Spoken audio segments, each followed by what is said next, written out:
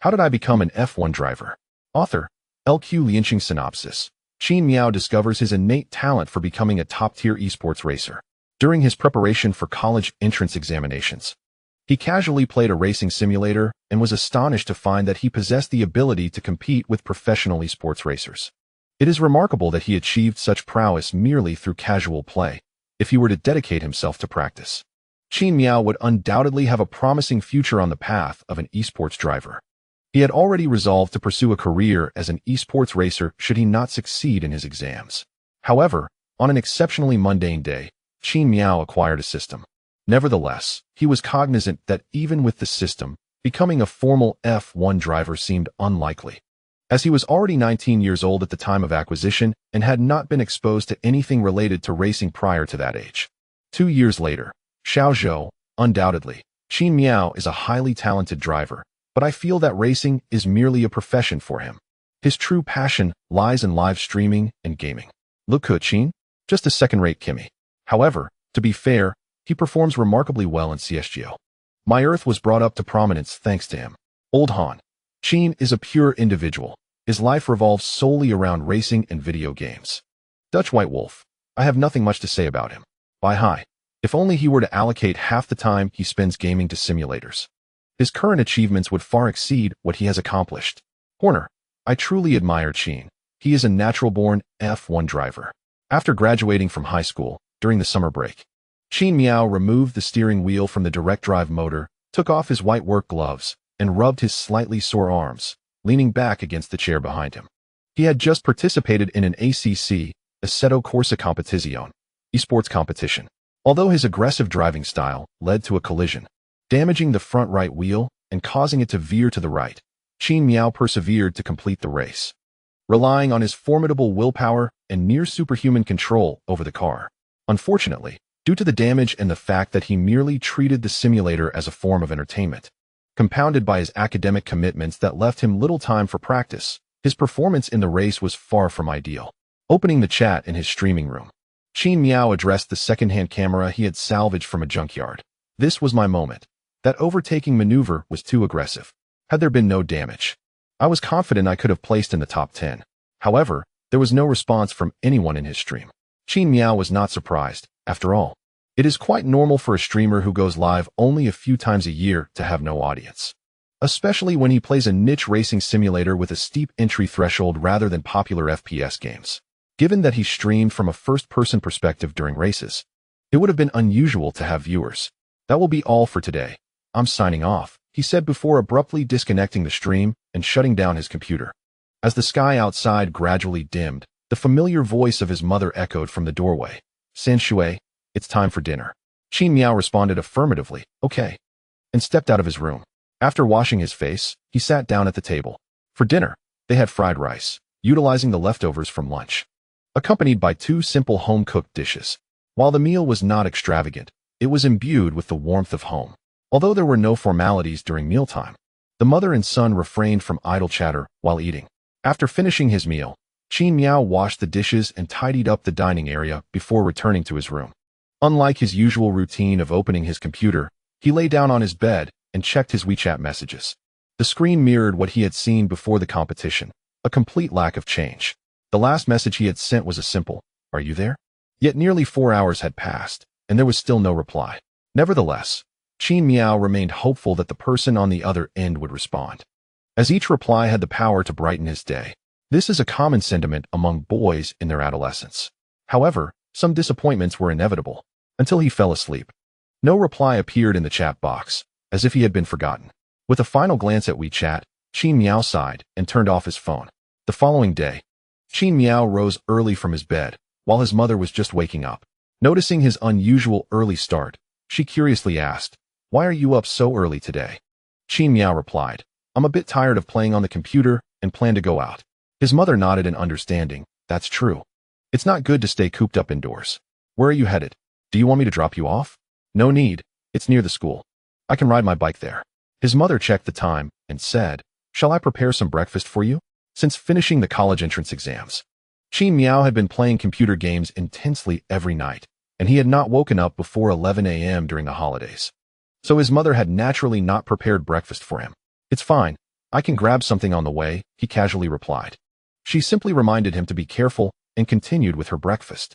After changing his shoes and grabbing his bike keys, Qin Miao headed out. His destination was a go-karting venue located near his high school. Throughout his 3 years of high school, due to various reasons, Qin Miao, who had a deep passion for racing, had never had the opportunity to experience real racing, not even go-karting. As this go-karting venue was situated close to the school, many of his classmates often discussed their experiences there, leaving Qin Miao with little to contribute to the conversation, forced to listen instead. However, now that he had graduated, he finally had ample time to indulge in this long-awaited activity. Moreover, after spending countless hours engrossed in computer games recently, Qin Miao found himself somewhat weary of the pastime. Consequently, he resolved to venture out and alleviate his strained nerves while also stretching his somewhat stiff body. The school Qin Miao attended was not far from his home, typically a half-hour walk. However, on his bicycle, he arrived at the go-karting venue in a mere 10 minutes.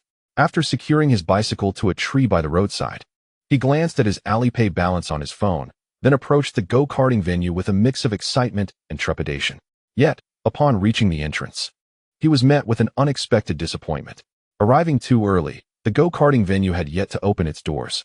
Checking the time, he realized there was still about an hour before it would welcome patrons. Thus, he decided to visit a nearby breakfast stall he frequented while attending school. Although the college entrance examination had concluded, the junior high and first 2 years of high school students had not yet begun their summer break. Allowing the breakfast stall to remain in operation, he ordered his usual rice roll and, after finishing, returned to the go-karting venue with a bottle of mineral water. Sitting on the steps of the go-karting venue, he retrieved his phone and opened WeChat. The chat interface displayed the message he had sent the night before, which had gone unanswered. Not particularly bothered, he tentatively sent a greeting he deemed appropriate. "Good morning. Are you awake?" The recipient's response was consistent with their usual demeanor. Perhaps they simply had not risen yet, Qin Miao mused.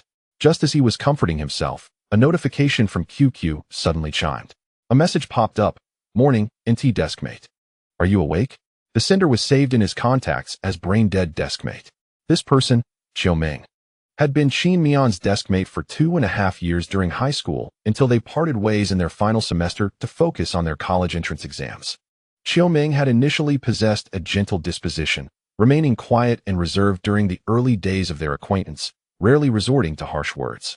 However, as the saying goes, one becomes like the company they keep. After spending so many years together, she had seemingly transformed under Qin Miao's influence, now often addressing him with playful insults. Opening the chat with his deskmate, Qin Miao replied, "I'm awake. What's up?" Without hesitation, she responded, "Did you see the messages in the class group?" Qin Miao felt a flicker of confusion. "No, I haven't. Is there a gathering? Didn't we have one just after graduation?" Her triumphant reply came swiftly. "I knew you hadn't seen it. The class monitor and others are planning to take us to that go-karting venue near the school today. And the class monitor and vice monitor are treating us. It's free," she added. "Are you coming?" Staring at the text from Qiu Ming, Qin Miao froze momentarily. He awkwardly lifted his gaze to the sign of the Reverse Wind Entertainment go-karting arena behind him, then lowered his head to look at his phone's message. His mind echoing with a resounding thought. Qin Miao hesitantly replied, "Is it the one near our school?" "Yes, it's the only place nearby where we can enjoy go-karting. And it's conveniently located for the students," Autumn Ming responded. "But don't worry, I've already signed you up with the class monitor." Qin Miao exclaimed, "Don't be late. I'm heading out now." After a brief moment of daze, Qin Miao instantly perked up. Within Autumn Ming's words, he discerned another piece of information. The class monitor and the vice monitor were treating everyone to the go-kart venue. This meant that the vice monitor, Fan Yu, would also be present. Since it was a gathering hosted by both the class monitor and the vice monitor, they had every reason to attend. However, even if the vice monitor were to arrive, Qin Miao, due to his timid nature, could hardly muster the courage to approach Fan Yu for even a few words. More often than not, he would merely observe from a distance, and if Fan Yu were to engage him in conversation, it would leave him in a state of nervous excitement for quite some time.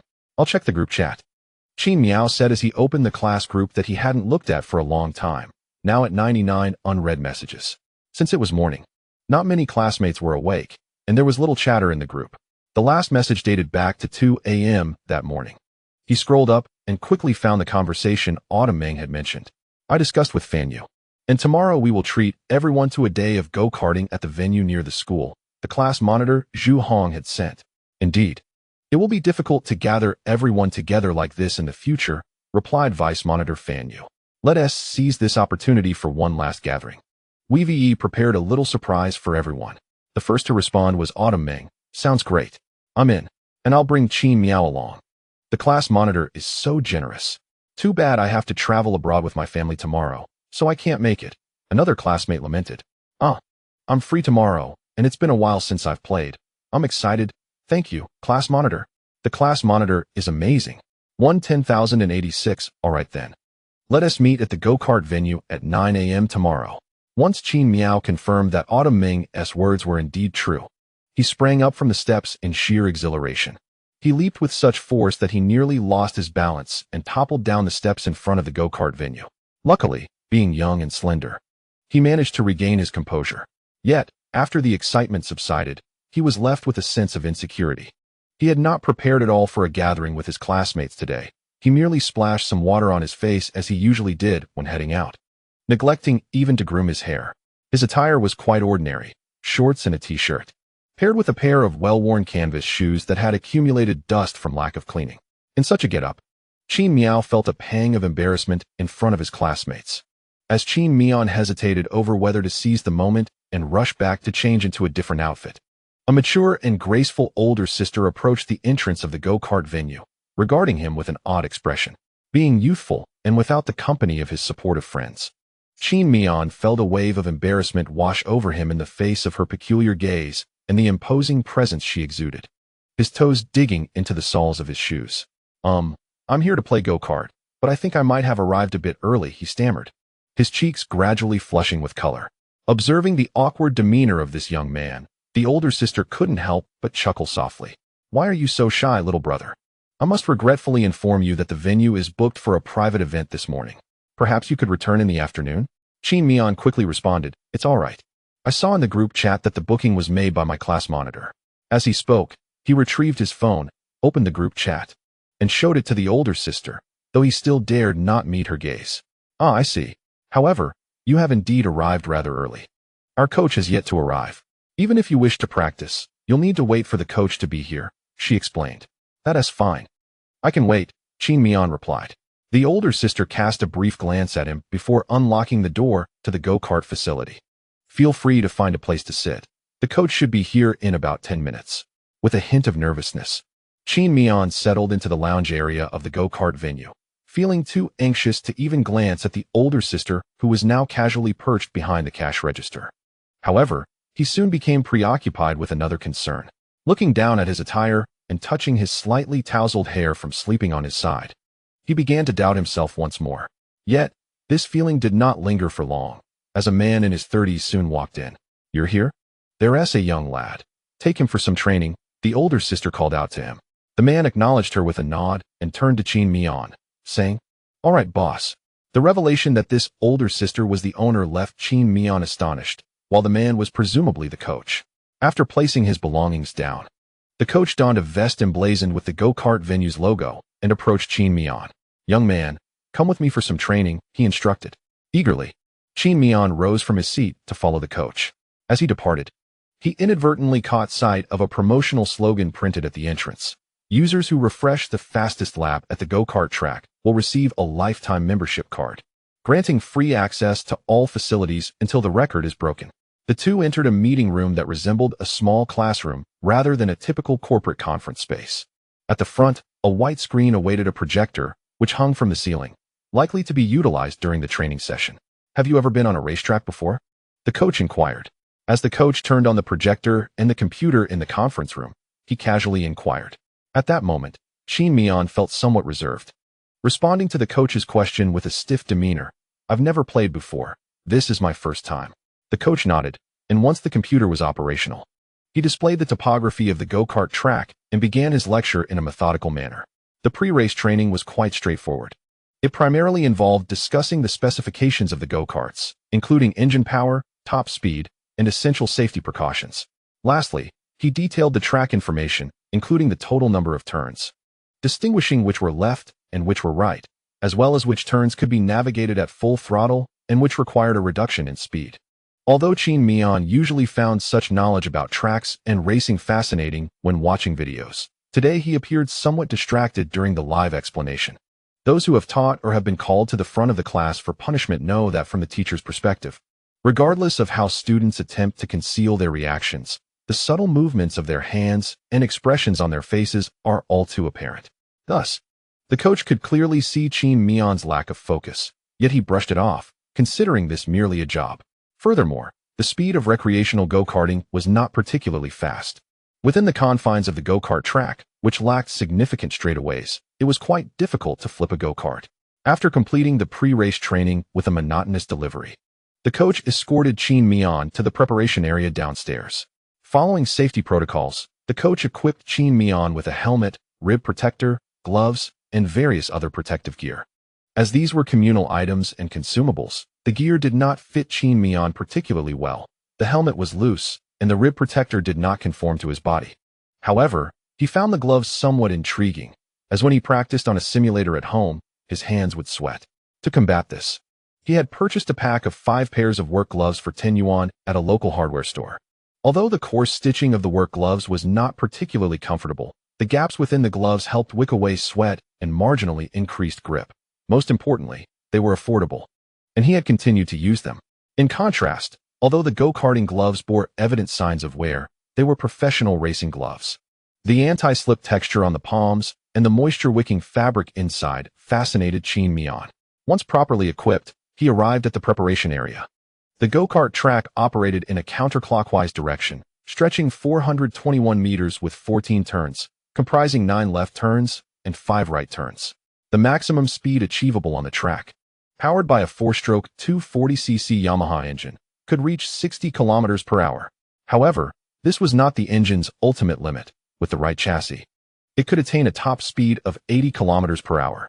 Nevertheless, due to track restrictions, perfecting the exit from the turns and navigating the straight sections flawlessly would still limit him to a maximum of 60 kilometers per hour before entering the next bend.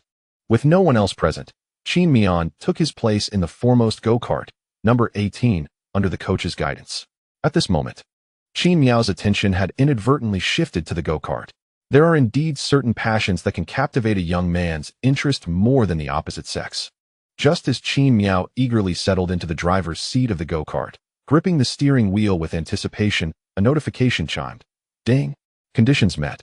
The ultimate racing system has been activated. Please wait while host information is being retrieved. Retrieval successful. Name, Qin Miao. Age, 18. Overall rating, 386 stamina, 46 mentality, 59 stability, 66 ranking ability, 17 acceleration ability, 42 long distance race, 2 tire management ability, 33 rain race ability, 10 offensive ability, 41 defensive ability, 70 evaluation, all talk. Defensive novice. Newbie gift package successfully issued. Would you like to open it now? Yes. No. The author admits that the pacing in the early chapters has been quite poor, and for that, I apologize to the readers. For those who wish to avoid wasting time and have a low tolerance for toxicity, you may skip to chapter 79. Is this really your first time playing go-kart? As Qin Miao observed the rapid-fire text flashing before him like computer code, his mind nearly short-circuited. Fortunately, the instructor did not rush him. It is quite normal for a novice to hesitate at the throttle.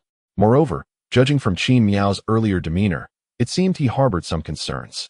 At this age, young boys often appear distracted only when matters involving the opposite sex arise. Otherwise, they tend to be carefree.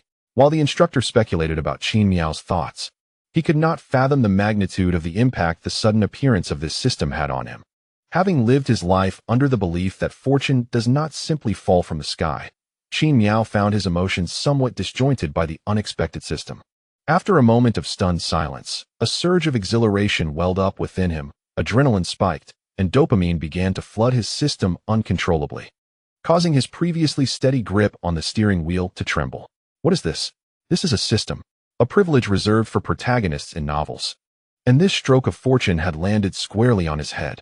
The system was named the Ultimate Racing System, which suggested that his future path would revolve around his beloved racing. If he were to develop sufficiently, could it mean he might compete alongside world champions like Hamilton, Alonso, and Vettel? Might he also have the chance to stand atop the exalted F1 podium, embracing the jubilant staff of his team in celebration, reveling in the mixed gazes of admiration, envy, and disdain? Yet, Qin Miao was acutely aware that even with the system, securing a seat in F1 was not guaranteed. With a hint of jest, it is said that securing a formal seat as an F1 driver is even more challenging than attaining the position of a national president. After all, there are merely 20 official F1 drivers worldwide, while the number of national presidents exceeds 100. Aspiring to become an F1 driver necessitates not only exceptional skill, but also substantial financial backing. The world of racing is not one that a family like Qin Miao's, who must consider fuel consumption and maintenance costs even when contemplating the purchase of a car, can easily afford. Upon contemplating these realities, the fleeting surge of vanity and excitement that had momentarily ignited within Qin Miao was abruptly doused, akin to being splashed with cold water. After a moment of reflection, he dismounted from the go-kart. He did not allow the recent acquisition of a system to propel him recklessly into action, despite the stirring in his heart. Being well-versed in simulation racing, and having been invited to participate in formal simulator competitions with minimal effort, he understood the gravity of the situation. While he may lack some social finesse, Qin Miao possessed a solid grasp of racing fundamentals. If he continued to practice in his current state on the simulator, even with the knowledge that he should maintain his speed until the end of the race, he would still unconsciously push the car to its limits. Such behavior often led to mistakes, as evidenced by his crash the previous night, which resulted in his withdrawal from the race. Furthermore, in reality, damaging the car under such conditions would not only incur financial repercussions, but could also lead to personal injury. Thus, amidst the coach's surprised gaze, Qin Miao switched off the go-kart and stepped down. "What's wrong?" the coach inquired, to which Qin Miao felt unable to divulge the inexplicable acquisition of a system. Instead, he vaguely replied, "I'm a bit nervous on my first drive. I needed to step down for a moment." The coach offered no further comment, merely instructing him on how to start the go-kart's engine before heading upstairs. It was evident that the venue had been booked for a group, indicating that guests would soon arrive, and he needed to prepare for training. Qin Miao's attention was not on the coach. The system screen before him remained open. To be honest, upon discovering the system, he had not paid much attention to his specific data, as his mind was consumed with the joy of this sudden acquisition. However, as someone who could transition to professional esports racing with only a modicum of practice, he believed he possessed a natural talent for the sport. Yet, due to familial constraints, his path in racing was limited to that of an esports driver, as engaging in simulation racing eliminated the fears of costly repairs or personal injury from crashes. Now, with the system in his possession, Qin Miao began to entertain new aspirations. While he dared not dream of F1, he felt confident that he could vie for a position in premier competitions such as GT3, WRC, and Touring Car Championships. However, upon closely examining the scores assigned to him by the system, he quickly realized that participating in the WRC might be out of reach. The WRC, or World Rally Championship, stands as another pinnacle of global motorsport, rivaling F1 in prestige. Each team of drivers navigates modified production cars, traversing various terrains around the globe, conquering thousands of kilometers of harsh conditions including gravel, ice, snow, asphalt, mud, and rain, all in the pursuit of determining the ultimate champion over a grueling 11-month period. This competition is renowned as the most arduous automobile rally in the world.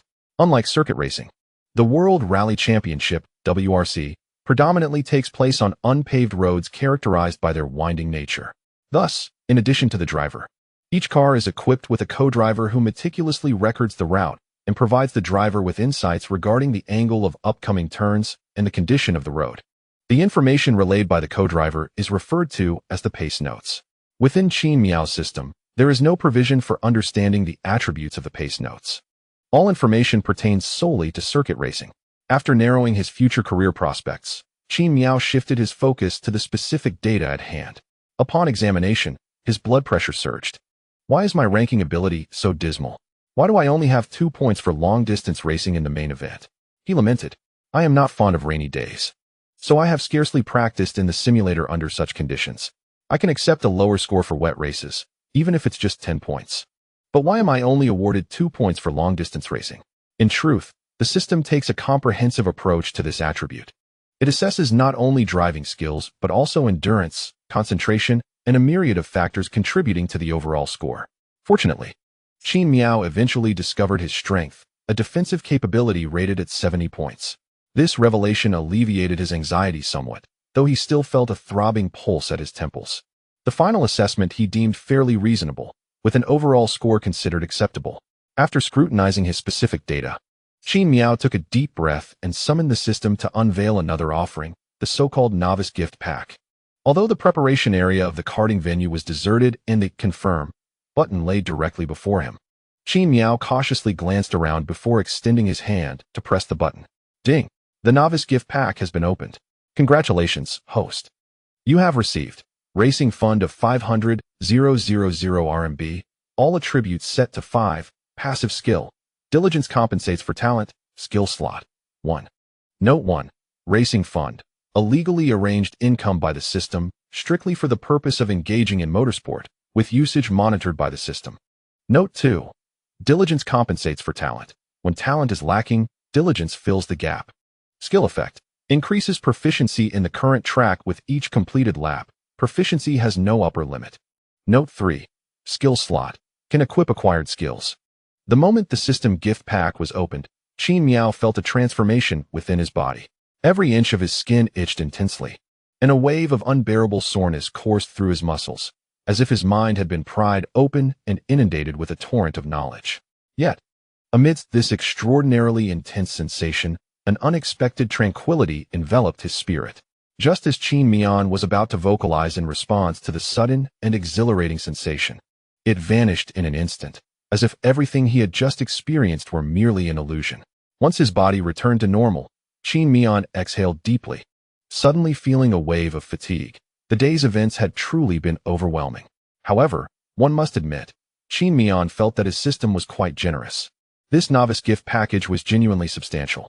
The racing fund alone made him believe that this boon was worthwhile, for engaging in racing is notoriously expensive. During competitions, a few collisions could easily cost thousands, not to mention the numerous consumables associated with racing, such as tires, engine oil, racing fuel, engines, and gearboxes. It is easy to imagine that from the moment the engine starts, each ignition of the spark plug creates a jolt against the inner walls of the engine cylinder, diminishing its lifespan. Every application of the brakes wears down the brake pads and calipers, and even shifting gears causes wear on the gearbox's gears. Thus, indulging in racing is akin to burning money, and the higher the racing class, the greater the expenditure. The 500,000 he received alleviated some of Qin Miao's immediate financial concerns, yet it was insufficient for him to fully embrace the world of true racing. Not to mention Formula One. Even a single aerodynamic kit for GT3 racing exceeds 500,000. When factoring in the car body, chassis, engine, gearbox, and tires, the cost of a single vehicle approaches the million mark. However, it remains uncertain how the system would transfer these funds to Qin Miao's account. The second attribute, a full 5 in all aspects, requires little explanation. It elevated all of Qin Miao's capabilities, and the exhilarating sensation he had just felt was likely a result of this reward. The third seemed somewhat absurd. As long as he had time and sufficient funds, he could simply make laps around the track to improve his lap times. Perhaps this skill would become the cornerstone of his career in professional racing. As for the final skill slot, as a gaming enthusiast, Qin Miao could comprehend its purpose. It merely allowed him to equip skills in that slot and activate them. However, he anticipated that he would need to judiciously choose which skills to bring to each race, as the design of the skill slot implied a limitation on the number of skills available for competition. Furthermore, he suspected that acquiring skill slots would be more challenging than obtaining skills themselves. After meticulously exploring the novel system, and having discovered no new functions, Qin Miao eagerly approached the edge of the racetrack. Following the coach's recent instruction, he enthusiastically pulled the cord to start the go-kart's engine and then took his seat. Without hesitation, he pressed the accelerator to the floor in the parking area. The shrill, piercing sound of rubber tires grinding against the track echoed as Qin Miao's go-kart shot forward. A sudden commotion startled the coach and the older sister upstairs, prompting them to rush to the edge of the second-floor railing to peer down. Once they confirmed that the disturbance was not caused by the inexperienced Qin Miao colliding due to a miscalculation, they breathed a sigh of relief. To be honest, Qin Miao had piloted numerous vehicles in the simulator, including GT3, F1, and even WRC rally cars. However, at that moment, his perspective of the racetrack was limited to a mere 27-inch second-hand monitor, which deprived him of the finer details and a true sense of speed. Now, seated in an actual vehicle, albeit an entertainment go-kart, he experienced an exhilarating push against his back when he abruptly pressed the accelerator. Although he had grown accustomed to speeds of 300 kilometers per hour in the game, the go-kart, which only reached around 50 kilometers per hour, made everything beside him blur by at an astonishing rate. The rapid retreat of the scenery, coupled with the absence of any protective barriers, instinctively instilled a sense of fear within Qin Miao. Yet, once the initial trepidation subsided, another emotion surged forth, an eagerness to test whether his simulated skills and techniques would translate effectively to the real world. Even though he had raced GT3 cars in the simulator, here he was merely in a go-kart. Nevertheless, the principles of racing, such as line selection, throttle control, and braking points, were akin to mathematical formulas that could be applied universally. As Qin Miao darted out of the pit area, he began to accelerate steadily. Although he had been somewhat absent-minded during the training session, he had taken note of the racetrack's overhead view and the designated racing lines. During his ACC competitions, he rarely had the luxury of time to study the track layout in detail. A quick glance to identify the more challenging corners sufficed before he relied on his driving instincts to learn through experience. Employing a similar approach in karting, Qin Miao entered the track with an impressive pace that a novice could hardly replicate. He maintained a consistent speed while memorizing 2 braking points each lap, continuously refining his understanding of the circuit in his mind. Each completed lap triggered a notification of his equipped skills. Ding! Practice lap completed, track proficiency level 1. Current proficiency, 1. Meanwhile, the coach upstairs, who had been idly observing the racetrack, couldn't help but smirk at Qin Miao's speed and racing line. Was this truly the pace of someone who had never tried karting before? The precision of his line selections, post-corner control, and braking point mastery surpassed that of many seasoned regulars at the track. In fact, glimpses of professional drivers' techniques could be discerned in his performance.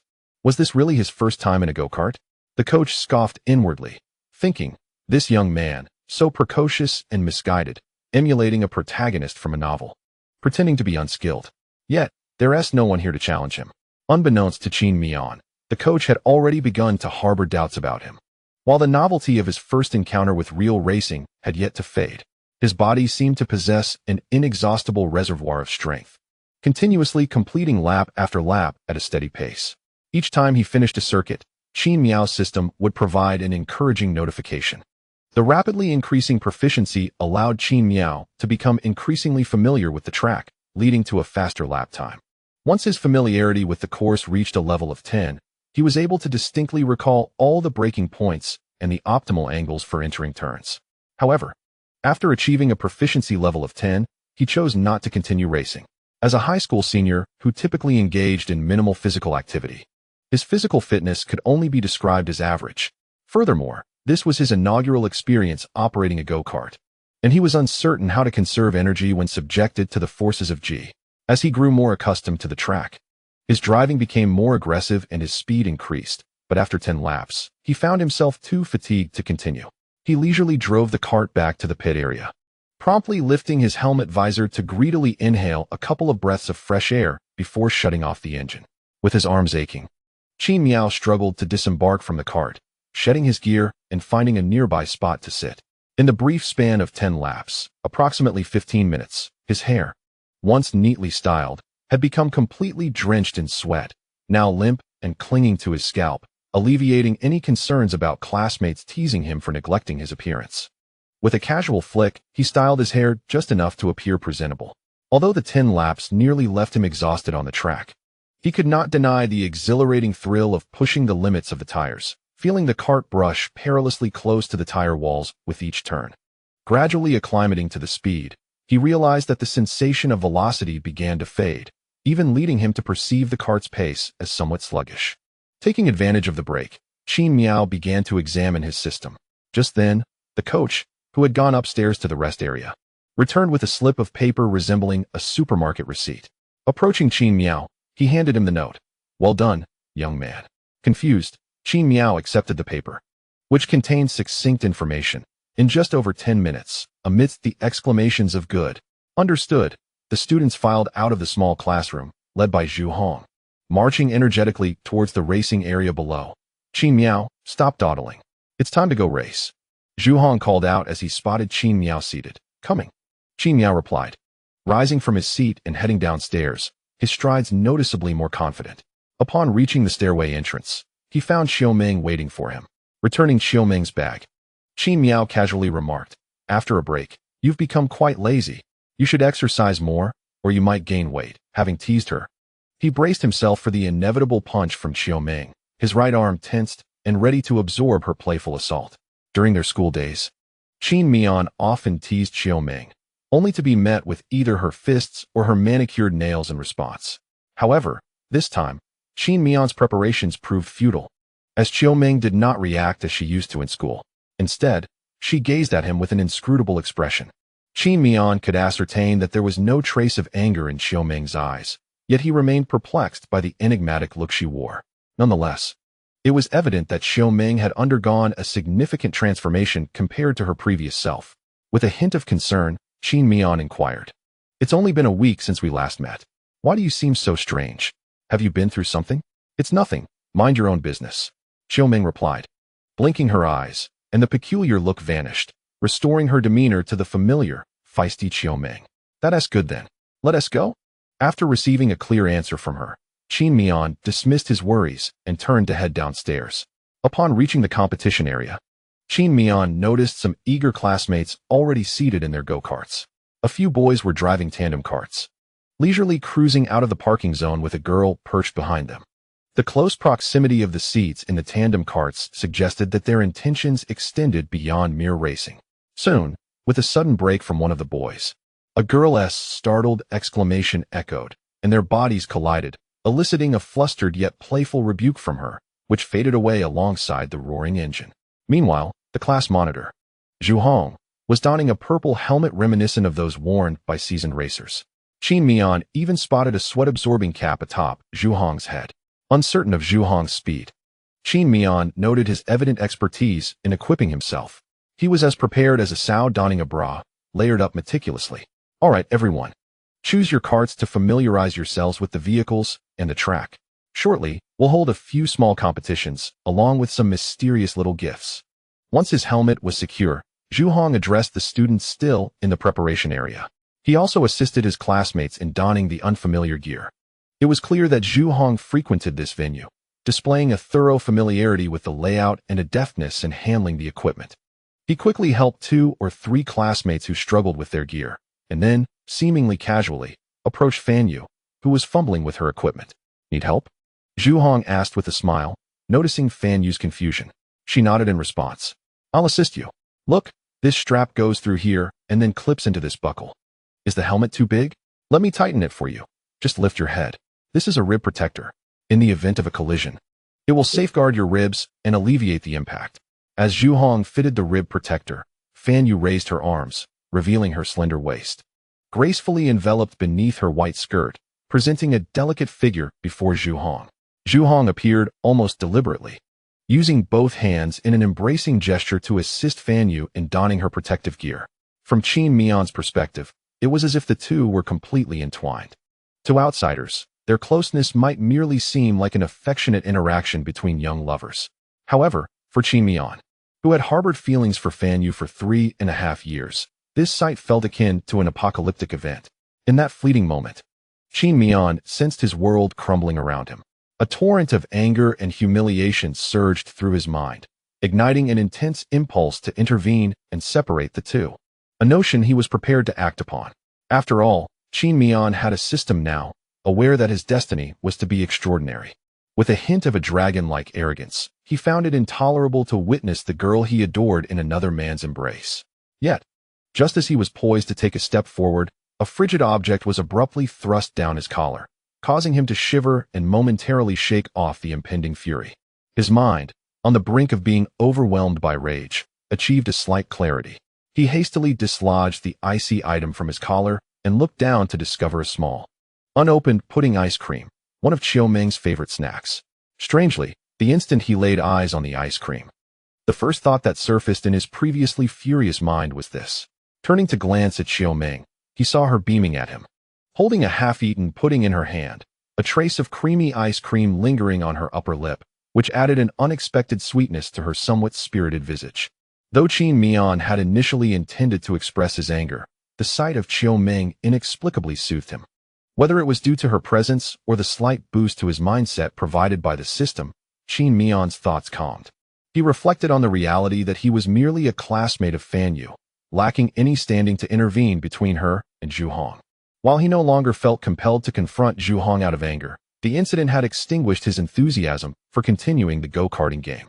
Before Qin Miao could gather further thoughts, Xiaoming's soft, melodic voice reached him. "Hey, don't waste it. It's still good since it hasn't been unwrapped." As she bent down before him, she retrieved the fallen pudding and offered it to him, inquiring, "Do you want it?"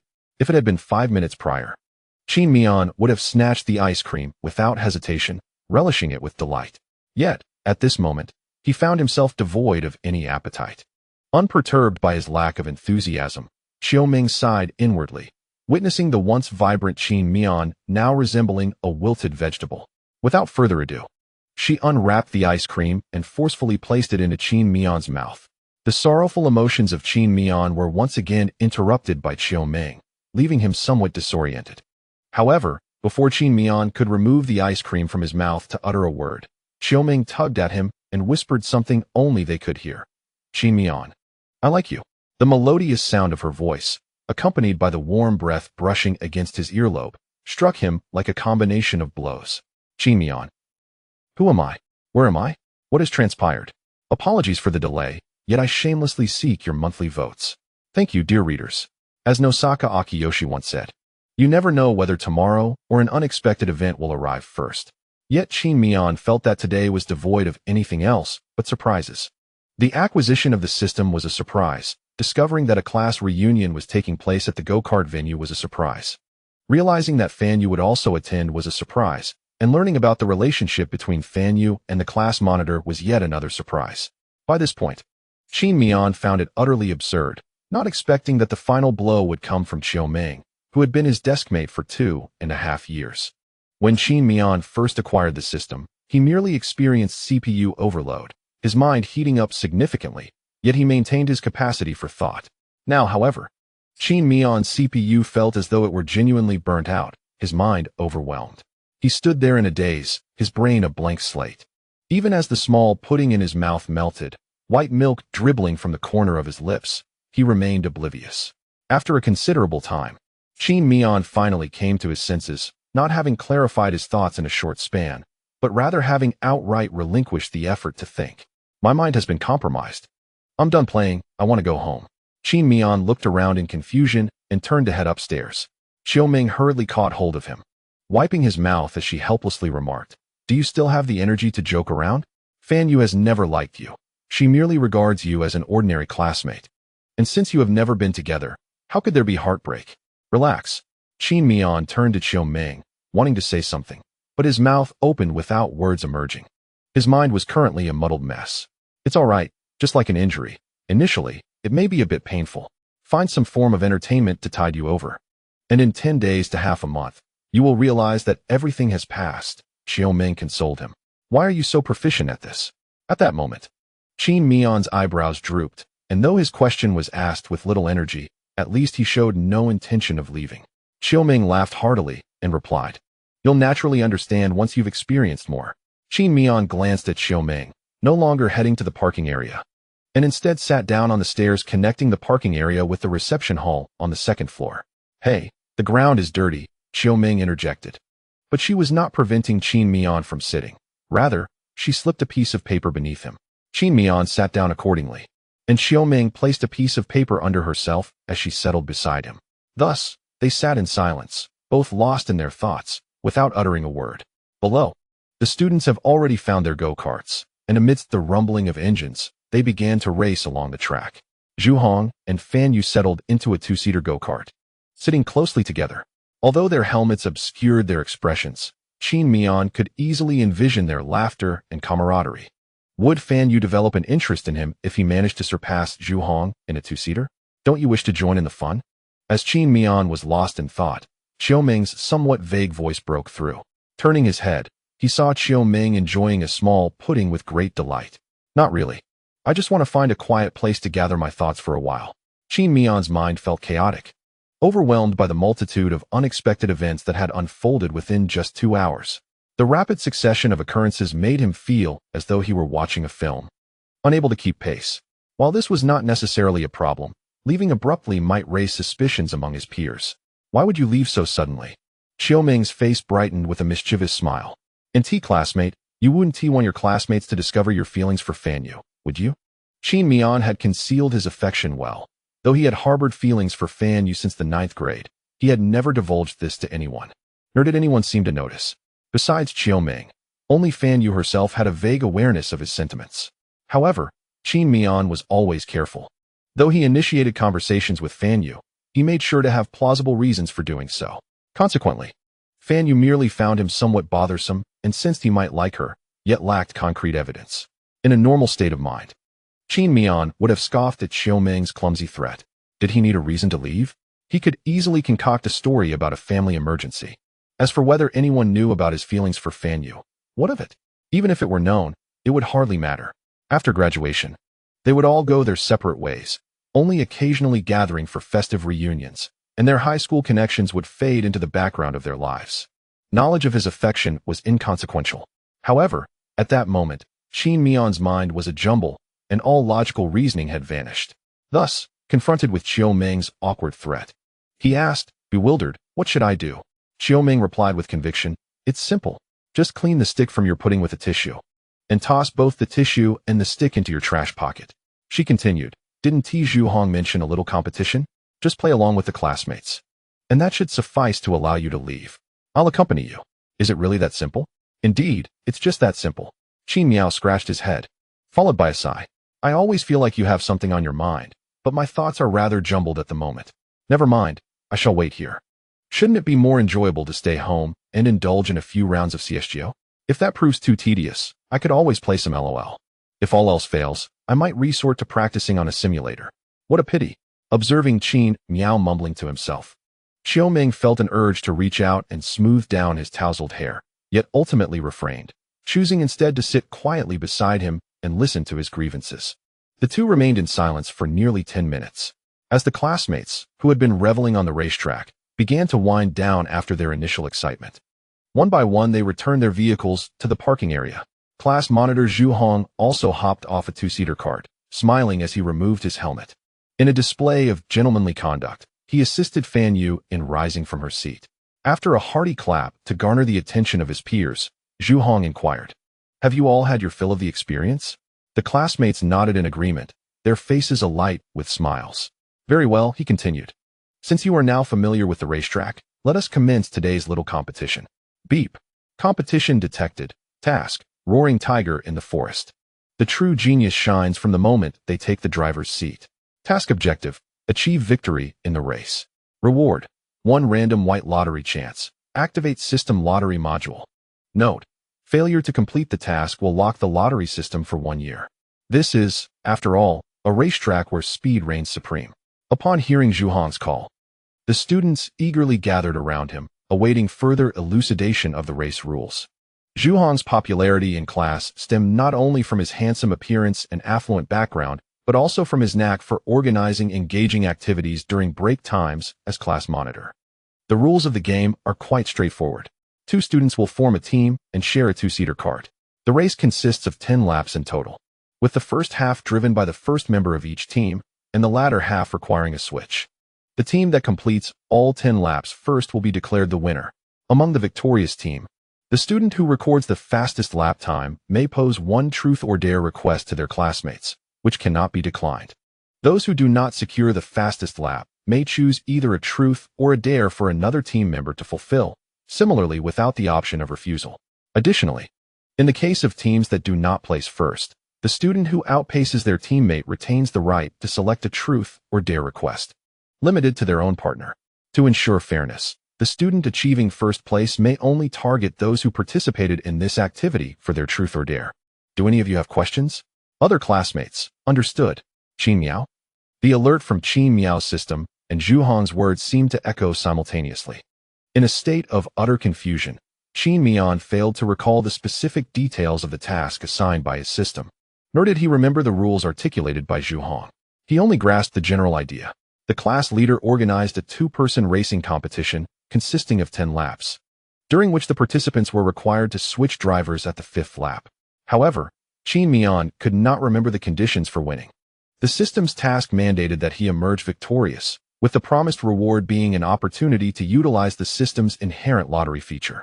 To be candid, Qin Miao harbored a deep aversion to lotteries. Throughout his life, he had never once won anything of value. His prizes were invariably the most trivial and worthless. Thus, he felt indifferent towards the reward offered by the system. He reasoned that it made little difference whether his access to this feature was restricted for a year, as he had no use for it. The presence of a trivial function was indistinguishable from its absence in Qin Miao's eyes. Moreover, in the past, even without any rewards from the system, he would have eagerly participated in such competitions. However, the current Qin Miao was in a state of disarray, unable to muster enthusiasm for anything, merely perceiving Zhu Hong as a source of noise. In stark contrast, Xiaoming, who stood beside him, was brimming with excitement. Hey, class leader, I want to sign up too," she exclaimed, rushing forward. When Xiaoming announced her intention to participate, several male classmates displayed eager anticipation. There was no doubt that they wished to be paired with Xiaoming, hoping to engage in an irresistible game of truth or dare after the competition. Although to the untrained eye, Xiaoming might not possess the same striking beauty as Fan Yu, she was nonetheless a lovely young woman in her own right, differing merely in style. Naturally, many adolescent boys, grappling with their own burgeoning emotions, found themselves drawn to her. Zhu Hong's racing event evidently aimed to provide an opportunity for those yearning to confess their feelings to their crushes, but lacking the courage to do so. Consequently, the students were all eager to participate. "Xiaoming, do you have a partner?" Zhu Hong inquired, while many male classmates leaned in, hoping for a negative response. However, when Xiaoming revealed her partner's identity, their expressions shifted to one of resignation. "Qin Miao, my deskmate," she replied. Zhu Hong nodded, jotting down the information while curiously asking, "By the way, where is he? Wasn't he just up there? Why isn't he here on the track?" Xiaoming responded with a nuanced expression, "He's feeling down." Keeping to himself, "But don't worry, I can bring him back." Zhu Hong didn't dwell on it and concluded, "All right, just don't wander too far.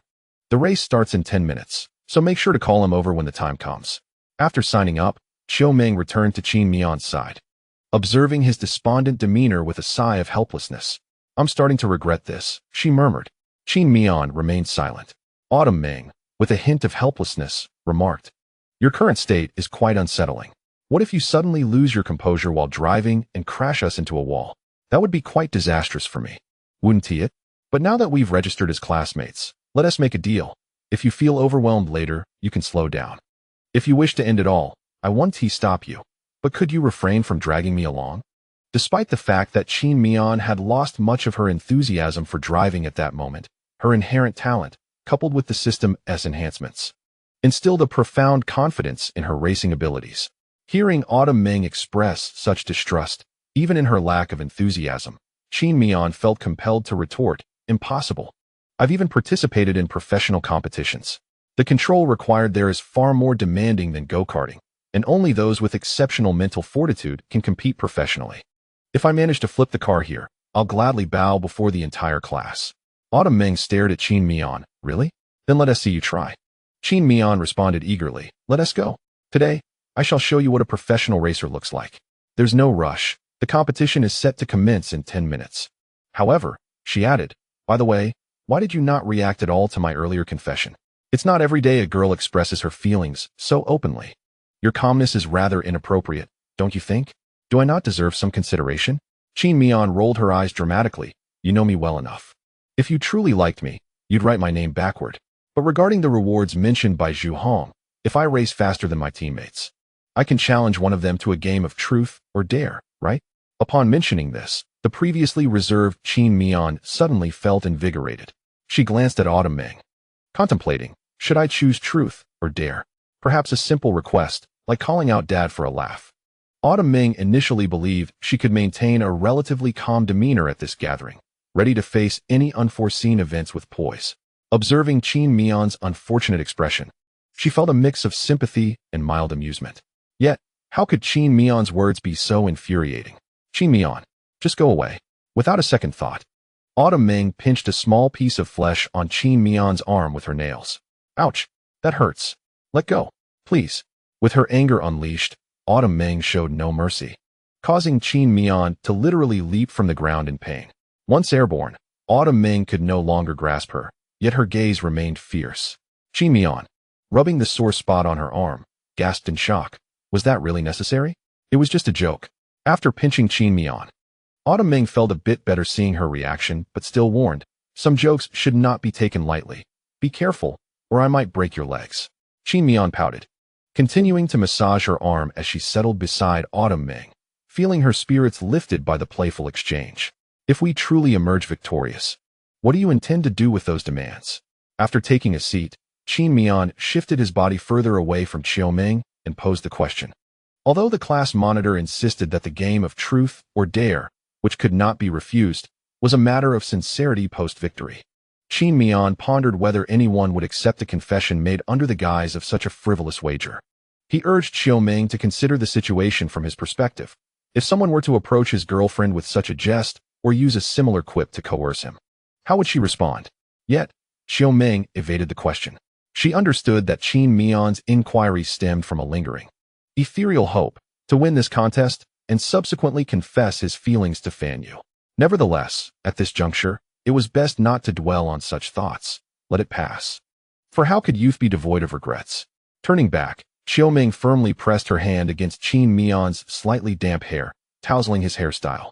Although Qin Miao attempted to pry her hand away, he could not deny that her words had effectively dispelled the last vestiges of his optimism. A sudden wave of melancholy washed over him as he exhaled deeply and remarked, watching those dramas on television. One would expect a cigarette to be in hand at such a moment. Besides, I have graduated now, and old Zhao can no longer dictate my actions. Without a moment's hesitation, Qiu Ming pulled out her phone and, in front of Qin Miao, began to enter his mother's phone number, directly initiating the call.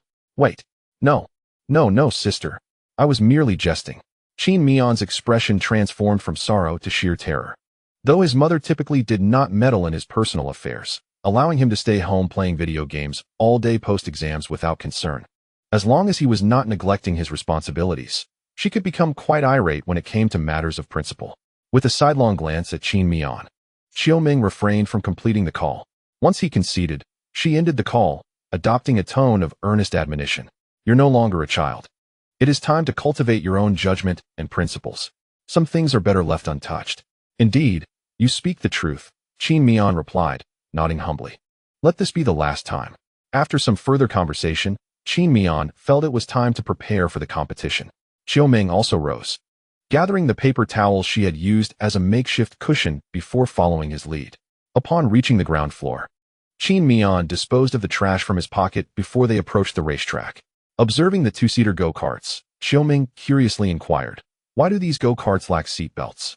It was not only the two-seaters that were devoid of safety belts. The single-seater models were also unadorned with such features. Qin Miao explained. This is due to the low center of gravity of these go-karts. They are designed for entertainment, not speed, and given the short length of the track, the likelihood of flipping is minimal. Thus, seat belts are deemed unnecessary. Moreover, adding seat belts would require roll cages, which I presume they have omitted for cost considerations. Why must a safety belt be accompanied by a roll cage? Qin Miao patiently elucidated. The seating position in a go-kart is relatively low, without a roll cage. Fastening a safety belt could result in your entire body being secured to the vehicle. In the event of a rollover, your head would be the first point of contact with the ground, with your neck serving as the supporting structure. Then a snap. Now you understand why such go-karts lack safety belts, correct? Understood. Qiu Ming's eyes brimmed with realization. You certainly possess a wealth of knowledge, classmate. Had you omitted that last remark, I might have been considerably happier. As they conversed, the pair had already arrived at the racetrack's edge, where numerous classmates had taken their seats in tandem go-karts, most of whom were paired as one boy and one girl. Naturally, there were also instances of two boys or two girls teaming up. Choose a cart, Qiu Ming suggested. After a glance, she casually pointed to cart number 18. After all, these carts all bore similar appearances and designs. Qin Miao, being a novice, could not discern any differences in damage or tire wear, so he acquiesced. Once they donned their gear, they approached the tandem go-kart. Who goes first? Without hesitation, Xiaoming replied, "You first. I want to see how effective this so-called esports driver is in reality." Qin Miao was indifferent, as he did not particularly care about the outcome of the race. He felt an emptiness in his chest, eager to finish quickly and return to his game. Though his thoughts hinted at a desire to escape reality, one cannot expect an 18-year-old to possess profound awareness and self-discipline. All right. After agreeing, Qin Miao took the driver's seat first. This tandem go-kart was essentially a single go-kart extended with an additional seat. The driving experience was largely akin to that of a single-seater. Once Qin Miao settled into the driver's seat, Xiaoming gracefully took her place beside him. Due to the kart's design, her long, slender legs positioned themselves on either side of Qin Miao's body. Today, Xiaoming wore a white pleated skirt and sneakers, her fair thighs positioned without any guard, tempting one to reach out and test their touch. It was only then that Qin Miao belatedly noticed how attractive Xiaoming's legs were. Her previous well-proportioned figure had been concealed beneath her oversized school uniform. All right. After adjusting her position, Xiaoming patted Qin Miao's helmet, signaling that she was ready. Although Qin Miao had completed 10 laps prior to Xiaoming's arrival, those laps had been in a single go-kart. The current kart, while equipped with the same tires, engine, and chassis, had a longer wheelbase and an additional passenger, adding at least 70 pounds of weight. Qin Miao needed to reacquaint himself with the handling of this kart. "Are you settled?" he inquired before starting. Xiaoming nodded, leaning back and grasping the handrail of the rear seat. Upon receiving her signal, Qin Miao pressed the accelerator to the floor. Initially, Qin Miao contemplated employing the technique of accelerating from a standstill in the go-kart, swiftly adjusting the vehicle's posture during a skid to achieve maximum speed. However, whether due to the extended wheelbase or the considerable weight of the passenger, Xiaoming, this dual-seater go-kart glided forth smoothly amidst the roar of the engine, exhibiting no signs of slipping. With a soft click of his tongue, Qin Miao expressed his thoughts, unsure if he was lamenting the lackluster power of the go-karts at this facility or simply bemoaning the substantial weight of his companion. The first lap served merely as a warm-up, and drawing from his gaming experiences, Qin Miao endeavored to bring the tires up to temperature.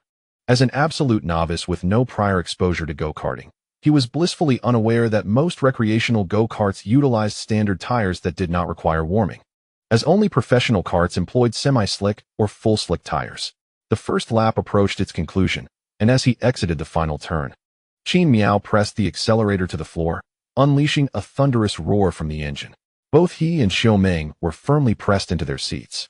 Exiting turn 14, Qin Miao steadied the steering wheel, flooring the accelerator as they passed the starting point, positioning the vehicle close to the right side of the track in preparation for turn 1. Turn 1 was a full-throttle left bend, despite the additional passenger. Qin Miao adeptly navigated the turn, leveraging his line and the tire's reasonable grip to guide the kart into the curve. After clearing turn 1, he maintained full throttle towards turn 2, which, along with turn 3, formed a leftward hairpin. As he approached turn 2, Qin Miao lightly tapped the brakes, intending to enter from the middle line. Yet, unaccustomed to the added weight, he instinctively applied the braking point suited for a single-seater kart, resulting in understeer during the turn. Fortunately, the overall speed of the turn was moderate, and with his skills and reflexes, Qin Miao managed to reduce speed before colliding with the tire wall, navigating through the turn from the outer lane. This miscalculation marred his lap time, but as he was there to practice, he was not overly concerned about his lap speed and continued to adapt to the track. After exiting the turn, he accelerated through the deceptive turn 4 and approached the U-turn, turn 5. Employing the classic racing line of outside-inside-outside, he braked firmly before entering, allowing the front wheels to ride the curb as he navigated the turn. Next came the 90-degree left turn 6, where he gently pressed the brakes, reducing speed to 41 km/h, and upon engaging the curb with the left front wheel, he accelerated through the turn flawlessly. Turns 7 and 8 formed a sequence of S-bends, which, when timed correctly, were quite manageable. However, the increased wheelbase and weight still left Qin Miao somewhat disoriented.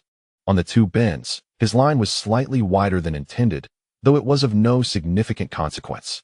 Benefiting from the recent laps that enhanced his understanding of the circuit, Qin Miao gradually acclimated to the kart's understeer and added weight. In the final few turns of the track, he executed them at speeds that represented his current limits. Essentially, in nearly every subsequent turn, Qin Miao's vehicle grazed the tire wall closely. Recently, the gap between the car's body and the tire wall was less than 2 centimeters. After exiting Turn 8, Turn 9 followed immediately. Due to the moderate speed upon leaving Turn 8, one could effortlessly navigate Turn 9 using inertia without pressing the accelerator. In a single-seater go-kart, Qin Miao would have floored the throttle upon exiting this turn. After completing Turn 9, he could accelerate fully towards Turn 10. Turn 10 is a high-speed corner, while it cannot be taken at full throttle like Turn 1, similar to Turn 9. One could also rely on inertia to glide through it without accelerating.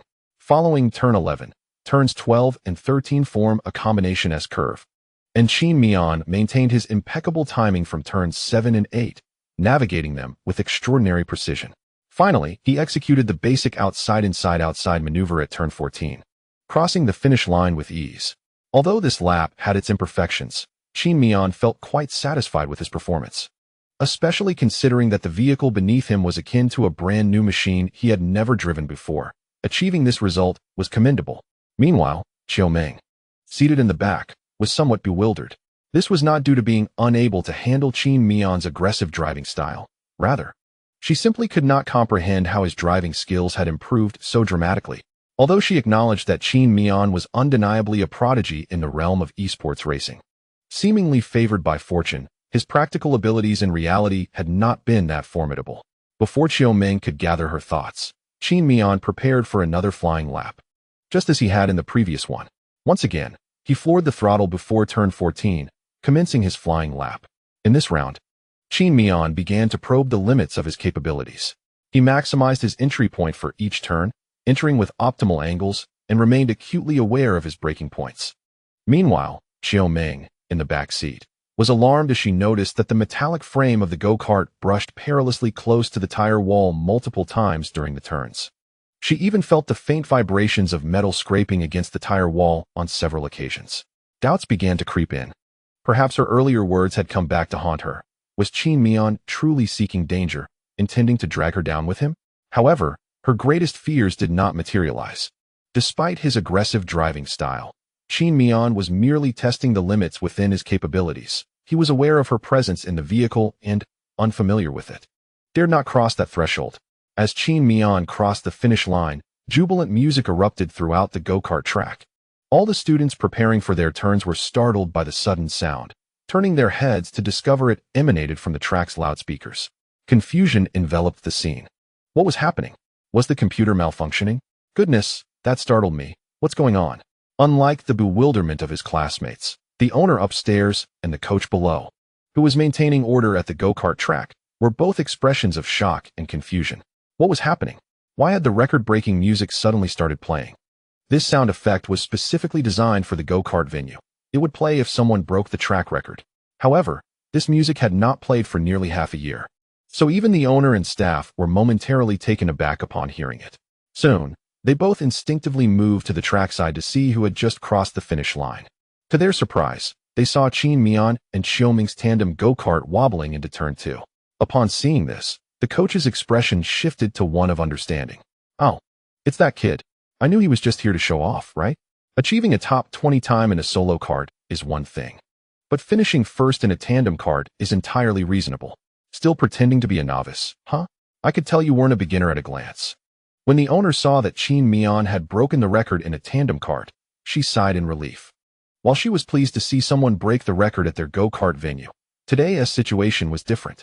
Today, Zhu Hong had purchased a private track rental, which meant that if Qin Miao broke the record, she would have wasted the entire morning, as all the charges would be waived.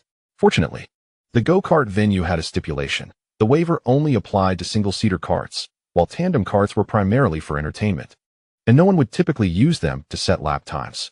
Sitting in the go-kart, gently swaying as he prepared to return to the parking area to let Xiaoming take a turn, Qin Miao also heard the unexpected music. What on earth is this? Xiaoming, still shaken, swallowed hard. Although Qin Miao's previous lap was not particularly fast, after all, these entertainment karts couldn't achieve high speeds. The visual impact of his aggressive cornering and the instinctual fear of danger still made Xiaoming's heart race and breath quicken. I don't know, but I must responsibly say that I somewhat regret teaming up with you. Can you tone down your driving style a bit? What if something really goes wrong? Qin Miao blinked. Was his driving style really that aggressive? Reflecting on it, he realized Xiaoming had a point. Unlike those professional drivers who had been karting since childhood, Qin Miao came from an esports background. There was a significant difference between those who played simulators and those who drove real cars. Simulator racers often lacked fear of death and collisions, pushing their limits. In fact, Qin Miao was known for taking his virtual cars to the edge. Thus, when he transitioned to reality, he unconsciously carried over his simulator driving habits. Rubbing his face, Qin Miao tentatively asked, "Should I rein it in a bit during the race?" Xiaoming shook her head without much thought. "Just drive normally. After all, these karts aren't that fast, they just look intimidating." In the realm of competition, everyone aspires to claim the top position. The two individuals engaged in a leisurely conversation as they returned to the parking area. Qin Miao had initially contemplated switching places with Xiaoming, allowing her to familiarize herself with the racetrack. However, upon parking, they were swiftly surrounded by their classmates before they could even exit the vehicle. "Wow, incredible, Qin Miao. You've shattered the fastest lap record for the two-person go-kart at this venue," exclaimed one enthusiastic peer. "Brother Miao, you're amazing. I had no idea you were such a skilled driver." Another chimed in. "Qin Gu, do you need a pendant for your thigh? Do I fit the bill?" Recently disembarked, Qin Miao was somewhat bewildered by the fervent attention from his peers. It was only through their enthusiastic remarks that he pieced together the events. During his practice lap, he had inadvertently broken the lap record for the go-kart facility, albeit for the two-person karts, which did not qualify for any rewards. Qin Miao understood that a significant part of his record-breaking performance stemmed from both his and Xiaoming's relatively light weight, standing at 172 centimeters. He weighed just over 90 kilograms. Although Xiaoming appeared tall, her proportionate figure merely created the illusion of height. In reality, she was around 155 centimeters and weighed approximately 70 to 80 kilograms. Consequently, the lighter weight of their two-seater go-kart, combined with his innate talent, made it plausible for him to set a record. Moreover, the fastest lap records for two-person and single-person go-karts were categorized separately. No one at this establishment had previously attempted to break the record for the two-person kart. To Qin Miao, breaking this record was surprising yet not entirely extraordinary. It was merely a previously overlooked benchmark that had been surpassed. However, his classmates perceived the situation differently. The sudden revelation of a previously unnoticed talent in someone they interacted with daily inevitably sparked curiosity, prompting a flurry of questions directed at him. At that moment, Qin Miao found himself in such a scenario, with classmates surrounding him and inquiring incessantly. Many female classmates cast curious glances at him, pondering why they had never recognized this facet of his abilities before. Observing him remove his helmet amidst the throng of male classmates, several female peers took notice. Upon closer inspection, they realized that Qin Miao possessed quite an appealing appearance. Amidst the praises and astonishment from his classmates, Qin Miao experienced little emotional turbulence. Besides instinctively scanning the crowd for Fan Yu, his thoughts were solely preoccupied with the commencement of the race. Once the competition concluded, he would return home, where he planned to indulge in video games, having resolved not to venture out again this summer. "Qin Miao, you've been a bit unfair," remarked Zhu Hong, approaching with a smile. "Your achievement is not something just anyone can accomplish, yet you modestly claim this as your first experience with go-karting. I've never seen you here before. Where have you been honing your skills? Allow me to introduce. I also take the time to practice driving." Although Zhu Hong's words may initially appear as mere pleasantries and expressions of astonishment, they subtly conveyed a deeper message to the students gathered around. Qin Miao, despite having achieved such remarkable results, claimed during his conversation with Zhu Hong that this was his first encounter with karting. This inadvertently suggested to the students that Qin Miao had prior experience with karting, yet he chose not to disclose it, creating an impression of pretense. Though the students at this age have not fully entered society and their thoughts remain relatively innocent, they nonetheless possess a certain level of self-awareness and discernment, enabling them to extract hidden meanings from others' words. Consequently, many of the curious students surrounding Qin Miao felt their intrigue and excitement wane upon hearing Zhu Hong's remark. Of course, this reaction was not universal, particularly among the male students, who, upon hearing the class leader's words, grew even more curious. "Wow, Qin Miao, you're not being honest. Where did you practice? Introduce your coach to me. I want to practice too. Are you blind? Isn't there a ready-made opportunity right here? Brother Miao. Teach me a few tricks later. My chance to win against my desk mate hinges on you. At this point, the other students began to cheer him on. Lianqing, do you really think you can win? Learning a few moves from Qin Miao is just a ploy to confess to Chi-Chi, isn't it? Really, Lianqing? Get lost. As the jeers erupted, the students who had initially gathered around Qin Miao joined in the merriment. Seeing the situation spiral beyond his control, Qin Miao helplessly clarified. I am not joking. This truly is my first time playing karting. You may think my driving speed is due to frequent play on racing simulators, which has indeed helped me grasp the lines and braking points to some extent. Moreover, the weight of the drivers in a two-seater kart significantly influences speed, and both Qiuming and I are not heavy, which contributes to our swift performance. However, this explanation only fueled the students' enthusiasm further. Being young, while not all of them share Qin Miao's fondness for video games, a considerable number of male students enjoy gaming. For them, games serve primarily as a form of entertainment. And now there exists a living example before them, showcasing how skills honed in the virtual realm translate into real-life effectiveness. This further ignited their curiosity, prompting them to swarm around and inquire, Qin Miao, do you think there is a difference between driving in games and in reality? Is it more challenging to drive in a game or in real life? If I wish to enhance my driving skills in reality, will practice in games be beneficial? As Qin Miao listened to his classmates' questions, he found himself at a loss for words. How should he respond? He was aware of the types of games his classmates typically played. Most engaged with mobile games, while a smaller group played on computers, indulging in highly entertaining online games such as League of Legends or Crossfire.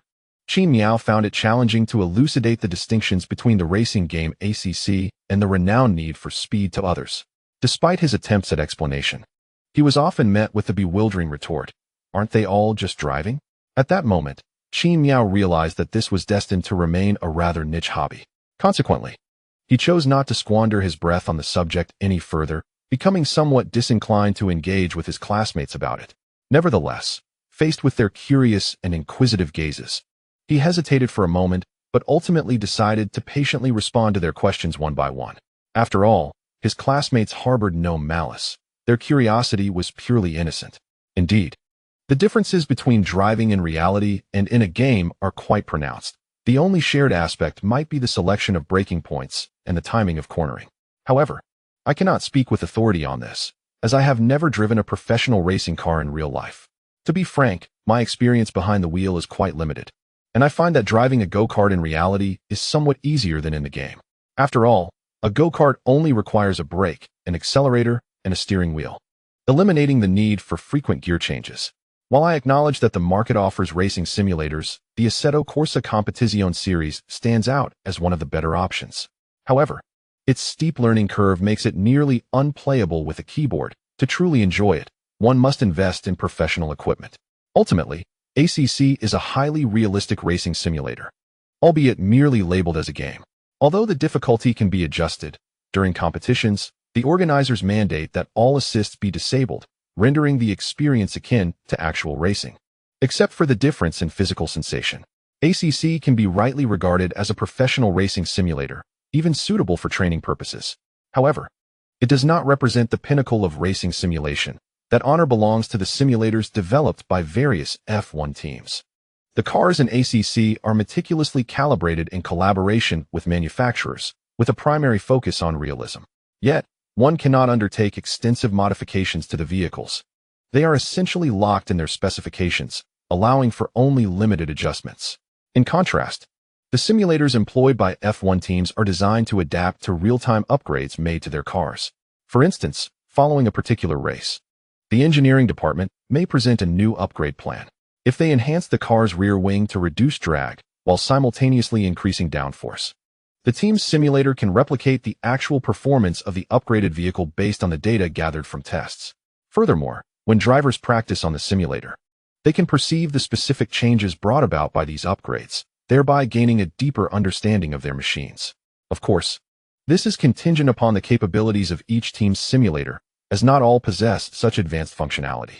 The simulators of prominent teams like Ferrari, Mercedes, and Red Bull exhibit remarkable efficacy, largely due to their substantial investments and the presence of reserve drivers who assist in refining the simulators during the training of the primary drivers. In contrast, teams such as Williams and Haas are considered fortunate if their simulators achieve a mere 70% accuracy. The significance of simulators cannot be overstated, as the 3 practice sessions preceding the actual race often prove insufficient for drivers to acclimatize themselves to their vehicles and the circuit. Hence, there remains a discernible gap between the simulators utilized by teams in Formula One and those like ACC. However, it is worth noting that this disparity is not as pronounced as that between Simulation Goat and DCS World. After further discussion, Zhu Hong, with a less than pleasant demeanor, summoned the students preparing for the competition to engage in a 2-seater go-karting experience. He approached Qin Miao with a sardonic remark, "You'd better put in some effort." This comment left Qin Miao somewhat bewildered. Nonetheless, he felt little else, as he was oblivious to the nuances of facial expressions and the underlying sarcasm in Zhu Hong's tone. By nature, Qin Miao was not particularly observant. If he noticed someone's displeased expression, he merely assumed they were having a bad day or feeling unwell. Presently, burdened by his own melancholy concerning Fan Yu, he was even less inclined to pay attention to others, yearning only to return home and rest. Thus, Qin Miao remained remarkably composed, unaffected by Zhu Hong's sardonic demeanor. Zhu Hong, noticing Qin Miao's indifference, felt a twitch at the corner of his eye and furrowed his brow even deeper. He silently hoped this individual would not disrupt his plans. With that thought, he joined Fan Yu in the 2-seater go-kart. The race was about to commence. After a brief warm-up, Qin Miao found himself without the opportunity to allow Xiao Ming to experience the kart's handling. Under the coach's direction, they pushed their kart to the starting grid. A total of 18 participants were competing today, with 9 karts in play. Due to the absence of a qualifying round, positions were determined on a first-come, first-served basis. Qin Miao and Xiao Ming found themselves in a rather mediocre 5th position, while Zhu Hong had already positioned his kart at the front, having arrived early. Given that he had financed this outing, his position was met with little objection from the others. "You're on first leg, I'll handle the latter part," Qin Miao instructed Xiao Ming as they approached the kart. "Just maintain a calm demeanor during the race. It's perfectly fine to take it slow. The goal is to safely complete 5 laps, and I'll take care of the rest." Xiao Ming, slightly anxious, inquired, "What if I drive too slowly and fall too far behind?" Qin Miao looked at her with mild surprise. "I'm merely here to pass the time. Once the race is over, I'll be on my way. If we fall behind, so be it." Realizing the logic in his words, Xiao Ming nodded in understanding. Just as Qin Miao was about to take his seat in the kart, Xiao Ming approached him, meticulously checking to ensure his helmet was securely fastened. Qin Miao was momentarily taken aback, then curiously inquired, "Are you really that lacking in confidence in your driving skills? Afraid you might crash?" Xiao Ming, striving to suppress her urge to lash out, tightened the nylon strap around Qin Miao's neck with a firm bite of her molars. Subsequently, she fell silent and took her place in the driver's seat of the 2-seater go-kart. Qin Miao, oblivious to Xiao Ming's unsettled demeanor, climbed into the back seat after she settled in. As they approached the starting grid, the instructor had already ignited the engines of the go-karts, and now 9 karts awaited their turn at the starting line. 10. The race commenced. Those not participating in the event gathered in the lounge on the 2nd floor to observe the proceedings. Although the preparation area below was in close proximity to the racetrack, the 2nd floor offered a superior vantage point, with a platform allowing spectators to overlook the entire circuit. The competitors on the track were all fellow classmates, those with whom they had shared countless moments, adding an unusual sentiment to the experience for those watching from above. Most of the non-participants were girls, and given their generally amicable relationships, they enthusiastically cheered for their peers as they prepared below. Notably, the class leader, Zhu Hong, received the most encouragement. Meanwhile, the majority of the boys had descended to partake in the competition, eager to seize the opportunity to race go-karts for free, alongside the enticing stakes involved. The cheers and encouragement from the stands reached the ears of the drivers below, even with helmets on and the cacophony of engines roaring around them. The shouts of their classmates were more resonant. Although this race was spontaneously organized with minimal pre-race preparation, the go-kart facility's administrator ensured that every vehicle's condition was meticulously inspected and that all participants' gear met safety standards before activating the starting lights. Once the preparations were complete, the instructor initiated the starting lights suspended above the grid. He had previously explained to the students that the signal to start the race would be the extinguishing of the red lights. Furthermore, the timing for the lights to turn off was controlled manually, eliminating any possibility of anticipation. After confirming that everyone was ready, the instructor flipped the switch, illuminating a row of 5 red lights above. While Qin Miao's thoughts were primarily focused on swiftly concluding the race to return home and indulge in video games, the residual effects of simulated racing prompted an instinctive reaction as he subconsciously extended his left foot, preparing to engage the clutch. However, upon realizing that he was merely a passenger, he quickly adjusted his expectations. Yet, once the 5 red lights extinguished, fully immersed in the atmosphere, Qin Miao instinctively yearned to start in the manner most comfortable to him. It wasn't until he noticed that Xiaoming remained stationary that he recognized he was not the driver. Approximately half a second later, Xiaoming finally joined her classmates in departing from the starting grid. In truth, Xiaohong's reaction speed is not particularly slow when compared to her peers. She is of average caliber. However, Qin Miao is a professional esports competitor with the swiftest reflexes among all the students. This disparity is evident when Qin Miao reacts promptly, even pressing the accelerator, while Xiaohong and her classmates are still processing the situation. It can be estimated that Qin Miao's reaction time is approximately 50 milliseconds quicker than Xiaohong's. Ultimately, Xiaohong managed to drive her cart out, but her conventional start indicated that she would not be able to provide her team with any significant advantage in the early stages. As fellow students, they lack the extensive theoretical knowledge that Qin Miao and Zhu Hong possess, leading to a courteous approach as they navigate turn 1. After successfully completing the turn, they formed a single file line. At this point, Qin Miao relaxed in her seat, as Xiaohong's driving was remarkably smooth, even in a go-kart. The students exhibited similar driving skills, making overtaking a challenging endeavor. Thus, a small procession formed behind them. However, one standout emerged: Zhu Hong, starting from pole position. Although Zhu Hong's skills do not compare to professional racers, she consistently outpaced her classmates by over 2 seconds per lap. Observers noted that Zhu Hong steadily increased her lead over her peers, and as the laps progressed, the gap widened significantly. By the end of 5 laps, Zhu Hong's group had established a daunting half-lap advantage over the second-place student. Before long, the 5 laps concluded, and the students returned to the pit area for a driver change. Zhu Hong was the first to enter, and due to her substantial lead, she completed her pit stop and returned to the track with Fan Yu at the wheel, just as the second-place student was finally entering the pit. Xiaohong's driving skills could be described as mediocre, so when it was time for Qin Miao to take over, their position remained unchanged at 5th place.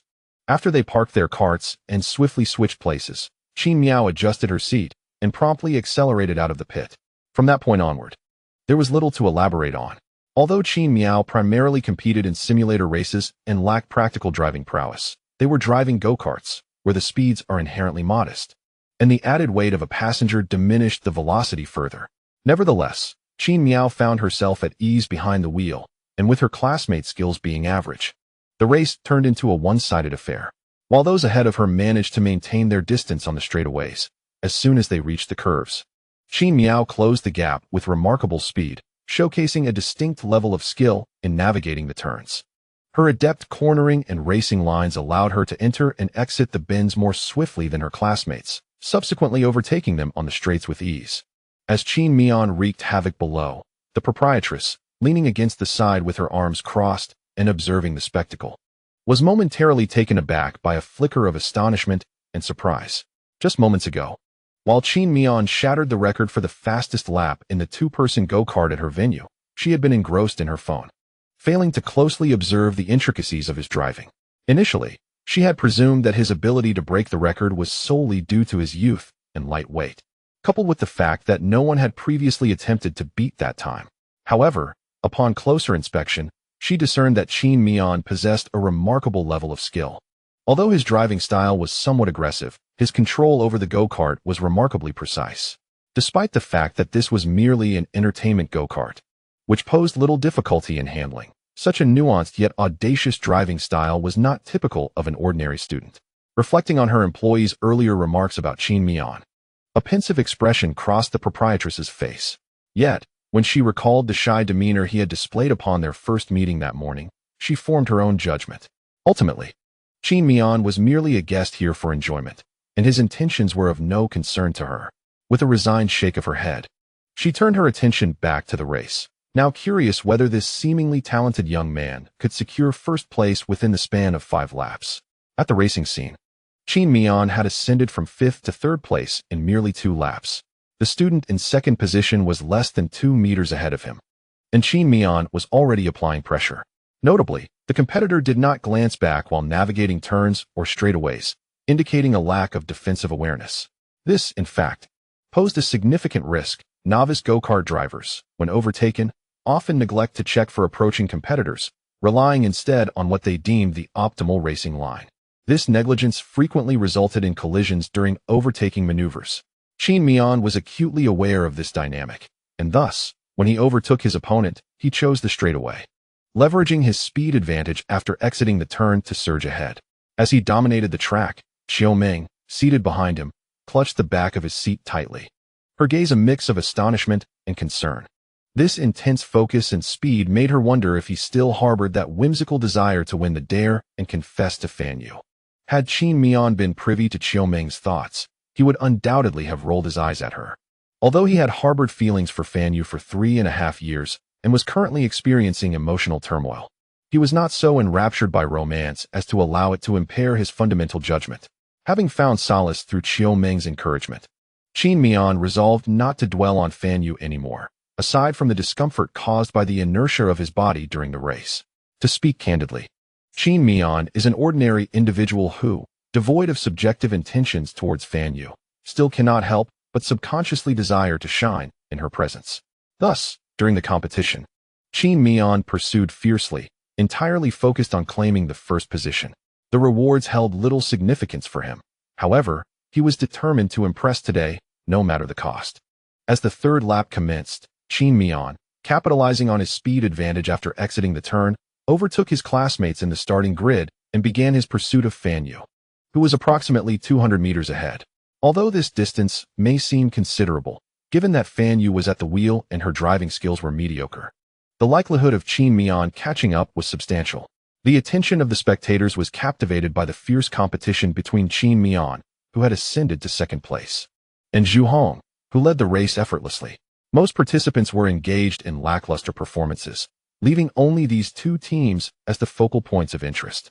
Qin Miao's rapid acceleration was undeniable. By the end of the 3rd lap, he had reduced the gap to just 100 meters, the distance visibly diminishing. Wow, Qin Miao is incredibly fast, one spectator exclaimed. And have you noticed how smooth his lines are? It's quite a sight to behold. Can such skill truly be honed through gaming? I find that hard to believe. Observing from behind, Xiaoming appeared nearly on the verge of tears, glancing anxiously at the lap timer multiple times. As the race progressed into the 4th lap, the audience's anticipation and tension regarding Qin Miao's ability to surpass the car in front of him had reached a fever pitch. Though he had yet to overtake Fan Yu, the space between their vehicles had dwindled to less than 10 meters, and Qin Miao continued to close in rapidly. By the conclusion of the 4th lap, as they approached the main straight of Turn 1, it was evident that Qin Miao would soon overtake Fan Yu. Suddenly, it dawned on the classmates. This was akin to a father outpacing his son. Fan Yu, engrossed in her driving, remained oblivious to the rapidly approaching Qin Miao, while Zhu Hong, seated in the back, had already recognized the astonishing speed at which Qin Miao was gaining on them.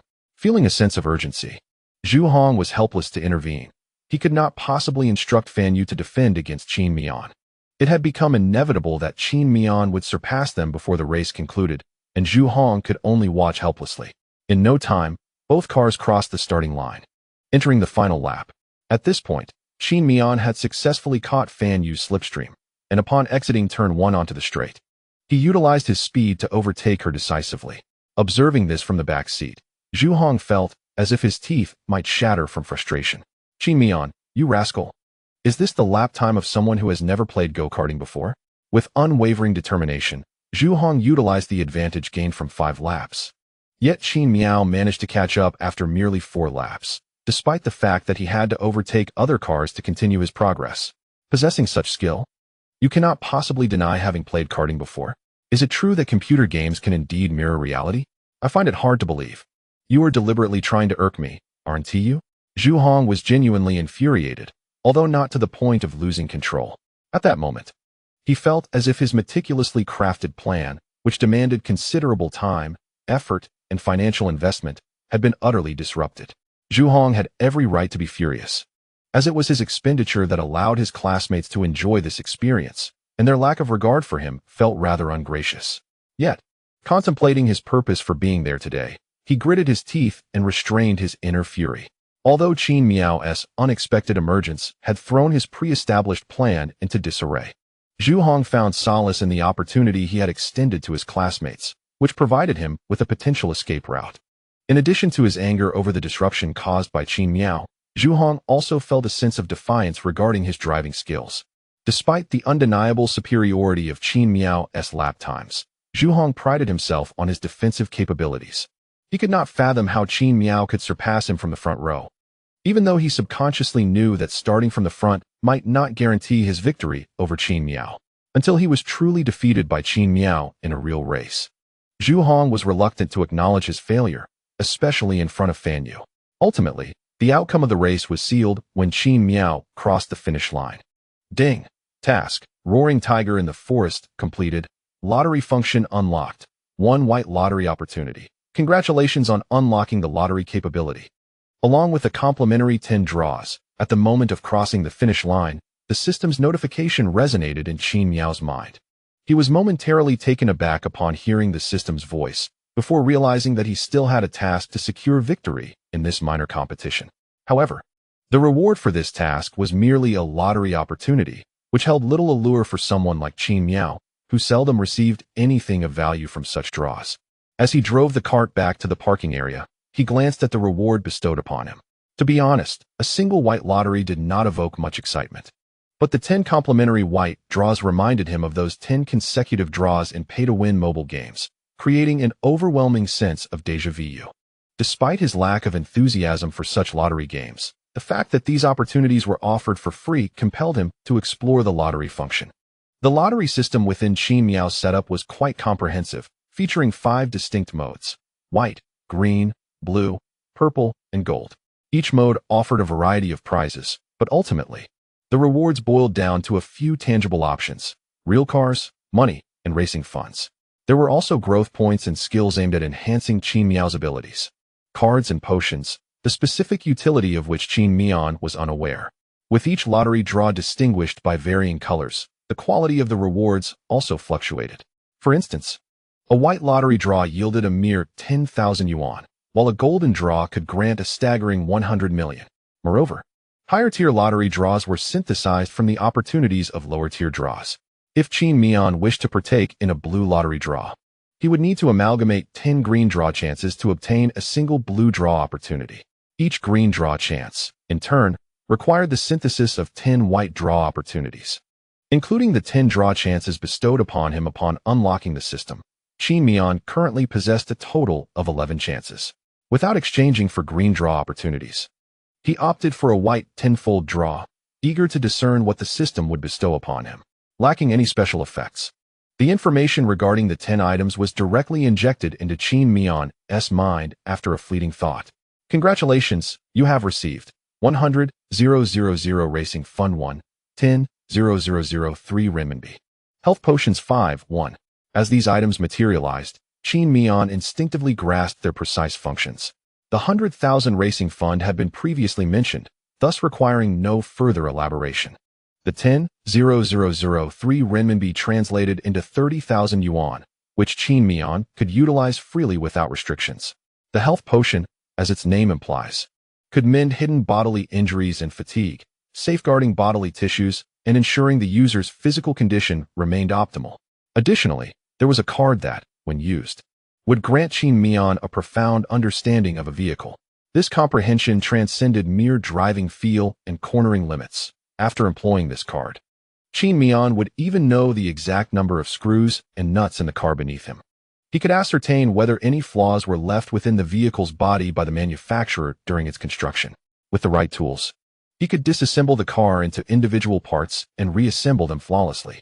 However, this card bore limitations. It could only be bound to a single vehicle, and any replacement of internal components would render the card ineffective. The requirements were exceedingly stringent, Merely changing a tire, replacing a wiper, adding a rear wing, modifying the front lip, or altering the body width would count as a component replacement. Yet, for Qin Miao at present, this card seemed somewhat superfluous, as he did not own a car. If pressed, he possessed a bicycle, but utilizing this card on it would be an extravagant waste. Simultaneously, he discerned the means to acquire such a card. A chance would arise with every tenfold draw. Regardless of the tier, any tenfold draw could potentially yield this card. After completing a single tenfold draw, Qin Miao had one draw chance remaining. His indifference towards the lottery system was evident. He was more concerned with how the system would dispense money to him. For the final draw, he did not contemplate saving up for another tenfold draw and simply executed it. Congratulations, you have received 1 health potion. I knew it. Qin Miao muttered upon seeing the result. Seated behind Qin Miao, Xiaoming caught snippets of his murmurs, yet the gusty wind in their helmets rendered his words indistinct. After a casual remark, Qin Miao steered the vehicle into the rest area. His team, competing in their inaugural go-kart race, triumphed with an impressive lead of over 4 seconds against the second-place team, led by Zhu Hong. Once Qin Miao parked, he was promptly met with congratulations from his classmates. However, he had no time for pleasantries, as he hurried off to the restroom. Among the rewards, Qin Miao was particularly intrigued by the 30,000 yuan and the health supplements. When he checked his phone and saw no notifications of a transfer, he surmised that the funds might be acquired through other means. Redirecting his focus, he turned to another system reward. Based on the system's description, these health supplements resembled the fraudulent products peddled by con artists to the elderly. Yet, unlike those dubious items, the system's offerings genuinely possessed health benefits. Nonetheless, Qin Miao recognized that, as white-label products, the effectiveness of these supplements might be limited. After a brief visit to the restroom and washing his hands, Qin Miao retrieved 2 bottles of health supplements from the system. 2 cans materialized in his hands, resembling large cans of beer, but devoid of any packaging. Their sleek black surfaces smooth to the touch. Contemplating for a moment, he stepped outside and, finding a secluded spot, opened one of the cans. There was no hissing sound typical of carbonated drinks, and the liquid's color remained elusive. Bringing the can to his nose, he detected no unusual odors. After a moment's hesitation, he tentatively took a sip.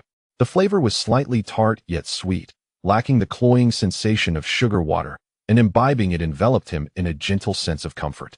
The taste was rich and palatable, leaving no unpleasant aftertaste. After just that small sip, Qin Miao found himself enamored with the beverage. Feeling a bit parched, he indulged and finished nearly half the can. With the flavor confirmed, he prepared to bid farewell to Zhu Hong and the others. Strangely, after the race and the sip of the potion, a sense of melancholy that had lingered within him dissipated significantly. Upon reaching the ground floor, he found his classmates had disembarked from the go-karts and shed their gear, gathering in a cluster, seemingly engrossed in some discussion. Lacking curiosity, Qin Miao approached Xiaoming, who was seated nearby, and offered her the other can of health supplement, inquiring, "Would you like this?" Without even glancing at the can, Xiaoming accepted it, found the pull tab, and tilted her head back to take a swig. Wow! Autumn Meng, who had initially been deep in thought, suddenly widened her eyes after taking a sip of the beverage Qin Miao had given her. Curiously, she glanced at the black packaging and inquired, "What kind of drink is this? It's extraordinarily delicious." Qin Miao paused for a moment, realizing that this was indeed the potion provided by the system. How could she explain it to others? Quickly, her mind raced, and she concocted an excuse. "My family was planning to establish a beverage factory, and this is a traditional health supplement handed down through generations." In her youth, she had often sneaked off to internet cafes, and upon returning home, she discovered that her mother had unexpectedly come home early rather than working late. Qin Miao had skillfully evaded many of her mother's affectionate embraces using this very talent. Autumn Meng, intrigued, picked up the black bottle and examined it. "A health supplement?" A look of skepticism crossed her face as she remarked, "The reputation of health supplements isn't particularly favorable." Qin Miao shrugged and replied, "That's why the qualifications for our family's beverage factory haven't been established yet. This concoction is only for personal consumption." Autumn Meng scrutinized Qin Miao with a heightened sense of suspicion, as if she were trying to reassess her acquaintance. However, her doubts quickly dissipated, and she waved her hand dismissively, stating, "Regardless of the reputation of health supplements, the fact that you dare to consume it suggests it's at least not toxic." Honestly, The taste of this drink is truly commendable. Thanks, NT classmate. Qin Miao rolled her eyes. Oh dear. My apologies, I shouldn't have doubted you. Noticing Qin Miao's slight displeasure, Autumn Ming jested. Come on, let us make a toast. With that, she clinked her can against Qin Miao's. While they chatted, a sudden uproar erupted from the gathering crowd nearby. Turning their heads, they saw Zhu Hong and Fan Yu standing in the center. Zhu Hong proclaimed, since all our classmates are here today, let us make this a memorable occasion. According to the rules of the go-kart game we just played, I have the right to pose a truth or dare question to our vice class monitor, Fan Yu. So, Fan Yu, will you choose truth or dare? As he spoke, the students surrounding them began to murmur excitedly. The anticipation was palpable. Many had already taken out their phones to record the unfolding scene. Fan Yu, seemingly aware of what was to come, lowered her head, her cheeks flushed, and softly replied, I'll choose dare.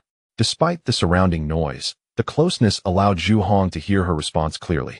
With a mixture of anticipation, confidence, and trepidation, he declared, then, be my girlfriend. At Zhu Hong's words, the surrounding cheers grew even louder. After a moment, the crowd erupted into jubilant shouts, yet no response came from Fan Yu. However, the excitement of their classmates encircling them indicated to Qin Miao and Autumn Ming, standing at the periphery, that something significant had transpired within the crowd. To speak candidly, despite having moved on and finding peace, witnessing someone confess their feelings to the person I adore, only to have that person reciprocate, still leaves Qin Miao with an unsettling feeling in her heart. After taking a swig of a health tonic, she could not discern whether it was merely an illusion, but she felt as though she had swallowed a mouthful of potent liquor. Amidst the crowd, during the confession, Xiaoming subtly observed Qin Miao from the corner of her eye. Noticing that Qin Miao did not exhibit any overtly unusual behavior, she let out a sigh of relief. When she saw Qin Miao downing the health drink as if it were alcohol, Xiaoming couldn't help but chuckle, poking Qin Miao and saying, don't be disheartened. The world is vast, and there are countless people. You will surely encounter someone more suited to you. However, Qin Miao responded in a tone of unexpected resignation, I understand. I'm not truly heartbroken. I'm just being propelled by my body's inertia, which is why I feel a bit uncomfortable. In time, it shall pass. Ah, my desk mate. It brings me great comfort to hear you say that. The child has grown. Go away. Before long, the crowd began to disperse. When Qin Miao next caught sight of Zhu Hong and Fan Yu, their hands were intertwined, their faces adorned with a sweetness that could easily overwhelm. Qin Miao finished the last of her tonic, crumpled the empty can, and hurled it into the trash with a force that seemed aimed at discarding her own past. With the class monitor leading the way, the other students began to seize this final opportunity to make their last attempts, determined not to leave any regrets in their youth. Amidst the cheers of the crowd, numerous hidden relationships were brought to light. With successes came failures. Some female classmates sobbed into their hands, while male classmates stood in a daze. Regardless of the outcomes, those who had come merely to observe were certainly entertained. Qin Miao felt a gentle nudge on her arm from Xiaoming. Frowning, Qin Miao noted that whenever Xiaoming refrained from calling her my desk mate, it typically heralded an impending headache, prompting her to ask warily, what do you intend to do? Why are you so tense? Xiaoming raised an eyebrow. Qin Miao instinctively recoiled slightly. Then, Xiaoming pointed towards the throng of confessors and remarked, look, the atmosphere is charged. Qin Miao quickly interjected. I recognize your concern for my feelings, but I assure you, I have truly let go. Although it seems rather bizarre to release feelings for someone I have secretly adored for nearly 4 years in such a short time, it is indeed genuine. I am not deceiving you. Therefore, there is no need to provoke my emotional state any further. I have already endured enough stimulation today. Xiaoming felt her newly kindled emotions abruptly interrupted by Qin Miao's unromantic words, and a surge of impulse to physically reprimand Qin Miao washed over her. Fortunately, the current Xiaoming was not the same as before. She quickly regained her composure, preparing to express herself anew, just as she was about to gather her thoughts. Zhu Hong approached with Fan Yu in tow. As they reached Qin Miao and Xiaoming, other classmates began to gather around them. Xiaoming exclaimed, you are truly despicable. After all, Qin Miao and Xiaoming's team emerged as the champions of this doubles go-karting competition. Zhi Hong, who was concerned that Qin Miao might overshadow him, noticed that after the victory, Qin Miao did not immediately demand the promised reward, but instead made a hasty exit. This provided Ji Hong with the opportunity to confess his feelings to Fan Yu first, thereby dissipating any hostility he harbored towards Qin Miao in an instant. Congratulations on your victory, old Qin. Your driving skills are truly impressive. I find myself quite humbled. Ji Hong approached Qin Miao and inquired with a smile, by the way, whom do you intend to use your 2 truths and a dare on? What are your specific requests? Upon hearing Ji Hong's words, Qin Miao recalled that not only would the system reward them for their victory, but there would also be rewards in the real world. After a moment of contemplation, Qin Miao scratched his head, realizing he had yet to formulate specific requests. However, his mind was quite agile, and soon an idea struck him. For the dare, let us choose Old Kong. Qin Miao called out to a bespectacled male classmate. I've long noticed your mischief. Now, express your deepest feelings to Chi. As Qin Miao finished speaking, the attention of their classmates shifted towards Kong Shuai. In front of so many peers, and with Qin Miao having already pointed him out, Kong Shuai found himself isolated and could only muster the courage to say to Wu Chi, I like you. A wave of cheers erupted. Yet Chi remained silent. Qin Miao then added, as for the truth, Chi, do you like Old Kong? Not at all. Unlocking the chain bound to the tree and attaching it to his bicycle's handlebar, Qin Miao turned to the following Xiaoming. Aren't you going to join the class leader and the others for a meal? At this point, Qin Miao had already sought an excuse to leave, but he was taken aback to find that Xiaoming, like him, also intended to depart. I don't particularly enjoy go-karting. It's too noisy, he replied with a nod. Well then, I shall take my leave. Let's stay in touch for future opportunities. Just as Qin Miao was about to mount his bicycle and head home, Xiaoming stood before him, blocking his path.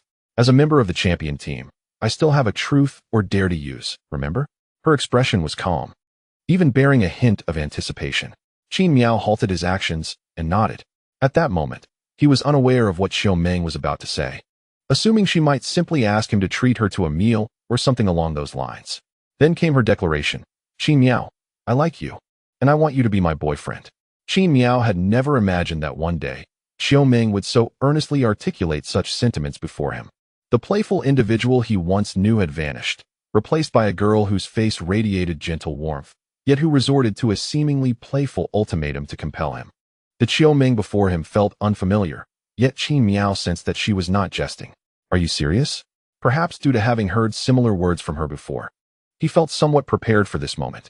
Perhaps it was due to some other reason, but when confronted with Xiaoming's earnest declaration, Qin Miao surprisingly exhibited little emotional turbulence. However, Xiaoming did not offer any explanations. She merely smiled and leaned closer to Qin Miao, her subtle fragrance wafting into his nostrils. The youthful allure of her graceful figure radiated an enchanting vitality, while her snow-white skin gleamed almost blindingly under the sun. A delicate hand, seemingly fragile, found its way into Qin Miao's palm, their fingers intertwining. Qin Miao could distinctly feel the smooth, delicate texture of Xiaoming's skin. Do you remember our agreement? I choose dares. So now we are officially a couple. Xiaoming naturally intertwined her fingers with Qin Miao's, as if they had practiced this countless times. Her words did not come across as those of a domineering woman, but rather echoed the sentiments of a gentle and devoted partner. So what you said back then was genuine? Qin Miao's attention, however, drifted to a peculiar thought. Was it when Zhu Hong confessed to Fan Yu? After a moment's contemplation, Xiaoming grasped the meaning behind Qin Miao's words, nodding with a smile. Indeed, I was sincere at that time. Reflecting on this, Qin Miao raised the hand that Xiaoming held, gesturing before her. Although he was unsure why he felt no aversion to being led in such an intimate manner, he still remarked, let go for a moment. We need to analyze this. I really have no idea what is happening. Today as surprises have been relentless. Qin Miao quipped, before looking at Xiaoming with a puzzled expression. What on earth made you choose me? And as a girl, you should be a bit more reserved. Offering yourself so freely is rather inappropriate. Yet, Xiaoming displayed no signs of embarrassment, nor did she intend to release Qin Miao's hand. Instead, she spoke with a gentle yet resolute tone. This is my last chance. I do not want to miss you. Qin Miao fell silent. Faced with a stunningly attractive girl suddenly making such a bold move, he felt both unprepared and bewildered, especially since he knew Xiaoming well. He was acutely aware that the former version of her would never have dared to act so audaciously. Give me your phone. While Qin Miao was still in a daze, Xiaoming reached out her small hand. Noticing his vacant expression, She remained unfazed and directly retrieved his phone from his right pocket. After a moment's thought, she entered a series of numbers, successfully unlocking Qin Miao's phone. Before he could fully comprehend the situation, Xiaoming changed all her entries in his WeChat and QQ contacts to wife. Once she had completed her task, she returned the phone to Qin Miao's pocket. How did you know my phone password? Qin Miao finally snapped back to reality and casually inquired. Xiaoming blinked, offering no answer, but instead stood on her toes to tidy the tousled hair she had disarranged, saying, I understand today has been overwhelming for you. So why don't you go home and take some time to calm down? We can discuss everything tomorrow. Qin Miao nodded, somewhat dazed. Xiaoming tightened her grip on Qin Miao's hand for a moment before releasing it, softly advising him, be careful on your way. Qin Miao nodded, mounted his bicycle, and glanced back at Xiaoming, eager to express something, but momentarily at a loss for the right words. Ultimately, he departed after her gentle reminder. Strangely, Qin Miao felt no resentment towards Xiaoming's somewhat forceful demeanor. However, he was too preoccupied to ponder the reason behind his feelings. Upon returning home, Qin Miao lost interest in computer games, shutting his door and surrendering to a deep sleep. He fell asleep around 10 a.m., and when he awoke, it was already just past 4 p.m. He slept soundly, devoid of dreams or interruptions, hardly altering his position throughout. After waking, he first attended to nature's call before settling on his bed, lost in contemplation. First and foremost, he had acquired a system. As this thought crossed his mind, he felt a sudden surge of energy, and in his hand appeared a bottle of health elixir. Weighing the 1-pound bottle, its weight and the metallic sensation reminiscent of a soda can confirm the authenticity of his system. With this realization, Qin Miao began to envision a clear path for his future. Setting aside real-world competitions, he felt a newfound confidence in securing first place in all domestic esports racing events since gaining this system. Had he not just discovered his life's ambitions and the direction he was meant to take? After a brief moment of joy, Qin Miao turned his thoughts to another matter. It dawned on him that he might have just experienced a heartbreak, despite never having genuinely embarked on a romantic relationship. Wait a moment. As this thought lingered, the image of Xiaoming, with her audacious charm, invaded his mind. Had he truly lost his crush only to gain a girlfriend within half an hour? Why had he not refused Xiaoming at that moment? Moreover, how could someone so easily flustered muster the courage to confess her feelings before him and insist he become her boyfriend? What a shock. Xiaoming had ambushed him. Sometimes, reality is more surreal than fiction. As he pondered Xiaoming, Qin Miao recalled her using his phone. He retrieved it and discovered a message thread from someone identified as wife, who had sent him numerous messages. However, he distinctly remembered not adding anyone by that name, nor had he created a contact for her. Intrigued, he opened the chat window with this individual. Have you made it home? Have you had lunch yet? Do you miss me? Why aren't you speaking? Qin Miao, you're not angry with me, are you? I thought of something. You're probably asleep right now. Well, when you wake up, please reply to me. Upon reading these messages, Qin Miao initially assumed there had been a mix-up, but upon glancing at the sender's profile picture and scrolling through their chat history, he realized otherwise. Oh, how remarkable it is that Xiaoming seamlessly transitions into the role of his girlfriend, fully embodying her identity. Upon realizing the seriousness of the situation, Qin Miao found himself at a loss regarding how to approach Xiaoming, unsure of the persona he should adopt. To claim he harbored feelings for her would be an understatement. Qin Miao believed his affections remained at the stage of mere desk companions. Conversely, to assert he was indifferent would be disingenuous, for Xiaoming was undeniably attractive. And it was no jest to say that her attributes aligned remarkably with Qin Miao's aesthetic preferences. Had he not been acquainted with Fan Yu first, it was certain that his initial affections would have been directed towards Xiaoming.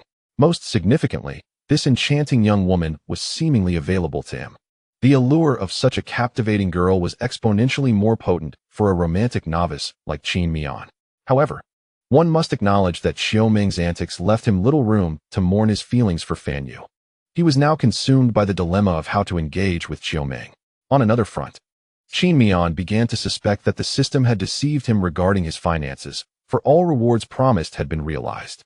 Whether it be the potion in his possession or the enhancements to his physical capabilities, all had been credited. Yet, his monetary balance remained dishearteningly low, with both his Alipay and WeChat accounts combining to just under 50 yuan, while his bank account still held over 4,000. Was it possible that the system expected him to gamble on the lottery to procure funds? This notion, initially a mere grumble in his mind, sparked a flurry of thoughts. After all, the system had claimed the racing fund derived from legitimate income. For an ordinary individual to suddenly acquire a substantial sum of legally obtained money, the only possibilities would be winning the lottery or inheriting from a particularly wealthy relative who unexpectedly passed away, leaving him a portion of their estate in their will.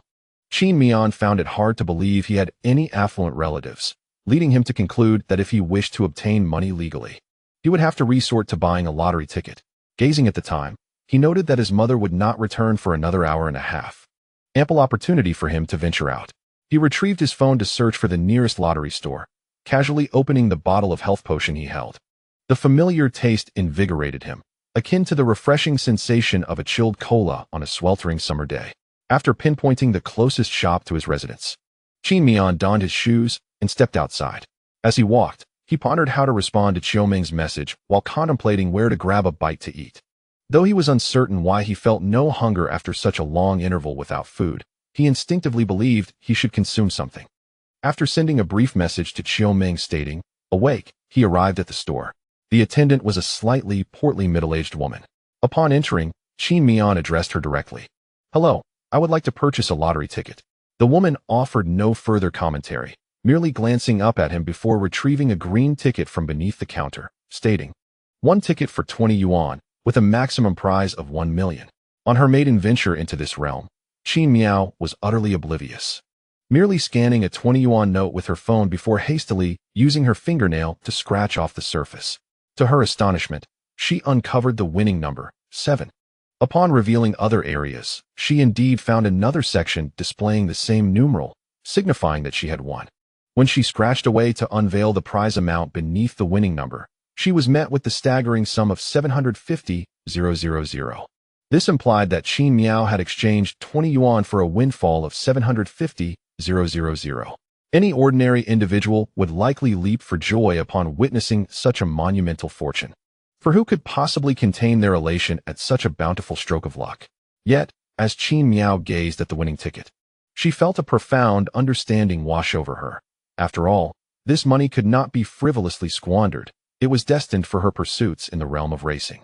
In fact, upon regaining her composure, she even felt a twinge of regret. The funds were granted by the system, yet she had to spend an additional 20 to redeem them. The only lingering question was why, despite the system's event fund only amounting to 600,000, her winnings totaled 750,000. However, this fleeting thought barely lingered in her mind. After all, who could complain about a generous windfall from the system? Simultaneously, the image of Qiu Ming's petite face surged into Qin Miao's thoughts uncontrollably. Although she still felt a tinge of awkwardness, she instinctively realized that such a significant event warranted a notification to her girlfriend. At that moment, Qin Miao was uncertain how to approach the situation with Qiu Ming, who had boldly declared her affections. Nevertheless, Qiu Ming's assertive demeanor had indelibly imprinted a thought in Qin Miao's mind. She is indeed your girlfriend. Thus, before seeking out the elderly woman for prize redemption, Qin Miao snapped a photo of the scratch card and sent it to Qiu Ming, saved in her contacts as wife. Before long, Qiu Ming responded with a flurry of messages. You won? No way. How is that possible? 750,000? Witnessing Qiu Ming, who had appeared calm and collected earlier that morning, now in a state of sheer disbelief and excitedly fumbling over her words, a triumphant smile spread across Qin Miao's face. Ahem, I just had a whim to buy one when I stepped out. Thought I'd try my luck. As it happens, I won 750,000. Moments later, her phone buzzed again with Qiu Ming's incredulous reply. 70,000 is a small win. Qin Miao, you're insufferable. Why isn't at me, who struck it rich? Wait a minute, you are my boyfriend now. Qin Miao had presumed that Qiu Ming would remark, "Isn't your fortune my fortune?" Yet, it became clear that he misjudged his desk mate. "I can't believe I bring you luck. And this is the effect of me becoming your girlfriend on the very first day. Hey Qin Miao, if we were to marry, would your lottery winnings increase even more?" Qin Miao, I went to claim the prize. Once the money is in my hands, I shall treat you to a meal. No, please keep the money for yourself. Why? Earning money is not easy, even if it comes as a windfall. I would prefer you to spend it where it is truly needed, such as in investments or purchasing property. Qin Miao's heart was still echoing with Xiaoming's words as he retrieved his phone. Quietly activating the recording function, he handed the scratch card to the elderly woman. Surprised to see him approach, she remarked, "I didn't expect, young man, that you would win on your first try at a scratch card." Qin Miao simply offered a shy smile. As she accepted the card, the elderly woman curiously inquired, "Do you understand how to read it? How much did you win?" With a calm demeanor, Qin Miao replied, "Not much, just 750,000. The woman paused, then exclaimed in astonishment, "What? 750,000? He reiterated, 750,000. The elderly woman gazed at the ticket, her eyes nearly popping from their sockets. Years of experience allowed her to instantly recognize if the ticket was a winner and the amount. She quickly discerned the winning numbers along with the sum of 750,000 yuan. "Young man, your luck is extraordinary. You actually won 750,000. Should you try again while your luck is high? Perhaps you might win again." However, Qin Miao declined. His purpose for purchasing the ticket was solely to claim the system's reward, not to gamble. "No need. Please assist me in redeeming the prize." "Oh, very well. I'll begin the process." With that, the proprietor meticulously examined the scratch card. Although she had just handed it to Qin Miao, and he had scratched it in her presence, the sum of 750,000 was no trivial amount, so she treated the matter with utmost seriousness. After verifying the ticket's authenticity and validity, she did not immediately hand over the money. Instead, she returned the ticket to Qin Miao with great care. Confused, he was about to speak when the proprietor explained, "In our small establishment, we can only redeem prizes under 10,000 yuan. Anything exceeding that must be claimed at the city's lottery center.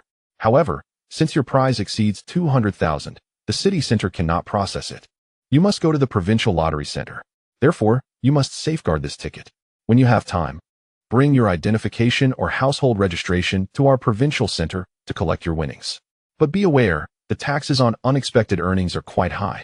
After taxes, you will only receive around 600,000. Yet, it is still a considerable windfall, so you must take great care of the ticket, understand?" Qin Miao nodded, somewhat dazed. He had imagined that claiming a prize would be a straightforward affair, simply buy a ticket and walk away with the money. Little did he know that winning would require a trip to the provincial capital. However, he realized he could not go today. After contemplating, he decided it was best to return home. The good news is that Qin Miao realized that the system had not bestowed upon him any extra funds, as the scratch card indicated a prize of 750,000, but was written as a claim of 600,000. Qin Miao did not intend to trouble his mother. He planned to explain the situation to her after she returned home from work, and he would go to collect the winnings alone. Qin Miao's mother was a businesswoman. Although her earnings were modest, the two of them would not go hungry. Furthermore, she was quite open-minded, never refusing Qin Miao as long as his requests were not overly excessive. This was why, despite coming from an ordinary family, his mother was willing to provide him with a relatively expensive computer along with a direct drive motor and racing equipment starting at a minimum of 2,000. Just as Qin Miao was about to leave, he recalled that he still had 30,000 yuan available in the system that he had not yet withdrawn. He took out his phone to check and found a remaining balance of 27. After some contemplation, he inquired of the shopkeeper, "Do you have any cheaper lottery tickets?" The shopkeeper was momentarily taken aback, pondering whether this young man had developed a gambling habit. Gambling is detrimental, and he suspected that the 600,000 he had won would likely be reclaimed by the lottery company. However, he refrained from dissuasion and instead produced several red scratch cards, stating, "These are 5 yuan each. Would you like some?" Qin Miao nodded, responding, "I'll take 5. After scanning to make the payment, Qin Miao proceeded to scratch off all 5 tickets right in front of the shopkeeper. To the shopkeeper's astonishment, 4 of the 5 scratch cards were winners. Among these, 3 yielded 8,000 each, while 1 brought in 6,000, totaling exactly 30,000 yuan. Moreover, since the prizes were won separately, there was no need for him to visit the city-level lottery center. He could redeem them right at this small shop. For a fleeting moment, the shopkeeper felt as though he were dreaming. There was little left to say. When Qin Miao entered the lottery shop, he had less than 50 yuan at his disposal. But upon exiting, his Alipay account boasted 30,000 in cash.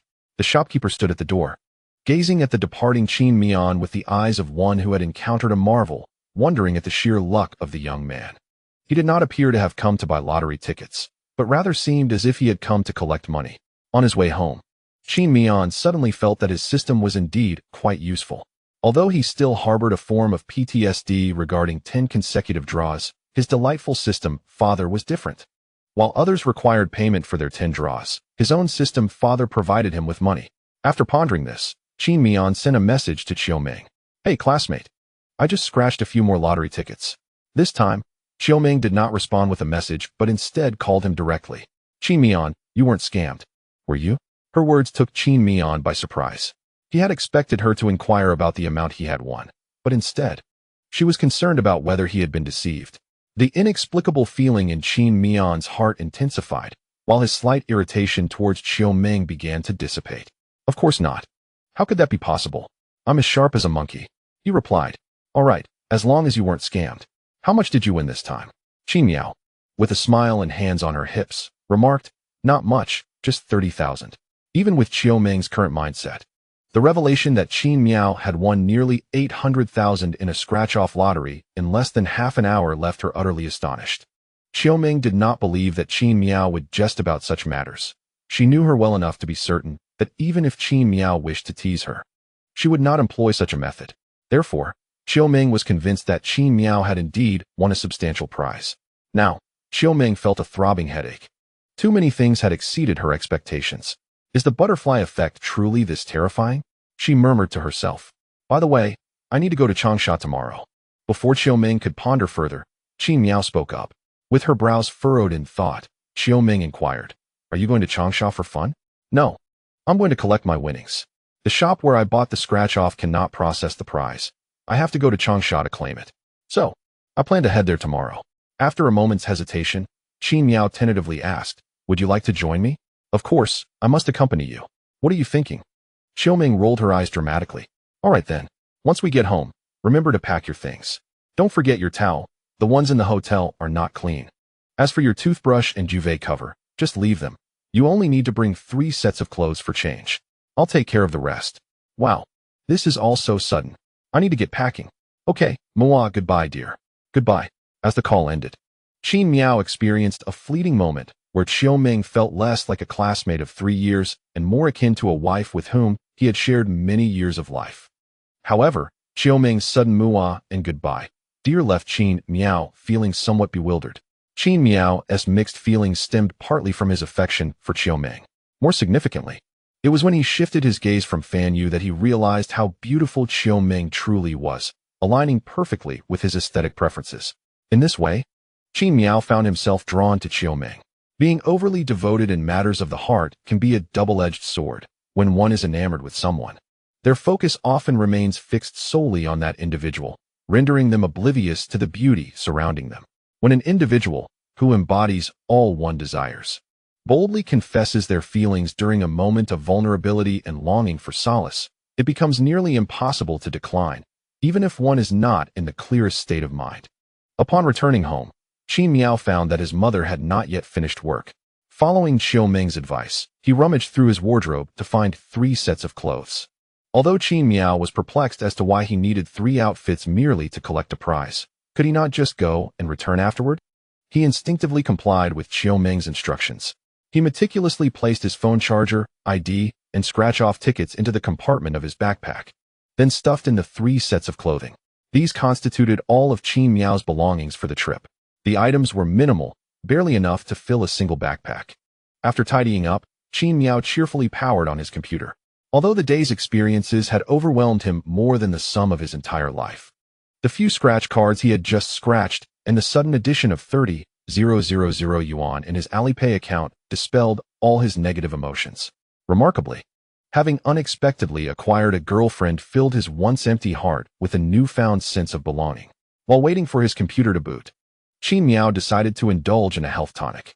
However, upon checking his supplies, he discovered that his 5 bottles of health potion had dwindled to just 2. After a moment's thought, he resolved to consume both, one for himself and the other for his mother when she returned. With about an hour until her arrival, he opted not to continue with the simulator but instead launched CSGO. Given the time, a couple of rounds would suffice, especially since he would need to prepare dinner after his mother came home. As he opened CSGO, Qin Miao initially intended to jump into a matchmaking game. However, upon noticing a yellow notification in his inventory, he instinctively felt compelled to dismiss it. To do so, he needed to access his inventory, where he was greeted by over 100 crates he had accumulated during his gameplay.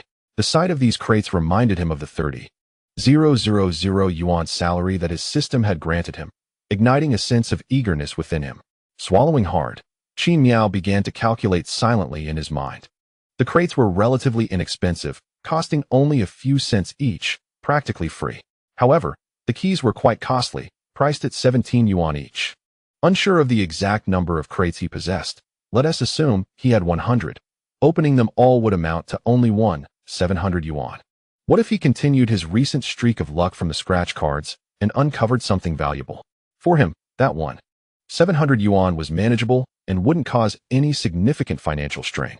With this thought, Qin Miao's eyes sparkled with excitement as he pulled out his phone and opened WeChat to locate a key merchant who would buy keys directly from the official source. That would be foolish. The key merchant offered 100 keys for just 500 yuan, significantly cheaper than the official price. Despite his sudden windfall, his frugal habits remained intact. Within approximately 5 minutes, his order of 100 keys was confirmed, and as a new customer, the merchant also generously included an additional 100 crates. Qin Miao felt the merchant was quite generous, though in reality, this was merely a tactic to entice customers. The 100 crates were worth less than 10 yuan combined. While selling 100 keys would yield the merchant at least a 50 yuan profit, the decision to take a small loss for the potential of future sales was evident. However, at that moment, Qin Miao was unconcerned with the merchant's motives. Rubbing his hands together in anticipation, he began to open the crates. Each crate took approximately 15 seconds to open, though he could expedite the process if desired. Upon opening the box, one can bypass the scrolling bar entirely and exit immediately, thereby skipping the opening process and directly observing the results. Utilizing this method, one can open a box in as little as 5 seconds. This was Qin Miao's first experience opening such a multitude of boxes in one sitting, so he did not manage to speed through all of them. Each box was diligently observed until the end of the scrolling bar. Half an hour later, Qin Miao gazed at the screen filled with blue and scattered pink items, alongside the slightly tarnished blackened Phantom M4A4, wishing he could slap the self from half an hour ago. Why did he indulge in such folly? It would have been far better to refrain from opening these worthless boxes. Had he forgotten that he had never once procured anything of value from these openings? After giving himself a mental reminder to abstain from participating in any luck-based lottery activities, Qin Miao equipped the items he could actually use. After all, these were items he had obtained himself, albeit lacking in value, yet still functional. After playing another game, his mother returned home right as he was finishing up, perfectly coinciding with mealtime. At the dinner table, Qin Miao addressed his mother. "Mom, I have something to tell you. This afternoon, I bought a lottery ticket." The moment she heard this, his mother's brow furrowed in disapproval. Though she typically did not interfere with Qin Miao's personal affairs, provided they did not breach any principled boundaries, she was far more liberal than most parents, as evidenced by the gaming console she had purchased for him. However, in her eyes, buying a lottery ticket equated to gambling. Thus Qin Miao had crossed a line. Regardless of how much you won, the act of purchasing a lottery ticket is inherently wrong. She interrupted firmly, cutting off whatever Qin Miao had intended to elaborate on. He obediently fell silent. Nevertheless, rather than launching into a lengthy lecture, his mother solemnly emphasized the gravity of the situation. She made it clear that while this was his first and last lottery ticket, he must never repeat such an action. Qin Miao nodded vigorously. He dared not defy her, even if he had earned a net income of 600,000 from the ticket. Seeing his sincere acknowledgement of his mistake, his mother refrained from further admonishment, trusting that her son could grasp the implications involved. Before resuming their meal, however, her curiosity got the better of her. "How much did you win?" Qin Miao replied honestly. 600,000. The sound of chopsticks clattering to the floor echoed in the air. "What?" His mother's voice rose sharply, and Qin Miao could distinctly see the astonishment in her eyes. 600,000.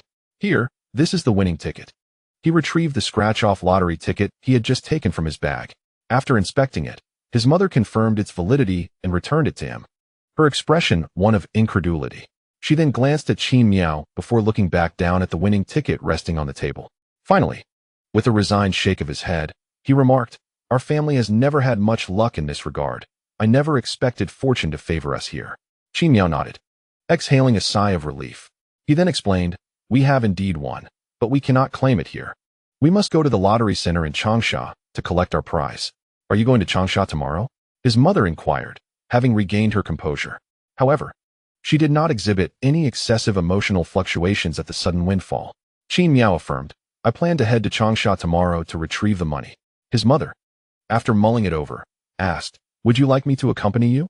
Qin Miao shook his head gently. "You should continue with your work. It's not a big deal. And I can handle the complexities alone." "Very well. After dinner, I will help you gather your things. But have you thought about how you will spend this money?" she queried. "It will likely go towards racing," he replied, "but if you want some, I can share." "No need. I'm not lacking in funds. Just as long as you don't squander it." "All right, let us eat first. But can one really spend this 60,000 on racing?" Qin Miao paused, contemplating that such an amount would hardly cover the entry fee for high-level competitions.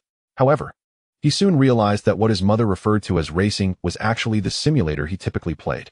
After all, the only racing-related activity his mother was familiar with was indeed that game. Thus, Qin Miao clarified, "I mean real racing, not the game. However, I have yet to decide exactly how to allocate this money. Perhaps I should buy a professional go-kart and see if there are any local competitions." His mother did not press further but nodded and said, "As long as you know what you're doing. If this amount is insufficient, you can always come to me." Qin Miao said nothing in response and resumed his meal. Regardless, he was certain he would not ask his mother for money after acquiring the system. He understood that financial scarcity was unlikely to be a concern. After dinner, Qin Miao did not wash the dishes immediately, but instead told his mother, who was still eating, "I've already tidied up. You don't need to worry about it. Just finish your meal and relax with some television." His mother nodded without further thought and continued eating.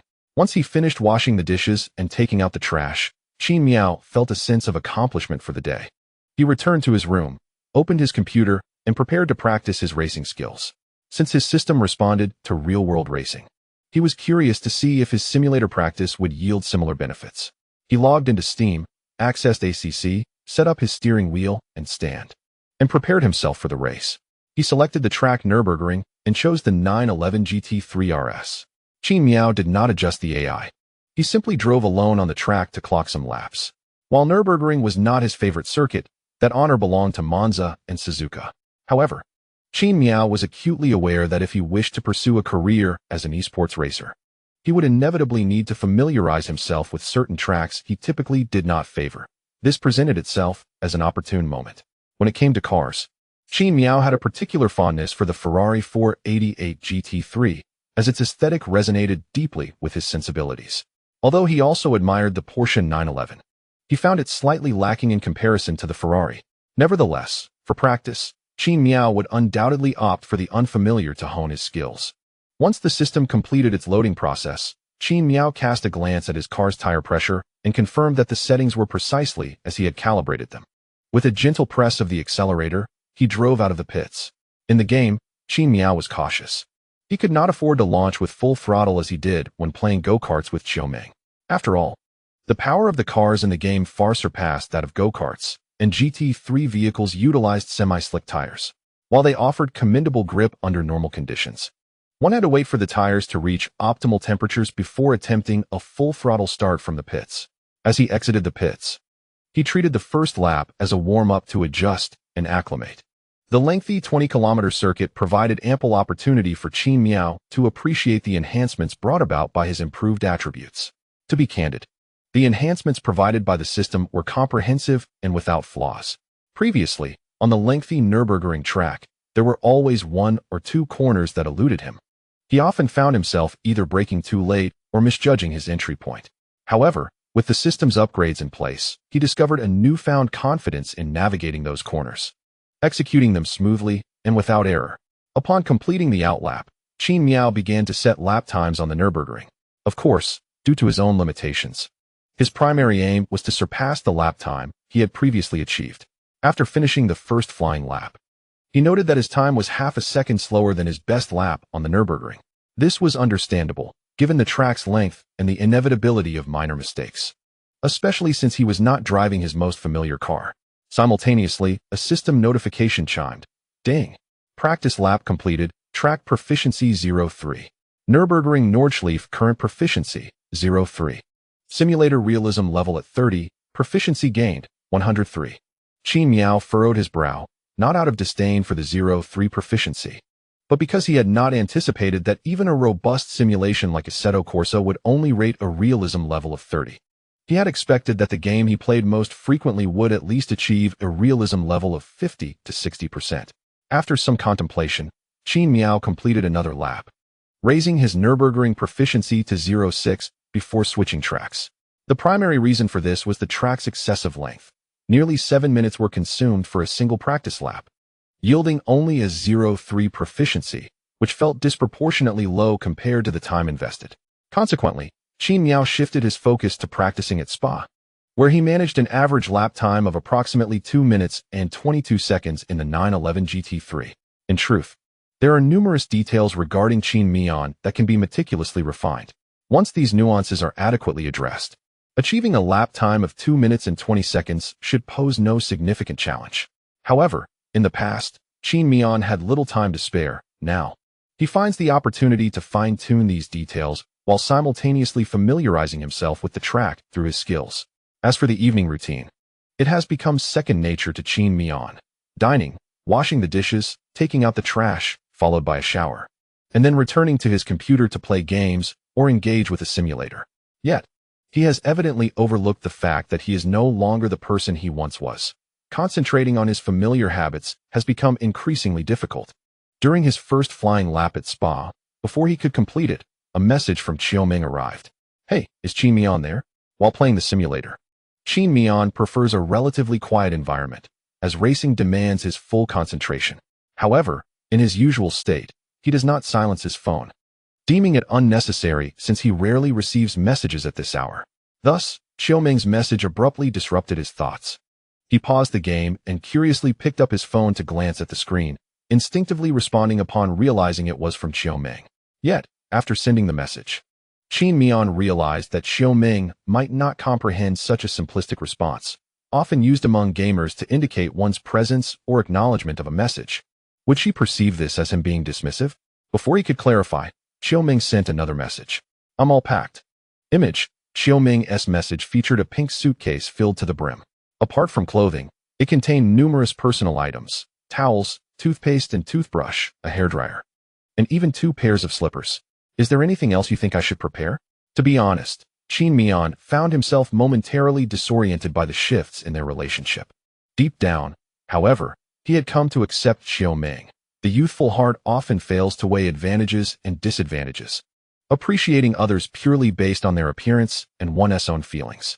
This should suffice. If anything is missing, we can purchase it later. Alright, I'm going to watch some television now.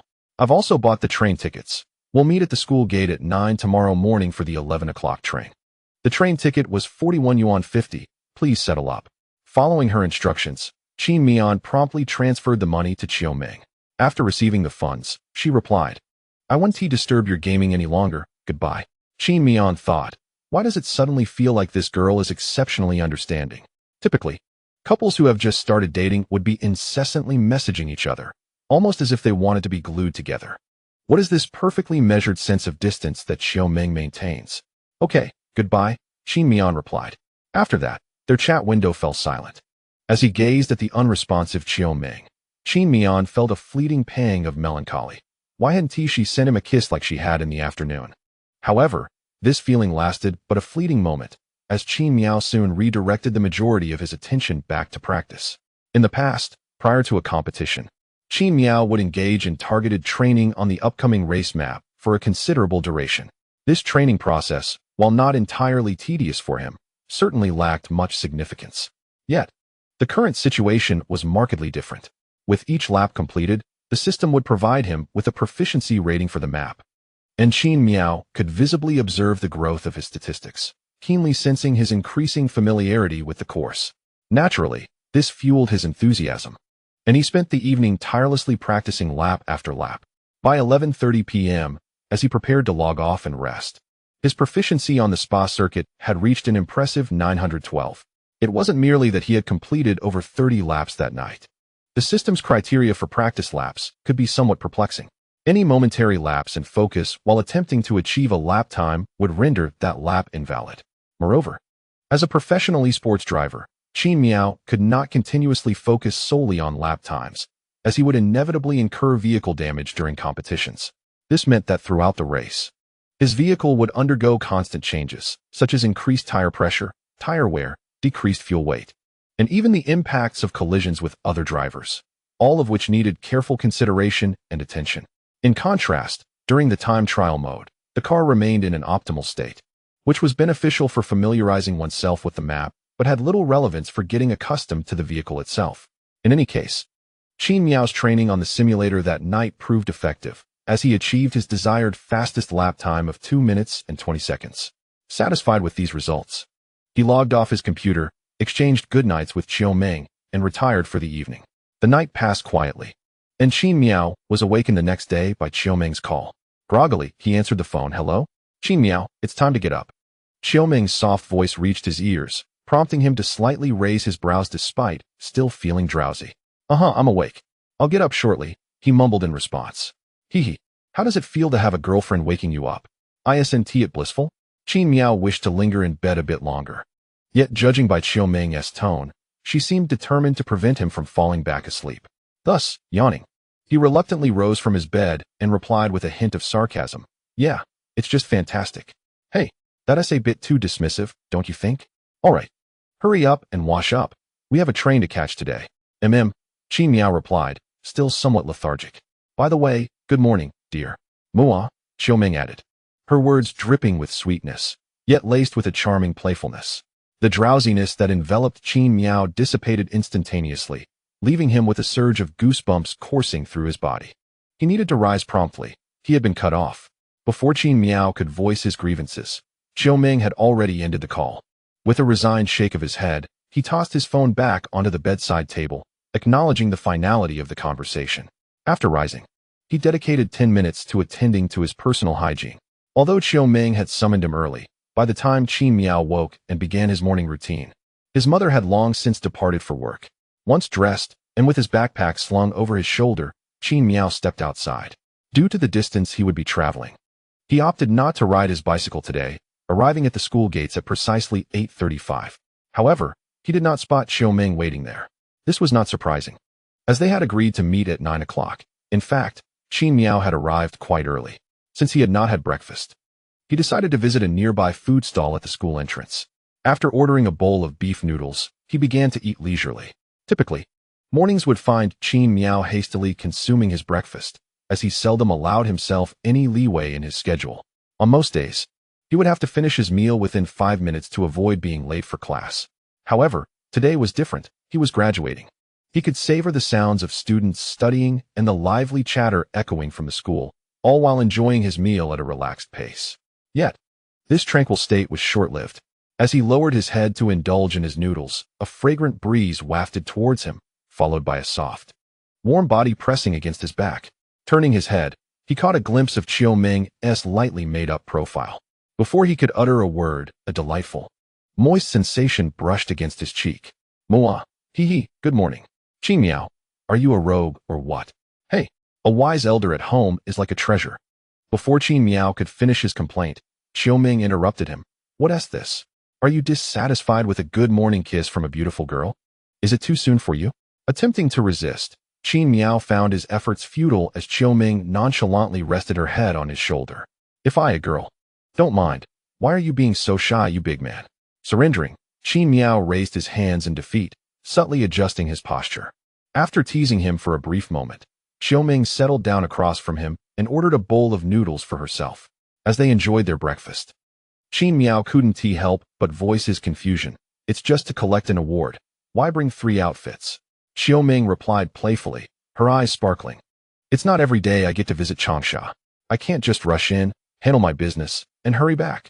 I must explore the area, get to know the local customs, and indulge in the local delicacies after all. It's the provincial capital. Don't you want to try the famously stinky tofu of Changsha?" To be fair, Qin Miao had little interest in traveling or sampling new foods. Perhaps it is a side effect of his innate talent, but Qin Miao remains impossibly slender regardless of the quantity he consumes. Simultaneously, his appetite for gourmet cuisine is rather subdued. As long as his meals aren't distasteful, he is satisfied. Just as Qin Miao was about to candidly express his thoughts, he noticed the sparkle in Xiao Ming's eyes as she spoke of delectable dishes, and he restrained himself from speaking out. Instead, he simply remarked, "I told my mother that I would just go to collect an award, since you plan to stay there for a while longer. I'll give her a call to let her know." Xiao Ming nodded and casually inquired, "How has our mother been feeling lately?" Qin Miao replied, "She's doing okay."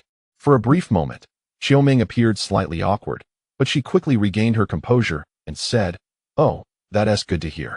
Qin Miao was becoming accustomed to Xiao Ming's straightforward demeanor, and he shook his head helplessly before calling his mother to inform her of his intention to extend his stay in Changsha. His mother showed no signs of opposition, expressing no concern that Qin Miao, who had just won a substantial prize the previous day, would lack funds. After simply reminding him to take care of himself, she ended the call. The two finished their breakfast and began to wait for a taxi by the roadside. At this moment, Qin Miao took the opportunity to scrutinize the young woman beside him. With her large eyes, prominent nose, and soft facial contours, she always wore a joyful smile whenever she looked at him. Her stylish, cropped hair added a touch of vigor to her otherwise gentle features, prompting an involuntary admiration from the depths of one's heart. Wow, she is striking. Due to their plans for a long journey today, the girl opted for a practical black sports outfit rather than a dress, which accentuated her spirited presence, making her appear more assertive alongside Qin Miao. "What are you staring at?" Xiao Ming noticed Qin Miao's gaze and asked with a smile. Qin Miao, unashamed, replied, "Looking at you. Am I attractive?" Qin Miao answered honestly, "You're somewhat different from the version of you I most desire to see." Xiao Ming pouted, playfully retorting, "You perverted lowly enthusiast." Seeing that Xiao Ming had finally ceased her aggressive exploitation of their relationship, Qin Miao felt a sense of relief and returned to the easy rapport they had shared when they were desk mates. "Don't say such nonsense. I only like girls who are relatively cute. Not all cute girls are lowless." Uffed. Xiao Ming dismissed him.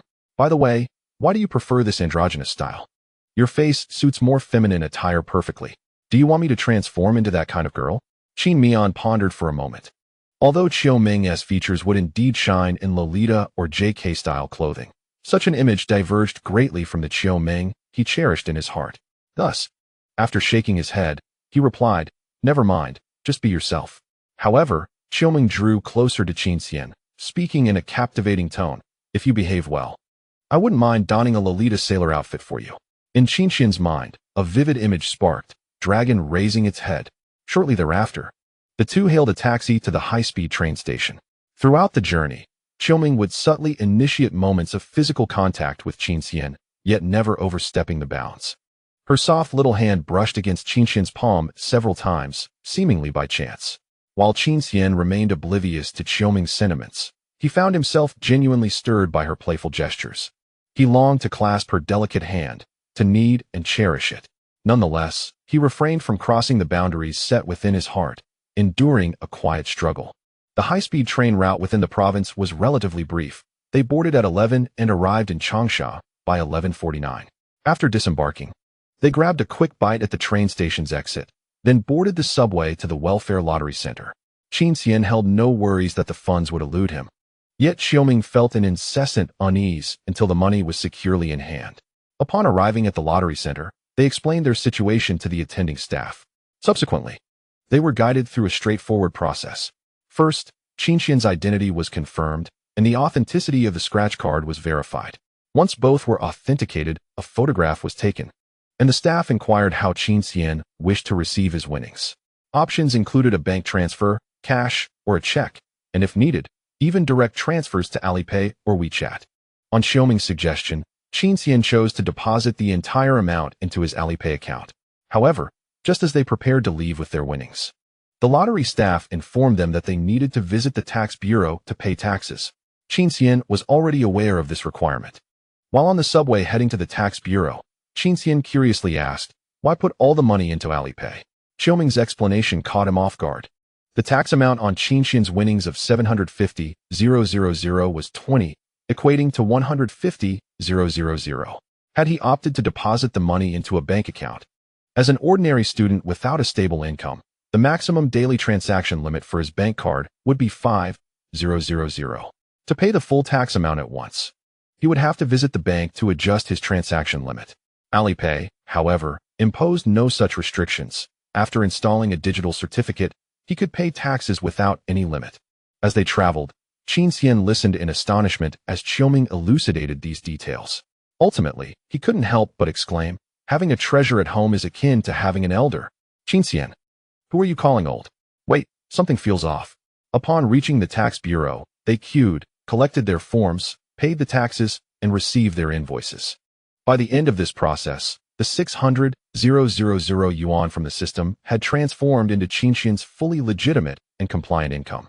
After leaving the tax bureau, Qin Miao turned to Qiuming and inquired, "Where shall we head next? I have little concept of traveling, but since you wish to explore, the subsequent itinerary is yours to arrange." Qiuming chuckled heartily. "Leave it to me." She retrieved her phone from the pocket of Qin Miao's backpack and opened her notes. Curiously, Qin Miao leaned in to take a glance, only to discover a meticulously organized list of activities, snacks, and places Qiuming intended to visit with her over the next few days. In that fleeting moment, witnessing the dense notes on Qiuming's phone, Qin Miao felt a pang of regret for having informed her of her trip to Changsha. However, it was too late for any second thoughts. She could only accompany Qiuming, whose exuberance was infectious, to check in at the hotel they had already booked. Just as Qin Miao assumed Qiuming would continue to hail a cab, a sleek black Volkswagen Passat came to a halt before them. Initially indifferent, Qin Miao only began to sense something amiss when Qiuming opened the trunk and beckoned her to place her luggage inside. Soon enough, the unfolding events confirmed Qin Miao's suspicions. The driver of the Passat exited the vehicle and handed the keys to Qiuming. It dawned on Qin Miao that Qiuming had not summoned a rideshare, but had directly rented a car. After stowing her belongings, Qiuming, noticing Qin Miao's hesitant demeanor, smiled and teased, "What does that expression mean? Didn't you tell me you passed your driving test?" Realizing Qiuming's intentions, Qin Miao could only respond with a resigned grimace. "True, I did pass my driving test, but I haven't driven since I turned 18, and I don't even have my license with me." To her surprise, Qiuming was unfazed. Instead, she approached Qin Miao, patting his shoulder earnestly. "No worries. Your control and precision on the racetrack are remarkable. I believe you will manage just fine in reality." Qin Miao felt even more exasperated. These two scenarios are fundamentally different. "I'm primarily concerned about potential accidents." That would be a hassle. Qiuming relished the sight of Qin Miao's flustered and frustrated expression before playfully suggesting, "What if there's a possibility that I can drive too?" "Hey, you little rascal." Qin Miao was indeed exasperated by Qiuming's teasing. He reached out to grasp her arm, but as she was his girlfriend, he hesitated to exert too much force or retaliate. Instead, he gently pulled her into an embrace. Yet, when Qiuming, grinning joyfully, tilted her head up from his chest, all traces of annoyance that had ignited within Qin Miao dissipated into thin air. In a turn of events, Qiuming, now in control, nestled closer against him, wrapping her arms around his waist and pressing her cheeks snugly against his chest. The driver, who was delivering the vehicle, initially froze at the sight of the affectionate couple, only to have his expression contort in discomfort. Subsequently, he muttered a curse under his breath about the misfortunes of his hometown. How unfortunate it was to encounter such a luck even at work. Qiuming did not linger in Qin Miao's embrace for long. After a mere 10 seconds, she lowered her head and released her grip on Qin Miao, who appeared somewhat stiff. "Let us get in the car," Qiuming called to Qin Miao, taking the initiative to occupy the driver's seat. Qin Miao lingered on the softness that had pressed against his chest moments earlier, recalling the feeling of holding Qiuming as if he possessed the entire world, leaving him with a sense of lingering desire. Were all girls' bodies this soft? It was no wonder they said women were made of water. Moreover, Qiuming's figure was evidently far better than he had imagined. Once seated in the passenger seat, Qin Miao fastened his seatbelt at Qiuming's prompting and inquired, "How long have you had your driver's license?" Qiuming casually replied, "About half a month. I signed up for the test right after my 18th birthday, and I just received my license." A sudden wave of anxiety washed over Qin Miao. All concerns swiftly left his mind. It seemed this girl had obtained her license even more recently than he had. Noticing Qin Miao gripping the overhead handle in a state of nervousness, Qiuming's mischievous thoughts resurfaced. Thus, after starting the car, she abruptly pressed the accelerator. causing the vehicle to lurch forward. However, Qiuming underestimated Qin Miao's aptitude for driving. The sudden acceleration did not provoke any overt reaction from him. He merely observed the surrounding road conditions with a hint of tension. Qiuming pouted in mild disappointment, but soon drove smoothly to the hotel they had booked. After parking, checking in, paying, returning to the room, and depositing their luggage, the two arrived at a double room. Qin Miao had secretly hoped that Qiuming might opt for a king-sized bed, considering her occasional boldness. Regrettably, she did not fulfill his expectation this time, and they ended up with a twin room. "I'm so tired," Qiuming exclaimed as she collapsed onto the bed, emitting an indecipherable whine. Qin Miao rolled his eyes, thinking to himself that he had carried all the luggage alone. How could she possibly be tired? However, he refrained from voicing his thoughts, and, after setting down his backpack, asked, "Do you need to organize your things?" Qiuming flopped about on the bed, saying, "I'll handle it. Just don't mess up my stuff." She began to retrieve her toiletries, such as her toothbrush, towel, and toothpaste, from her suitcase and neatly arranged them. While Qiuming was tidying up, Qin Miao discovered that their hotel room was equipped with a computer. He powered it on and briefly examined the specifications. Although it was merely a setup with a 1070 graphics card, it could still handle general games. Not to mention, the racing games Qin Miao enjoyed posed minimal demands on the computer's performance. Realizing that Qiuming would take some time to finish organizing her belongings, he decided to sit down at the chair, eager to see what games were available on the computer. Upon opening the computer, Qin Miao discovered that the Hotel's device was equipped with Internet Cafe control software, and the pre-installed games were akin to those found in such establishments. After perusing the game list, he did not find Assetto Corsa, but stumbled upon F1 2019. The sight of this game immediately reminded him that his proficiency card for the Spa circuit in his system was stuck at 912. Coincidentally, F1 2019 features the Spa circuit. Although he lacked a steering wheel and could only play using the keyboard, he mused that with diligent effort, the system might bestow upon him a modicum of proficiency. With this thought, Qin Miao launched the game, selecting the Mercedes W10 and the Spa circuit. Initially, he contemplated disabling the assistance features to test his skills, but soon realized that without traction control, he could not even exit the pit lane. Thus, he returned to the pit to reconfigure the assistance settings and awkwardly maneuvered through a lap using the arrow keys. Naturally, he did not bother to check his lap time, as without precise control, he could hardly achieve remarkable speed. Nonetheless, upon completing the lap, the system notification chimed. Ding. Practice lap completed. Track proficiency 0. 12. Current proficiency for Spa, 913. 2. Simulator realism level at 1. 2. Proficiency gained, 10, 12. The fractional increase, extending to 2 decimal places, left Qin Miao somewhat exasperated. Yet, regardless of this minor annoyance, he recognized that playing the game could indeed enhance his proficiency on the Spa circuit. He harbored no other ambitions than to elevate his proficiency to a perfect 100. Thus, he commenced his laps in this rather uncomfortable manner. When racing, Qin Miao easily became fully immersed. His inherent focus was well suited for the role of a race car driver, a sport demanding unwavering concentration and precision. Even with hardware he was unaccustomed to, he found himself deeply engaged after merely a few laps. Qiuming had already packed her belongings, but upon witnessing Qin Miao, donned with headphones, intensely focused on the hotel computer, she suddenly lost the desire to venture out shopping with him. Initially, she had envisioned taking Qin Miao to explore the attractions around Changsha, hoping to create shared memories at these famed tourist spots. However, seeing him so engrossed in racing, Qiuming felt that instead of pulling him away from his passion, it would be more fulfilling to accompany him on this path he cherished, one where he displayed such remarkable talent. She imagined that in the future, when Qin Miao achieved success, he would look back and recognize that amidst the successes, failures, laughter, and sorrow, she had been a part of his journey, a thought that brought her a sense of satisfaction. Qiuming took out her phone to check the time. It was only around 2:30 in the afternoon, leaving ample opportunity to take Qin Miao for some training. She opened a mapping application and located the nearest racing simulation experience store to their hotel. After confirming the distance from their current location to the experience shop, Qiuming leisurely stood behind Qin Miao, observing him as he played the game.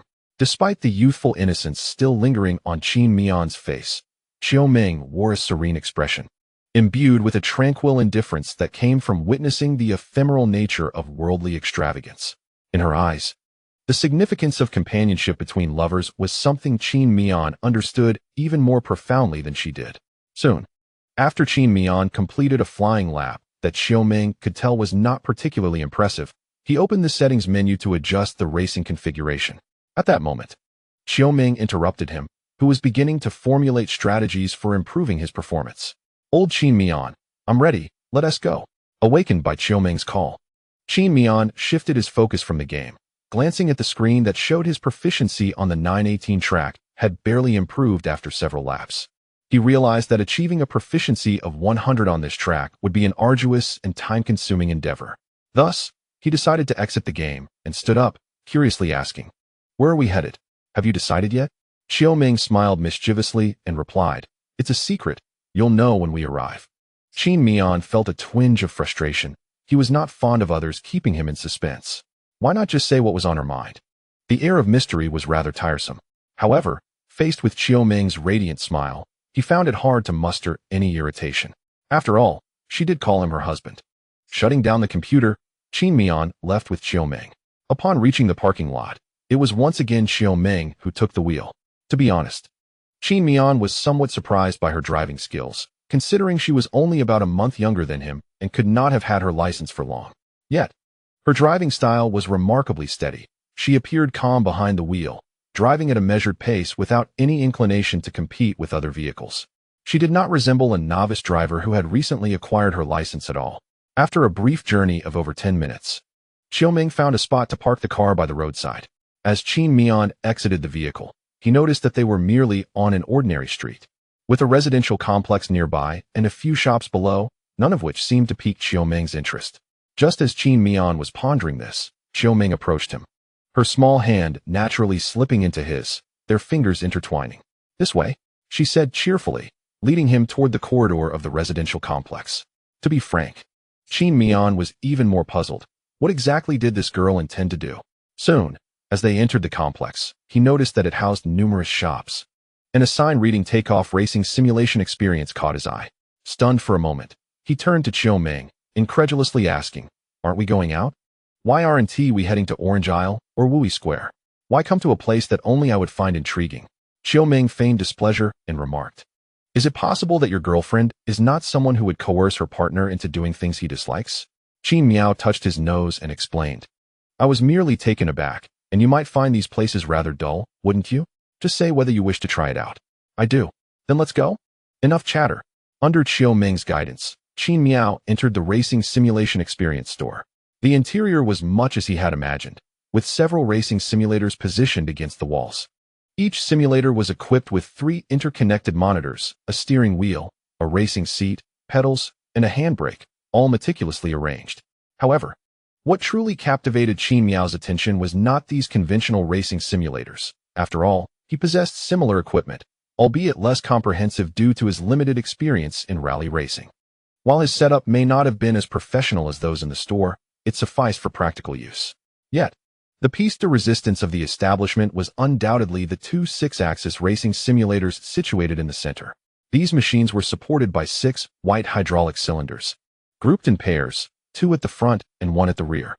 These cylinders formed a stable triangular base, supporting all the apparatus. The reinforced frame that bore the equipment was akin to the other simulators, complete with a racing seat, pedals, steering wheel, monitor, and even VR goggles.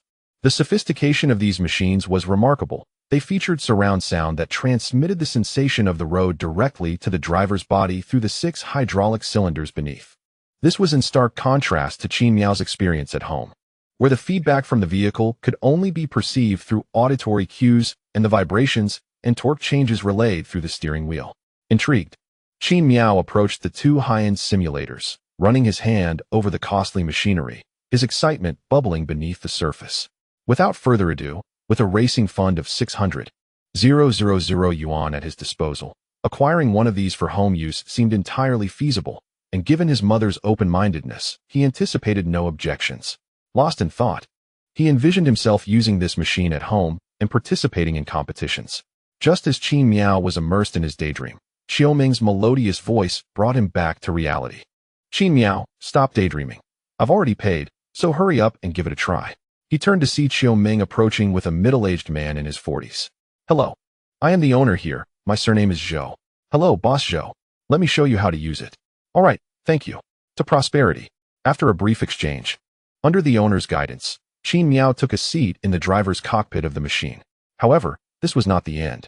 After Qin Miao took his seat, the owner circled around him several times, adjusting the foot pedal and the steering wheel. Once everything was ready, approximately 5 minutes had passed. At this moment, Qin Miao was firmly secured in his seat by a 5-point safety harness, rendering his body immobile. He wore a VR headset, and all the sensations he experienced aligned perfectly with his imagination of a professional race car driver during a competition. Due to the VR headset, Qin Miao could not see the data and buttons on the steering wheel before him. Therefore, whatever game he wished to play, the owner would provide him with the corresponding racing wheel. While it was impossible for the owner to find an exact match for every game Qin Miao intended to play, he did have steering wheels with similar shapes and functions available. At this moment, Qin Miao felt a genuine sense of joy. He estimated that the realism of this equipment could reach at least 65%, and he only needed to complete a few laps to enhance his proficiency at Spa. After the owner selected a GT3 racing wheel, Qin Miao requested him to launch Assetto Corsa Competizione. Although the game had only recently been released, the owner of the racing simulator shop was clearly knowledgeable about racing games, and naturally, this game was available in the store. Gratefully glancing at Xiao Ming, who was looking up at him from below, Qin Miao smiled and gave a thumbs up before lowering the VR headset to immerse himself in the game. Xiao Ming, on the other hand, did not feel any displeasure from Qin Miao's singular focus on his own activities. In fact, she felt a hint of satisfaction and anticipation, curious about how much Qin Miao could grow with her assistance. Come over here. Just as Xiao Ming was reflecting on Qin Miao, the owner's voice pulled her back to reality. Although we're working on a concrete floor, and this machine can't possibly tip over, being so close could still pose a risk of being struck when it takes a high-speed turn. Oh, all right. The owner led Xiao Ming to a resting area in front of Qin Miao's machine, where they could directly observe him playing the racing game. Before them was a large screen displaying the visuals from Qin Miao's VR experience. Is he your boyfriend? The owner inquired, handing Xiao Ming an unopened bottle of mineral water. Xiao Ming nodded but did not drink. The owner expressed surprise. Usually, our clientele consists mostly of men. You two are the first couple we've had in the shop. Don't many girls come here? Xiao Ming asked curiously. The owner chuckled, given the location of my shop and the rather singular focus of the business on racing simulators. This niche is quite obscure in the country. There aren't many boys who play, let alone girls. Xiao Ming nodded, then asked, are there often many people who come here to play? The proprietor chuckled lightly, shaking his head as he replied, I won't conceal anything from you. The number of individuals who frequent our establishment is rather sparse. Those who do come are merely driven by curiosity to experience my equipment. Generally, those who are adept at driving or excel at simulators do not visit my shop. Then why do you operate such a business? Xiao Ming inquired, astonished. Doesn't that lead to continuous losses? The owner, however, appeared unfazed, replying, it matters not. I am not in need of the money that this shop may lose. I opened this establishment purely out of a desire to play sometimes, yet found it somewhat lonely to do so alone. Hence, I established the shop, allowing myself to indulge in simulator experiences whenever I wish. Xiao Ming expressed a hint of envy. You have attained economic freedom, allowing you to live life entirely on your own terms. Meanwhile, as Xiao Ming engaged in casual conversation with the owner, Qin Miao found himself questioning his life choices. Jostled by the simulator. Previously, when racing at home, he had felt rather indifferent, with no need to consider much else. The only potent feedback came from the torque relayed by the direct drive steering wheel, enabling him to repeatedly strive for the fastest lap possible. However, upon sitting in the G-force seat, Qin Miao initially felt a sense of novelty. Yet, as he attempted to apply his previous driving techniques to achieve lap times, he swiftly recognized the malevolent nature of the curbs to a racer. This contraption was uneven, causing the entire seat to tremble with fine vibrations as he navigated over it. Coupled with the seat's tilt during cornering, there was a fleeting moment when Qin Miao genuinely believed he was piloting a Porsche 911 GT3 on the racetrack. Those unfamiliar with the G-force seat might assume that the car's tilt during a turn merely creates a sensation of leaning towards that direction. In reality, When seated in a G-force chair, one is firmly secured, and such tilting alters the direction of gravitational pressure upon the body. Furthermore, with VR goggles adorning his head and the subtle vibrations emanating from the G-force seat below, everything coalesced to convey the sensation of driving a genuine car. This variation in gravity can, to a certain extent, simulate the G-forces experienced while driving. Having previously piloted go-karts, Qin Miao was acutely aware of this phenomenon. Ultimately, he was merely an esports driver, while he had managed to handle many corners adeptly using only a steering wheel on his computer. The influx of additional stimuli in this more immersive environment hindered his ability to showcase his true prowess, despite his cognitive understanding of the racetrack. Nonetheless, one cannot overlook Qin Miao's remarkable adaptability. In less than 6 laps, he had begun to acclimate to this new sensation, with his performance showing marked improvement. The practice session concluded, and the proficiency level for the Spa circuit stood at 925, with a simulation realism of 70, yielding a proficiency gain of 107. After completing a lap, Qin Miao felt quite satisfied with his progress, as it was certainly an improvement over his previous lap in the hotel, which had only garnered a meager proficiency of 012. With continued effort, he was confident that he could fully master the Spa circuit. Qin Miao's intention was straightforward: to elevate his proficiency on the Spa circuit to 100 before logging off. After all, he was there for enjoyment and needed to consider his friend Xiaomeng as well. Furthermore, he possessed a generous budget for racing, with 600,000 at his disposal. If he wished to experience such thrills again, he could simply invest in the necessary equipment upon returning home. With this thought in mind, Qin Miao began to push himself to achieve faster lap times, albeit with some difficulty, yet he relished the challenge. With a clear objective and a desire to minimize wasted time, he focused solely on improving his lap times on the Spa circuit. Within approximately an hour, he completed 11 standard practice laps, bringing his proficiency on the Spa circuit to 1002. Just as Qin Miao was about to exit the simulator after achieving his goal, an unexpected notification from the system caught his attention. Congratulations, host. Proficiency on the FIA-certified Grade 1 circuit. Circuit de Spa-Francorchamps has reached 100. Achievement unlocked. Spa regular completed. Reward, Purple Lottery Ticket 1. Upon reading this message, Qin Miao was momentarily stunned, but upon realizing that the reward was a purple lottery ticket, excitement surged through him. This was indeed a moment of fortune. Although Qin Miao held a strong disdain for 10 consecutive draws in games, he had a genuine fondness for the system's lottery feature. Unlike the random draws in card-based games, which often yielded a plethora of useless items aside from the one crucial element, the system's lottery provided only useful items, varying in their significance. To his surprise, after achieving a proficiency of 100 on the Spa circuit, the system not only unlocked an achievement, but also granted him a purple lottery ticket. Notably, the system's notification included the phrase, "Congratulations, host. Proficiency on the FIA-certified Grade 1 circuit, XXX." What could this imply? A bold hypothesis emerged. Could it be that any FIA-certified Grade 1 circuit, upon reaching a proficiency of 100, would also unlock an achievement and grant a purple lottery ticket? Delving deeper, if Grade 1 circuits yielded purple lottery tickets, did that suggest that Grade 2 circuits might reward blue lottery tickets instead? The third-level track is green, the fourth-level track is white, and so forth. Based on the information provided by the system, it seems highly probable that Qin Miao's conjecture holds true.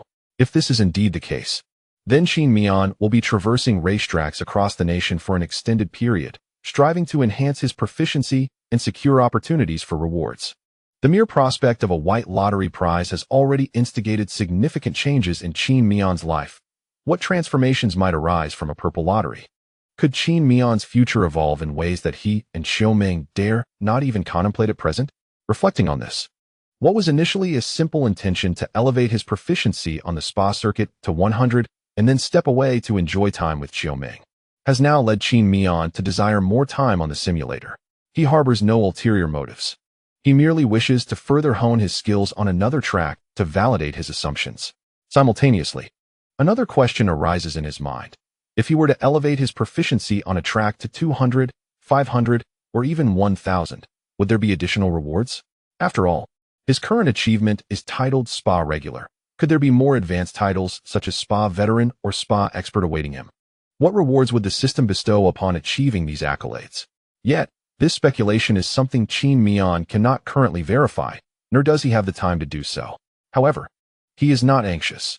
After all, his plan to purchase a simulator has already been set in motion, and opportunities will inevitably present themselves. For now, it is crucial for Qin Miao to elevate his proficiency on a single track to 100 to ascertain whether the system operates as he suspects.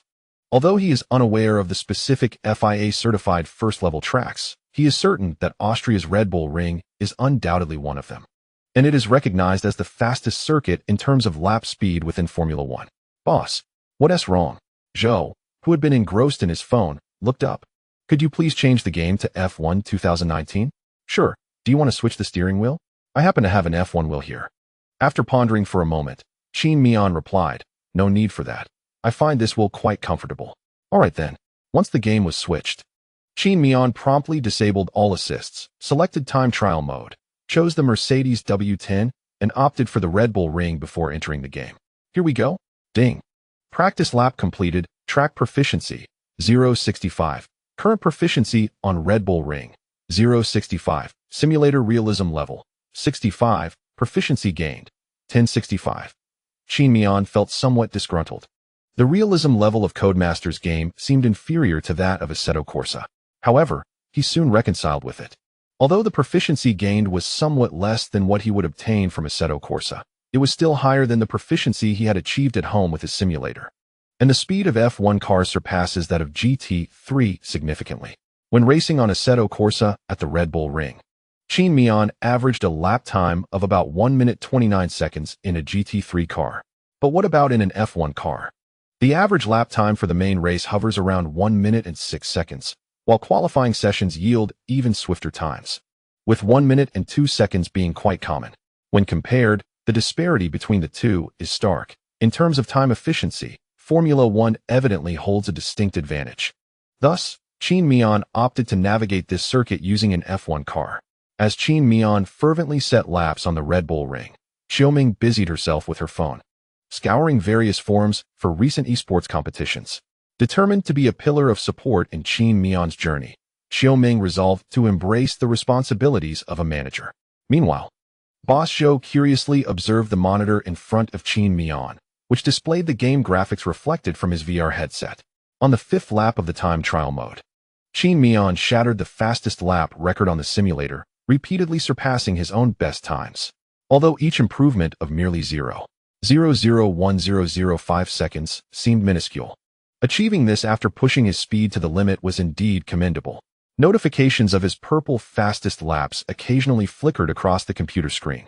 After watching Qin Miao's driving style intently, Boss Zhou inquired, Miss, does your boyfriend often race? He doesn't really race. He has a simulator at home where he practices. That kind of simulator? Boss Zhou pointed to the ordinary simulator in his shop, which lacked a force feedback seat. Xiaoming nodded in affirmation. Boss Zhou expressed his surprise. Your boyfriend must have quite the adaptability. This is his first time using a simulator with a force feedback seat, isn't it? Yes, Xiaoming replied, her pride evident as she added, he has even participated in professional esports competitions. What kind of professional competitions? Boss Zhou pressed further. However, Xiaoming found herself at a loss for words. While she was aware that Qin Miao had partaken in professional events, she was unaware of the specifics.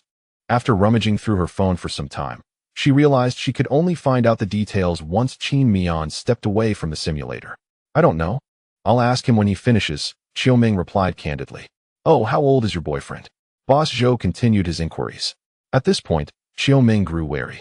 Why are you so interested in Qin Miao's information? Don't misunderstand. I'm merely curious, Boss Zhou smiled, noticing the shift in her demeanor. 18, Xiaoming stated. Though still somewhat skeptical, she did not conceal the information. Boss Zhou merely nodded, his gaze now more earnest, scrutinizing Qin Miao's driving on screen. In the game, Qin Miao had lost count of how many times he had achieved a purple lap. One hand was insufficient for tallying. For someone as gifted as Qin Miao, achieving purple laps was commonplace, and he found little need to remember the exact number of times he had done so. Although one can enhance their proficiency with the map through the system, Qin Miao was fully immersed in the feedback provided by the simulator while driving. He was not merely running laps mechanically.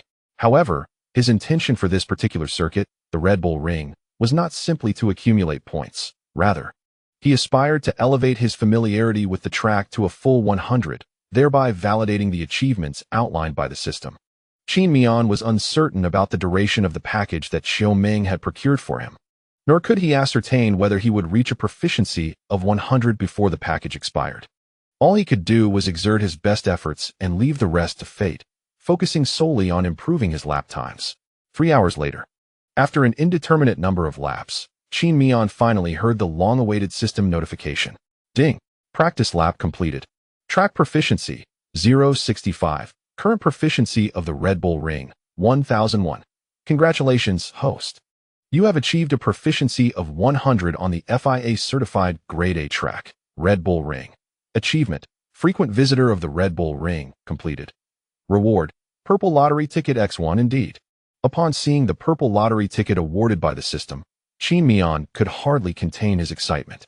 His elation was not merely due to the ticket itself, but rather the validation of the feasibility of accumulating lottery chances, promising even more opportunities ahead. Observing the 2 purple lottery tickets he possessed, he could not suppress his inner desires and decided to utilize both chances. No one could resist the allure of a treasure chest that was guaranteed to yield exceptional rewards. The ceremonial aspect of the purple lottery was far more pronounced than that of the white lottery. Unlike the white lottery, which simply conjured a list of 10 items and their attributes in his mind at the thought of drawing, the purple lottery unfolded differently. Upon activation, a purple chest materialized, reminiscent of opening a commemorative weapon case in CSGO, with a flurry of items swiftly parading before him. However, this spectacle did not last long. After about 15 seconds, the rolling display came to a halt, revealing a stack of documents at the center of the screen. Qin Miao was momentarily taken aback. What on earth was this? Yet, he soon discerned the name and function of the items. FIA Certified B-Class Racing License.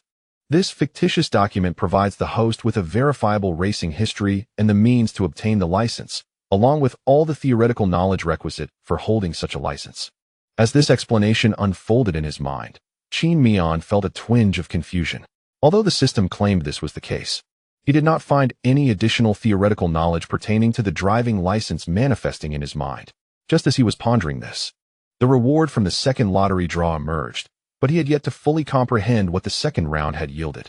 An overwhelming torrent of information surged into Qin Miao's mind with an unrelenting force. Qin Miao was nearly overwhelmed by the sensation of water being injected into his mind, almost letting out a scream, but fortunately, this feeling lasted only for a fleeting moment. After this brief interval, his mind became enriched with an abundance of knowledge regarding racing cars. The system's method of infusion was distinctly domineering. Once he regained his composure, Qin Miao turned his attention to his second prize. Before him stood a striking red sports car, and with his understanding of automobiles, he immediately recognized it by the design of its headlights. It was a Ferrari 488. Moreover, judging by the white and black stripes adorning its front, this was likely a Ferrari 488 Pista. To be frank, Qin Miao was aware that the system's lottery had the potential to present valuable gifts, including cars, but he never anticipated that it would directly grant him a Ferrari 488. It is worth noting that his favorite was the Ferrari 488 GT3 EVO racing car, and this system seemed to be catering to his preferences in the most splendid manner. Although this 488 was not a modified version of the GT3 racer, it was still a Ferrari. For a moment, Qin Miao found himself at a loss for words to describe the emotions flooding through him. After acquiring this magnificent treasure, Qin Miao could hardly continue playing. He removed the VR headset and prepared to unfasten the 5-point harness securing him. Meanwhile, Xiaoming, who was seated nearby, fiddling with her phone, noticed something unusual about Qin Miao and stood up to inquire, "Aren't you going to continue?" Qin Miao climbed down from the simulator and replied, "I'm done." Xiaoming approached him. "If you're done, then why the rush?" Initially, Qin Miao had intended to hurry and inspect his prized possession, but upon descending from the simulator, he felt a sudden urge to relieve himself. Knowing that his Ferrari wouldn't be going anywhere, he asked, "Where's the restroom?" Xiaoming pointed him in the right direction, and Qin Miao hurried off. While he was attending to his needs, the realization dawned on him. The system had taken an elaborate route to ensure he could legally acquire the 600,000 racing fund. Ordinarily, such an extravagant item as a Ferrari could not simply fall into his hands. How would the system ultimately deliver this coveted sports car to him? Contemplating this, Qin Miao's initial excitement waned, transforming instead into anticipation. After emerging from the restroom, Qin Miao prepared to leave, fully aware that he would not be able to obtain his Ferrari 488 in the near future. Following this extraordinary experience, he truly lacked the desire to remain and continue playing. Additionally, after spending so much time on the simulator, he felt a pang of hunger, and the sky outside was gradually darkening. It was indeed time to depart. Although Qiu Ming seemed eager for him to enjoy his time there, Qin Miao could not disregard his girlfriend's feelings. He was more than willing to spend the evening wandering the night market with her, indulging in some late-night snacks. Upon returning to Qiu Ming's side, shaking off the droplets of water from his hands, Qin Miao curiously inquired, "How much did you spend this afternoon?" After a moment of contemplation, Qiu Ming furrowed her brows and replied, "Over 400, I suppose." Nodding in acknowledgement, Qin Miao prepared to transfer the money to Qiu Ming via Alipay, only to be thwarted by her dismissive eye roll. Before he could utter a word, Qiu Ming cast a dissatisfied glance in his direction. With a resigned shrug, Qin Miao conceded, all right, I'll treat you when we go to the night market tonight." This satisfied Qiu Ming, who nodded in approval. With a playful grin, she asked, "So, what do you think? Isn't this place fun?" Qin Miao smiled and nodded. Qiu Ming had truly put thought into this outing. The level of enjoyment and the day's unexpected discoveries were delightful for him. "It's incredibly fun, and I really like it. I won't say thank you, as that might seem too formal." Qiu Ming grinned. "Who cares about your thanks?" As they prepared to leave, the proprietor suddenly called out to them, "Hey, wait a moment." Both turned, puzzled. "Young man, do you have an interest in racing?" The owner, Mr. Zhou, approached Qin Miao with a warm smile. For reasons unknown, the middle-aged man in his 40s displayed a tenderness typically associated with those in their 60s or 70s. Without hesitation, Qin Miao replied, "Yes, I do. Otherwise, I wouldn't have spent so much time on the simulator." He had no qualms about admitting his passion. Mr. Zhou nodded knowingly. "I have an invitation to a private racing competition. However, due to my age, I no longer possess the energy to participate. It would be a shame to waste this invitation, and I believe you possess the skill to compete, so I wanted to ask if you would be interested in joining." Qin Miao furrowed his brows. "I certainly want to participate. Why wouldn't I? But what makes you think I would be suitable?" Mr. Zhou smiled, pointing at the simulator Qin Miao had just used, which was still displaying the Red Bull Ring track, with Qin Miao's fastest lap prominently at the top. His best lap time stood at 1:01.975, achieved while all assists were turned off, and with a G4 seat interfering. Although the simulator's realism was not entirely comparable to actual racing, and the cars in the game often performed better than their real-life counterparts, achieving such a lap time under these conditions indicated that Qin Miao had the potential to develop into a skilled racer. Your performance is something even many professional drivers might struggle to achieve, and you managed this on your very first encounter with the simulator. I admire that. I believe you have a talent for pursuing a career in racing. Therefore, I think giving you this otherwise useless entry to the competition would not be a waste." At this moment, Qin Miao was genuinely taken aback. His girlfriend had brought him out to play a simulator, and unexpectedly, he found himself with an opportunity to participate in a real-life racing competition. Qin Miao cast a curious glance at Qiu Ming, feeling an inexplicable sense of trust in her judgment during this moment. Qiu Ming, receiving his gaze, understood precisely what he was pondering. "Where is the competition taking place?" She took the initiative to inquire. Boss Zhou, unhurried, replied with composure, "Shanghai. You will need to arrange your own tickets to the competition. I simply believe your boyfriend possesses talent, which has prompted my desire to offer him an entry pass. However, whether you can seize this opportunity one present is entirely up to you." After a moment of careful contemplation, Qiu Ming turned to Qin Miao and asked, "Do you want to go?" Qin Miao's thoughts were quite straightforward. He was indeed intrigued by this so-called competition. After all, any competition would provide him with a chance to drive, and by mastering a track to perfection, he could earn a chance to enter a lottery. To participate on-site, Qin Miao would only need to complete 100 laps. He was also eager to experience the sensation of driving a racing car beyond just go-karts. Moreover, Qin Miao had noticed that with practice, even his modestly appealing attribute points would improve, and he believed that exposure to more advanced events and vehicles would accelerate this growth. From a sensory standpoint, He felt that the practical knowledge gained on the racetrack far surpassed what could be learned through a computer screen. I want to give it a try, Qin Miao declared without hesitation. Qiu Ming sighed in resignation. Qin Miao, feeling a bit anxious, asked, "You don't want to go? If you're not interested, we can just continue enjoying our time in Changsha." Although their relationship had developed somewhat hastily, Qiu Ming had perfectly embodied Qin Miao's dreams of an ideal partner during their time together, leading him to desire a more enduring bond between them. Qiu Ming smiled contentedly before responding, "What are you thinking? My sigh was due to the fact that I rented my Passat for 3 days. And if I return it now, I want to get my deposit back." Qin Miao exclaimed, "All right then. Have you made a decision?" Boss Zhou observed the interaction between the young couple, a smile of nostalgia adorning his face. "So what is the specific process, boss?" Qin Miao inquired. Boss Zhou smiled mysteriously and replied, "Just wait." He then turned and entered the shop, presumably to fetch something. Moments later, he reappeared before them, holding a black envelope embossed with gold. "This contains the invitation to the competition." He handed it directly to Qiu Ming, who quickly accepted it with both hands, expressing her gratitude. The process for the competition is relatively straightforward. When the time comes, simply present this card to the reception staff, and they will guide you through the subsequent steps. However, in competitions, there are always rewards. I am not entirely certain about the specifics of the rewards for their competition, but if you manage to secure a position within the top 3, I can offer you some personally sponsored prizes. Autumn Ming smiled as she spoke. "Thank you, Boss Zhou, for valuing my boyfriend so highly, but your generosity is rather overwhelming. We are already immensely grateful for receiving this invitation letter." "Yet," Boss Zhou replied, "it's only proper. If your boyfriend performs well, I can also boast a little among my circle of friends.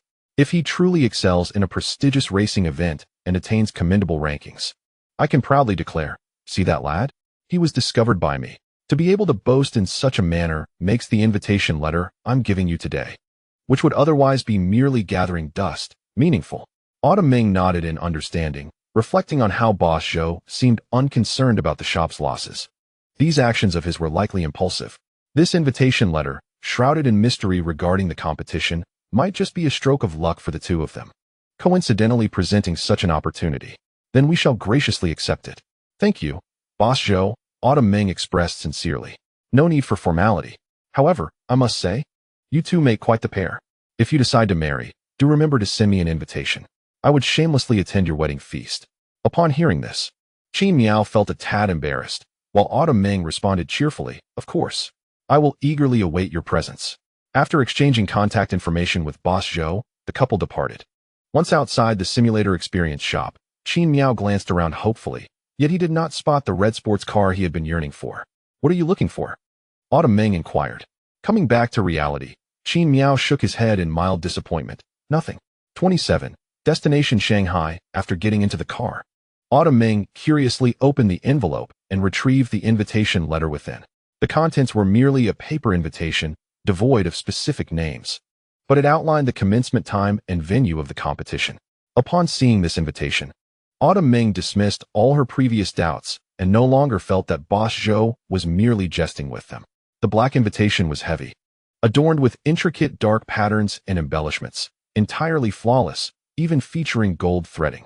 When she attempted to bend the gold threads, she could distinctly feel their sturdiness, possibly indicating that they were genuine gold. Handing the invitation to Qin Miao, Autumn Ming remarked, "Though the competition begins in 3 days, and we have 2 days to rest, I believe it would be prudent to set off early and acclimatize ourselves to Shanghai." Qin Miao curiously examined the invitation letter he received. He had no specific conception of when he would go to Shanghai, and after spending the last few days with Qiu Ming, he subconsciously felt that she would manage the arrangements well. Thus, he decided to leave the planning to her. "You decide," he said. "I will check the flights. Although I want to be able to enjoy the local snacks in Changsha, strolling along the Bund and experiencing the vibrant atmosphere of Shanghai will be delightful." As Qiu Ming spoke, she took out her phone. While their focus diverged, Qiu Ming concerned with the competition's start time and Qin Miao fixated on the venue. The invitation prominently displayed in gilded letters, "Competition venue, Shanghai International Circuit." Qin Miao held little hope for a commendable placement in this race. His mindset revolved around participation rather than victory. His familiarity with domestic circuits was limited to merely 2: the Shanghai International Circuit and the Macau Grand Prix Circuit, known for its challenging layout. Apart from these, he had not experienced any other local tracks on his simulator. Consequently, he did not harbor substantial expectations for this unexpected racing opportunity. Achieving a top 10 finish would suffice for him. However, upon discovering that the competition was to be held at the Shanghai circuit, Qin Miao's enthusiasm surged. Although he had never raced there in reality, he had navigated the track in both ACC and F1 2019. In a few days, he planned to familiarize himself with the real-world sensations of driving on this circuit, bolstered by the confidence instilled by his simulator training. The Shanghai circuit is notoriously challenging. The difference between novices and veterans is evident after just one lap through the first turn. When Qin Miao first attempted the track, he struggled with that very corner. It was only after becoming accustomed to his simulator that he began to explore his limits on the Shanghai circuit. Yet, truthfully, simulators are merely a step above theoretical discussions. The true essence of driving can only be experienced in a real car. Regardless, Qin Miao was now filled with anticipation for the upcoming race and felt grateful to Boss Zhou for this opportunity. He handed the invitation letter to Xiaoming, who, while purchasing the tickets on her phone, carefully placed the invitation back into its envelope. She then treasured it, tucking it away in the inner compartment of her bag, recognizing it as a pathway to her boyfriend's future advancement, something she could not afford to misplace. I booked the flight for tomorrow at 11 a.m. We can still go out for a late-night snack tonight. Xiaoming displayed the ticket information on her phone before Qin Miao. He inquired, "Where shall we go for our late-night snack?" "Wui Square. Fan Yu has mentioned that it's brimming with delicious options," Xiaoming exclaimed, linking her arm with Qin Miao's. "Let us skip dinner tonight and head straight there for a late-night treat, shall we?" Qin Miao found no fault in the situation. Truth be told, he was at a loss as to why, despite having cared so deeply for Fan Yu just yesterday, upon hearing her name from Xiaoming's lips today, his heart stirred not even slightly. Instead, he felt a surge of affection for the endearing manner in which Xiaoming clung to his arm in a playful manner. "All right, let's go, Xian." The two climbed into the car, following the guidance of the navigation system to the most renowned night market in Changsha. The journey was filled with delightful indulgences, devoid of any of the absurdities often found in novels. By the time they returned to the hotel, it was already past midnight. Xiaoming had not consumed much. Most of the food had been devoured by Qin Miao. Whenever she spotted something appetizing, she would urge Qin Miao to buy it. And if she found it delectable, she would take a few more bites before handing the remainder to him. Conversely, if she disliked it, a single bite would suffice before she relinquished the rest to him. Thus, Qin Miao indeed felt quite full. However, Xiaoming's appetite was modest, and they had not purchased an excessive amount. After satisfying their hunger, the two strolled hand in hand, embodying the tenderness of a typical couple, purchasing items that caught their fancy. Upon returning to their hotel, fatigue enveloped them, and at Xiaoming's request, Qin Miao first took a shower. Honestly, had they not ventured out, he would have harbored some romantic thoughts while watching Xiaoming bathe.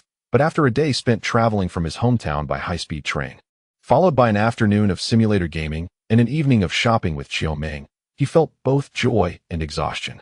After showering and lying on the bed, Qin Miao wished to chat with Xiaoming, but as soon as he rested his head on the pillow, sleep overtook him, his eyelids growing heavy. Eventually, he drifted off into slumber. That night, he dreamt that after he had fallen asleep, Xiaoming had snuggled into his blanket, her antics stirring about restlessly within its confines. Initially, he assumed it was merely a dream, yet upon waking the next morning, he felt his legs weighed down by something soft and smooth, and a heavy presence upon his chest. As Qin Miao drowsily opened his eyes, it was not the sight before him that jolted him awake, but rather a fragrance wafting through his nostrils. He could not articulate the specifics of this scent, but it was undeniably pleasant, instilling a sense of comfort and relaxation throughout his being. As he regained clarity, he recalled the source of this aroma. It was the distinctive scent of Xiaoming. Lowering his gaze, he saw a fair arm draped across his chest, and upon turning his head, he noticed her other hand tightly clutching his left arm, her cherubic face adorned with a gentle smile. In that instant, Qin Miao realized that his experiences the previous night were not merely a figment of his imagination. The charming Xiaoming had indeed nestled into his blanket after he had fallen asleep. As he gazed at her serene smile pressed against him, his eyes drifted from her face to her partially exposed shoulder and the majestic curves of her form. Xiaoming gently called out to Qin Miao, but Xiaoming did not respond.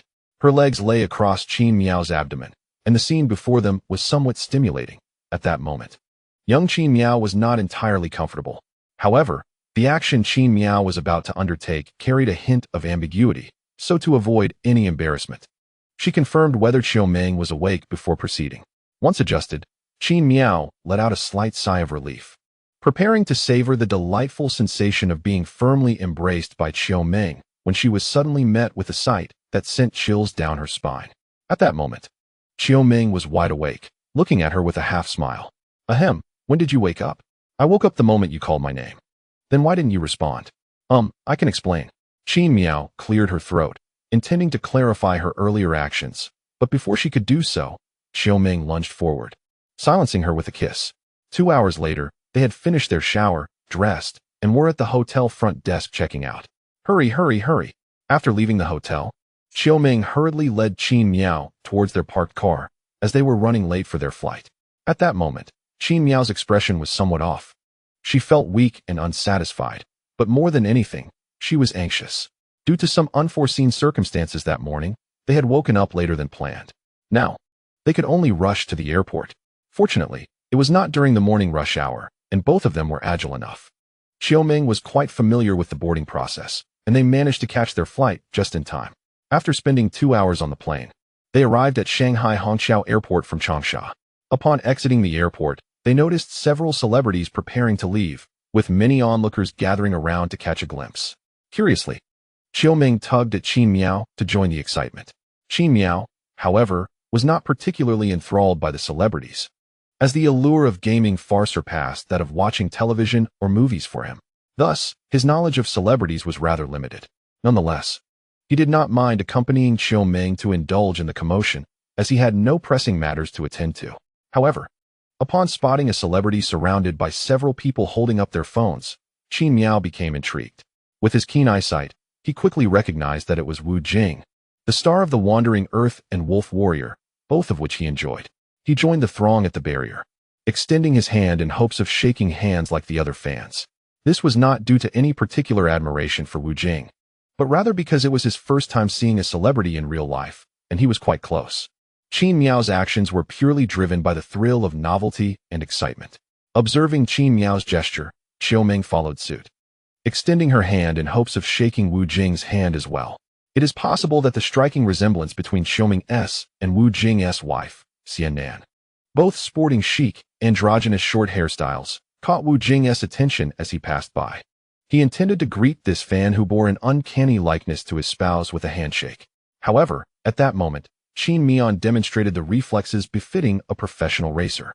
Just before Wu Jing could clasp Qiu Meng's hand, Qin Miao swiftly intervened, seizing Wu Jing's hand in his own. Wu Jing momentarily appeared taken aback, while Qiu Meng gazed at her boyfriend in mild astonishment. I apologize, Teacher Wu Jing, but this is my girlfriend, Qin Miao stated, gently pulling Qiu Meng's outstretched hand back into his grasp. Wu Jing, unfazed, chuckled and firmly shook Qin Miao's hand, remarking, "Your girlfriend is quite beautiful." After releasing Qin Miao's hand, Wu Jing departed, yet many onlookers overheard him jest. Even at the airport, one is inundated with dog food. Once Wu Jing had left, Qin Miao redirected his attention to Qiu Meng, initially expecting her to be displeased about missing the chance to shake hands with Wu Jing. To his surprise, she was beaming at him, her eyes brimming with satisfaction, devoid of any teasing intent. Stop grinning and let us hurry to the hotel to drop off our luggage, Qin Miao urged, taking Qiu Meng's small hand in his and guiding the luggage outside. After nearly an hour of navigating, they finally arrived at the hotel near the racing venue they had chosen. Once they had settled their belongings, they proceeded to the racing event. At this point, the venue resembled more of a tourist attraction than a racing circuit, being open to visitors on non-race days. Today was no exception. Upon their arrival, they purchased entry tickets and followed the signs into the arena.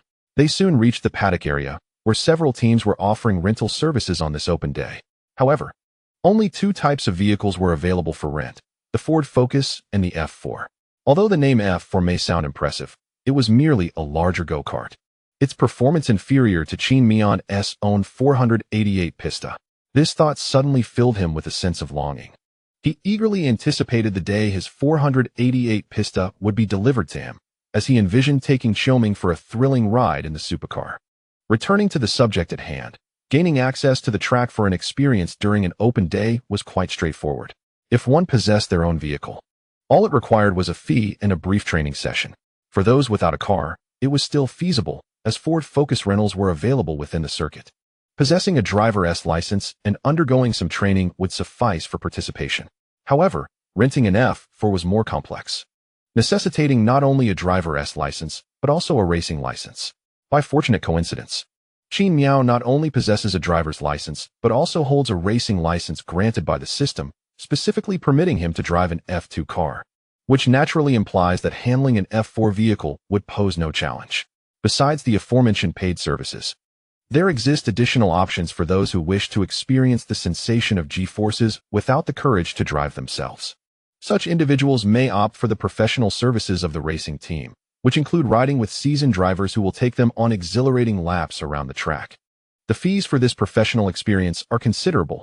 A basic package costs 2,000 yuan per hour, an intermediate package 3,000 yuan per hour, and an advanced package 4,000 yuan per hour, all requiring a uniform deposit of 20,000 yuan.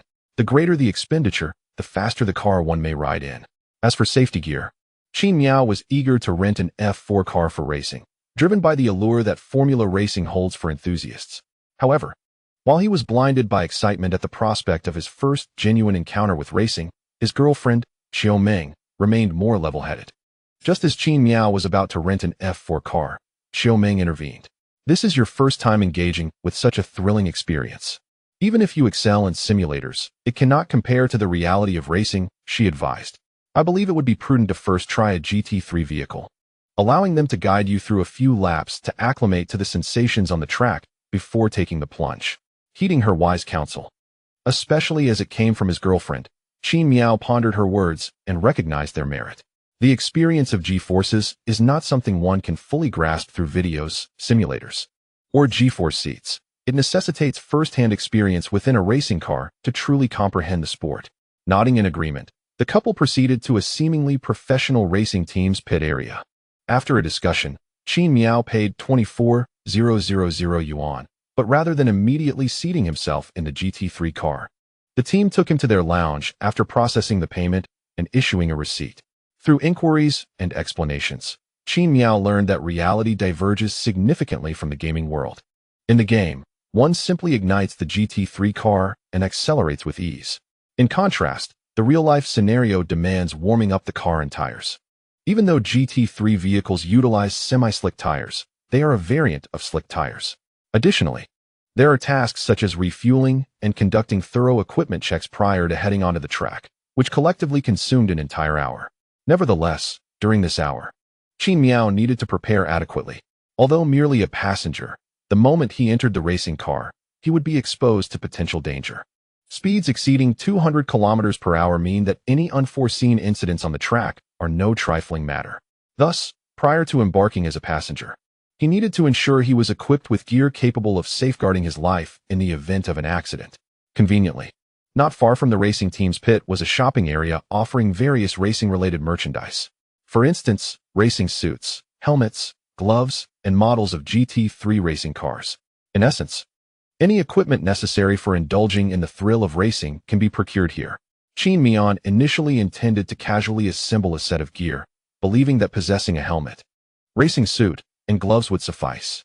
After all, for him, the emphasis was solely on functionality. Aesthetics were of little consequence. However, Xiaoming, who accompanied Qin Miao in selecting clothing and gear, held a different perspective. Qin Miao's foundation was quite commendable. Although frequent physical education classes during his school years and daily bicycle commutes had left his complexion less than fair, his skin was remarkably smooth, with few blemishes adorning his face. With a bit of grooming, Qin Miao's attractiveness could be quite striking, yet he had never concerned himself with his appearance. His hair was only trimmed when it became bothersome, and he favored a buzz cut, reasoning during his school days that maintaining such a style meant he could forego haircuts for at least 3 months. Was this even a reasonable justification? Seizing the opportunity at hand, Xiaoming felt compelled to enhance Qin Miao's appearance. After all, an elevation in his attractiveness would also be pleasing to her eyes. However, upon examining the gear available in the store, Xiaoming soon despaired, for the selection consisted solely of rather ordinary racing suits. The sizes were fixed. A smaller fit would be unwearable, while a slightly larger one would appear loose and unkempt on the rather slender Qin Miao.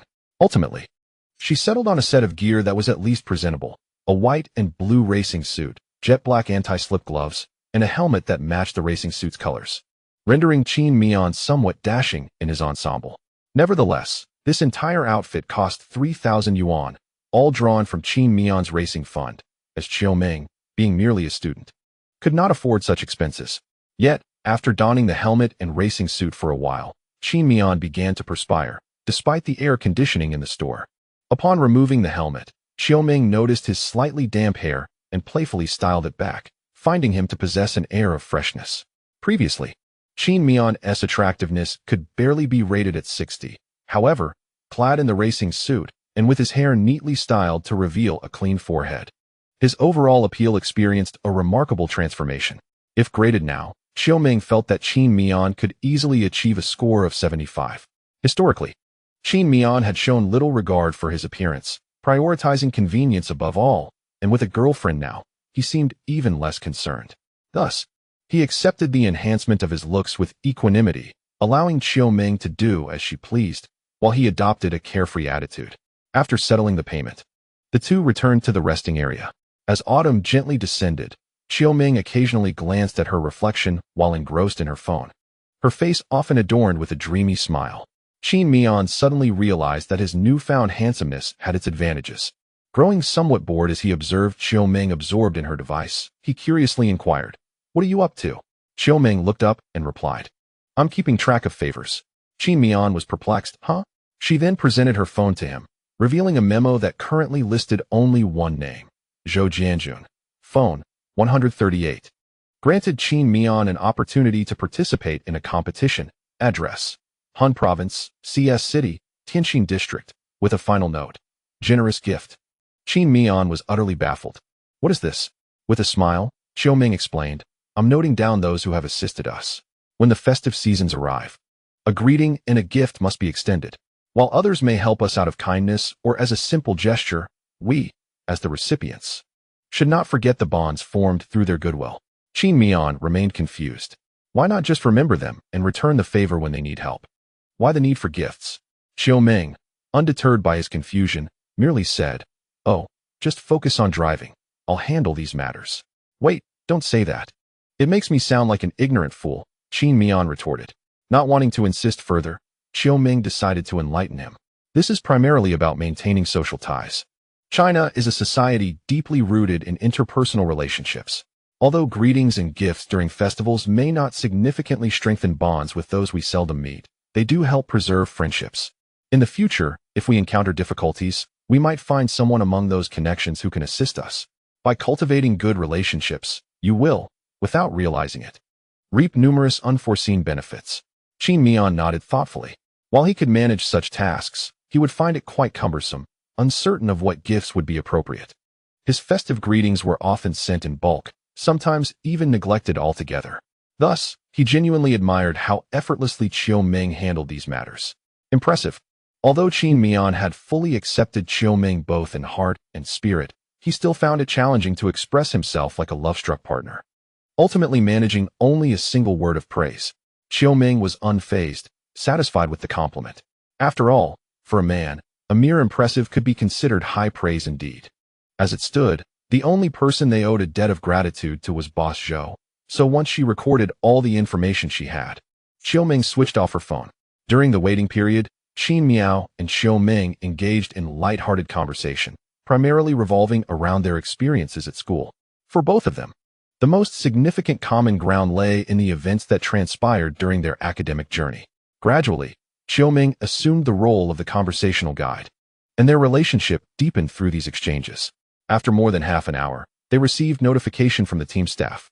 The car was ready. Just as Qin Miao was lost in a reverie, he stood up upon hearing the announcement. Qiu Ming followed suit, her curiosity piqued by the allure of racing cars. It wasn't that she shared Qin Miao's passion for racing.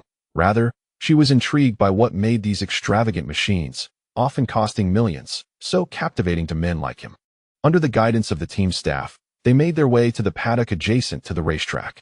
as they traversed the corridor. The sound of idling engines resonated from ahead. Upon reaching the parking area, a GT3 racing car came into view, a classic AMG.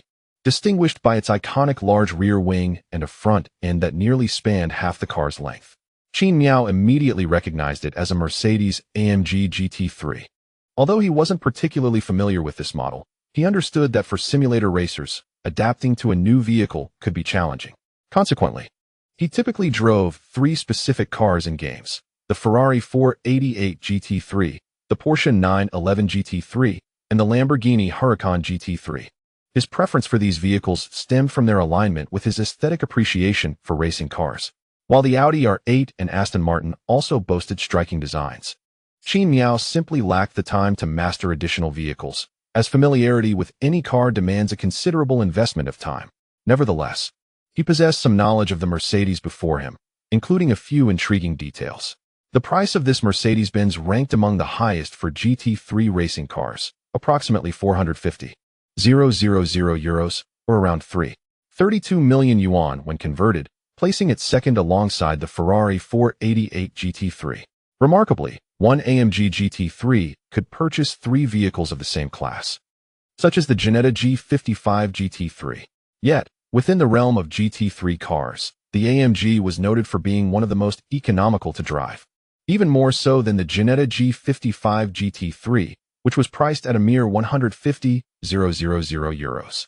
Although its appearance might not cater to everyone's taste, outshone by the aesthetics of Ferrari, Porsche, and Lamborghini, its low depreciation and comprehensive parts availability, free from tariffs and with minimal time costs, rendered it an appealing choice. You resemble a Ferrari. When a driver makes a single mistake, the vehicle crashes, and the aerodynamic components must be imported from abroad. The time lost in this process, along with the shipping costs and the duration of customs inspections, all contribute to the expenses. In contrast, consider the AMG.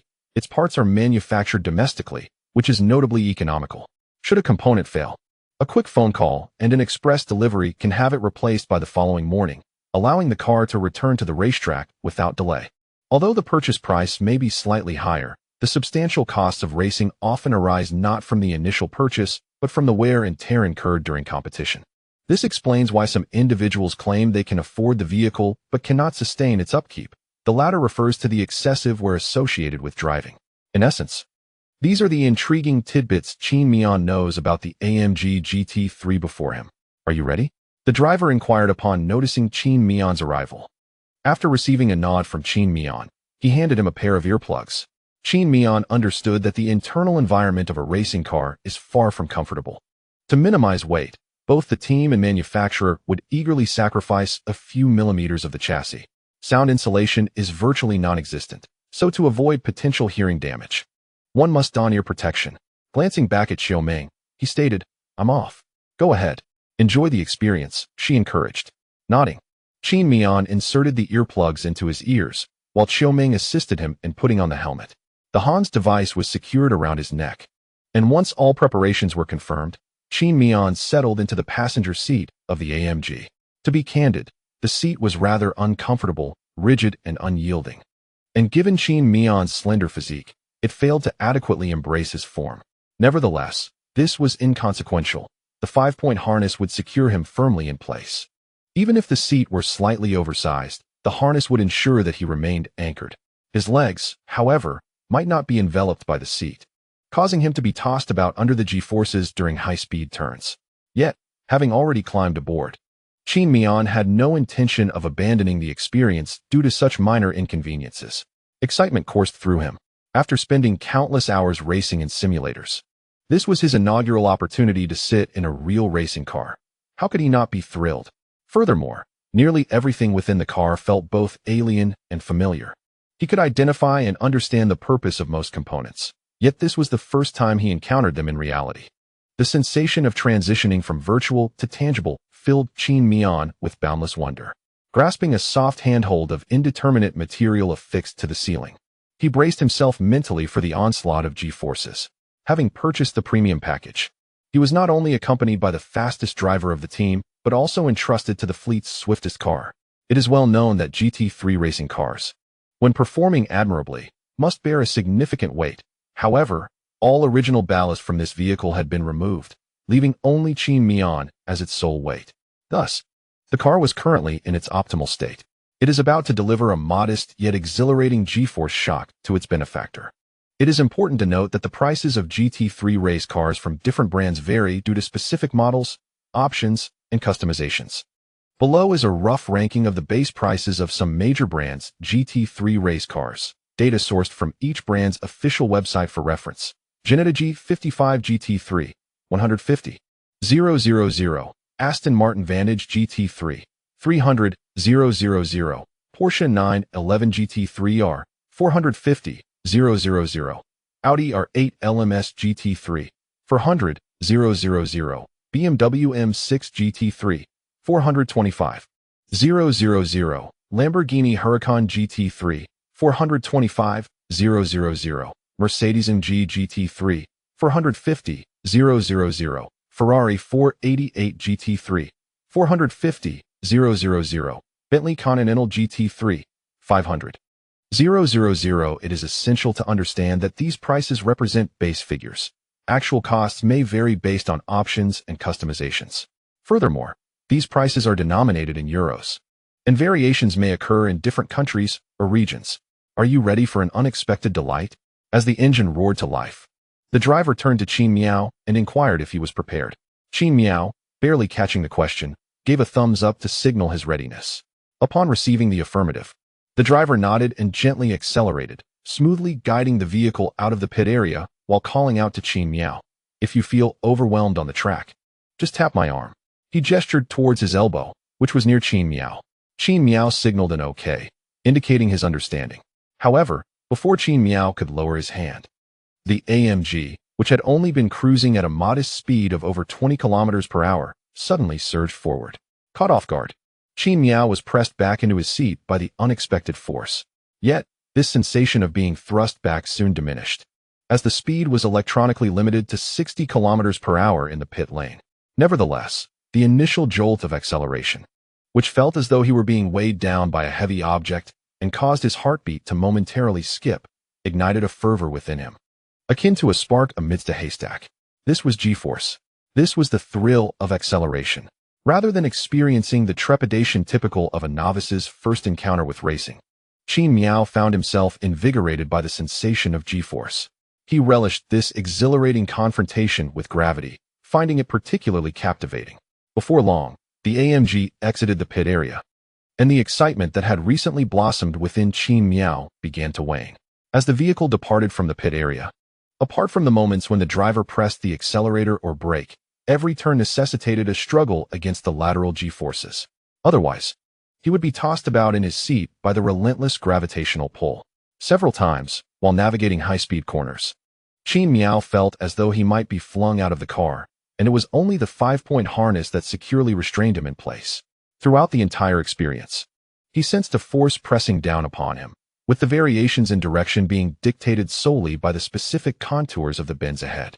Upon braking during high-speed turns, he experienced the disconcerting illusion that his eyes might be ejected from their sockets. Conversely, on the straightaway, he sensed a reversal of gravity, as if it had shifted from beneath him to behind. In summary, the G-forces were particularly unforgiving for Qin Miao, a novice embarking on his first ride in a GT3. Were it not for the Hans device secured at the back of his helmet, the strength of his neck would likely have succumbed to the strain of a hard brake. After several laps, Qin Miao began to comprehend why F1 drivers possess necks as robust as their heads when confronted with such G-forces. Only a well-conditioned neck can withstand the pressure. During the initial 3 laps in the GT3, Qin Miao was entirely preoccupied with battling the G-forces, leaving no mental capacity to observe the changes in his surroundings. It was not until the 4th lap that he began to acclimatize to the onslaught of G-forces, managing to exert a degree of control over his involuntary muscular tension. At this point, he was able to divert some attention to the maneuvers of the driver beside him, and through the vibrations of the chassis and the feedback of the G-forces, he perceived the road sensations transmitted by the AMG. To be candid, it was only now that Qin Miao truly recognized the disparity between simulators and real racing. While not entirely disparate, simulators undeniably lack a multitude of nuanced details. The tactile feedback of tires on the curb, The vibrations of the chassis and tires during extreme cornering, the variations in suspension travel, and even the anguished cries of tires at their limit are experiences that simulators and G-force seats fail to replicate authentically. Even with the finest simulators and the most expensive G-force seats, one cannot genuinely simulate the sensation of racing in a GT3 on the track. Upon completing the fourth lap, Qin Miao's inner turmoil began to subside, although his body continued to be uncontrollably tossed by the G-forces. His mind had started to register the changes in the AMG beneath him with each turn. Of course, there were also unexpected revelations. Ding! Practice lap completed. Track Proficiency Level 1, Shanghai International Circuit Proficiency Level 1. He was astonished to discover that completing a practice lap had awarded him proficiency points. Qin Miao had not anticipated that his skills would be so favorably acknowledged. However, he understood that the system's notification stemmed primarily from his careful observation of the driver's techniques during the previous lap, including braking points and the car's dynamics while cornering. Although Qin Miao was not the one driving, he felt as if he had completed a full circuit, albeit without any hands-on experience. Gradually, he acclimated to the sensation of being in the race car and grew accustomed to the jostling. As time passed and his lap times improved, his proficiency on this track reached a score of 20. In fact, during that hour, the AMG GT3 completed a total of 26 laps. However, 4 of those laps were marred by Qin Miao's struggle to adapt to the G-forces, and 2 laps were deemed invalid due to his momentary distraction. Ultimately, he garnered only 20 points of proficiency. Nevertheless, Qin Miao did not dwell on the loss of those 2 points, as merely achieving proficiency while driving on the track was a pleasant surprise, and he was content with that. After an hour of racing, the AMG gradually decelerated and returned to the pit area, soon coming to a halt in front of the P building. No sooner had the vehicle stopped than Qin Miao spotted a familiar figure at the door, eagerly awaiting his arrival. Upon recognizing the car he was in, the figure waved enthusiastically at him. Qin Miao wished to respond, yet he was so fatigued that he could barely lift his arm, managing only a faint smile in the direction of Qiuming. As an ordinary person who typically did not engage in strenuous activities, it was remarkable that his first experience in a race car was not in a lower-tier vehicle, but rather in a GT3. And after nearly an hour of driving in an aggressive manner, it was indeed unusual for him to still have any strength left. Once the car was parked, Qin Miao unfastened his seatbelt and opened the door to exit. Qiuming approached, offering to assist him. She had just been conversing with the team staff and had learned a great deal about racing from their discussions. Through these conversations, she discovered that driving a race car was incredibly physically demanding. As Qin Miao stepped out, he did momentarily stumble, but he managed to steady himself. Qiuming helped lift the visor of his helmet, intending to help him cool down. However, upon opening it, she was met with Qin Miao's genuine smile. The brightness of his expression momentarily dazzled her, causing her to falter, but she quickly regained her composure and curiously inquired, "What brings you so much joy?" Despite his exhaustion, Qin Miao replied animatedly, "It was exhilarating to engage in my favorite activity, especially with your company along the way. How could I not be happy?" "You are quite the sentimental one," she teased, her tone laced with mock disdain, yet a radiant smile blossomed on her cherubic face. Today, Qin Miao's aspiration to drive an F4 had been dashed. Given his current state, he might not even be able to operate the brakes effectively. "Let us head back to the hotel. I'm exhausted and can't drive any longer," he said to Qiuming, exhibiting a clear awareness of his own limits. However, after uttering these words, a sense of concern arose within him regarding the impending race scheduled for the day after tomorrow, as he had only driven for an hour and was now too fatigued to converse. In due time, one must personally take the wheel after a race. Will one be so fatigued that they cannot even disembark from the vehicle? Qiuming, undeterred, smiled as she assisted Qin Miao in removing his helmet, encouraging him to change in the team's locker room while she attended to the refund of his deposit. Due to Qin Miao's exhaustion, their initial plan to test drive the F4 was disrupted, leaving them with an unexpected 2-hour window in the afternoon. Qiuming harbored no aversion to spending time with Qin Miao in the hotel. Indeed, she relished the thought of simply being in his company, even if it meant doing nothing but sharing silence. However, over the years, Qiuming had grasped an essential truth: opportunities are reserved for the prepared. Before Qin Miao lay a rare opportunity, one that he might overlook due to his youth and inexperience. Yet, Xiaoming recognized that this seemingly effortless chance was coveted by many. After all, invitations to competitions are seldom adorned with gold trim, and even formal racing event invitations do not boast such embellishments. The invitation they possessed was, astonishingly, bordered with golden thread. While Xiaoming was unsure of the nature of this competition, she was well aware that it would attract numerous influential figures. Perhaps this was the avenue through which Qin Miao could ascend the social ladder through his talent. Thus, despite her own indifference towards material comforts, Xiaoming, understanding Qin Miao's aspirations in the racing world, was determined to assist him in navigating this path with greater ease and success. Let us rest for a bit. Then we'll head to the gym, Xiaoming suggested after resolving the financial matters, spotting Qin Miao, now dressed, at the door of the team. Huh, why? Though he did not feel utterly drained to the point of being unable to walk, Qin Miao sensed a significant depletion of his energy upon hearing Xiaoming's words. Her approach was far from that of a typical girl. She began to present rational arguments. There's a race in 2 days, right? You'll need to drive, yes? While you may not know which car, it will undoubtedly be fast, correct? Given that you're already fatigued after just an hour in a car, do you really think you can perform well? Thus, to avoid embarrassment during the race, she insisted he begin training now, adding, "Don't you think you're a bit too slender? You need to build some muscle, otherwise, I won't sleep well at night." Qin Miao, confronted with Xiaoming's logical reasoning, found himself at a loss for words. There was no denying the validity of her arguments. Yet, her final remark brought to mind the events of that morning when Xiaoming had snuggled into his blanket while he slept.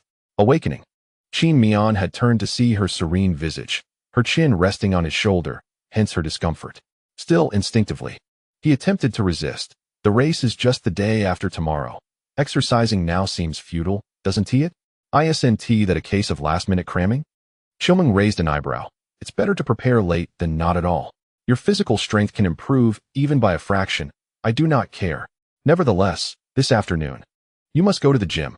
Since reasoning seems futile, Xiaoming activated the exclusive skill of the girls, throwing a tantrum. Observing Xiaoming, who usually gazed at him with gentle affection, suddenly turn unreasonable, Qin Miao could only acquiesce with a resigned nod. However, before agreeing, Qin Miao attempted to negotiate. "I will go, but you must accompany me for the workout as well." Xiaoming was left speechless. Here she was, considering his future, while he merely sought a companion to lean on. What nonsense. Fine, we shall go together. Nevertheless, Xiaoming had already been contemplating enrolling in a fitness class during the summer. For if Qin Miao's achievements continued to ascend, the number of exceptional women around him would surely increase. Although Xiaoming did not perceive these women as a threat to her standing in Qin Miao's heart, she still desired for him to focus more on her. Thus, maintaining a sense of novelty in his eyes was imperative.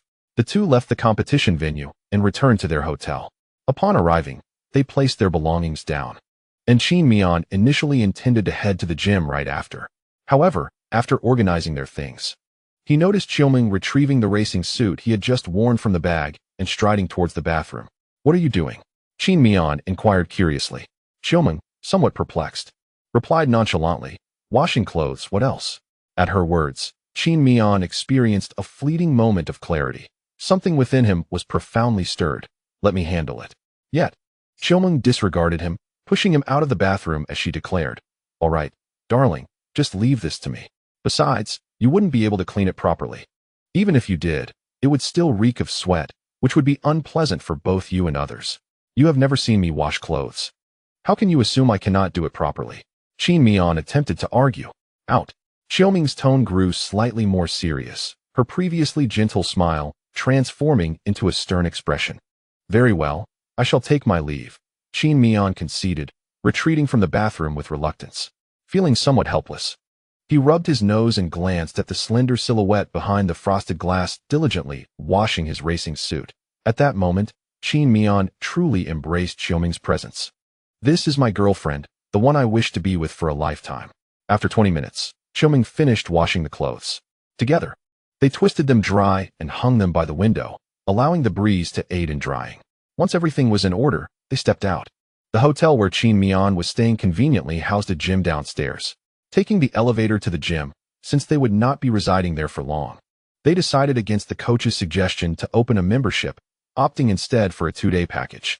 They then commenced their respective training sessions. In truth, what Qin Miao said during his desperate struggle was not without merit. Indeed, 2 days was hardly sufficient for a noticeable enhancement in his physical endurance. Undeniably, if Qin Miao were to commence training at this moment, his physical endurance would indeed witness a certain degree of enhancement within 2 days.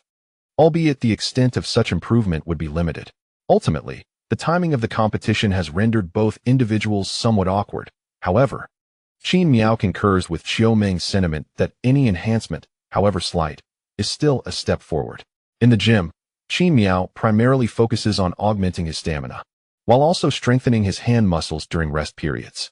After all, maneuvering a steering wheel demands considerable strength, even with power steering assistance. Xiaoming's regimen is considerably more straightforward, centering solely on body sculpting.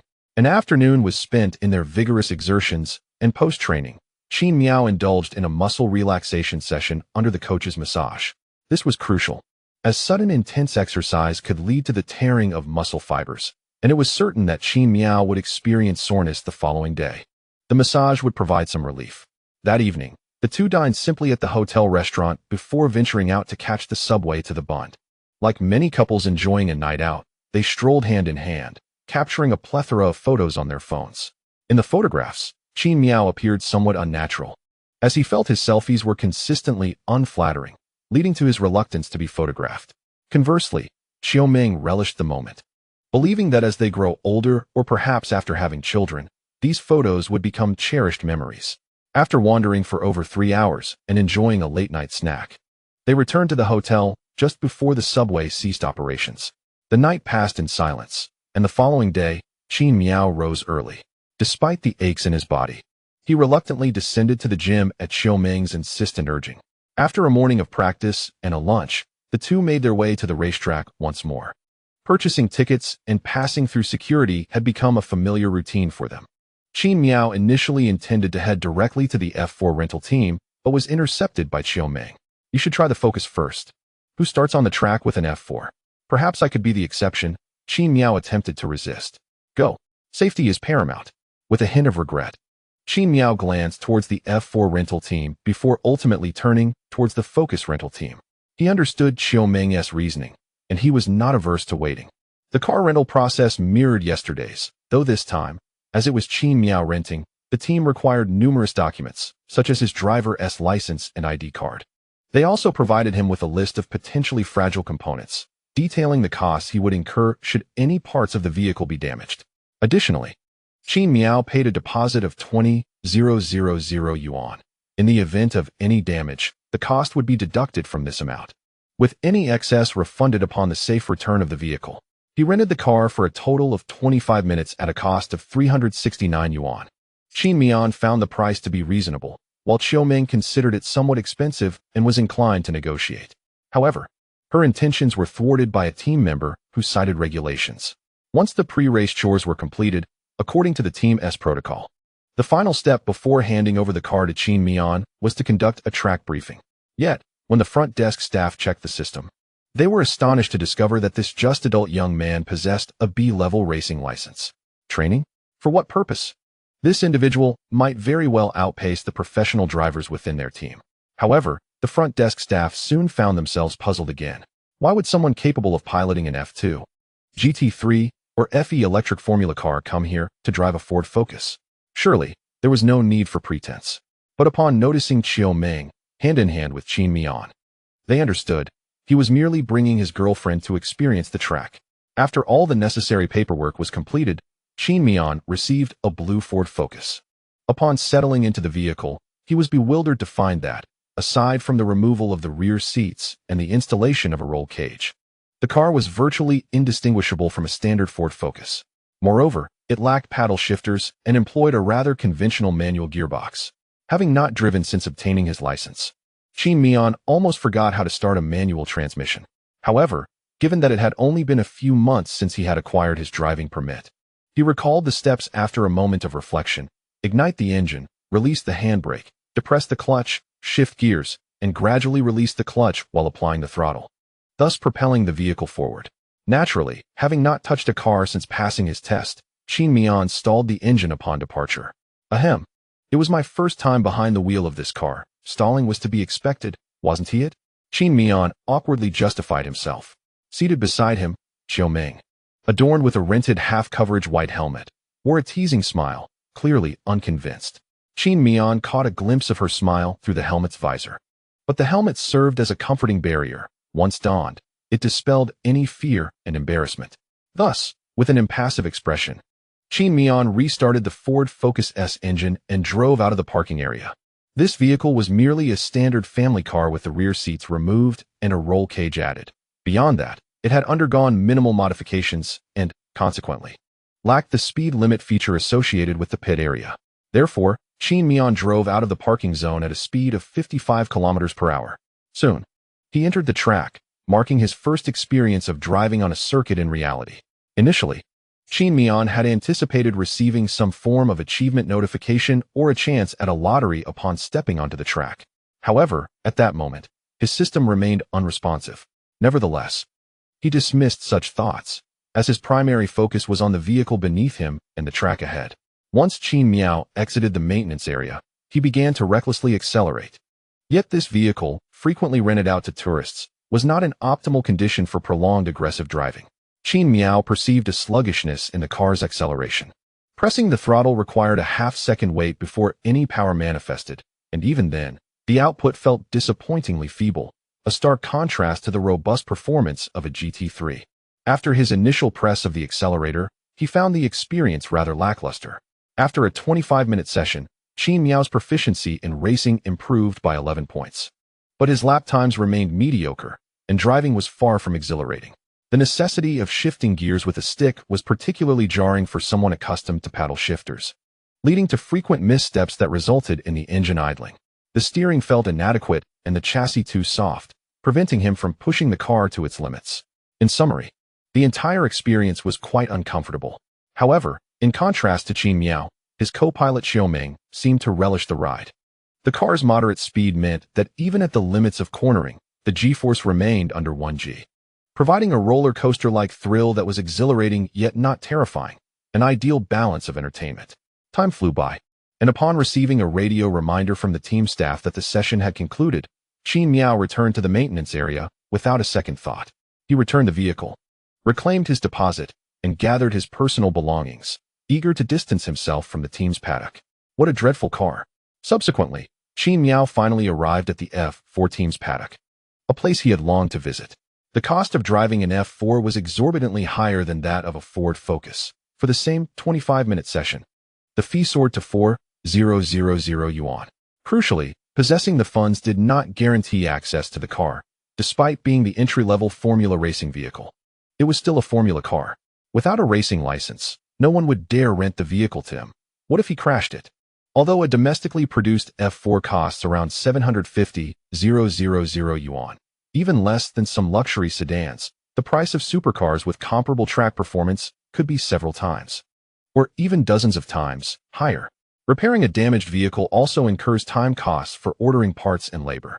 Even if the car were to be completely totaled, the expenses of purchasing a new one, including transport and setup, would be significant. Therefore, rather than risking damage by allowing novices to drive the F4, the team preferred that drivers safely navigate the track and return without incident, minimizing risk and hassle for all involved. Before closely observing an F4, Qin Miao naively believed it to be merely a larger go-kart, underestimating its speed and aerodynamic capabilities compared to his shadowy Ferrari 488 Pista. However, upon entering the team's paddock and seeing the F4 parked within, its height barely reaching his thigh, including the engine intake on the roof, his perspective dramatically shifted. Qin Miao was suddenly captivated by the essence of the racing car before her, each component seemingly crafted for the racetrack. She recognized that she had previously been somewhat overconfident.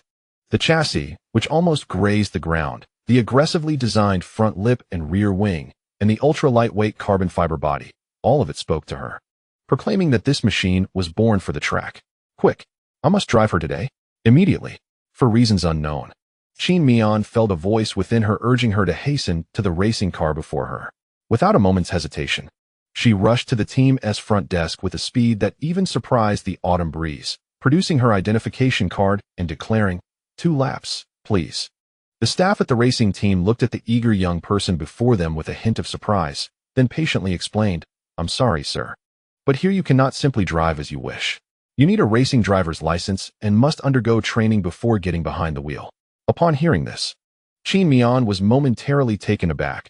She did possess a racing license issued by the system, but it hadn't specified where it was kept.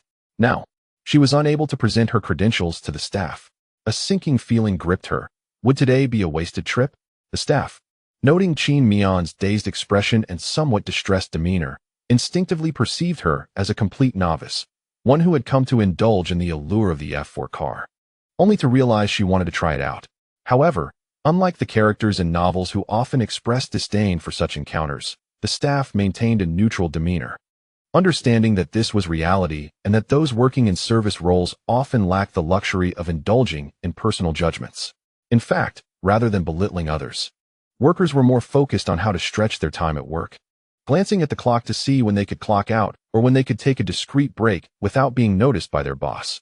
Thus, after observing Qin Miao's moment of confusion, the staff chose to disregard her further, returning their attention to their tasks at hand. I have a racing license, but I didn't bring it with me. Can I still drive the F4? Qin Miao, despite her growing doubt that she would get to experience the F4, asked hopefully. The staff instinctively nodded. Yes, if you do not have the physical copy, I will need your identification number to verify it in our system. Qin Miao confidently recited her ID number, and the staff quickly entered it into the computer. Soon, her information appeared on the screen. Initially, the staff did not focus on the details of her racing license. Instead, they compared her appearance with the photo on her license to confirm her identity. Once assured, they then scrutinized the specifics of her racing credentials. A look of astonishment crossed their face upon discovering that she possessed an FIA racing license, not merely one issued by the FASC, Chinese Motorsports Federation, but an internationally recognized license from the FIA. No, as someone holding an FIA B category license, could you refrain from behaving like a novice here, attempting to unsettle me? Your actions will not yield the desired effect of impressing anyone. Rather, they render you akin to a buffoon, don't you realize? Why the desperation to drive an F4 when you possess the credentials to pilot an F2? Can an F4 truly provide a more exhilarating experience than an F2? Although internally I was overwhelmed with scorn, I managed to maintain a neutral expression as the front desk attendant confirmed that Qin Miao indeed possessed a racing license and inquired, "Sir, we have located your racing license information. Are you certain you wish to rent a car?"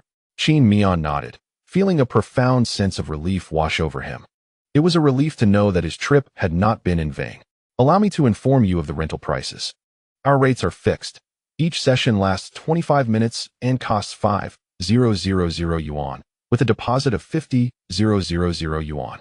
Additionally, you will need to sign 3 contracts. However, considering that you hold an FIA-issued B license, we can waive the training step. You will only need to sign a safety guarantee and a list of potential damages.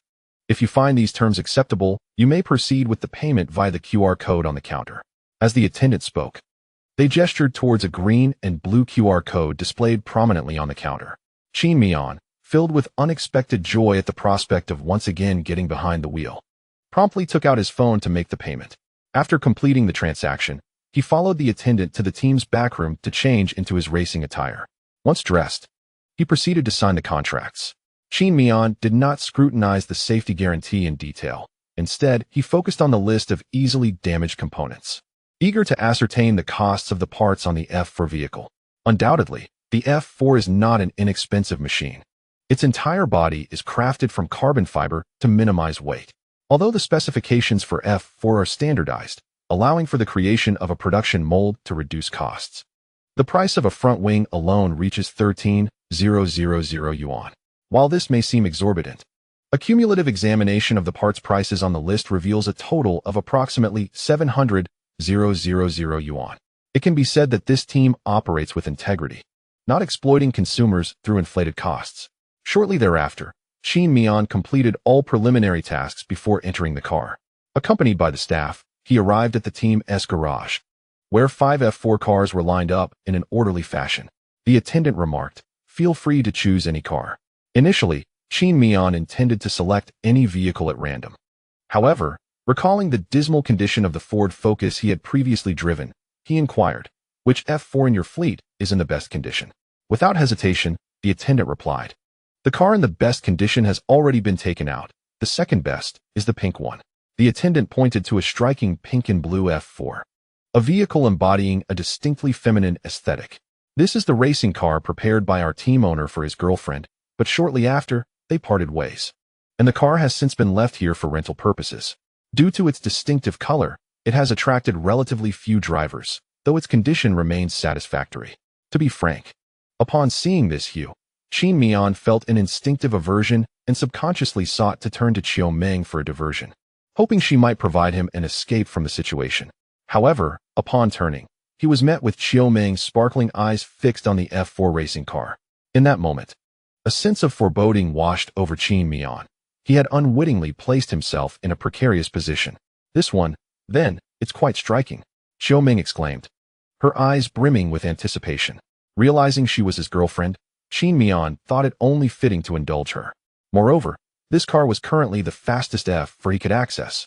Putting aesthetics aside, it was indeed the most optimal choice available to him. All right, I'll take this one, he affirmed. The staff nodded in agreement. Very well. Please take your seat in the driver's position. Before you head out, we need to make some adjustments based on your physical measurements. Nodding, Qin Miao followed the guidance of two staff members and settled into the driver's seat of the F4. Rather than merely sitting, it felt as though he was enveloped within the single-shell structure of the car. To be honest, the posture was rather uncomfortable. Once ensconced in the shell, his upper body was firmly constrained, and the mobility of his lower body was exceedingly limited, making him feel as though he were ensnared by the very chassis of the car. Yet, inexplicably, once he was seated, a profound tranquility overcame him, granting him a sense of peace. While Qin Miao was still immersed in this peculiar experience, several staff members approached to commence the adjustments on the car. They first lifted the cover above the front suspension, revealing the suspension components and brake travel, and instructed Qin Miao to test the accelerator, brake, and clutch. After meticulously fine-tuning each pedal to his comfort, they replaced the cover. Simultaneously, they adjusted the steering wheel to a position that would not hinder Qin Miao's control nor cause discomfort from prolonged elevation. Next, they secured the safety belts and horn system, ensuring the headrest was properly fixed. In essence, the duration spent on these adjustments was not much shorter than the time Qin Miao would typically wait for a GT3 car to warm up.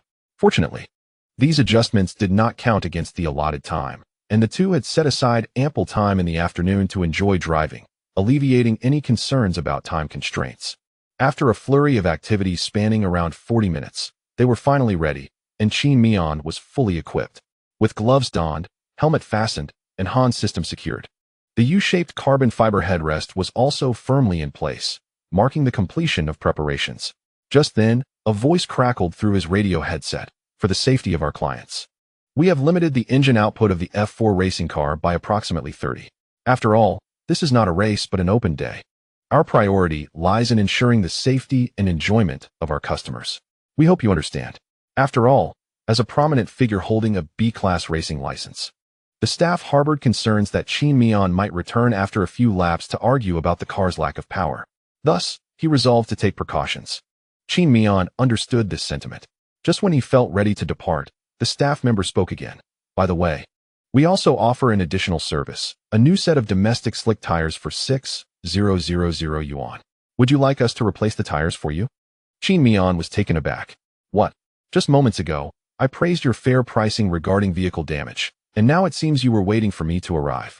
Moreover, why on earth did a set of slick tires cost more than a single racing session? Despite his inner turmoil, Qin Miao nodded, saying, "Let us change to a new set." He felt that the racing team was taking advantage of him, but his money seemed to fall from the heavens. He had no reservations about spending it. Furthermore, there were limits to his expenditures, so Qin Miao approached his investment in racing without concern for the consequences. If necessary, he would spend. The staff member, initially just performing his routine inquiry, was instantly delighted by Qin Miao's response. He then asked, "Great. Would you prefer to have the tires changed now, or would you like to simulate a tire change after you've completed a few laps?" A simulation. Qin Miao was astonished. Was there even a choice? Of course, he preferred the most genuine experience. However, he quickly regained his composure and cautiously inquired, "The tire change simulation is free, right?" "Ah, yes, it is complimentary. Moreover, with the purchase of a new set of tires, we will grant you an additional session." allowing you to race for a total of 70 minutes today. As Qin Miao contemplated this, he suddenly felt that spending money on new tires wasn't such a loss after all. He nodded and asked, "Is there anything else?" "I'm ready to head out. Everything is set. The track is relatively clean, and you may depart at any time." Qin Miao nodded, engaged the clutch, and shifted into first gear. Amidst the roar of the engine, the F4 gradually rolled out of the pit. However, the engine noise soon diminished until it faded completely. Qin Miao had stalled the car. The starting technique he employed in the Ford Focus was ineffective in the F4. After a brief moment of frustration, Qin Miao recalled the knowledge imparted by his racing license and attempted to restart the vehicle. He simultaneously activated the upshift and downshift paddles to unlock the racing car, then pressed the start button on the steering wheel. After engaging the clutch and shifting into first gear, he promptly released the clutch, and the car finally began to move forward. Watching the F4 roar to life, Qin Miao sighed in relief. After all, this Formula racing car was specifically designed for the track and was equipped with a pit lane speed limiter. He comfortably navigated out of the pit lane using this feature. Hello, radio test. Can you hear me?"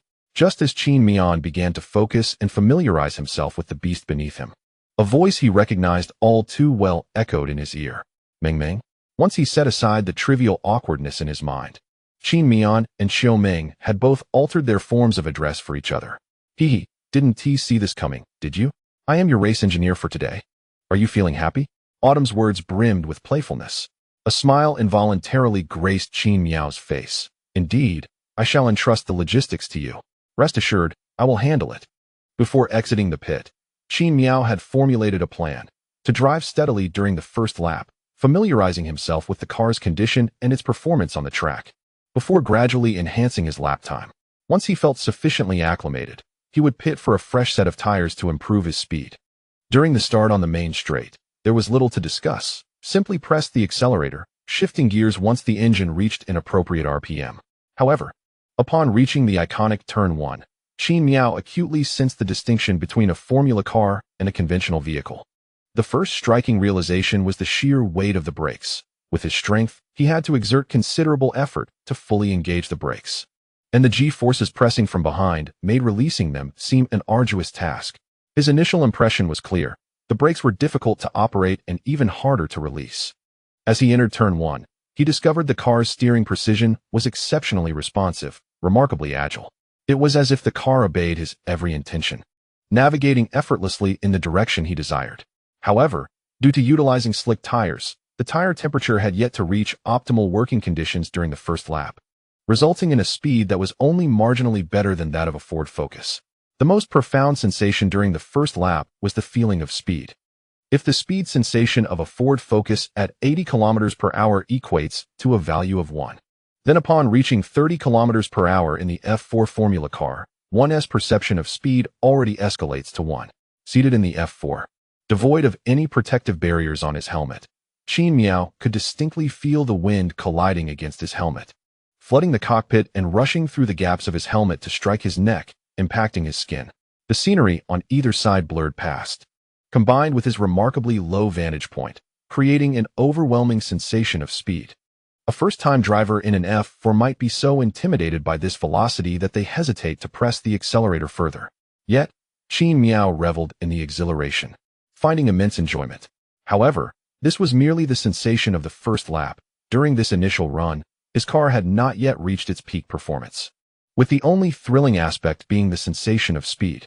The G-forces felt were still inferior to those he experienced in the GT3 the day before. Upon reaching the second lap, once the tire temperatures had risen, Qin Miao understood why it was said that Formula cars were born for the racetrack. This F4 Formula car, priced around 700,000 RMB, could achieve a speed of 85 km per hour through the slowest section of Turn 1 after reaching optimal tire temperatures. Even though he was still getting accustomed to the vehicle and driving conservatively. Yesterday, the AMG GT3 he drove, valued at no less than 3 million, achieved a minimum speed of 75 km per hour through that corner. This illustrates the disparity. Of course, the F4, combined with Qin Miao's weight, did not exceed 700 kilograms. A lighter car naturally navigates corners more swiftly.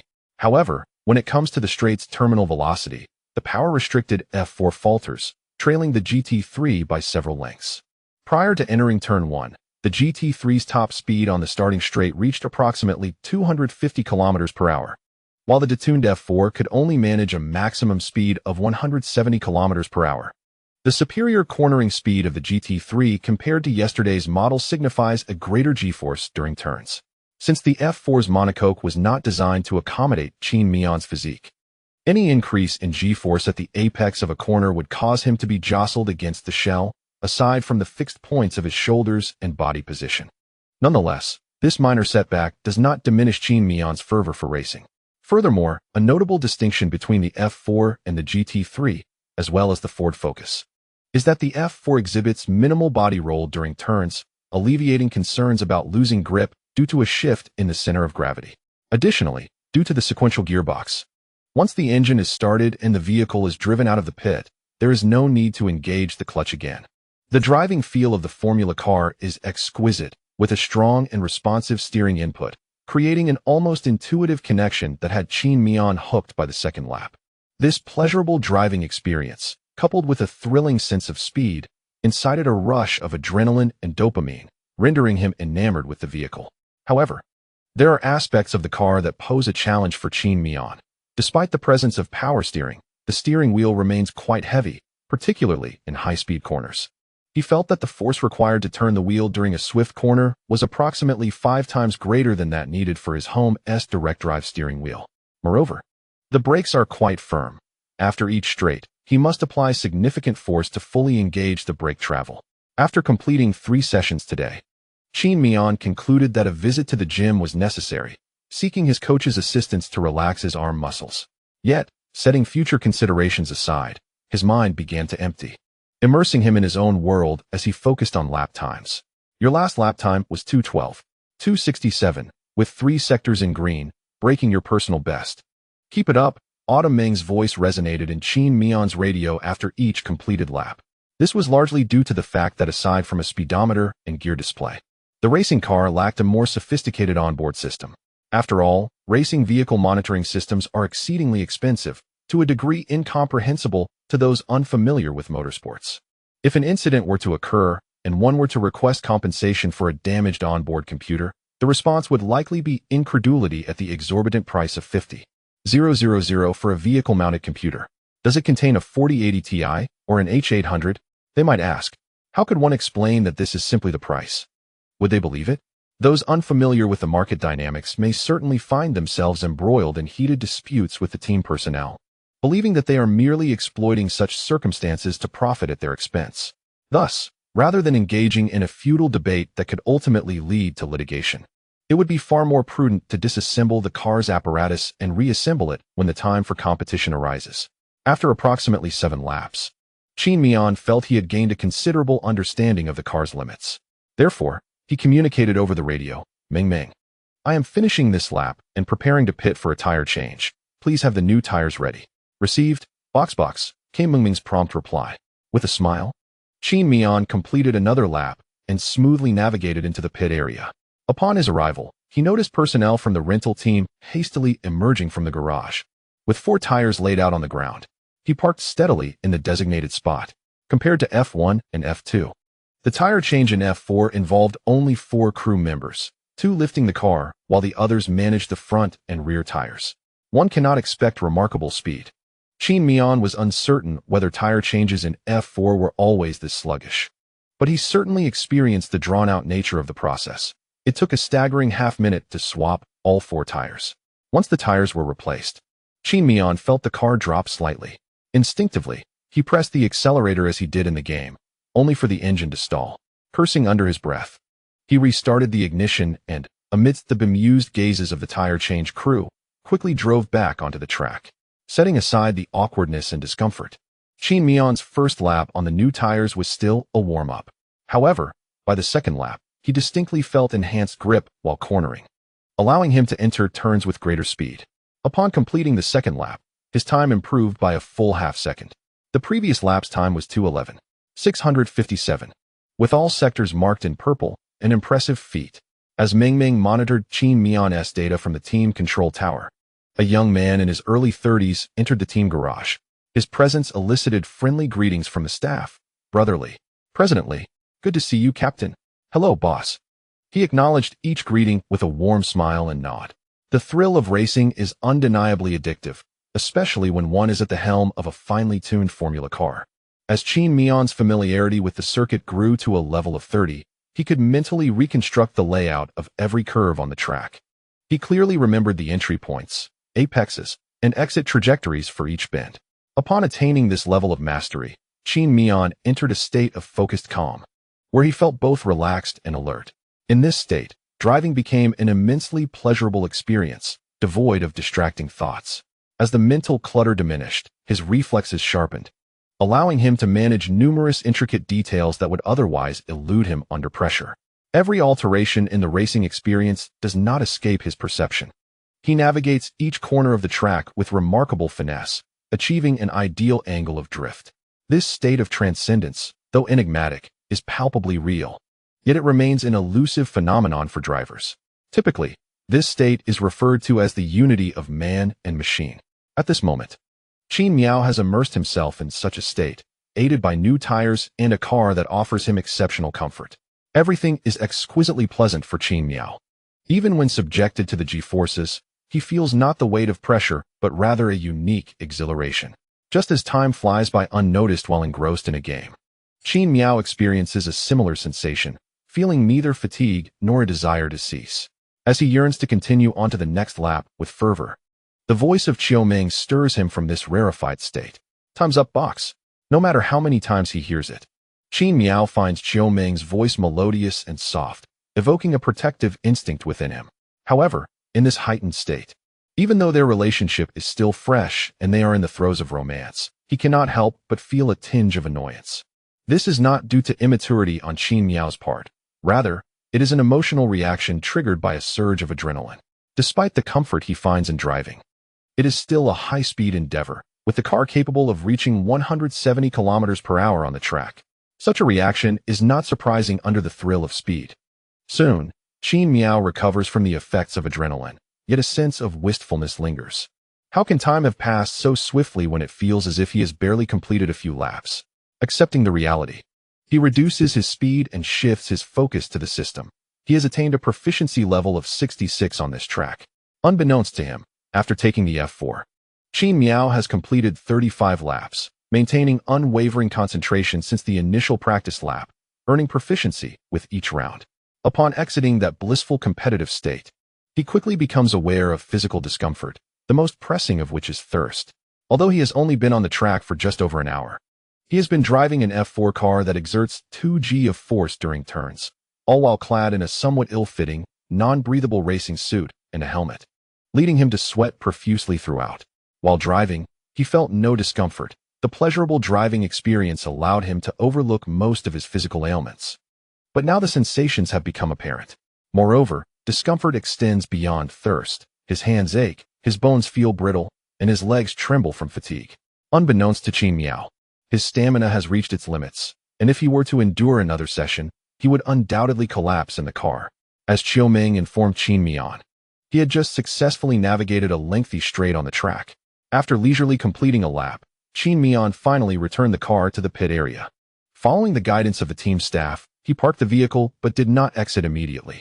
Instead, he waited until they had hoisted the car and pushed it back into the garage before unfastening the headrest behind his head. Once Qin Miao's car was securely parked in the garage, Qiuming hurried over. Before Qin Miao could utter a word, Qiuming lifted the visor of his helmet and offered him a bottle of lukewarm saline water with a straw. Overcome by thirst, Qin Miao seized the bottle without a second thought and drank eagerly. Although the taste was far from ideal and the water was warm, he was too parched to care and gulped it down in one go. After finishing the bottle, he couldn't help but marvel at Qiuming's kindness. She was not merely a girlfriend, but an angel. He resolved to find a way to marry her. Having not clearly heard Qin Miao's murmurs, Qiuming noticed he had finished the drink yet remained in the car, leaning against the driver's seat. Concerned, she asked, "Are you all right? Is there any discomfort in your body?" Qin Miao replied, "I am a bit tired and can't get out. Please help me." Qiuming quickly set down the empty bottle and, with the assistance of the staff, helped the exhausted Qin Miao out of the driver's seat. Once he emerged, Both Qiu Ming and the other team members were struck by the clear sweat marks on the back of Qin Miao's racing suit. His perspiration had thoroughly soaked his entire back, rendering even the moisture-wicking, fire-resistant undergarment ineffective. With the marks starkly visible against the blue and white racing suit Qiu Ming had chosen for him. For a fleeting moment, Qiu Ming felt a pang of sympathy. Why did he have to push himself so hard? After the staff assisted Qin Miao from the vehicle, they handed him over to Qiu Ming. Exhausted yet immensely satisfied with his achievements, Qin Miao draped an arm over Qiu Ming's shoulder as they made their way to the rest area. However, Qiu Ming's mind began to wander. Is racing really this exhausting? Perhaps it would be better for Qin Miao to return to the simulator, where he was undeniably a prodigy without the physical toll. As Qiu Ming and Qin Miao changed in the lounge, team principal Li Yi, who had been waiting in the monitoring room for some time, glanced eagerly at the data before him. He asked the team manager, "This individual's skills are impressive. What is his background?" Li Yi was reviewing the data from Qin Miao's F4 performance, rather than his lap times. As the engine power of Qin Miao's car had been restricted, rendering the lap times of no reference value. 38. The emergence of talent. Although Qin Miao's personal abilities were essentially untapped, most of his experience had been garnered from simulated racing. However, he transcended into a state of unity with the car while on the track, maintaining this harmonious condition for over 30 laps. His body's instinctual judgments, coupled with his cerebral analyses, led to a continuous improvement in his performance. Ever since he entered this state of synergy, Qin Miao managed to enhance his lap times with each successive round. Naturally, this remarkable consistency in achieving faster times drew the attention of the team's owner, Li Yi. Before Li, it was not merely a display of Qin Miao's lap speed data. Instead, he gazed upon an electronic spreadsheet constructed from various line segments based on the X and Y axis. This comparative data table featured the Y-axis on the upper left, denoting brake depth with a red line and throttle depth with a green line. The X-axis below represented time, illustrating the throttle and brake positions across different intervals. Adjacent to Qin Miao's data was another similar table contrasting his performance with that of the team's lead driver, using a power-restricted F4 car. Upon juxtaposing these two sets of data, it became evident that Qin Miao's driving style was considerably more aggressive. The graphical representation revealed that Qin Miao frequently accelerated earlier and braked later than the team's primary driver, achieving an average lap time that was half a second faster. The team manager, standing beside the owner, pondered for a moment before stating, "I do not recognize him. It is my first encounter. However, I discovered that he possesses an FIAB license, though I have genuinely never heard of him before." "What is this?" Li Yi exclaimed, momentarily taken aback. "How could someone with AB license be found among our F4 team?" Logically, such a distinguished individual, while not necessarily sought after by F2 teams, would certainly attract attention from various mid-tier racing teams, for not everyone can acquire AB license. As for not recognizing him, that seemed reasonable. Perhaps he was developing his career abroad and had returned home for a vacation. With a slight sense of regret, Li Yi clicked his tongue, initially hoping to discover a hidden talent, only to find out that he was a formidable figure beyond his current realm. Ah well. He sighed with disappointment before suddenly slapping his forehead and exclaiming, "In my eagerness to discover talent, I nearly forgot the pressing matter at hand." He promptly instructed, "The management has informed me that tomorrow's open day is cancelled. We will be holding an internal competition instead. Let us finish up early today and move everything to the warehouse." "Understood, boss. By the way, how is my F4 car maintenance coming along? Get it ready. I need to practice." In truth, Li Yi's primary intention for being present today was to practice driving, while notifying the team about the upcoming event was merely a secondary consideration, as such matters could easily be relayed via phone call. Meanwhile, Qin Miao was assisted to the resting area by Qiu Ming. Despite the heavy scent of sweat emanating from him, Qiu Ming displayed no signs of displeasure or disgust. Rather, her expression was filled with concern and empathy. Placing the helmet on the seat in the lounge, Qin Miao gently patted his left leg before looking at Qiu Ming with a smile and saying, "That feels much better." Regardless of how realistic the simulator might be, the true sensation of driving a race car is something that cannot be replicated by any simulation. Qiu Ming understood the essence of Qin Miao's words. Though she felt a pang of sympathy, she encouraged him, saying, "Your performance is quite impressive. Each lap shows an increase in speed, and the team members have remarked on your evident talent. Upon hearing this, a proud smile spread across Qin Miao's face as he replied, "Your boyfriend's talent is unquestionable. He was born for this. Indeed, you're the best. You might even need assistance to get out of the car next time," she teased. Instantly, Qin Miao felt a bit embarrassed. He was aware that driving a race car consumed a great deal of energy, but he hadn't anticipated it would leave him so exhausted. When he finally stopped, he found he barely had the strength to exit the vehicle. As he rubbed his left calf, Qin Miao shifted the topic, asking, "What are your plans for the evening? Is there anywhere you wish to go?" Xiaoming, unfazed by his change of subject, sat beside him and replied, "We're not going anywhere. We'll return to the hotel, take a shower, have dinner, and then head to the gym to alleviate your fatigue. At this rate, you might not even be able to get out of bed tomorrow." Qin Miao smirked, teasing, "Could it be that I'll make it so you can't get out of bed?" He intended to provoke a shy reaction from Xiaoming, but to his surprise, instead of blushing, she leaned closer to his ear, softly exhaling as she whispered, "Well then, darling, shall we give it a try tonight? I assure you, it will be utterly delightful." The innocent young man was utterly unprepared for such an audacious advance, and he immediately capitulated. After resting for over 10 minutes, the team completed their inspection of the car Qin Miao had used, confirming that no damage had occurred during his drive. Subsequently, they returned the full deposit. With the money in hand, Qin Miao and Xiaoming took a taxi back to the hotel. After arriving, Qin Miao took a shower, cleansing himself of the sweat before heading down to the gym, leaving Xiaoming in the hotel room. Qin Miao was no longer a child. He felt no need to engage in anything inappropriate while someone was nearby. Upon reaching the gym, Qin Miao did not repeat the strength training he had done the previous day. Instead, he focused on relaxing his muscles with the help of a trainer, also receiving a massage. After more than an hour of exertion in the gym, feeling slightly rejuvenated, he returned to the hotel room, ready to take Xiaoming out for dinner. However, upon opening the door, he heard Xiaoming's voice. "Back already? You must be tired from working out. Come and eat." As he stepped inside, the aroma of food wafted towards him. The racing suit, drenched in his sweat, had been washed and hung up by Xiaoming. While the meal was meticulously arranged on the table, Xiaoming approached with a radiant smile and enveloped him in a warm embrace. In that instant, Qin Miao experienced an extraordinary feeling, akin to the comfort and security he felt while enclosed within the shell of the F4 race car. With a momentary hesitation, Qin Miao gently wrapped her arms around Xiaoming's petite and delicate form, whispering, "I have returned." That evening, the two refrained from further excursions. Mindful of the impending competition the following day, both Xiaoming and Qin Miao unwilling to squander precious time. After dining, Qin Miao tidied the table, disposing of the refuse into a garbage bag. Subsequently, Xiaoming prepared to take a shower. This aspect of her routine mirrored Qin Miao's.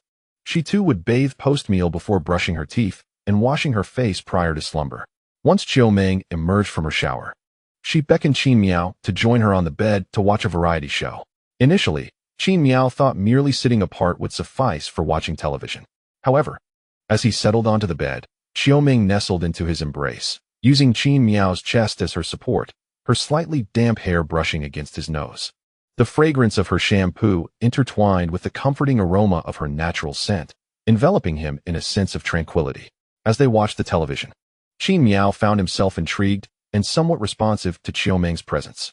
Yet, being of timid disposition, he refrained from any overt actions, despite Xiaoming's complete trust in him, opting instead for furtive glances. However, the limited perspective soon led to a sense of ennui. Given Xiaoming's preference for variety shows and Qin Miao's awareness of the entertainment industry's superficiality, he found himself disenchanted with the majority of celebrities, rendering him indifferent to the show. During this moment of distraction, curiosity compelled Qin Miao to access his system panel. He pondered whether his recent experiences with the simulator and F4 had contributed to any enhancements in his attributes. With a sense of intrigue, he directed his attention to his statistics.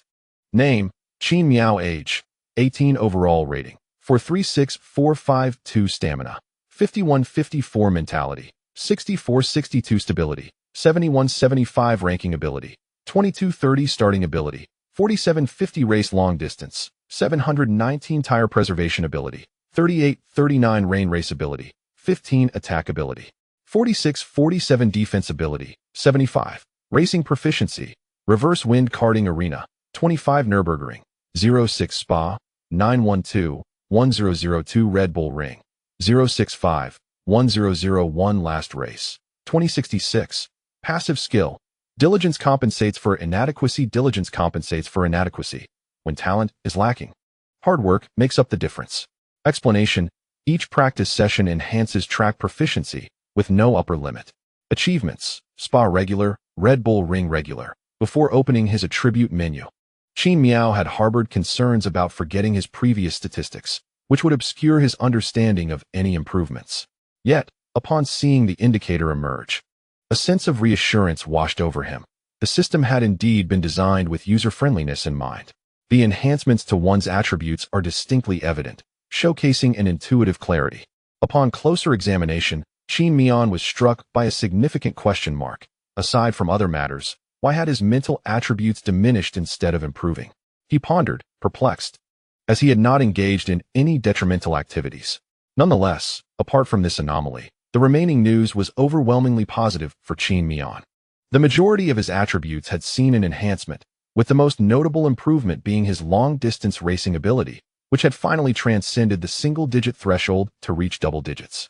The rest of the attributes required no further elaboration. They were merely a matter of diligent practice, promising substantial growth as long as Qin Miao continued to train. Of course, the growth achieved through solitary training had its limits, and he would soon encounter a plateau. Once he reached this point, the necessity for a professional team would arise. Professionals such as engineers, technicians, coaches, and doctors would become essential to Qin Miao at that juncture. These individuals would save him a considerable amount of time, draw attention to numerous details he might overlook, assist in improving his lap times, rectify his habits, and continuously monitor his health status through regular checkups. There were two methods to secure the assistance of such professionals. The first involved personally financing a team, which could become quite costly, and without cap, the more one invested, the more proficient the hired experts would be. The alternative was for Qin Miao to gain recognition from certain racing teams based on his abilities, thereby signing with them as an official driver. In this scenario, he would receive the support of these professionals at no cost, while the team would even provide him with a salary. However, the expertise and professionalism of these team members could not be guaranteed. Qin Miao had thus established a clear objective in his mind. Following the race the next day, he would devise a strategy to rapidly enhance his various attributes. Once he reached a professional threshold, he would begin to engage with domestic racing teams. He believed that by that time, his capabilities would be compelling enough to impress them. After all, he was still young and could hone his skills in lower-tier competitions. Once his prowess had sufficiently developed, he planned to transition directly to competing in GT3 races. The thought of driving a Ferrari 488 GT3 was undeniably exhilarating. The night passed without incident. On the following day, the two rose early. As Qin Miao groggily made his way from bed to the bathroom, Xiaoming, who had risen before him, had already squeezed out toothpaste and prepared water for him. Momentarily taken aback by this gesture, Qin Miao collected himself and proceeded to brush his teeth and wash his face before joining Xiaoming downstairs. After a brief 10-minute jog in the gym to warm up, Qin Miao and Xiaoming shared breakfast together. Once they finished their meal, they leisurely strolled towards the race venue. It was the day of the competition, and they had awakened early enough to afford themselves ample time to meander to the racetrack. Additionally, they had chosen a hotel based on its proximity to the venue, which was only 2 streets away. Thus, their walk served as a pleasant way to digest their meal. Moreover, Qin Miao and Xiaoming both relished the sensation of walking hand in hand, savoring the intimacy of their shared journey. After a span of over 20 minutes, they arrived at the entrance of the event venue. However, the main entrance was firmly shut, not opening for the day. Having visited the venue on 2 prior occasions, Qin Miao and Xiaoming were aware that aside from the main entrance, there existed a more secluded VIP entry. The invitation they possessed also specified this VIP entrance, prompting them to stroll an additional 3 minutes to reach it. As they ambled towards the VIP entrance, they noticed the parking lot ahead was still vacant, indicating that no guests had yet arrived.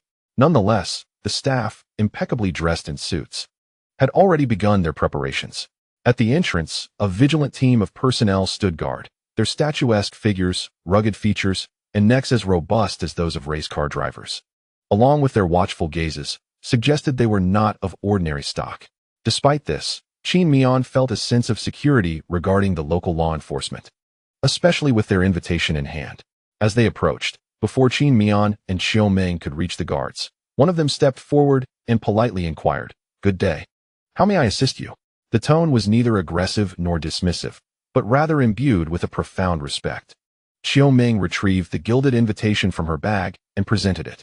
The guard graciously accepted it with both hands, scrutinizing it closely before producing a UV flashlight to verify its authenticity. Qin Miao and Xiao Meng exchanged glances, momentarily taken aback by the intricate anti-counterfeiting features displayed on the invitation. The guard's thorough examination did not shield them from witnessing the elaborate security patterns adorning every corner of the invitation. At that moment, Qin Miao began to grasp the high standards of this event. The verification took a meticulous yet brief minute, after which the guard, with an apologetic smile, returned the invitation. "A necessary procedure, I hope you understand. Welcome to today's gathering. Please, do come in." Qin Miao found himself uncertain of how to respond under such circumstances. But Xiao Meng's calm demeanor guided him. She smiled politely, accepted the invitation, and led Qin Miao through the VIP entrance. Upon entering, they were greeted by a lavish expanse. The path from the VIP entrance was adorned with a sumptuous crimson carpet, its rich texture unmistakably signifying its high value and comfort underfoot. The most striking aspect was the carpet's immense length. Even after entering, the end remained elusive. As they continued onward and turned a corner, they finally beheld the conclusion of the carpet, which led to a modern architectural marvel enveloped in a facade of glass curtain walls. As Qin Miao walked down the red carpet, he undeniably felt a sense of discomfort. After all, this was a feeling he had never encountered before. Even though Qin Miao possessed a system akin to that of a protagonist in a novel, this system, aside from imparting specialized knowledge about racing, could not alter Qin Miao's mindset or his perception of the world. Thus, facing such high-end affairs for the first time left him somewhat bewildered. Initially, Xiao Meng was also perplexed, as she had believed this to be merely a high-stakes competition. However, based on her recent observations, the ambience here resembled more of an exclusive, private gathering than a mere contest. Nevertheless, Xiao Meng's confusion was fleeting upon regaining her composure. She accepted the situation. A high-end gathering was simply that, a gathering, especially since she possessed an invitation. Although her attire was somewhat casual due to her ignorance of the event's intricacies, no one could find fault with her or Qin Miao. Thinking of Qin Miao, Xiao Meng instinctively turned to look at him, noticing his distracted demeanor. Considering their surroundings, a smile graced her face. It was evident that he was becoming anxious upon realizing the unusual environment.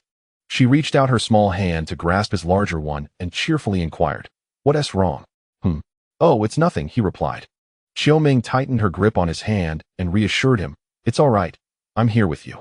Her simple words coupled with the warmth of her small hand provided Qin Miao, who had been feeling unsettled and anxious, with considerable comfort.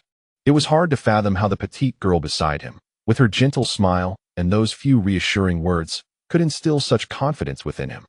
The carpet led directly to the entrance of the building, and from a distance, they spotted a staff member at the door.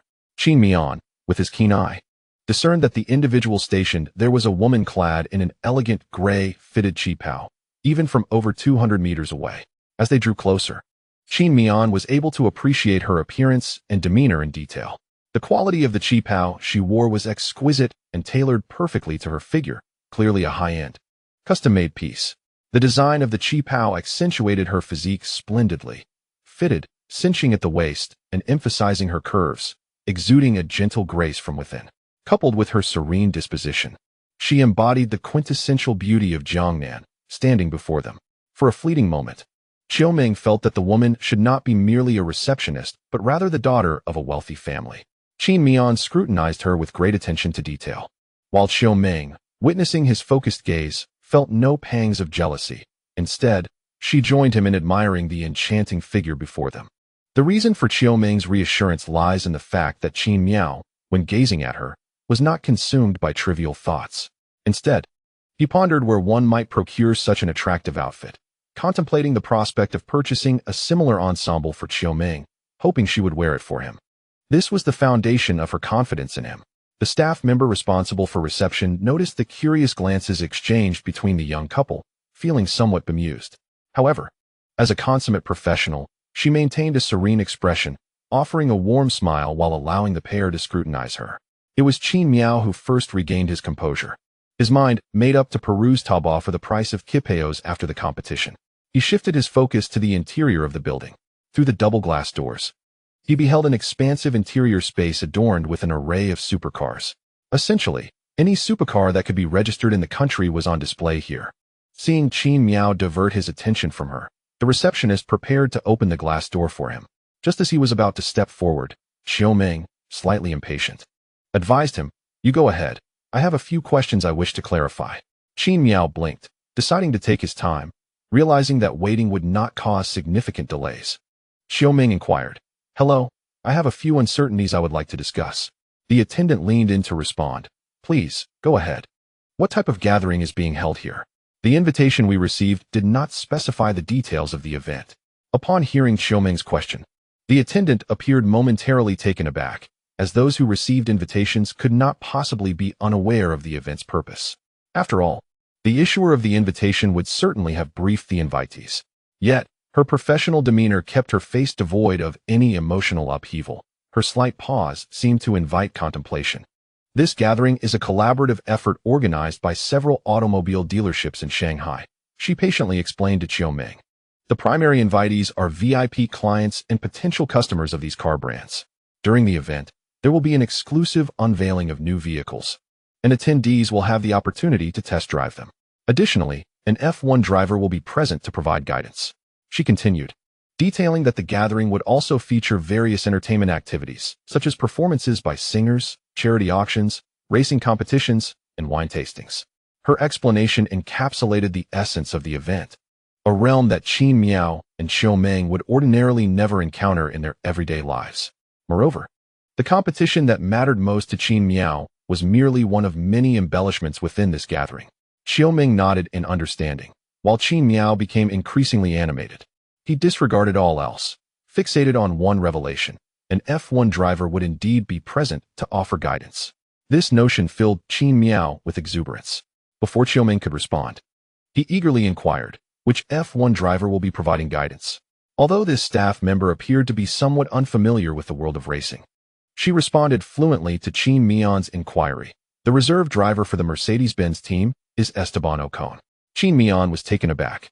Despite the fact that Ocon was currently without a team due to various circumstances, he was nonetheless a former F1 driver with undeniable talent. Furthermore, being relatively young, there remained a possibility for him to return to the circuit after a year of reflection. Qin Miao believed that under Ocon's mentorship, his own skills could see a significant enhancement. Upon receiving this unexpected news, Qin Miao felt a surge of joy. After all, not every racing enthusiast has the opportunity to engage with an F1 driver face-to-face and receive guidance. Autumn Ming began to ponder whether she could procure resources or support from influential figures for Qin Miao at this gathering. Grateful for the information shared, she politely thanked the staff member. Although her profession required her to assist guests with their inquiries, Autumn Ming felt it essential to extend basic respect and courtesy. "You're welcome. Do you have any further questions?" the staff member inquired. "None at all. May we enter now?" Autumn Ming replied. "Certainly." With that, she pressed a concealed button, causing a heavy glass door to open automatically, revealing a lavishly adorned interior.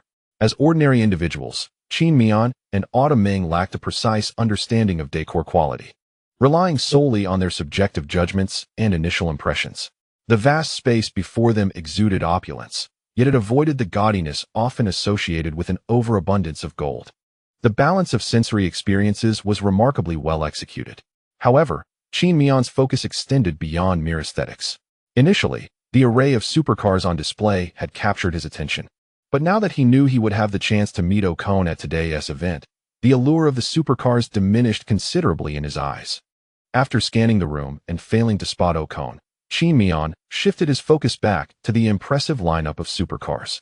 As he stepped into the hall, he beheld Lamborghinis, Bugattis, Pagani, Koenigseggs, Ferraris, McLarens, and AMGs. Although he should have been extremely excited, Qin Miao found himself oddly disinterested. There was a driver far more captivating than these magnificent machines.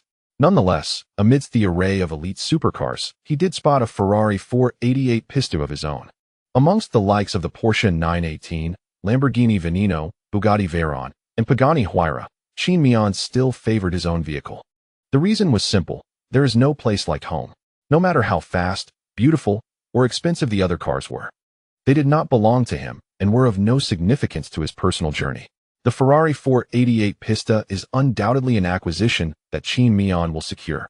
Thus his sentiments towards it are decidedly distinct. It is quite possible that the system will bestow this vehicle upon him during the course of this gathering. Yet, the manner in which it would be presented remains uncertain. Given the high caliber of this event, the prize for the champion of the racing competition might indeed be a Ferrari 488 Pista. Standing beside the crimson sports car, Qin Miao couldn't help but ponder. Before he could delve deeper into his thoughts or actions, a stunning hostess clad in a qipao approached them. With a hint of apology, she bowed to Qin Miao and Xiao Ming before speaking. "I sincerely apologize for our oversight. We failed to attend to you both in a timely manner. I hope you can forgive this lapse in hospitality. I am your guide, Zhuang Yuqin. You may call me Xiao Zhuang. Please feel free to ask me any questions, and I will do my utmost to provide clarity."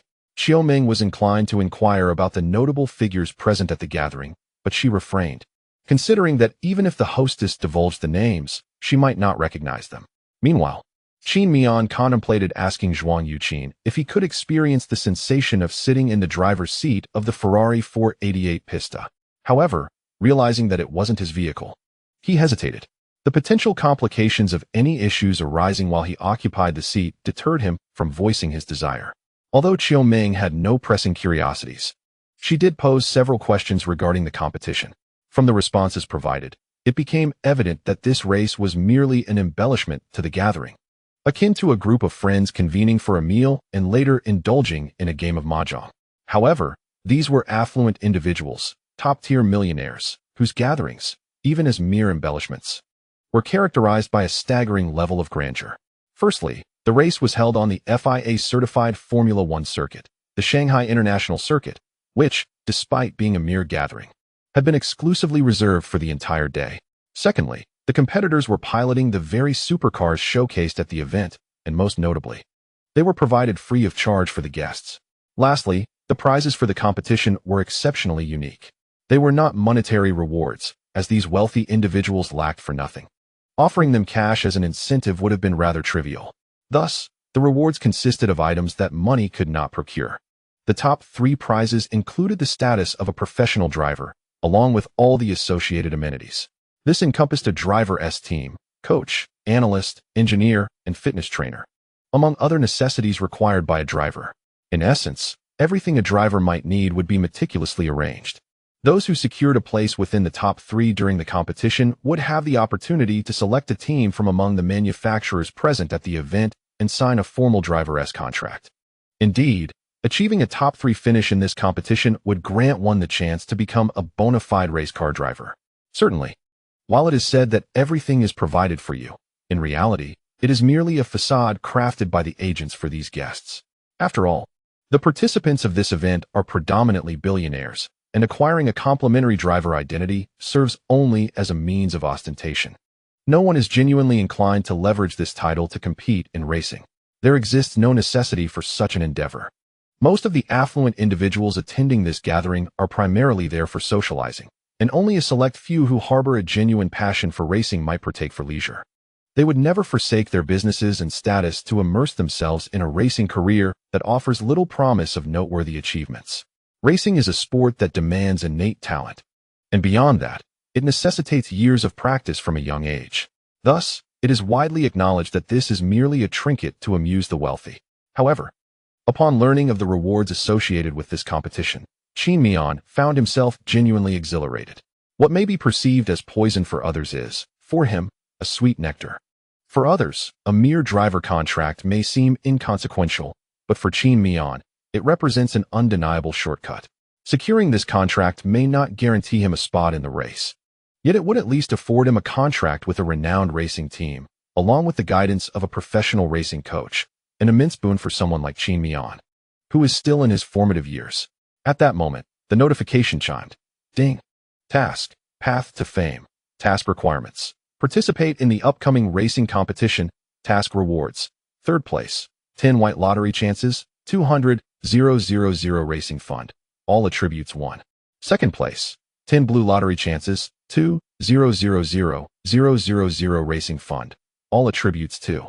First place, 10 purple lottery chances, 20,000,000 Racing Fund, 100,000 RMB, all attributes 5. Fourth place and below, 5 white lottery chances. Upon witnessing the system task and gathering information from Zhuang Yuqin, Qin Miao realized that participation in this race was imperative, and not only that, but he also needed to secure a place within the top 3. The allure of the first-place reward was simply irresistible, setting aside the monetary gains and attribute enhancements. The prospect of 10 purple lottery chances alone left Qin Miao salivating with anticipation.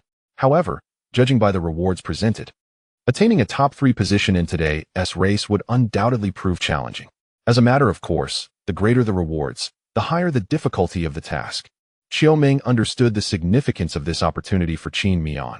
Thus she calmly inquired, "Is there anything in today's activities that we must participate in, or that is particularly necessary?" At this juncture, Xiaoming was contemplating allowing Qin Miao to take a few laps on the track during the time leading up to the race, hoping to enhance his familiarity with the course. Without hesitation, Zhuang Yuqin responded, "I highly recommend that both of you partake in all the activities today, as they have been meticulously planned, and each activity will provide guests with exquisite little gifts." Upon receiving the reminder from the other party, Xiaoming realized the necessity of participating in other activities as well. After all, the racing event was accompanied by contracts from illustrious racing teams that countless individuals could only dream of, and the so-called small gifts were likely anything but trivial. Most importantly, neither of them had a car. Due to the haste of their arrival, Xiaoming had not arranged for a rental as she had in Changsha. However, given the presence of onlookers, Xiaoming found it difficult to make decisions on Qin Miao's behalf. Thus, she turned to Qin Miao and inquired, "Darling, what do you think? What thoughts could Qin Miao possibly have?" Naturally, she was eager to participate in everything she could. They had previously mentioned that Okong would only descend to provide guidance during the new car launch, and Qin Miao did not wish to miss this opportunity. Moreover, she was keen to practice on the track. After all, Xiaoming was right. There is no time like the present to hone one's skills. Although the improvement in lap times from a few hours of practice would be minimal, any increase in speed was still welcome. Just as Qin Miao was about to ask if they could take a lap on the track, she suddenly recalled the myriad of moments they had shared during their time together. Although they had ostensibly come out for leisure, it seemed that most of the journey had been spent with one attending to the other's needs.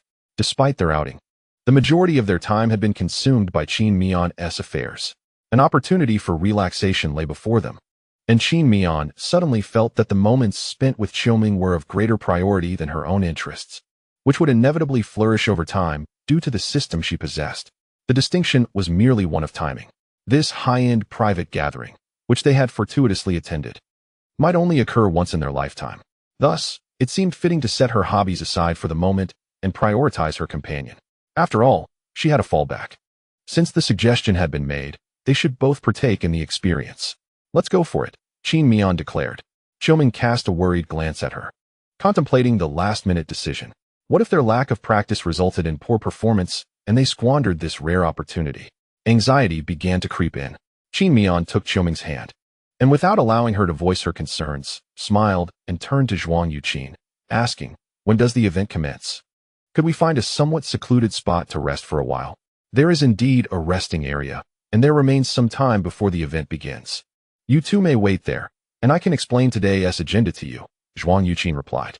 Xiaoming could not afford to undermine Qin Miao in front of others, so she acquiesced to Zhuang Yuqin, leading them to a more private resting area.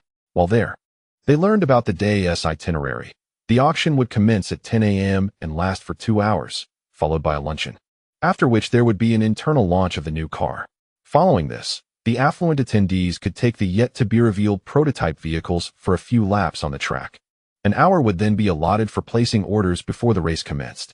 As the competition concluded, night descended, ushering in a sumptuous banquet followed by a star-studded performance. Once the show had reached its finale, those wishing to depart were free to do so, while others could stay for additional activities, though the specifics remained shrouded in mystery. Accompanied only by a knowing smile from the host, Qin Miao found himself in a state of confusion, pondering what these activities could possibly entail. Such tantalizing ambiguity seemed rather cruel.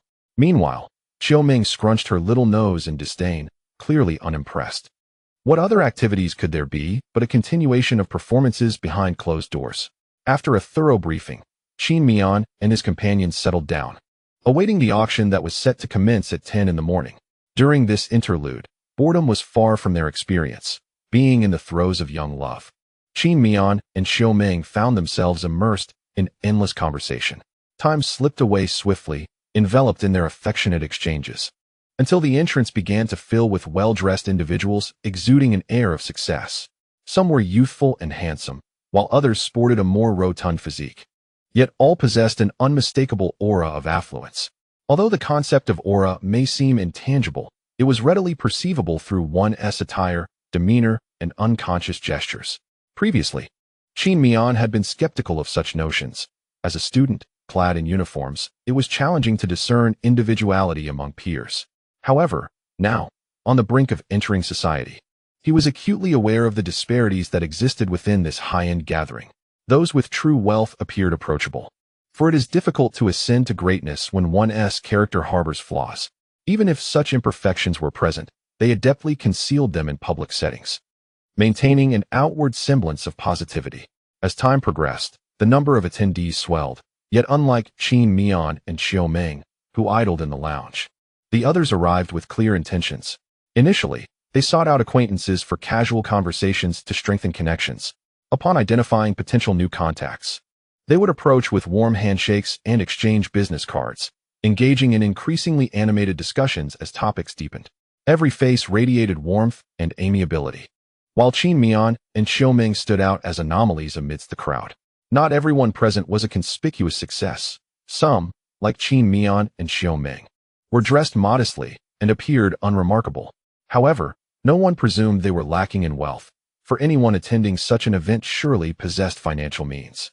It was understood that they simply preferred a more understated approach. Many of these individuals gravitated towards their desired supercars, conversing with the staff nearby, and upon fostering rapport, would depart directly with the staff, likely to finalize their purchases.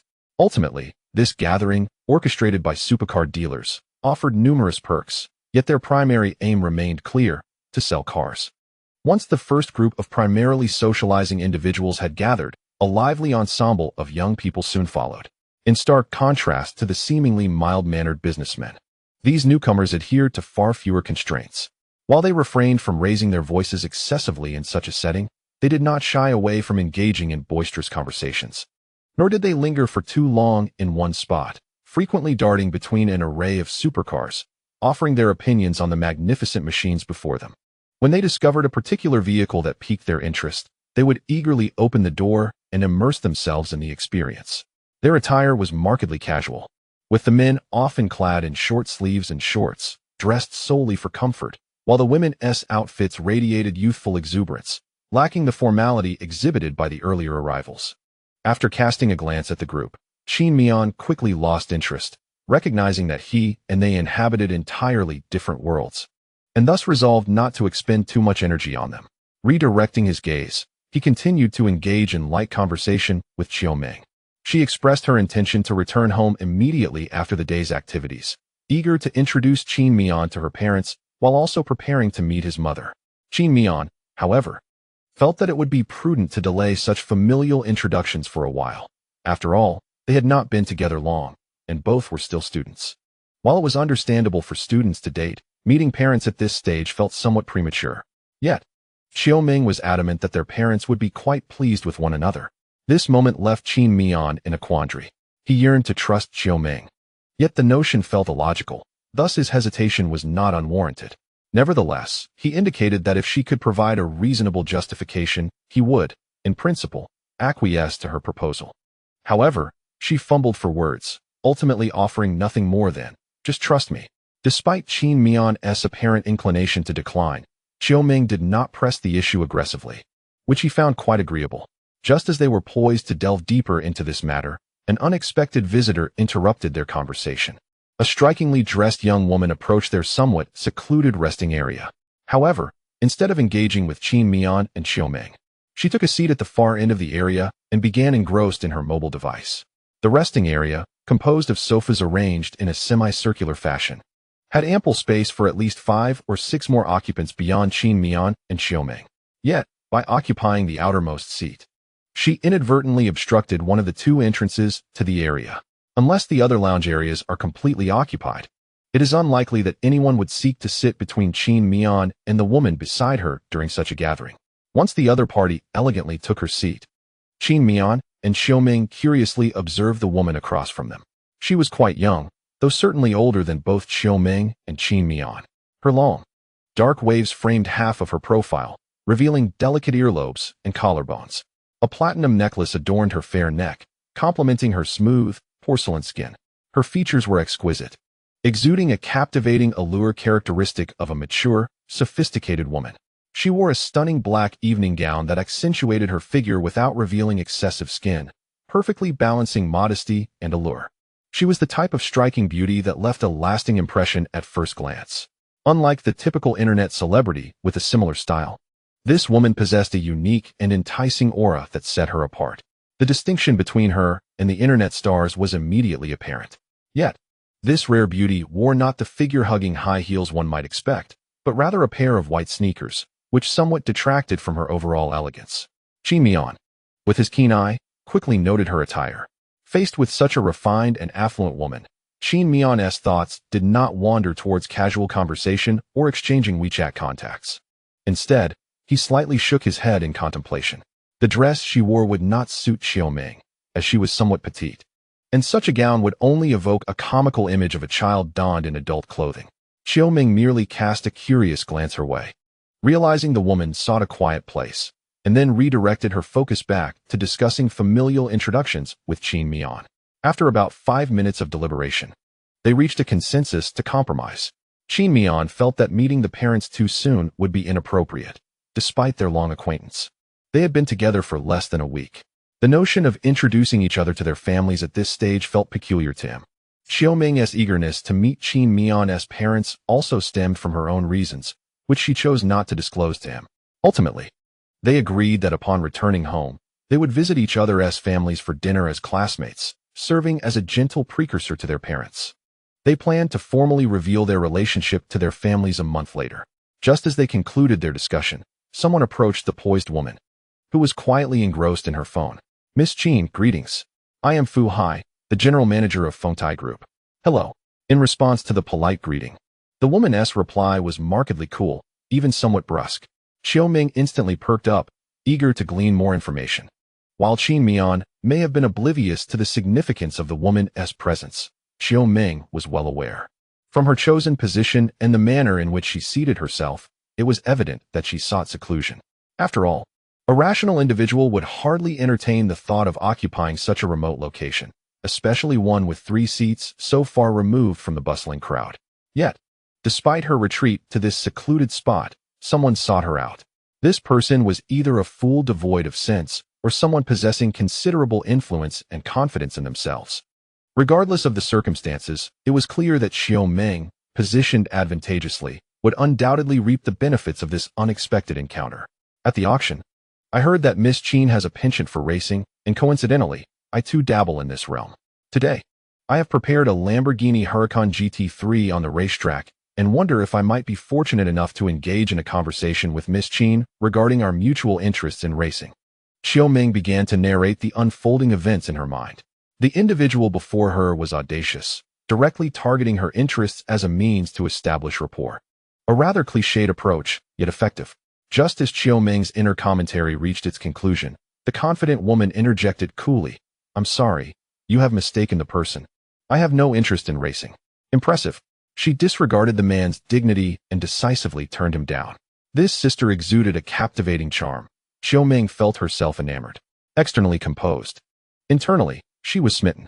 The man clad in a tailored suit momentarily faltered, a hint of embarrassment crossing his features. He recognized that her words were a clear dismissal, unceremonious in nature. To someone of their stature, her brusque rejection was akin to a blunt leave uttered in an encounter with an ordinary person. "Well, it seems I misjudged," he conceded, finding an exit from the situation. Before departing, however, he cast a glance at Xiaoming, who was engrossed in the spectacle, and at Qin Miao. who was contemplating how to explain to his mother that his high school desk mate wished to return home for dinner. Naturally, Xiaoming noticed his gaze and paused momentarily. Had she been caught? Surely, he was not the type to harbor petty grievances. After all, she was merely an observer, having done nothing wrong.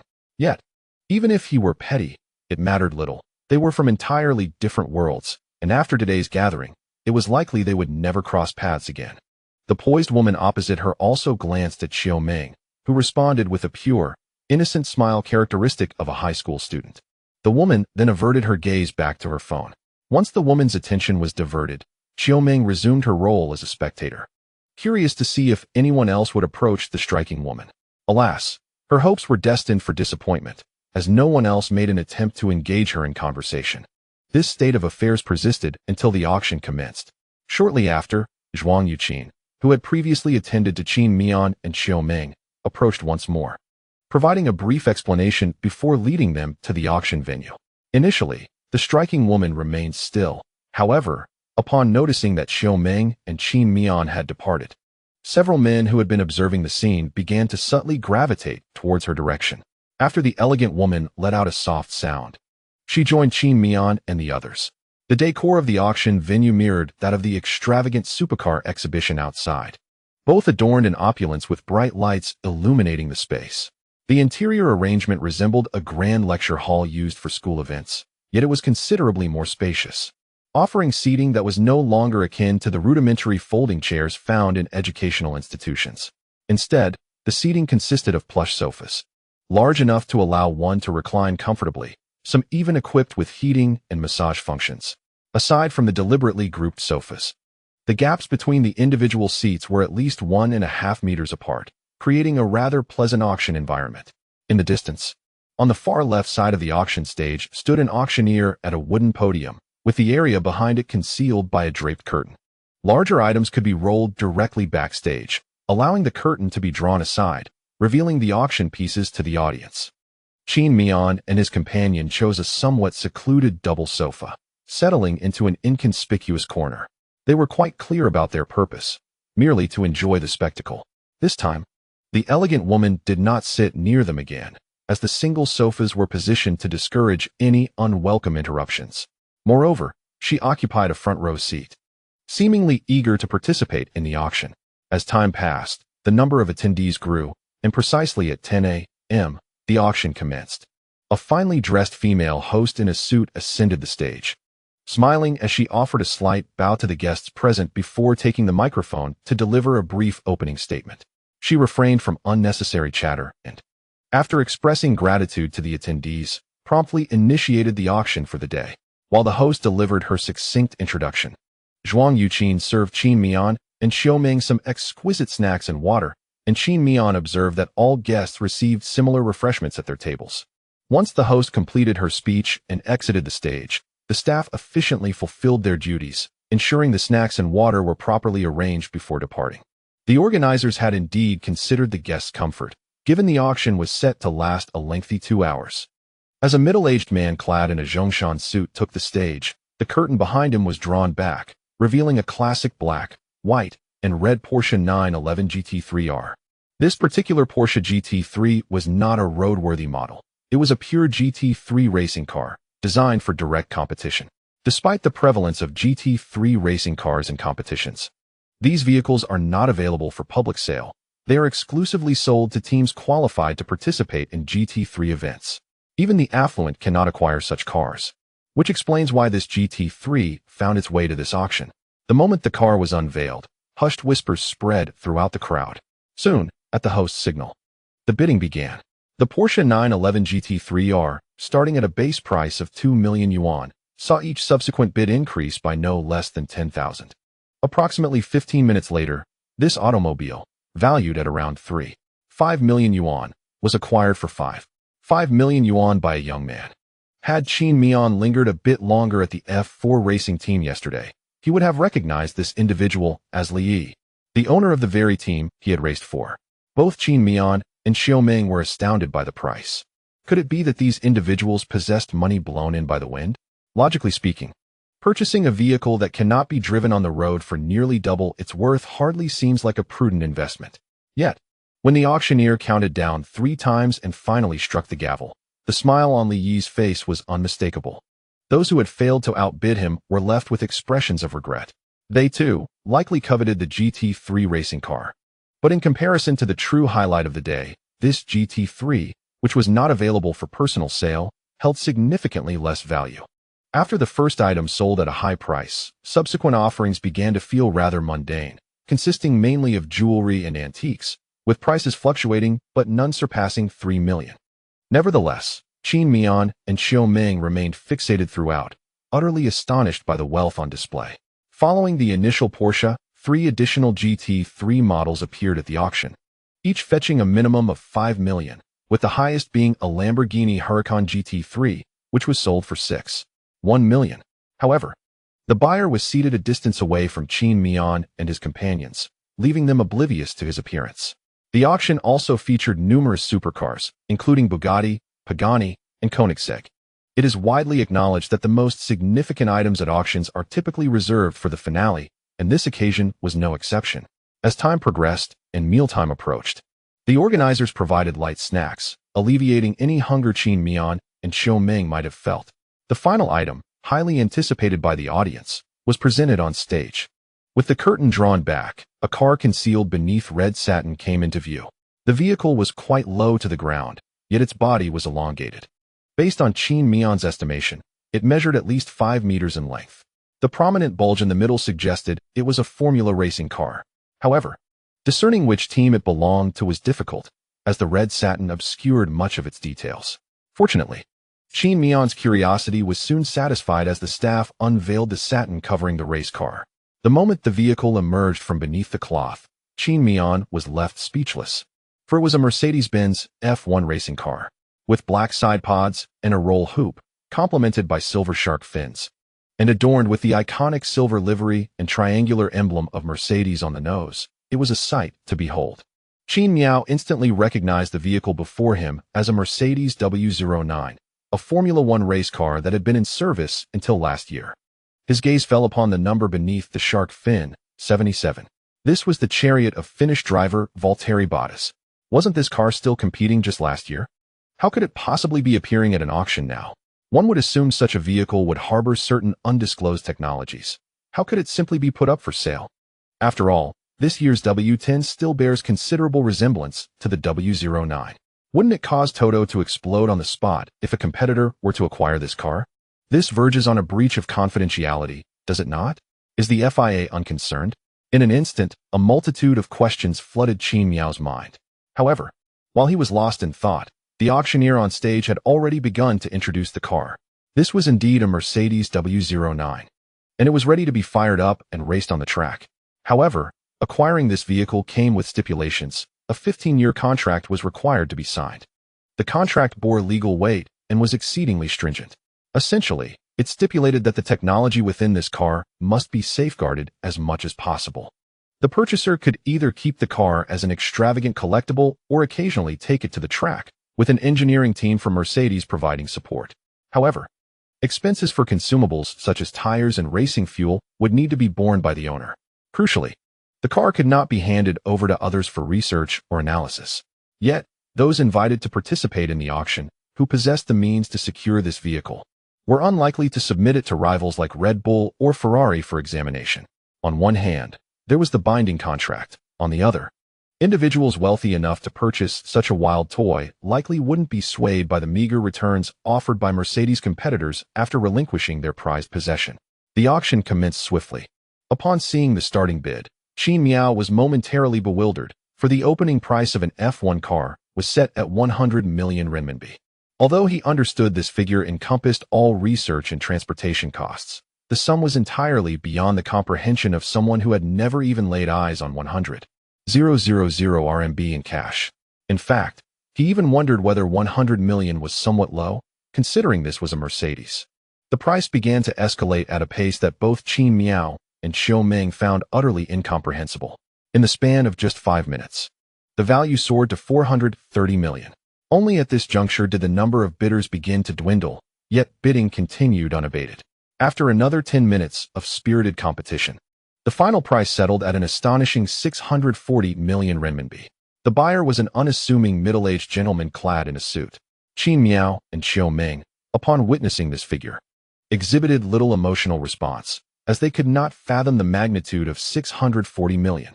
As the fervent auction unfolded on stage, Qin Miao lowered his head to investigate the price of the most expensive Formula One car ever sold. Soon, he discovered that the record holder was the 1954 Mercedes W196R, which had fetched a staggering 19.6 million in 2013, amounting to approximately 180 million yuan at that time. Although both vehicles belonged to the illustrious Mercedes lineage, the W196R's price dwarfed that of the current W09 by nearly threefold. This revelation led Qin Miao to ponder whether other recent F1 cars had been sold in a similar manner, as such sales would undoubtedly provide a significant financial boon to the teams. Moreover, the number one driver's car could be preserved for future exhibitions once the technology it housed was no longer bound by confidentiality. Nevertheless, as the final item on the auction block was hammered down, the event reached its conclusion. The host took to the stage once more to express gratitude to all the attendees. Meanwhile, the organizing staff presented small tokens of appreciation to each guest, with gifts tailored to their gender. The women received exquisitely crafted necklaces or rare perfumes, while the men were bestowed with watches or bracelets. The cumulative value of these gifts was no less than 30,000 yuan. Both Qin Miao and Xiao Ming received their respective gifts from the organizers. Qin Miao's offering was a hand bracelet intricately woven from black and gold threads, weighing approximately 200 grams, yet felt surprisingly light on his wrist. Xiao Ming's bracelet, mirroring Qin Miao's in craftsmanship and style, was adorned in a striking rose gold hue. These gifts were clearly designed for couples in the throes of romance. Xiao Ming expressed her fondness for the bracelet, while Qin Miao, discerning the weight and the gold threads, surmised that it was indeed genuine gold. Despite receiving such a valuable gift, Qin Miao felt a twinge of unease. He had not contributed anything nor possessed the means to partake in the event's expenditures. Accepting such a lavish present, born from the kindness of others, left him feeling somewhat unsteady. However, for the organizers, the expenditure of several thousand yuan was akin to mere pennies for the average person, a trivial gesture meant to convey goodwill. In fact, the thought and effort invested in preparing the gifts likely surpassed their monetary value. Amidst the crowd, each guest was attended to by a dedicated staff member, tasked with observing their needs and discerning their preferences for gifts. The remuneration for these staff members far exceeded the worth of the gifts themselves. Upon sensing Qin Miao's hesitation, Xiao Ming, understanding his plight, offered gentle encouragement. Young hearts are often conflicted, and an open conversation could alleviate such burdens. As the auction concluded, some guests began to depart, indicating that for them, the most significant aspect of the event had already transpired. Yet, Qin Miao and Xiao Ming had yet to fulfill their purpose and were not inclined to leave just yet. Under the guidance of Zhuang Yuqin, they made their way to the dining hall, where the organizers had prepared a sumptuous buffet for lunch. The array of dishes was extensive and visually exquisite, with delightful flavors to match. Indeed, Qin Miao and Xiao Ming relished their meal with great satisfaction. After finishing their lunch, they returned to the hall where the auction had recently taken place. During their dining interval, the staff had tidied up the venue. The remnants of food had been cleared away, the tables polished to perfection, and the sofas reupholstered with fresh cushioning. Everything appeared as it had when Qin Miao and Xiao Ming first entered, as though the auction held half an hour prior had never occurred. The reason for their return was primarily that they were uncertain where to wait during the intermission after lunch. The sofas within the hall offered a comforting massage function, making it the perfect spot for them to await the afternoon's new car unveiling. They settled into seats towards the front, but not in the very first row, occupying a position in the third row, close to the left side. This vantage point allowed Qin Miao to observe the new vehicles that would be showcased, while still maintaining a comfortable distance. Once seated, Xiao Ming rested her head upon Qin Miao's thigh, indulging in her customary post-lunch nap. Typically, she could resist the urge to sleep in public, but with Qin Miao beside her, she felt at ease, allowing herself to lean against him. After she reclined, Zhuang Yuqin silently approached with a light blanket and pillow, handing them to Qin Miao as quietly as possible. At this juncture, Qin Miao acutely appreciated the benefits of wealth. When one possesses riches, even a simple gathering can be meticulously organized for one's comfort. Every detail was attended to, making the experience of attending such an event truly pleasurable.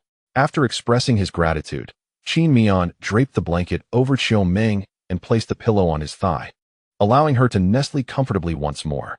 Throughout this process, Qiu Meng did not open her eyes.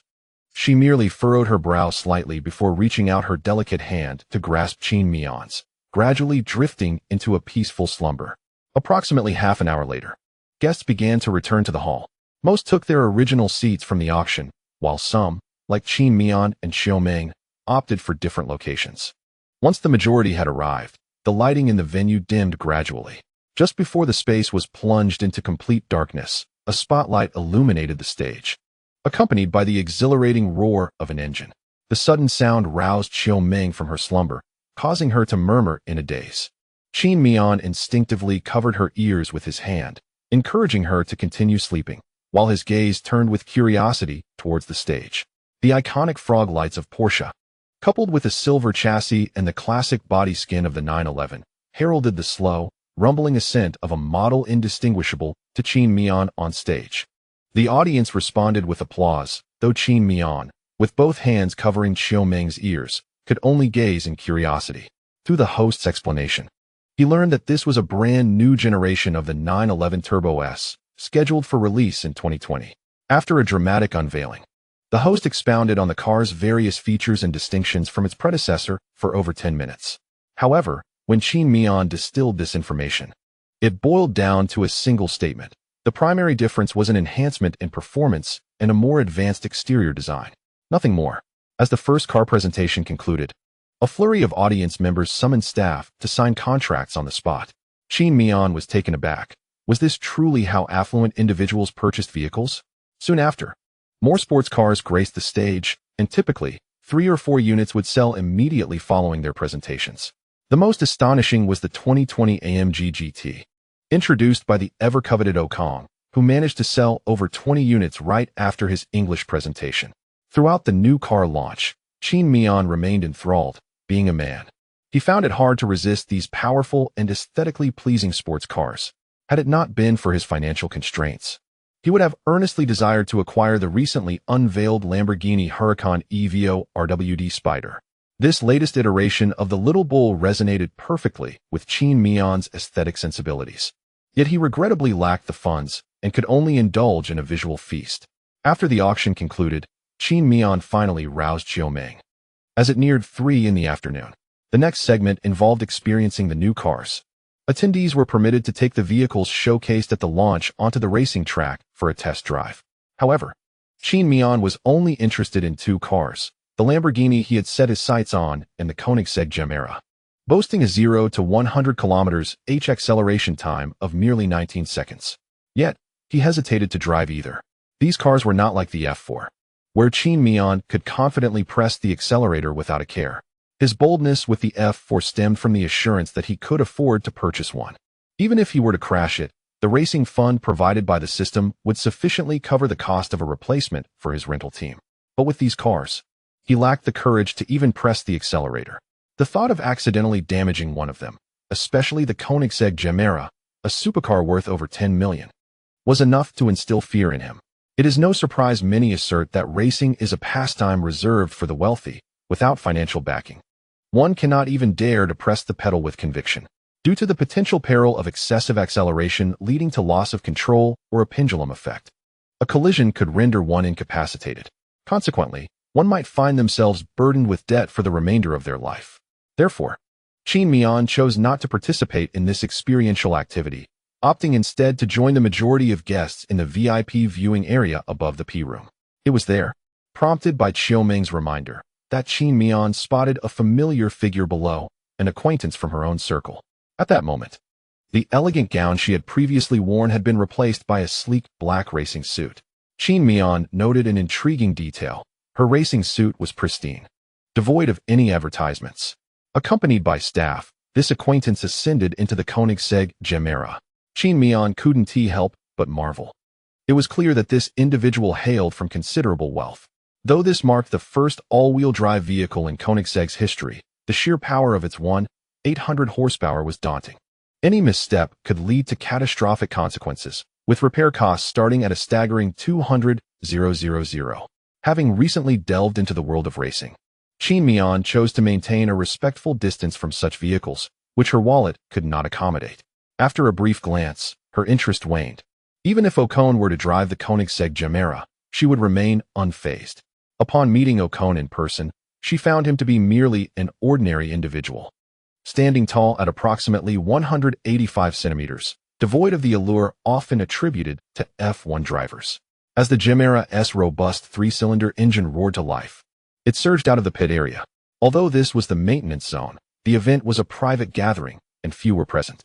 Most guests occupied the opposite grandstands or the VIP area above the P-room. Those attending this event were unconcerned with FIA speed restrictions. The 60 km/h limit was of no consequence to them. While she dared not approach the Gemera, Qin Miao felt a twinge of envy as she watched it exit the pit. Who wouldn't desire a handsome, speedy supercar? Yet, possessing both self-awareness and self-control, she harbored no feelings beyond admiration.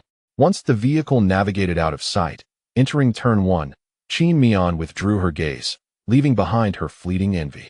In the ensuing moments, a succession of luxury vehicles roared from the maintenance area, marking the commencement of the test drive event.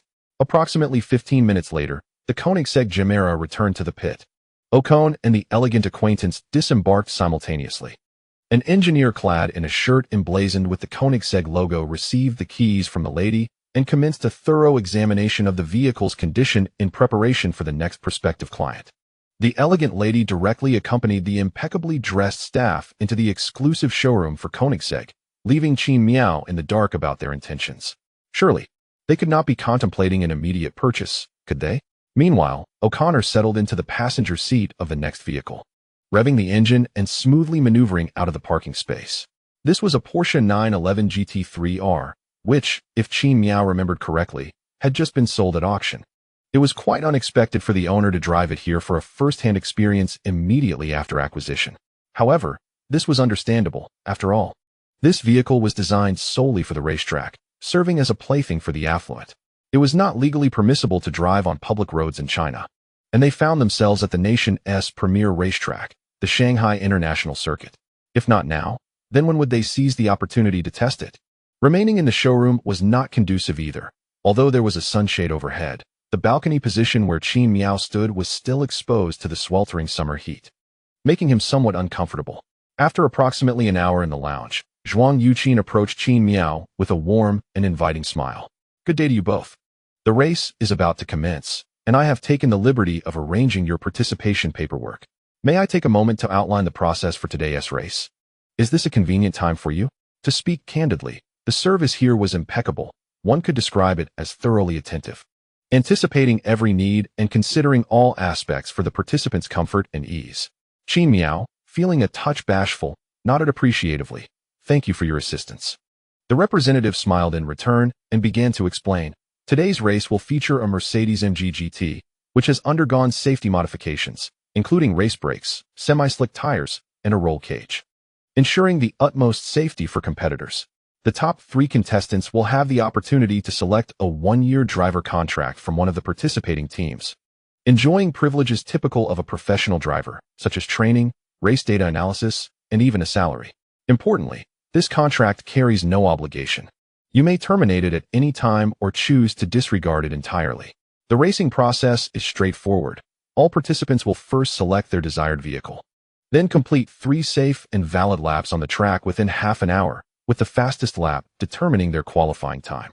After the qualifying session, competitors will return to the showroom for a brief refueling and inspection, followed by the installation of a new set of tires before proceeding to the track for the dynamic start. The subsequent race will consist of a total of 19 laps, following a format akin to that of formal competitions. The qualifying session is set to commence in half an hour. If necessary, I can escort you both to change a tire now. Once you are suited up, we can prepare for the vehicles. That encompasses the race process. Do you have any further inquiries? Qin Miao shook his head, feeling reassured as all his uncertainties were addressed. Let us proceed to change our clothes. Very well, she replied. Zhuang Yuqin slightly inclined her body, granting passage to the route leading down to the paddock. This way, please. Upon arriving downstairs, the trio changed into racing suits that still bore a faint scent of laundry detergent within the male changing room. Once attired, they traversed the open space behind the paddock, heading towards the area designated for the Mercedes-AMG GT. The parking spots were situated closest to the exit of the maintenance area, comprising 5 paddocks.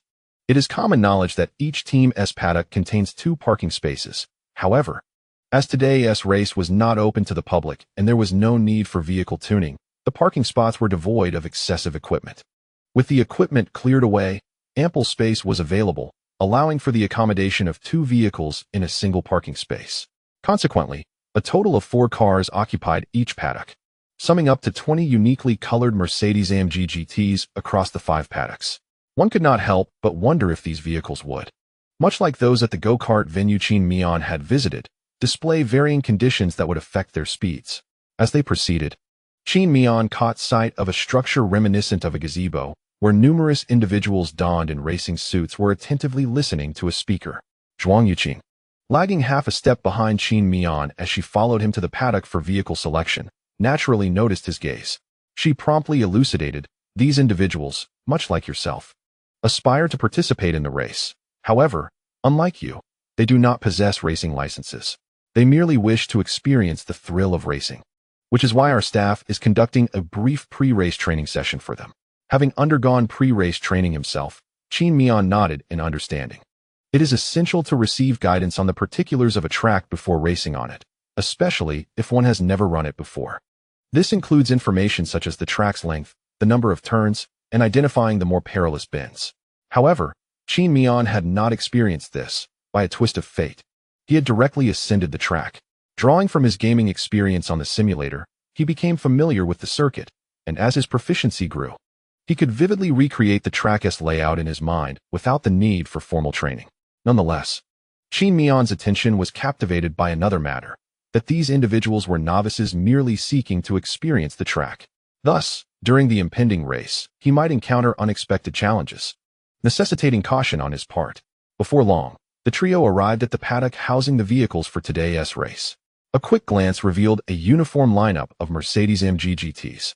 These cars bore a striking resemblance to the AMG GT3 Qin Miao had driven during his previous visit to the track, sharing nearly identical aesthetics, albeit enhanced by more aggressive aerodynamic kits and extreme lightweight modifications.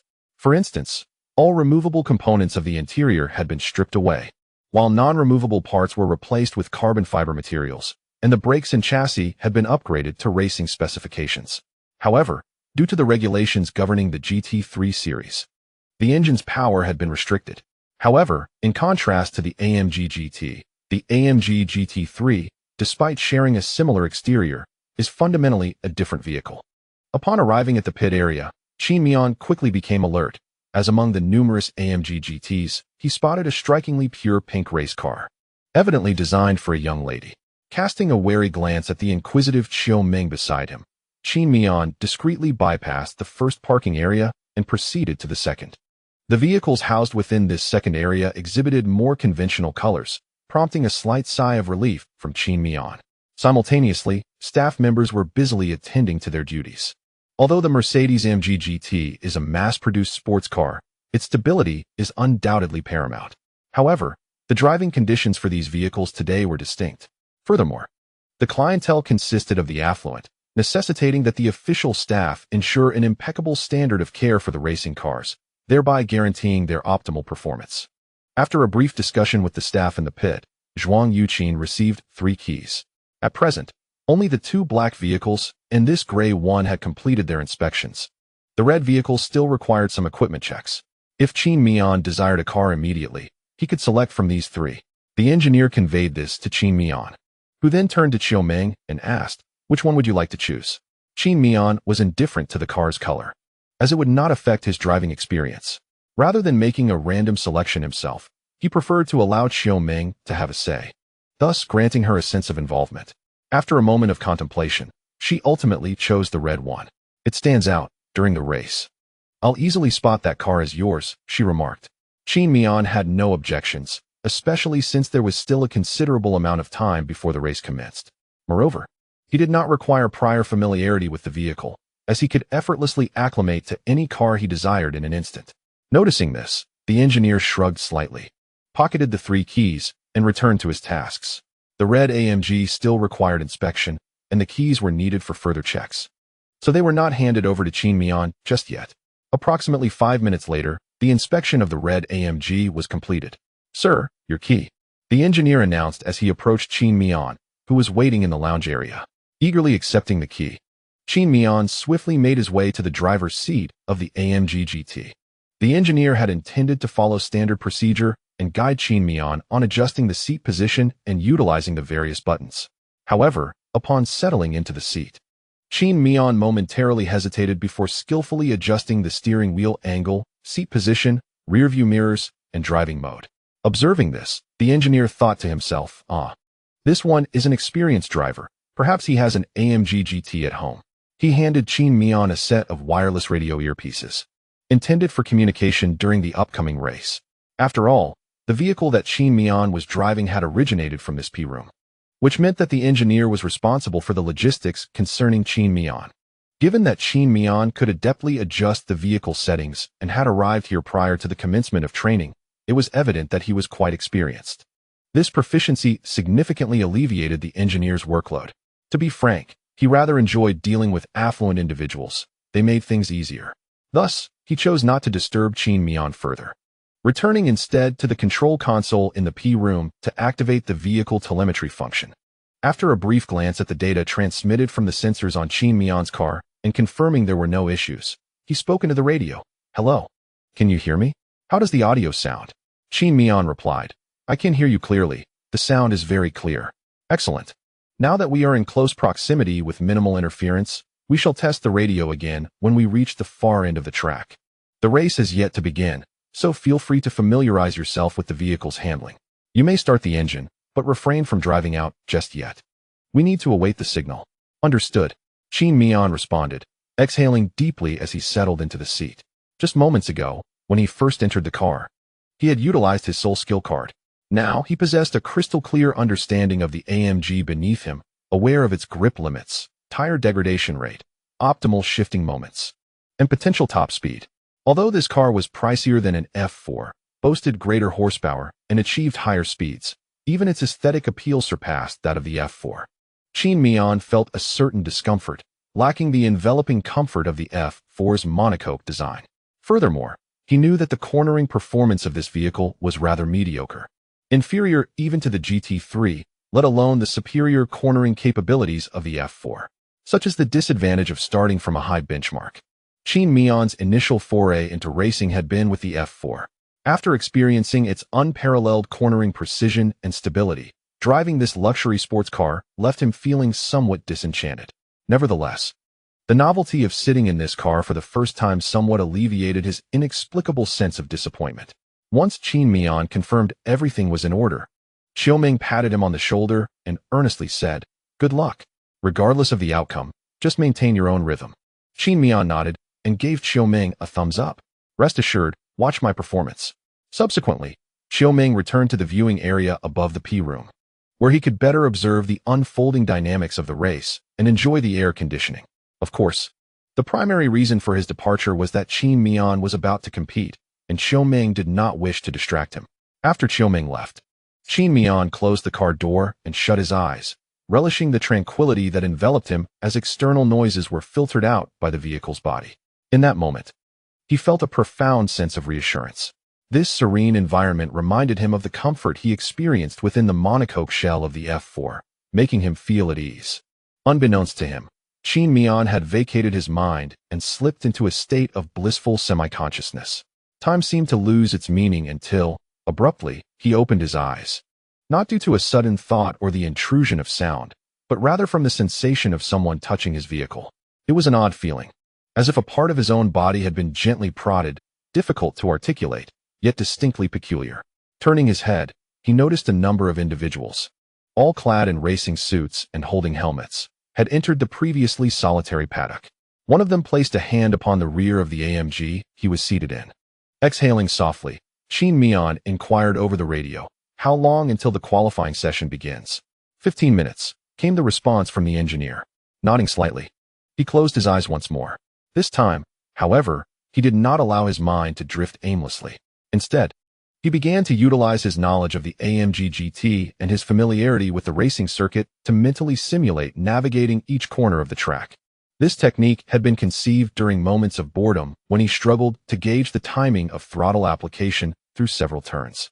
He found himself pondering how to execute the maneuvers, and to his astonishment, he could recreate a model of the entire circuit within his mind. The dimensions of the track, its length, width, and even variations in elevation, were vividly present to him, with an error margin not exceeding 5 meters. A reasonable allowance for a mental reconstruction. With his understanding of the F4 vehicle class, Qin Miao discovered he could merge both concepts. Using his perception of the F4 to simulate cornering on the track he envisioned, returning his focus to the present. He felt as though the AMG GT beneath him was an extension of his own body, responding with the same precision as his hands. This newfound clarity of feedback surpassed that of the F4, making his mental simulations with the AMG GT more authentic and vivid. He realized he could virtually set lap times in his mind. The sole drawback was that the simulated practice laps within his mental framework were unrecognized by the official systems, thus not contributing to his track proficiency. Nonetheless, he gleaned more aggressive cornering techniques and refined his timing for acceleration through several consecutive bends, though their practical utility would only be revealed on the actual track. Just as Qin Miao prepared to close his eyes again, eager to transfer his skills to the Spa circuit, a series of knocks on the window to his left interrupted him. Reluctantly, he was drawn from the comforting embrace of his previous state. Furrowing his brow, Qin Miao gazed through the window of the driver's seat, where a young man, seemingly a few years his senior, stood outside. Without stepping out, Qin Miao merely lowered the window. "Hello, my friend. May I trouble you with a request? We have 4 friends who are all participating in the competition, but we would prefer not to separate and wish to remain in the same vehicle. Would it be possible for you to switch cars?" The other party spoke politely, devoid of the arrogance often displayed by the affluent. Had it been just 5 minutes earlier, Qin Miao would have readily acquiesced, as it was merely a trivial matter. However, circumstances had changed. He had already used his soul skill card, and more importantly, Xiaoming had grown accustomed to his red car. If he were to switch vehicles now, she would be unable to ascertain his position during the competition. Yet, given the courtesy of the request, Qin Miao felt it inappropriate to dismiss him outright. With a hint of regret, he explained, "I sincerely apologize. If you had arrived 10 minutes earlier, I would have gladly offered you my vehicle. However, my girlfriend has already gone to the stands upstairs, and she knows I drive this red car. I fear she would be unable to find me if we were to swap." The young man scratched his head. "Couldn't you just give her a call? Come on, brother, help us out." Qin Miao, with a helpless shrug, replied, "I wish I could assist you, but I neither remember my girlfriend's phone number nor have my phone with me. I'm truly sorry." The other man also scratched his head, but upon realizing that a switch was genuinely unfeasible, he had no choice but to concede. "My apologies for the disturbance." Qin Miao nodded and rolled up the window. Once the young man departed, Qin Miao resumed his practice, but halfway through his run at Spa, a knock echoed against the window once more. To be candid, Qin Miao was beginning to feel somewhat exasperated. What was the point? Hadn't he already stated that it was inconvenient to switch? Frowning again, he opened the window. Though the helmet obscured his expression from the outside, the same individual stood there once more, now speaking in a slightly more conciliatory tone. "Hey, brother. Here's the thing. Our group really doesn't want to split up, but we understand your situation. How about this? Since your front passenger seat is empty, one of us could sit there to experience the race with you. What do you think?"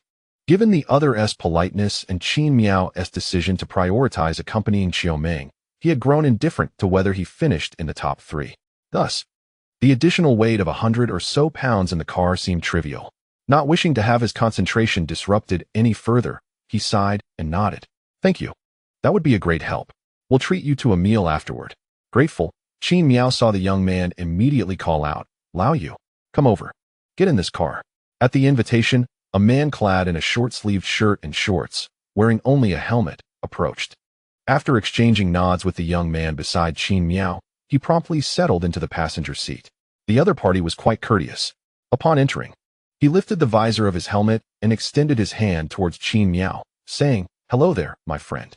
I apologize for any inconvenience, but my companions and I placed a small wager before arriving. If I don't participate, they'll have the perfect excuse to tease me. I hope I won't be a bother to you." Qin Miao shook his hand, adhering to the principle of not rebuffing a friendly gesture. No worries. Participation is what matters, he replied. I'm Yu Jiaoyang, just call me Lao Yu. I'm Qin Miao, like the first emperor, Qin, from the waters of San Shui. Qin Miao introduced himself. Yu Jiaoyang was quite the conversationalist. Noticing that Qin Miao's gear appeared far more professional than that of him and his friends, he curiously inquired, so, how did you acquire this impressive setup? Are you an avid racer? Qin Miao sheepishly admitted, not really. My girlfriend prepared this for my safety. You might not believe it, but this is only my third time driving on a racetrack. Upon hearing this, Yu Jiaoyang's expression dimmed slightly, though it was largely concealed by his helmet.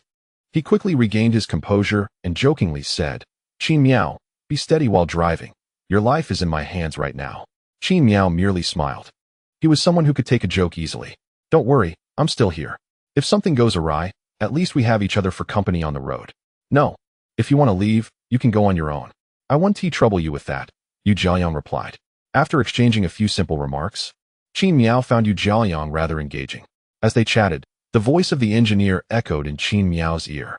The qualifying round begins in 1 minute. Received? Qin Miao responded, then turned to Yu Jiaoyang, stating, Lao Yu, the qualifying round is about to start. Buckle your seatbelt. Oh right. Yu Jiaoyang quickly turned to fasten his 3-point seatbelt. Although this was a race, the AMG GT's performance was not excessively powerful, even during the qualifying. The G-force would not exceed 25 G, making the standard 3-point seatbelt sufficient. During the final countdown, Qin Miao, who had initially been calm, suddenly felt a surge of nervousness. If a heart rate monitor were attached to him at that moment, it would reveal that his heart rate had soared above 120. To distract himself from the rising tension, Qin Miao casually asked, by the way, what wager did you place? The other responded nonchalantly, oh, it's nothing much. The 4 of us are each driving a car. And after the race, whoever places highest wins. The other 3 will treat. Qin Miao nodded in understanding. In the heightened state of anticipation, a minute felt like mere seconds to Qin Miao. It seemed he had scarcely counted 20 seconds when the engineer's urgent voice filled his ears. The qualifying round officially begins. We have 30 minutes to set our lap times, so please ensure your safety. With a long exhale, he mentally reviewed the racetrack layout before igniting the engine of his AMG GT. The distinctive, deep roar of the Mercedes twin-turbocharged 40T V8 engine resonates, its timbre further enriched by the cabin's sound insulation. While it may lack the high-pitched crescendos characteristic of other vehicles, the low rumble possesses a unique allure. The AMG GT features an electronic handbrake, with a lever located just behind the center console. A simple pull releases it. Qin Miao gently presses the accelerator, guiding the car out of the pit area amidst the engine's subtle growl.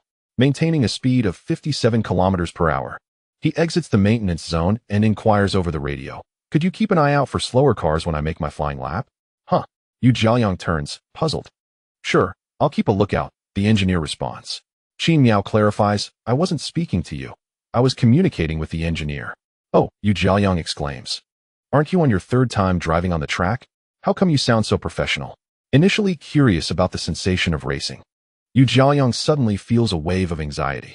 Before he can dwell on it, as Qin Miao's AMG GT exits the speed limit zone, he floors the accelerator.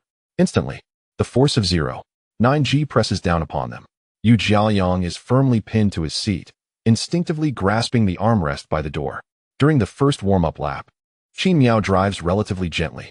Though the car is equipped with semi-slick tires, they are still a type of racing tire. Thus, he maneuvers in serpentine patterns to warm the tires. However, as Qin Miao accelerates, Yu Jiaoyang's complexion grows increasingly pale. Yet, Qin Miao remains oblivious to his discomfort. Once the tire temperature reaches an optimal level, he guides his AMG GT toward T15. Exiting T15, a false corner, he floors it into T16. T16 is a straightforward right-angle turn. He identifies the braking point, decelerates by 2 gears, aligns the vehicle, and lightly grazes the curb. Upon exiting the corner, he floors the accelerator again. Qin Miao does not pursue the absolute limit. He harbors no grand ambitions for this race. Hence, he keeps the vehicle's electronic control systems active. Under the traction control's guidance, he drives without the fear of spinning out like in an F1 car. At this moment, Yu Jiaoyang, seated beside Qin Miao, notices a dramatic shift in his companion's demeanor as they enter the long straightaway. If during the warm-up lap, Qin Miao appeared as an ordinary individual, upon leaving T16, he suddenly radiates an undeniable, razor-sharp intensity. This unexpected transformation catches Yu Jiaoyang off guard, and a wave of regret washes over him. What was I thinking coming here? With the accelerator fully engaged, the AMG GT crosses the finish line, marking the commencement of Qin Miao's first flying lap. With the throttle fully engaged, as Qin Miao approached turn 1, his rear speed reached an astounding 276 km per hour, surpassing even that of the AMG GT3. This remarkable velocity can be attributed to the absence of power restrictions that typically constrain GT3 vehicles. However, in terms of braking points and cornering grip, the AMG GT3 outperformed the AMG GT by a considerable margin. In standard F4 racing, the braking point at this location is approximately 40 meters before the apex, while the GT3 marks it's at 50 meters, and Qin Miao, exercising caution, opted to brake early at 65 meters. This decision stemmed from the additional weight of a passenger and Qin Miao's reluctance to push the car to its limits in the first lap. For him, achieving at least 3 valid laps safely and intact took precedence over lap times. Upon entering turn 1, the GT3 could afford to apply some throttle to maintain speed. Yet the AMG GT lacked the same level of downforce, necessitating a lift off the gas. The ascent of turn 1 transitions into a descent before turn 2, allowing Qin Miao to glide into the ladder with the car's inherent speed. However, once past the apex of turn 2, the incline shifts downward, enabling him to slightly accelerate to adjust the car's posture. He braked 25 meters before turn 3, deftly maneuvering the vehicle into the apex. After navigating the apex of turn 3, he gradually accelerated, mindful not to rush, without adequate downforce. Even cars equipped with traction control could easily lose grip if throttle inputs were excessive. As speed increased, so did downforce, allowing him to fully accelerate out of turn 4. Turn 5, a deceptive corner, could be navigated flat out even by the AMG GT, but to achieve the optimal racing line, he adhered closely to the right side. The braking point for turn 6 relied heavily on instinct, approximately situated between the stainless steel scaffolding and the curb. Here, he shifted down to first gear, aligning the car perfectly at the apex, and as he exited, the front end naturally regained composure, accelerating fully into turn 7. This corner proved particularly unkind to vehicles with inadequate downforce. While Formula 1 and F4 cars could maintain full throttle, and the GT3 could rely on inertia to sail through without braking, Qin Miao's AMG GT required a more conservative approach, reducing speed until a third of the way into the turn before gradually applying throttle. Turns 8, 9, and 10 formed a challenging sequence, yet for Qin Miao, they posed little difficulty, having mentally rehearsed their execution numerous times. This time, he demonstrated exceptional timing in braking and throttle application, committing no errors. Crucially, he employed a new set of semi-slick tires, making the traversal of these 3 corners feel effortless.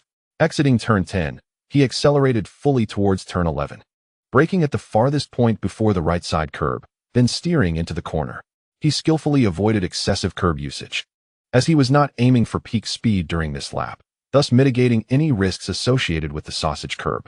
After navigating through the corner, it was full throttle once more, maintained until I eased off the accelerator after passing the yellow sausage curb on the right, which signifies the apex of T12. Relying on the grip provided by the car's new semi-slick tires, I allowed inertia to carry the vehicle through the turn without applying power. Each time I approached such a downforce-intensive corner, I couldn't help but reminisce about that F4. In this very spot, I could comfortably take the F4 at full throttle. Once the car was aligned through inertia, I gradually applied the throttle according to my instinct. Although I couldn't floor it like I did in the F4, relying on its formidable downforce, I could still navigate the corners smoothly by carefully modulating the throttle to avoid oversteering. Exiting T13, I found myself on the back straight, where the AMG GT could truly unleash its greatest advantage, sheer power. This corner allowed the AMG GT3 to reach a top speed close to 270 km per hour. Yet my AMG GT managed to hit 280. However, the braking point for T14 was at least 50 meters further than that of the AMG GT3. Out of the corner of my eye, I caught a glimpse of the terrifying speed displayed on the dashboard, causing a tremor in Yu Jiaoyang's pupils. The series of corners had already left him feeling uneasy, and the thought of braking hard from a speed of 280 kilometers per hour was daunting.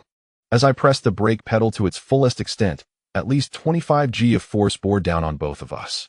I was relatively fine. Having experienced the GT3 and driven the F4, I was gradually acclimating to the G-forces. In contrast, Yu Jiaoyang, seated beside me, clung to his seatbelt, barely managing to stay in his seat. He gasped for breath, feeling a mix of indignation and frustration. Was this really his third time in a race car? At 150 meters, I initiated braking, taking the corner with an external line. The turn posed no significant challenge. Executing the line correctly was sufficient. Upon exiting, I floored the accelerator. T15 was a deceptive corner that required no concern. The same external strategy applied at T16, where I again floored the throttle after the turn. In such corners leading into the straight, I had complete faith in the vehicle's traction control system. As I crossed the finish line, my engineer's workstation displayed a dazzling array of purple segments beneath my time. My final lap time registered at 2 minutes 541 seconds, securing me the 51st position in the qualifying round. However, it was important to note that I was not piloting a professional racing car. My dashboard lacked telemetry data, leaving me unaware of my lap performance. Yet, I was acutely aware that I had not pushed to the limits in several corners, and my braking points on the long straights had been conservative compared to their potential. I believed that, with full commitment, I could shave at least a second off my time. After this lap, aside from feeling that the downforce of the AMG was somewhat inferior to that of the F4, which affected cornering precision, I was quite comfortable with the rest of the handling. After all, I had grown familiar with this car, finding it intuitive to operate. Once more back on the track, an indescribable exhilaration surged within me. This sensation is perpetually intoxicating. However, just as Qin Miao was poised to seize the moment, he felt a gentle nudge on his arm. He vividly recalled a conversation with the driver who had taken him for a lap in the GT3 just 2 days prior, who had advised him not to shout if he felt overwhelmed, as he would not hear him. Instead, he should simply tap his arm. Turning his head, Qin Miao, through the visor of his helmet, caught a glimpse of Yu Jiaoyang's somewhat pallid complexion. A moment of surprise struck him. Could it be that this fellow was suffering from motion sickness? Originally pressing the accelerator to the floor, ready to embark on another flying lap, Qin Miao immediately eased off the throttle, slowing down to the side of the track. After disabling the noise cancellation feature of his headphones, he inquired with concern, "What's wrong?" Taking a deep breath, Yu Jiaoyang's previously ashen face visibly regained its color, even taking on a slight flush. After Qin Miao completed his first flying lap, Yu Jiaoyang had already contemplated exiting the vehicle, as Qin Miao's driving style was entirely contrary to his expectations. Initially, Yu Jiaoyang had presumed that Qin Miao was merely there to experience the race, possessing average skills at best. Yet, once on the track, the aggressive driving style and deft cornering left him astonished. The sudden deceleration from 280 km per hour to 60 km per hour within 3 seconds on the backstraight had caught him completely off guard. During the time Qin Miao inquired about his well-being, Yu Jiaoyang's thoughts began to shift. Yu Jiaoyang and his 3 companions had engaged in a wager, which had transformed due to Qin Miao's presence. They had originally planned for the 4 of them to each take a car and race. But with Qin Miao occupying one of the vehicles, they found themselves 1 car short. Consequently, someone proposed that the least skilled driver, Yu Jiaoyang, take the wheel of Qin Miao's car. After all, with his driving abilities, he would merely serve as a pacer. So it was better to gamble on the possibility that Qin Miao's final result would represent Yu Jiaoyang's performance. When Yu Jiaoyang first entered Qin Miao's car, he had asked whether Qin Miao could drive, to which Qin Miao had replied that it was only his 3rd time on the track, causing Yu Jiaoyang to mentally prepare for a loss and a significant financial setback. However, he never expected Qin Miao to exhibit such skillful driving. Now that Qin Miao had reduced his speed, Yu Jiaoyang regained his composure and confidence in winning the bet. With Qin Miao's prowess, wouldn't the other 3 competitors be left in the dust during the main event? Yu Jiaoyang experienced a peculiar sense of regained fortune, akin to quenching an unbearable summer thirst with an ice-cold beverage. "It's all right. I was just a bit startled as I wasn't prepared for it. Shall we continue?" Yu Jiaoyang's tone even carried a hint of flattery. Qin Miao found himself at a loss for words. Having navigated turn 16 quite proficiently, he initially intended to seize the moment and execute another flying lap. However, his plans were abruptly interrupted. "Now, When inquiring about the situation, he found no pressing issues. Dealing with the whims of the affluent proved to be quite a challenge. Shaking his head, Qin Miao pressed on, gritting his teeth in frustration while completing another warm-up lap. 2 minutes later, he returned to turn 16. This time, Qin Miao approached the turn with the same stability, exiting with commendable speed, even marginally quicker than his first flying lap. During this second flying lap, he resolved not to push to his absolute limits. Understanding that his foremost priority was to reliably complete 3 valid flying laps before attempting to chase the top 3 positions with a maximum effort. Unbeknownst to him, his second flying lap yielded 3 purple sectors, improving his previous time by 0.2 seconds. In the third lap, he once again achieved purple times in the first 2 sectors. However, he encountered a slow car on the back straight, which did not yield. Consequently, he was forced to brake early to avoid a collision, rendering this lap ineffective. Nevertheless, the significance of this ineffectiveness was mitigated by the fact that he had already secured purple times in the first 2 sectors, thus fulfilling the requirements for a valid flying lap according to the event organizers. After confirming through his headset that all 3 flying laps were valid and currently placing him in P1, Qin Miao began to explore the limits of the AMG GT. He found himself more willing to accelerate through corners that previously intimidated him, resulting in a noticeable increase in corner exit speed, a more aggressive line, and the unmistakable screech of tires. Yu Jiaoyang observed that during the initial 3 flying laps, Qin Miao's steering was remarkably steady, with no corrections needed upon exiting the corners. However, after completing those laps, he noticed Qin Miao frequently making adjustments while exiting corners, with an evident increase in G-forces and more pronounced body oscillation. Fortunately, Qin Miao's stable performance during the first 3 laps provided Yu Jiaoyang with ample confidence and reassurance, alleviating any tension. Uncertain of how his subsequent laps would fare under full throttle, Qin Miao nonetheless relished his driving experience. Upon completing his final flying lap, an engineer's voice echoed through his headset, announcing the conclusion of the qualifying session and instructing him to return to the pit area, congratulating him on securing P2. Surprised by his achievement, Qin Miao noted that while the competition lacked professional drivers, it was unexpected that only one among the wealthy participants outpaced him. Gradually slowing down, he leisurely completed a lap around the circuit before entering the pit area with a faint smile. As a young man, he could maintain a facade before the qualifying session, but after achieving a commendable result, his expression betrayed his elation. Following the conclusion of the qualifying rounds, Qin Miao returned to the paddock, buoyed by his success. He was the first to return, parking the car outside the P-room. After reversing into a parking space, Yu Jiaoyang, seated in the front passenger seat, eagerly jumped out. He did not rush to find a trash can to heave. Instead, he dashed toward the engineer's workspace and seized the technician who provided support to Qin Miao, inquiring, "What was Qin Miao's time?" The engineer replied candidly, 2 minutes 12 seconds 036, P2. Upon hearing this result, Yu Jiaoyang's face lit up with joy, exclaiming, "Haha, we're all set. Just wait until the main race to see how those 3 knaves flaunt themselves." After his laughter subsided, he seemed to realize something and approached Qin Miao, who was just unbuckling his seatbelt in preparation to exit the vehicle. "Qin Miao, you're impressive," he said, but then quickly shifted his tone. "We're friends now, right?" Qin Miao, slightly bewildered, recoiled into the car before hesitantly nodding. "So, if a friend is in trouble, wouldn't you lend a helping hand?" After contemplating, Qin Miao nodded again. Yu Jiaoyang glanced furtively outside the P-room and then whispered to Qin Miao, "When my friends return and ask about your time, don't reveal your exact position. Just say your performance was average, and there will be generous rewards once the race concludes." Qin Miao, perplexed, could only nod stiffly. Yu Jiaoyang then beamed as he approached the engineer to discuss concealing Qin Miao's results. He was preparing to deliver a subtle shock to his friends concerning his connections. It wasn't long before 3 AMG GTs returned to the P-room, roughly 5 minutes later. During this interval, Qin Miao examined the data from his laps with the staff. However, the car was merely a lightly modified vehicle for entertainment racing and had not undergone extensive racing modifications. Thus, it lacked the racing computer needed to analyze Qin Miao's driving. Consequently, all he could see were his lap times and the speeds for 3 segments. He also glanced at the performance of the driver in P1. The competitor, like him, displayed minimal differences in the second and third segments, yet was approximately 0.1 seconds faster in T1, T2, and T3, securing pole position by that slender margin.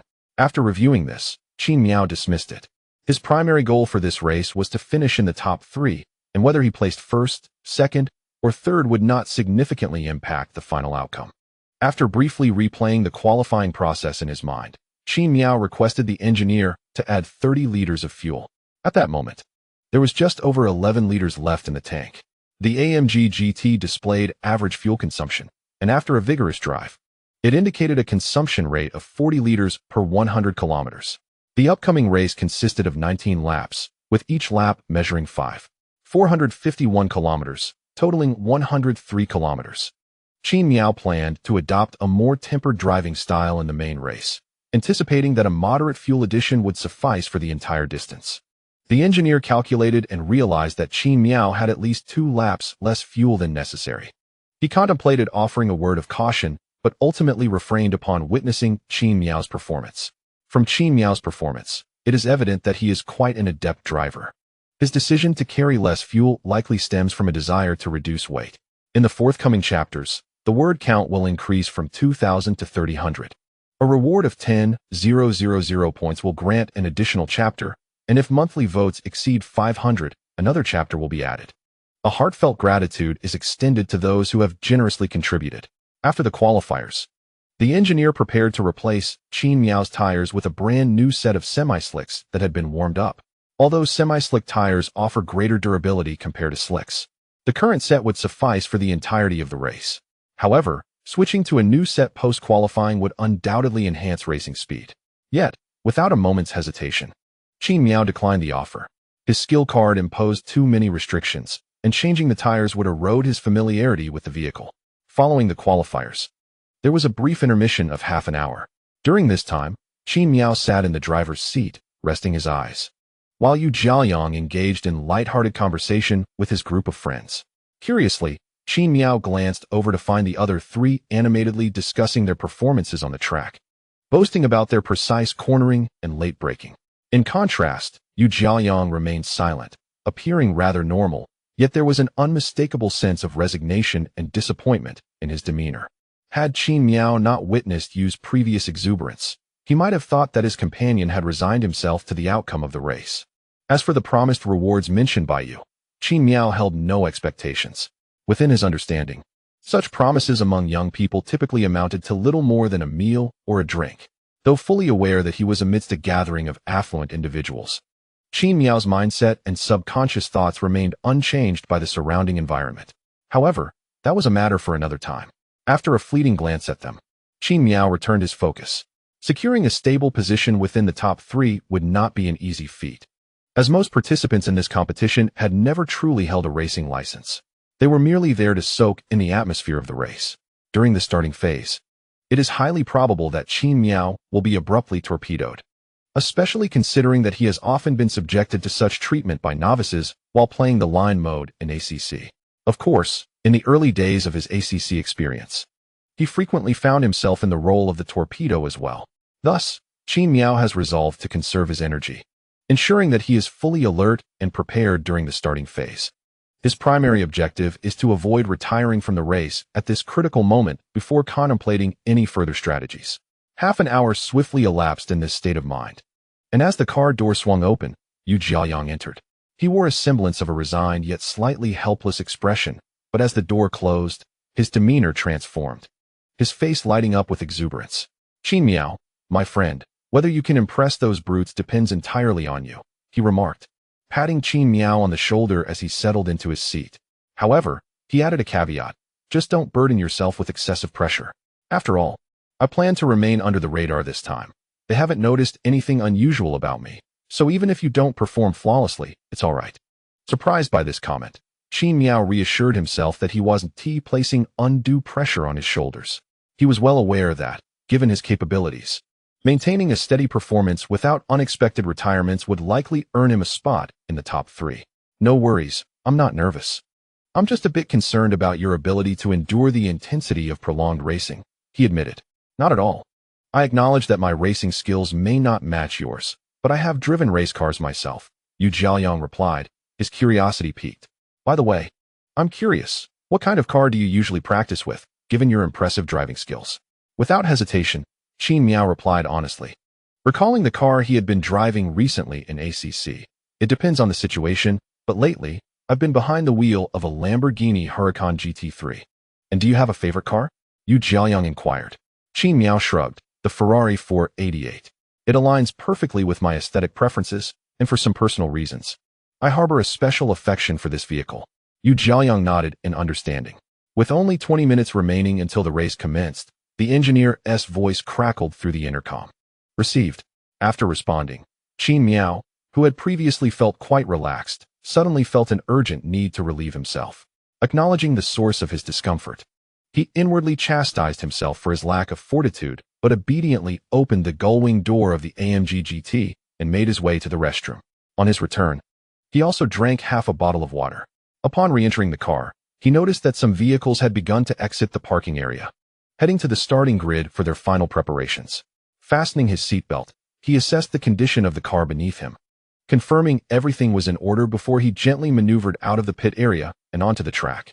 After completing a lap, he returned to the starting grid on the main straight, where the 20 cars participating in the race had already taken their positions according to their qualifying ranks. Once they were settled, the track was graced by the presence of glamorous and strikingly attractive grid girls. Numerous drivers seated in their vehicles whistled at the elegantly attired racing girls, a behavior quite typical given that the majority of participants in such competitions are youthful.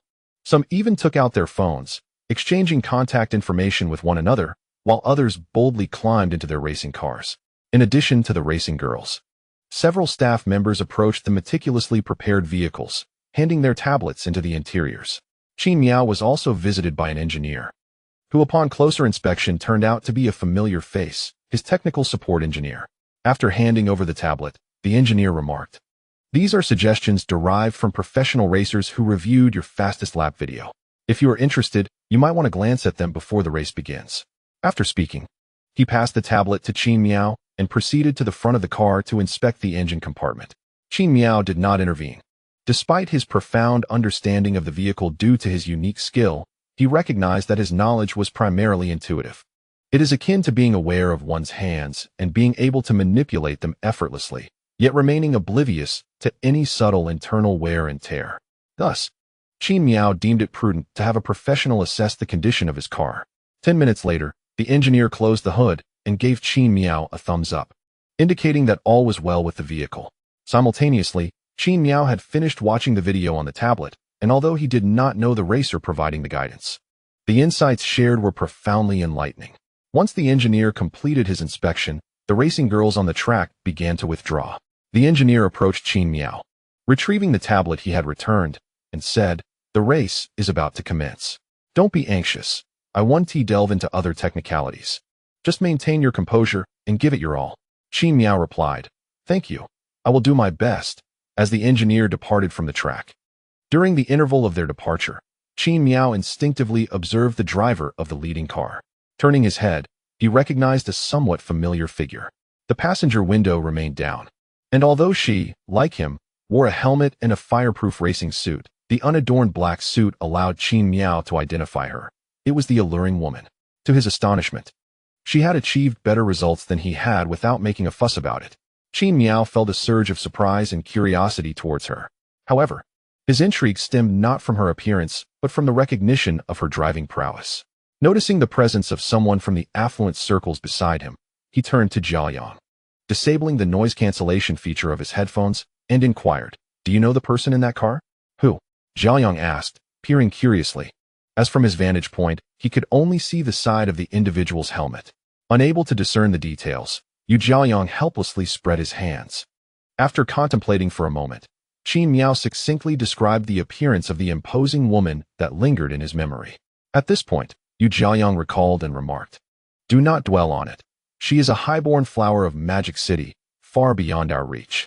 However, she shares your surname, Qin, a single character resonating with elegance. Unlike us who thrive on the fortunes of our forebears, she is a true heiress, a commercial prodigy. Yet, the extent of her wealth eludes my knowledge. We do not traverse the same circles. She belongs to the realm of our parents, a true magnate." Qin Miao sighed, and in defense of his integrity, added, "You are overthinking. I have a girlfriend." Yu Jiaoyang rolled his eyes. It's just the two of us here. You need not maintain such decorum. As a man, I can easily guess your little thoughts. Qin Miao, in exasperation, thought to himself, do not project your sordid thoughts onto me. However, due to the helmet's obstruction, Yu Jiaoyang could not perceive Qin Miao's eye roll. Nevertheless, Qin Miao chose not to elaborate further. The more one delves into such matters, the murkier they become. Instead, he felt a twinge of envy towards Qin Yun. This young woman possessed wealth, enabling her to practice racing for as long as she desired, pushing her limits without fear of the damages that might arise from mistakes. How splendid it would be if he were similarly affluent, unburdened by the need to cautiously navigate a qualifying race for fear of crashing the car. Unabashedly, Qin Miao's gaze did not escape the notice of the other, who turned to regard him directly. Being somewhat socially anxious, Qin Miao typically avoided eye contact, especially with such a striking beauty. Thus, he awkwardly turned away, his eyes unwilling to linger in her direction. Meanwhile, Qin Yun found herself intrigued by Qin Miao. Although she recognized her own racing talent as rather mediocre, her passion for the sport was unparalleled, even surpassing that of her peers. Consequently, despite her average aptitude, she had ample time and resources to nourish her somewhat niche hobby. Her significant investments of time and money had indeed honed her skills, allowing her to effortlessly outpace many of the affluent second-generation racers participating in the event. Yet, even with her considerable prowess, she only managed to seize the pole position from Qin Miao by a mere 0.1 seconds during an exceptionally favorable lap. This hinted at the unexpected presence of a surprisingly skilled racer among the wealthy competitors, one who seemed to possess a hint of shyness. However, Qin Yun soon noticed an unexpected addition in Qin Miao's car. You brought someone along for the race.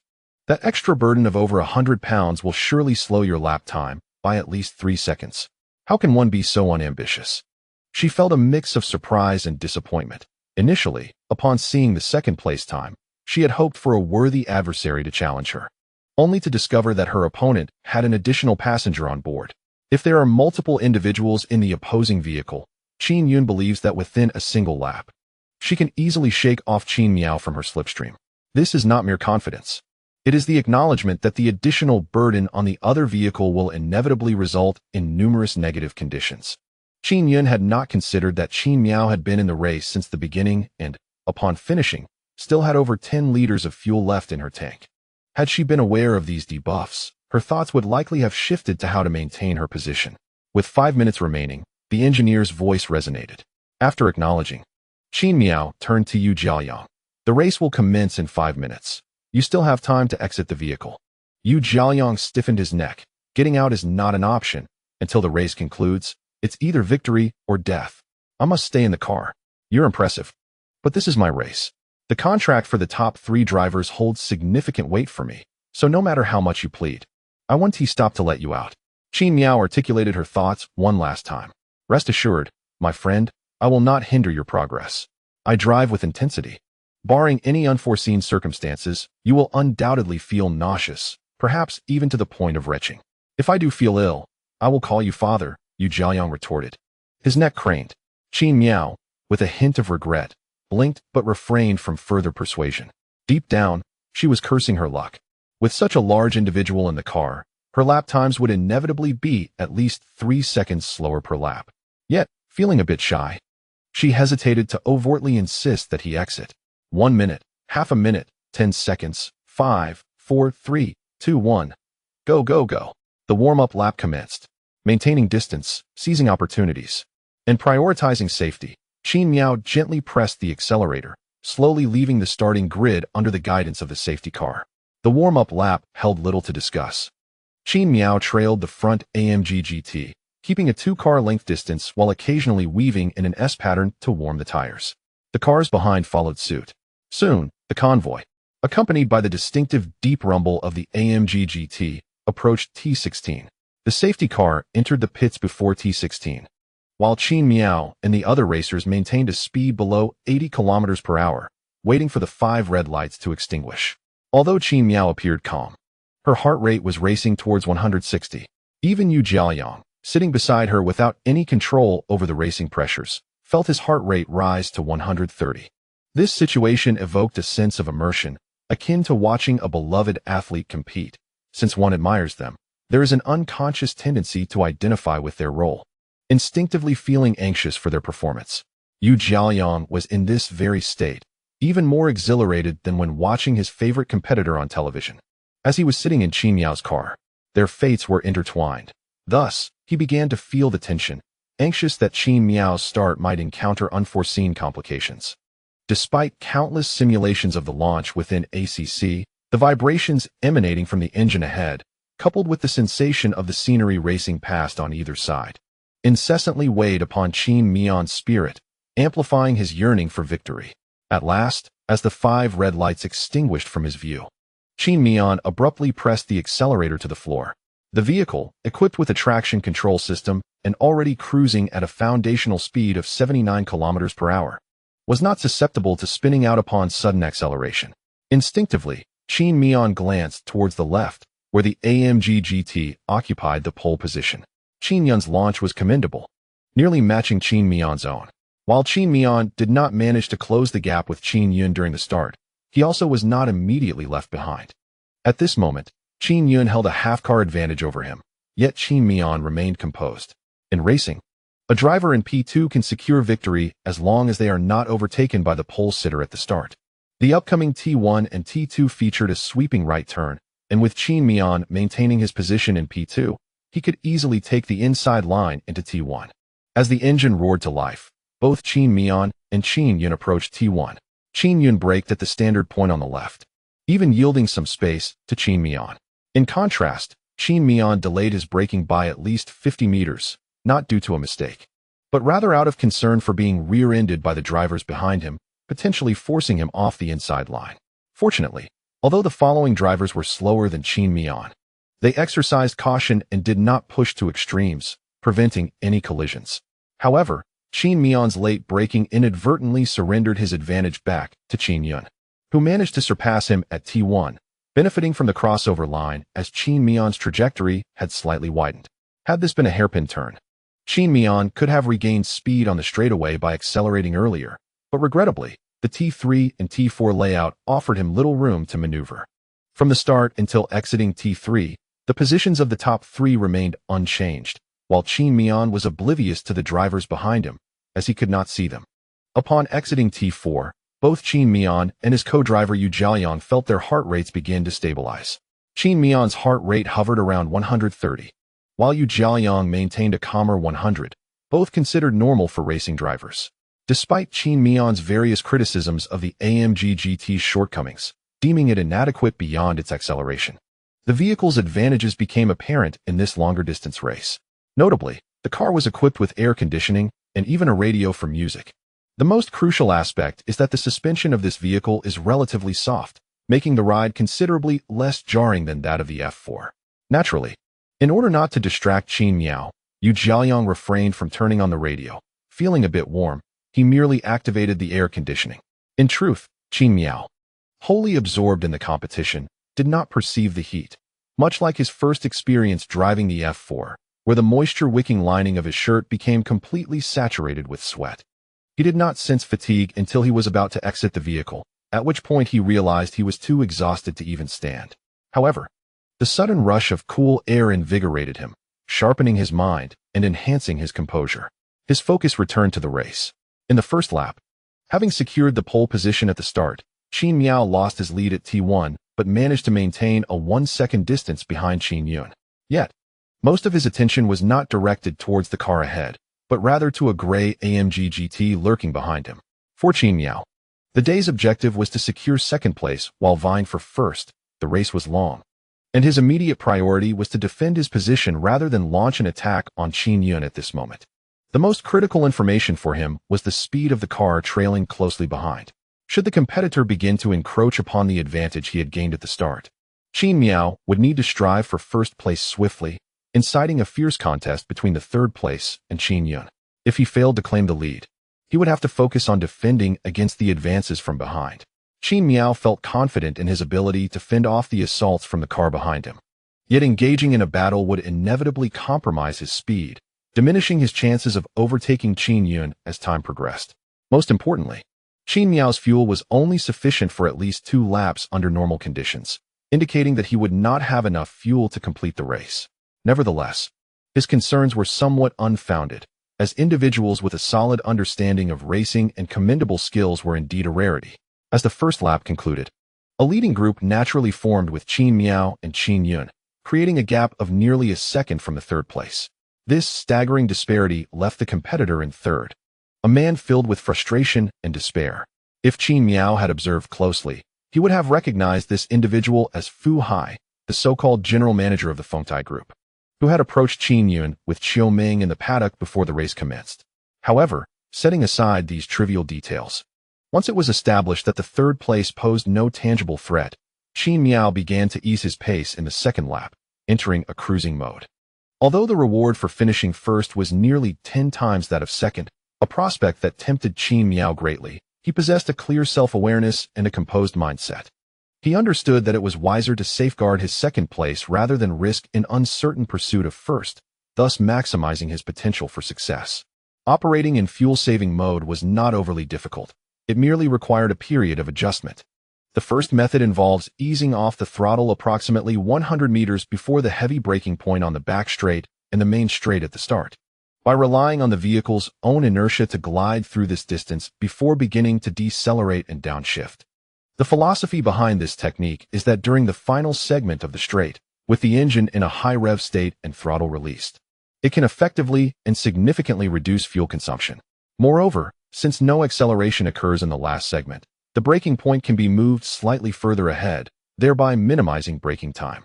This approach allows Qin Miao to save at least 46 units of fuel per lap. The second method pertains to the acceleration phase, where Qin Miao does not wait until the third and fourth gears reach the optimal rev range before shifting. Instead, he typically shifts at around half or three-quarters of the rev range. This driving style not only protects the engine, but also conserves fuel and tires, with the sole drawback being a slightly slower acceleration. However, the timing of his shifts is strategic. He generally shifts early when the engine in the AMG GT cannot generate sufficient power for rapid acceleration, thus keeping the loss of speed within an acceptable limit. Naturally, the decision to shift early must also consider the current track conditions. For long straights, it is advisable to shift early in the higher gears, while for shorter straights, the lower gears should be prioritized. Additionally, one's current racing state must be taken into account if one is drafting behind another vehicle or utilizing DRS and ERS. An earlier shift may be beneficial. Overall, compared to the first fuel-saving method, this approach allows for greater flexibility. This driving technique can save an additional 57 units of fuel per lap. By employing both strategies concurrently, Qin Miao can conserve at least 913 units of fuel within a single lap, enabling him to cover an additional lap over 10 laps. Of course, this strategy will naturally result in a reduction in Qin Miao's speed, but this is of little concern to him. After all, his primary objective is to maintain pace with the vehicle ahead while preventing any overtaking from behind. Currently, Qin Miao is able to create a 1-second gap from the trailing vehicle each lap, making the 0.6 seconds loss per lap in fuel-saving mode entirely acceptable. As the second lap commenced, Qin Miao realized that even with his fuel-saving approach, he posed no threat to his competitor. With no danger from behind, Qin Miao decided to maintain this state and enter cruise mode. Unbeknownst to Qin Yun, who was ahead, Qin Miao had activated his cruise mode. She continued to glance back at her rearview mirror, monitoring the distance between their vehicles. During the first 2 laps, due to Qin Miao's consistent pace and the added weight in his car, Qin Yun was able to extend her lead by approximately 0.4 seconds each lap. While 0.4 seconds may seem minimal, in the context of a live race, this gap is almost visibly discernible. Upon realizing this, Qin Yun let out a quiet sigh of relief. Initially, during the start phase, Qin Miao had exerted considerable pressure on her, but now, understanding that her competitor's long-distance rhythm was not as strong as her own, she felt a sense of relaxation, albeit tinged with regret. Initially, Qin Miao anticipated encountering an opponent of comparable skill in today's race. Yet he was ultimately met with mere disappointment. Uncertain of his rival's intentions, he focused on stabilizing his mindset and began to run long distances.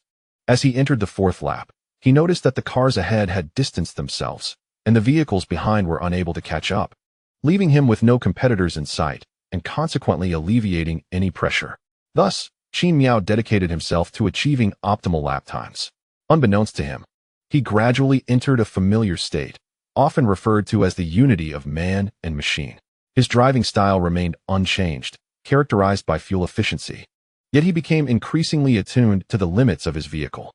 In this harmonious state, his braking points while cornering became more daring, and his timing when accelerating out of corners grew remarkably precise. During this phase, Qin Miao seldom adjusted his vehicle's trajectory upon exiting turns, indicating that his throttle application was impeccably calibrated. Inexplicably, his lap times improved by 0.5 seconds each lap. This seemingly minor enhancement was negligible compared to Qin Yun's pace, as Qin Miao's advantage over her was merely 0.1 seconds per lap. To close the gap to the leading car, he would require at least 15 laps. However, the pivotal moment arrived when Qin Yun, realizing that Qin Miao could not catch her, began to ease her pace. During the initial phase of the race, competitors instinctively drive more aggressively to secure better positions, but once into longer distances, it becomes impractical to maintain such extremes, especially for those who are not professional racers, as consistent high-stakes driving invites errors. In reality, unlike in a game where one can replay mistakes, a blunder in a race often signifies the end of the competition. Consequently, the initial proximity of 0.1 seconds escalated to 0.4 seconds. By the 7th lap, Qin Miao found himself within the slipstream of Qin Yun. To be honest, after gaining a lead over Qin Miao, Qin Yun had not given a thought to her pursuer, focusing instead on her own lap times. It was only when her engineer alerted her via radio that she became aware of Qin Miao's approach. "Miss Qin, that red AMG behind you is closing in at a rate of 0.4 seconds per lap." Upon hearing her engineer's words, her pupils dilated as she glanced in the rearview mirror, noticing the red AMG had reduced the distance to approximately 5 meters behind her vehicle. While the two cars appeared to separate at a visible rate on the straight, their proximity would become even more pronounced upon entering the corners.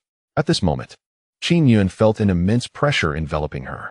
Although the prize for victory in this race seemed rather trivial to her, a mere nicety, her inherent nature forbade her from conceding at such a juncture, prompting her to instinctively adopt a defensive stance. In the car driven by Qin Miao, Yu Jiaoyang remained remarkably quiet at the outset, making a conscious effort not to disturb Qin Miao. Upon realizing that Qin Miao could not keep pace with Qin Yun, he merely pursed his lips in mild disappointment, maintaining a demeanor befitting a mere passenger. However, he soon discovered that Qin Miao was actually closing the gap on their competitor, which invigorated him considerably. After all, this was a rare opportunity to surpass Qin Yun, albeit only in the realm of racing and not as the driver. Yet, this detail was inconsequential. What mattered was that the vehicle they occupied had the potential to outpace Qin Yun. As they approached the 9th lap, Qin Miao had latched onto the slipstream of the car ahead, entering turn 1 with a mere 0.5 second deficit. To his astonishment, the AMG, which had been following the racing line, suddenly veered into the middle of turn 1, obstructing his access to the slipstream and disrupting his trajectory. This unexpected maneuver jolted Qin Miao from his harmonious state of man and machine. Regaining his composure, he instinctively eased off the throttle to avert a collision, only to realize that he had unwittingly closed in on the rear of the leading car. The most crucial aspect was that the competitor had begun to defend against him, having engaged in numerous offensive and defensive strategies within the game. This was Qin Miao's first encounter with such dynamics in reality. The situation piqued his interest considerably. Conserving fuel? That notion was absurd. Even in fuel-saving mode, he was faster than his opponent. Therefore, if he maintained his usual pace, overtook the competitor, and then switched to fuel-efficient driving, it was likely that the other driver would not be able to keep up. This way, he could secure both victory and a stable finish. Only children make choices. As an adult, Qin Miao desired both the triumph of first place and the satisfaction of completing the race. As Qin Miao transitioned from his previous state of unity with the vehicle, Yu Jiaoyang, seated in the passenger seat, keenly sensed the shift in Qin Miao's driving style. Up until the 8th lap, Qin Miao's approach had been steady and composed. Although his acceleration and braking were vigorous, they were linear, devoid of any abrupt deceleration or sudden bursts of speed, exemplifying a dispassionate demeanor. However, following the obstruction by Qin Yun at turn 1, there was a palpable transformation in Qin Miao's essence. He had become assertive, his driving style evolving into one marked by intensity. His timing for acceleration and braking became more extreme, often requiring him to adjust the steering wheel to counteract slight understeer upon exiting corners. Each turn was accompanied by the sensation of the vehicle teetering on the edge of grip, punctuated by the sharp cries of the tires. This fervent driving translated into a rapidly diminishing gap to the car ahead. The performance of both vehicles was comparable, and despite Qin Miao's relative speed being superior, overtaking opportunities were scant during turns 1 and 2. Yet, it was important to note that Qin Yun was not a professional racer, despite her extensive practice. Her innate talent had its limitations. Consequently, as they exited turn 2 and approached the breaking point for turn 3, the gap between Qin Miao and Qin Yun had shrunk from 0.6 seconds to 0.3 seconds. Due to T3 being a slow corner and the elongated front of the AMG GT, from the perspective of both the driver and the passenger, a mere 0.3 second gap translates to a distance of approximately 3 to 4 meters. From their vantage point, it seemed as though the entire front of the AMG GT was nearly pressed against the rear of the preceding vehicle. Observing this scene from the passenger seat, Yu Jiaoyang felt a chill run down his spine, instinctively exclaiming in astonishment. Nevertheless, Qin Miao, relying on his extensive experience and profound understanding of the vehicle beneath him, was acutely aware of the distance between the two cars. As he exited the corner, he avoided the common pitfall that often befalls novices, namely, the instinct to ease off the throttle or apply the brakes out of fear of a collision. Navigating from T3 through T4, where overtaking is impossible given the car's similar performance, Qin Miao adeptly maintained his distance from the car ahead. In fact, with a relative speed advantage, he even slightly increased the throttle, ensuring the time gap remained at 0.3 seconds.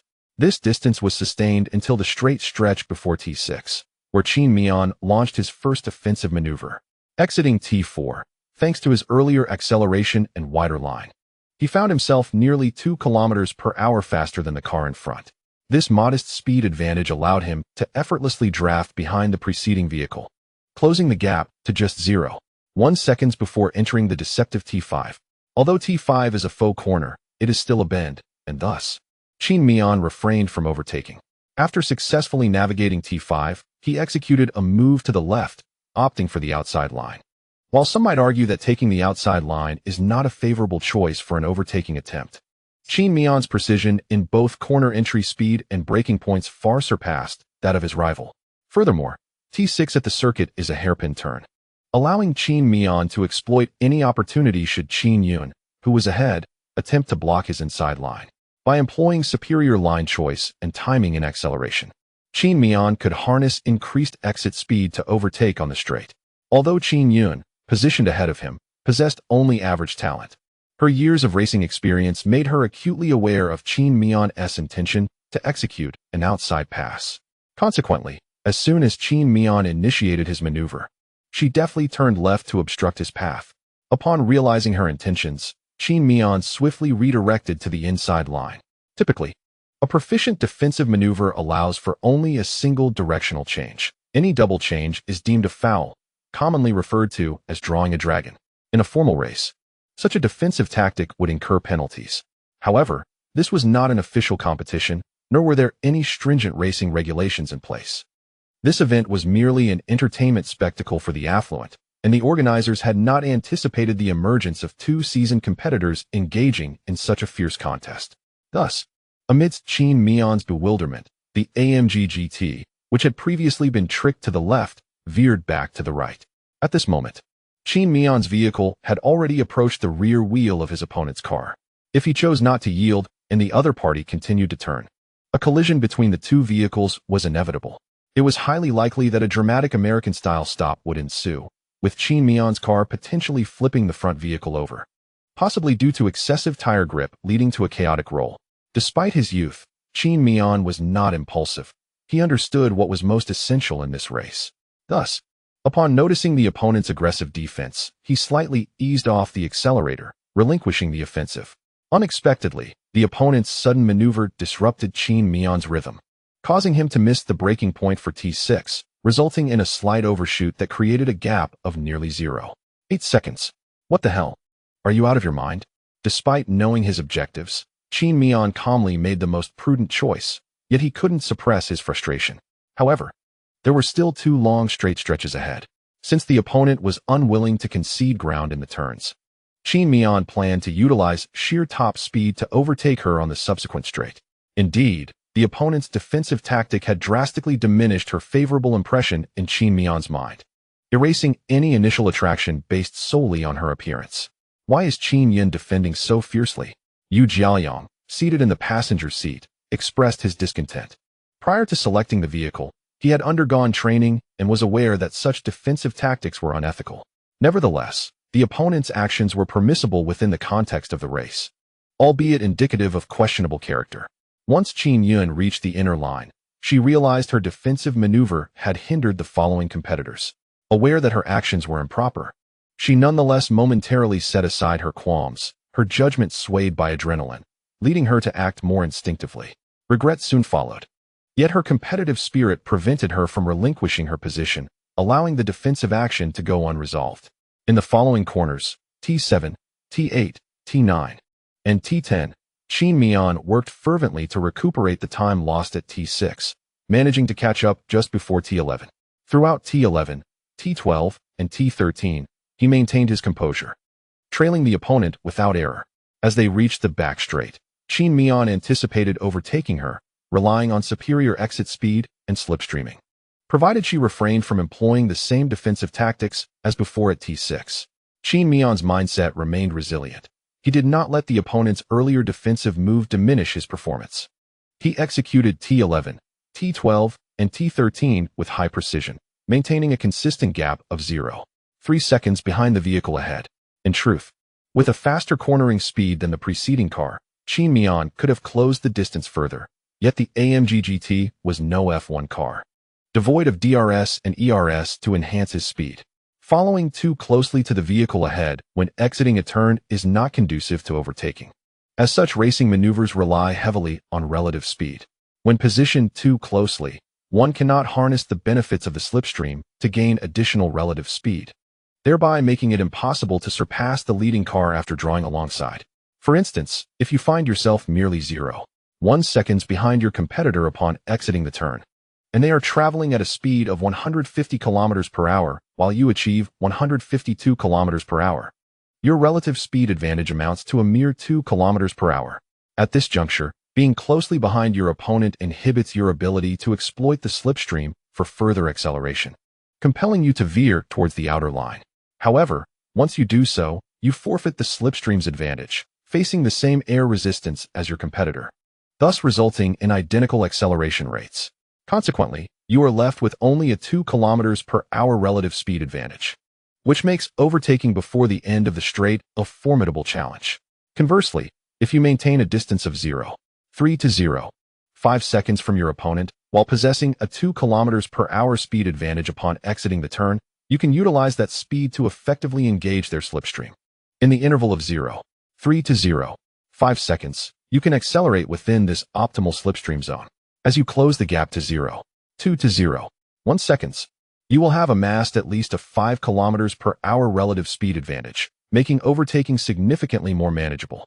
During the subsequent straight, Qin Miao capitalized on the slipstream and the 0.3 seconds distance, combined with her superior exit speed, to accumulate a relative speed advantage exceeding 10 km per hour. As she approached the midpoint of the straight, she initiated her maneuver towards the outer line. Her opponent continued to defend the outside, prompting Qin Miao to deftly shift to the inner line. Admittedly, her competitor displayed a lack of sportsmanship, yet Qin Miao's subtle line change effectively deceived her. However, due to the proximity of the two vehicles, Qin Miao's car brushed lightly against the rear of her opponent's vehicle as she moved to the inner line. In the vehicle, Yu Jiaoyang could even hear the sound of the two cars scraping against each other, and the sight of their fronts grazing each other sent shivers down his spine. Fortunately, contrary to his expectations, the two vehicles did not collide and lose control. The contact merely resulted in a light scuff, having no detrimental effect on the stability or driving conditions of either car. Nonetheless, this minor scrape startled Qin Yun, causing her to instinctively apply the brakes, which instantaneously widened the gap between the two vehicles. What could have been a straightforward overtaking maneuver for Qin Miao not only resulted in her passing her opponent, but also, thanks to the competitor's braking, she gained over 3 seconds of time advantage. Racing is indeed merciless. An ill-timed brake on the straight can have catastrophic consequences.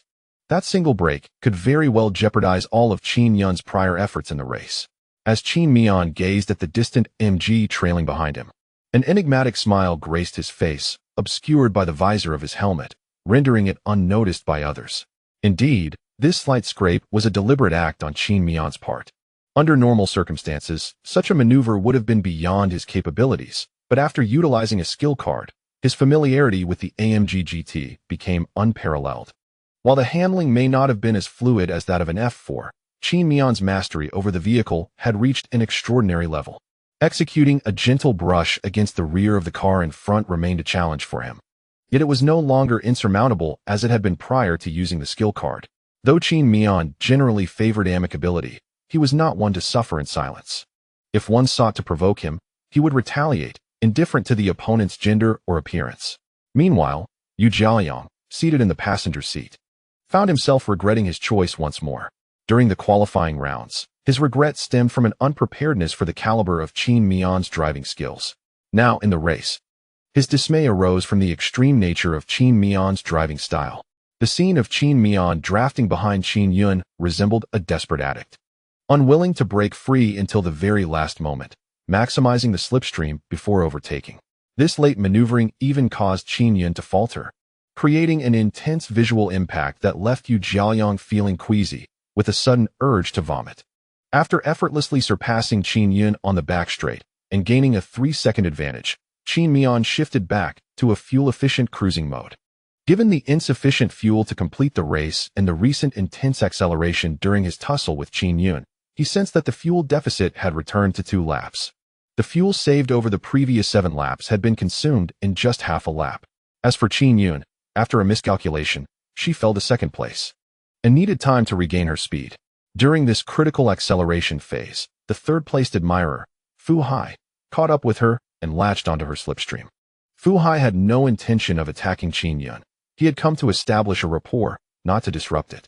At the very least, he wished to leave a lasting impression in her mind. Thus, after some contemplation, he resolved to mount an offensive for a lap, as a single lap would afford him enough opportunity to strike 2 or 3 times. Following the race, they could exchange insights on their defensive and offensive maneuvers, potentially paving the way for a breakthrough in their relationship. Regrettably for Fu Hai, the psychological impact of Qin Miao's maneuver did not demoralize Qin Yun. Instead, it ignited a newfound vigor within her. Consequently, any flicker of guilt that had arisen from her defensive tactics against Qin Miao swiftly dissipated. With renewed determination, Qin Yun began her relentless pursuit of Qin Miao, her lines becoming increasingly aggressive. Following closely behind Qin Yun, Fu Hai found himself in a state of despair. Realizing that not only was he unable to engage in any offensive or defensive maneuvers against her, but he also struggled to keep pace with her rhythm.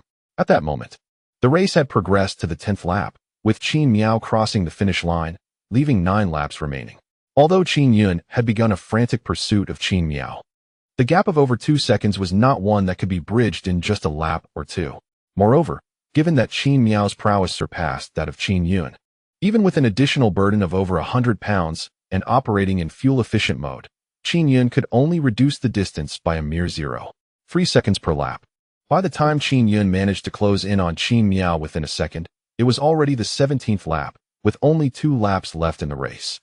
The reason it took 7 laps to close that 15-second gap was solely due to Qin Yun's overly aggressive driving, which caused her to misjudge the braking points on several occasions, resulting in a loss of precious time.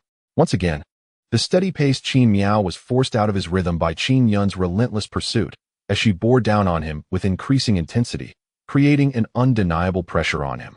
Casting a glance at his car's dashboard, Qin Miao noticed that with just 2 laps to go, the fuel warning light had illuminated, indicating that the fuel gauge was nearly empty. He understood that there might still be a modicum of fuel remaining, but he was uncertain how far it would carry him. He knew that if he maintained his fuel-efficient pace, he could cross the finish line before the tank ran dry.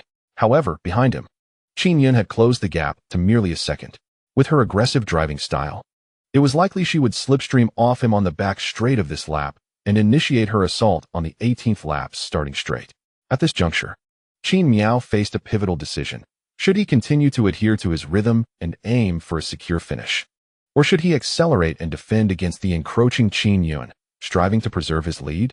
Yet, with the fuel potentially depleting after another lap, he risked ending up with nothing to show for his efforts. In this moment of indecision, Qin Miao's inherent nature leaned towards the former option. Being a person who preferred to go with the flow, he favored the stability of assured gains over the pursuit of high-risk, high-reward scenarios. However, the allure of the 10 purple lottery draws for first place was temptingly enticing, stirring desires within him. At that moment, he wished fervently to discuss his thoughts with Xiaoming, to seek her insights and guidance. After only a few days of interaction, he had unconsciously come to regard her opinions as valuable references. Yet now, Xiaoming was unable to assist him, leaving him to glance at the burdensome figure seated beside him, which only served to ignite a flicker of irritation within him. Damn it, without you, I wouldn't have to fuel up or be forced to make choices by this woman behind me. Lao Yu, I currently face two options. Although the noise inside the race car is quite overwhelming, especially in a GT3, the vehicles driven by Qin Miao and the others are not professional racing cars and lack extreme lightweight modifications. The sound insulation remains intact, allowing me to hear each other clearly even if we speak a bit louder. Yu Jiaoyang inquired with a hint of unease. What choices? The first option is relatively safe. I could confidently secure second place, but first place would be out of reach. The second option is more daring. I believe I can maintain my position in first place. Yet there's a possibility that my car might run out of fuel midway. I'm uncertain about which path to take now. Could you provide a suggestion for me to consider? Yu Jiaoyang pondered for a moment. Although Qin Miao requested him to make a decision for reference, he understood that Qin Miao was uncertain himself and was seeking his assistance in making a choice. Just as he was about to speak, Qin Miao reached the entrance of T1. With a sudden hard brake, Yu Jiaoyang felt the seatbelt tighten around him, silencing the words on the tip of his tongue. What Yu Jiaoyang failed to notice was that Qin Miao's braking point was somewhat awkward. He neither braked precisely at the designated point nor glided for about 100 meters as one would in a normal fuel-saving mode. Instead, he began to glide about 30 to 40 meters early, choosing a rather late braking point, exuding a sense of awkwardness and indecision. Once they exited T4, Yu Jiaoyang finally had a moment to breathe and said, "If it were me, given the capability, I would undoubtedly choose the latter. After all, securing second place or losing the opportunity to compete holds little significance for us." Yu Jiaoyang based this statement on the belief that he and Qin Miao belonged to the same circle, having been unaware of each other prior to this gathering. Since they were both part of this realm, they would likely disregard the driver's contract promised by the organizers. Perhaps the professionals I hire are more competent than your team's engineers. This exemplifies the information disparity arising from unequal knowledge. However, at this moment, Qin Miao found himself somewhat entangled in his thoughts. The prolonged intense driving had sent his adrenaline soaring, making it difficult for him to calmly weigh the two choices. Hearing Yu Jiaoyang's words, Qin Miao decisively opted for the bold, believing that fortune favors the brave. Yet, alongside this decision, he harbored concerns. For the second choice might lead him to gain nothing in the end. Nevertheless, Qin Miao quickly rationalized his stance, asserting that the prerequisite for achieving anything was his possession of a system. Without it, he would never have found himself in this position. Therefore, regardless of today's outcome, as long as he held on to the system, he would encounter many similar opportunities in the future. The chances to obtain purple lottery draws from system tasks would undoubtedly be plentiful. Even if Qin Miao were to run out of fuel midway today and secure no position, it would merely signify the loss of this singular opportunity. Moreover, with so many tracks that Qin Miao had yet to familiarize himself with, the 10 purple draws merely represented a month and a half of solitude spent at home after purchasing the simulator. Upon realizing this, Qin Miao felt a significant sense of relief. However, he was acutely aware that if he maintained a driving style that hindered the trailing car from closing the distance, the fuel in his vehicle would not suffice to complete the race. Thus, while conserving fuel, he endeavored to fortify his defense. Although he understood the slim probability of successfully holding off his competitor, he resolved to make the attempt. Upon exiting T4, Qin Miao solidified his inner conviction. The T5, T6, and T7 corners presented no opportunities for overtaking, so he continued at a fuel-efficient pace. After navigating these three bends, his increasing familiarity with the track and the vehicle prevented Qin Miao from closing the gap. However, between T7 and T8 lay a straight, and in the interest of fuel conservation, Qin Miao allowed himself a 50-meter coasting distance before entering T8. This concession permitted Qin Yun to close the distance by 0.2 seconds. Yet, the subsequent T8, T9, and T10 corners were quite challenging. Even while maintaining a fuel-saving mode, Qin Miao skillfully navigated the line, rendering overtaking impossible for Qin Yun. Exiting T10, he capitalized on an earlier acceleration phase, gaining an advantage. Nonetheless, Qin Yun, leveraging her 0.2-second advantage, managed to keep the distance from widening significantly. As they entered T11, Qin Miao continued to brake early, while Qin Yun executed a standard braking maneuver, thereby reducing the gap between them by another 0.2 seconds, leaving only a 0.2-second difference. In this corner, Qin Yun slightly lifted her foot off the accelerator, preparing to strike on the following straight. Given her intent to overtake, the 0.2-second gap was insufficient for her to gain additional relative speed in the slipstream. To enhance her acceleration space, she deliberately delayed her throttle application during the cornering acceleration phase. It could be said that as long as Qin Miao drove normally, Qin Yun on the straight would easily surpass him, burdened as he was with over 100 extra pounds. However, the system's certified defensive capability of 75 points was not to be taken lightly. Qin Miao was well aware of her intentions. Thus, after clearing the apex of T13, he adjusted the car's nose with a brief throttle input before coasting entirely, relying solely on the vehicle's inertia to navigate the turn. When the leading car refrained from accelerating through the turn, any throttle input, no matter how minimal, from the trailing car would swiftly close the relative distance. With Qin Yun hot on his heels and the gap reduced to 0.2 seconds, a collision became inevitable. Fortunately, as it was a low-speed corner, neither car was moving swiftly, and Qin Yun merely grazed the rear of Qin Miao's vehicle without destabilizing either car's posture. However, this incident caused Qin Yun to instinctively ease off the throttle once more. Meanwhile, following the collision, Qin Miao's vehicle realigned, and he promptly floored the accelerator, rapidly gaining speed. After a series of deft maneuvers, the two racers had established a gap of nearly 1 second. Under normal circumstances, even if there were an additional passenger in Qin Miao's car, Qin Yun would not pose any threat to him over the short distance remaining. However, Qin Miao's fuel was running low. Despite his exuberant acceleration on the straight, his speed was not impressive. He was shifting gears prematurely, and prior to entering T14, he had coasted for over 130 meters. This directly resulted in Qin Yun closing the gap by 0.3 seconds on the straightaway. Fortunately, Qin Yun was not yet applying pressure, allowing Qin Miao to navigate the upcoming T14, T15, and T16 turns without issue. Yet, as they approached the main straight, the distance between Qin Yun and Qin Miao diminished to less than 0.5 seconds as she slipped into his slipstream. No matter how frugally Qin Miao drove, his fuel gauge was now perilously low. The remaining power was merely due to the residual fuel typically left in a car's tank, though the exact amount was unknown to most. While Qin Miao was familiar with his vehicle, he could only control it as one with their own hands. Just as one cannot ascertain the exact length of their palm or the bones of their arms, he was unaware of how much fuel remained in the tank. Nevertheless, he felt confident that if he maintained his fuel-efficient driving style, he could still finish the race. Yet, at this moment, Qin Miao was unwilling to relinquish his lead. With only one lap remaining and his rival's driving skills slightly inferior to his own, he believed he could defend his position. On the main straight, Qin Miao continued to shift gears early, a strategy that minimized fuel consumption but inevitably affected acceleration. As a result, the two racing cars began to close in on one another, albeit at a slow rate. Upon noticing the approaching vehicle, Qin Miao chose to veer to the right. This maneuver served a dual purpose: to prevent the trailing car from utilizing his slipstream and to secure the inside line ahead of the upcoming turns. T1, T2, and T3 all involved right turns, and by occupying the inside line, Qin Miao could gain a significant advantage when entering the corners. Qin Yun followed Qin Miao's lead, shifting lanes as well, determined not to make a move until she had adequately harnessed his slipstream for the necessary speed advantage. However, due to Qin Miao's sudden maneuver, she lost approximately half a second of slipstreaming. Nevertheless, she managed to reduce the gap between the two cars from 0.5 seconds to 0.2 seconds.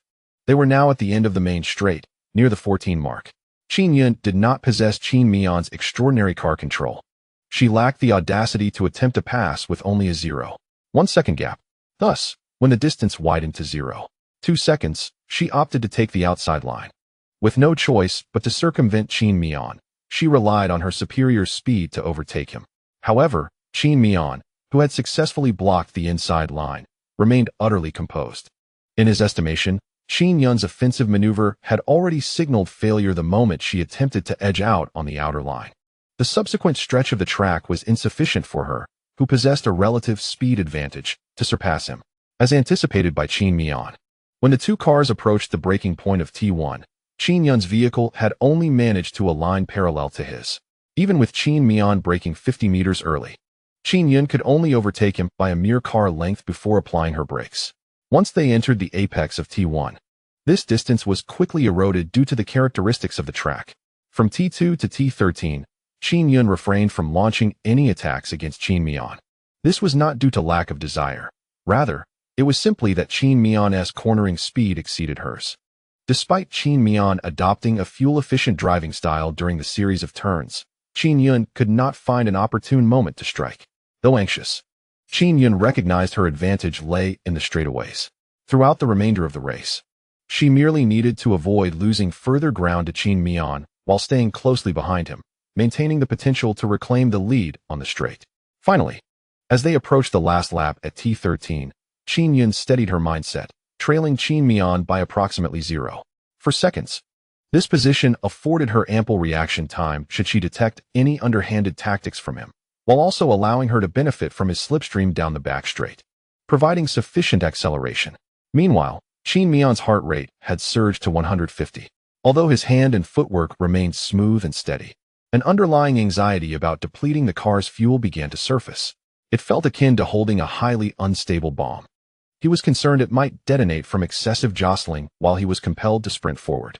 At the 12th point of the back straight, Qin Yun once again closed the gap to just 0.2 seconds behind Qin Miao. This time, her relative speed was greater, and she arrived sooner. With half the straight still ahead, ample opportunity for her to achieve an overtake. With gritted teeth, Qin Miao dismissed the notion of shifting gears early.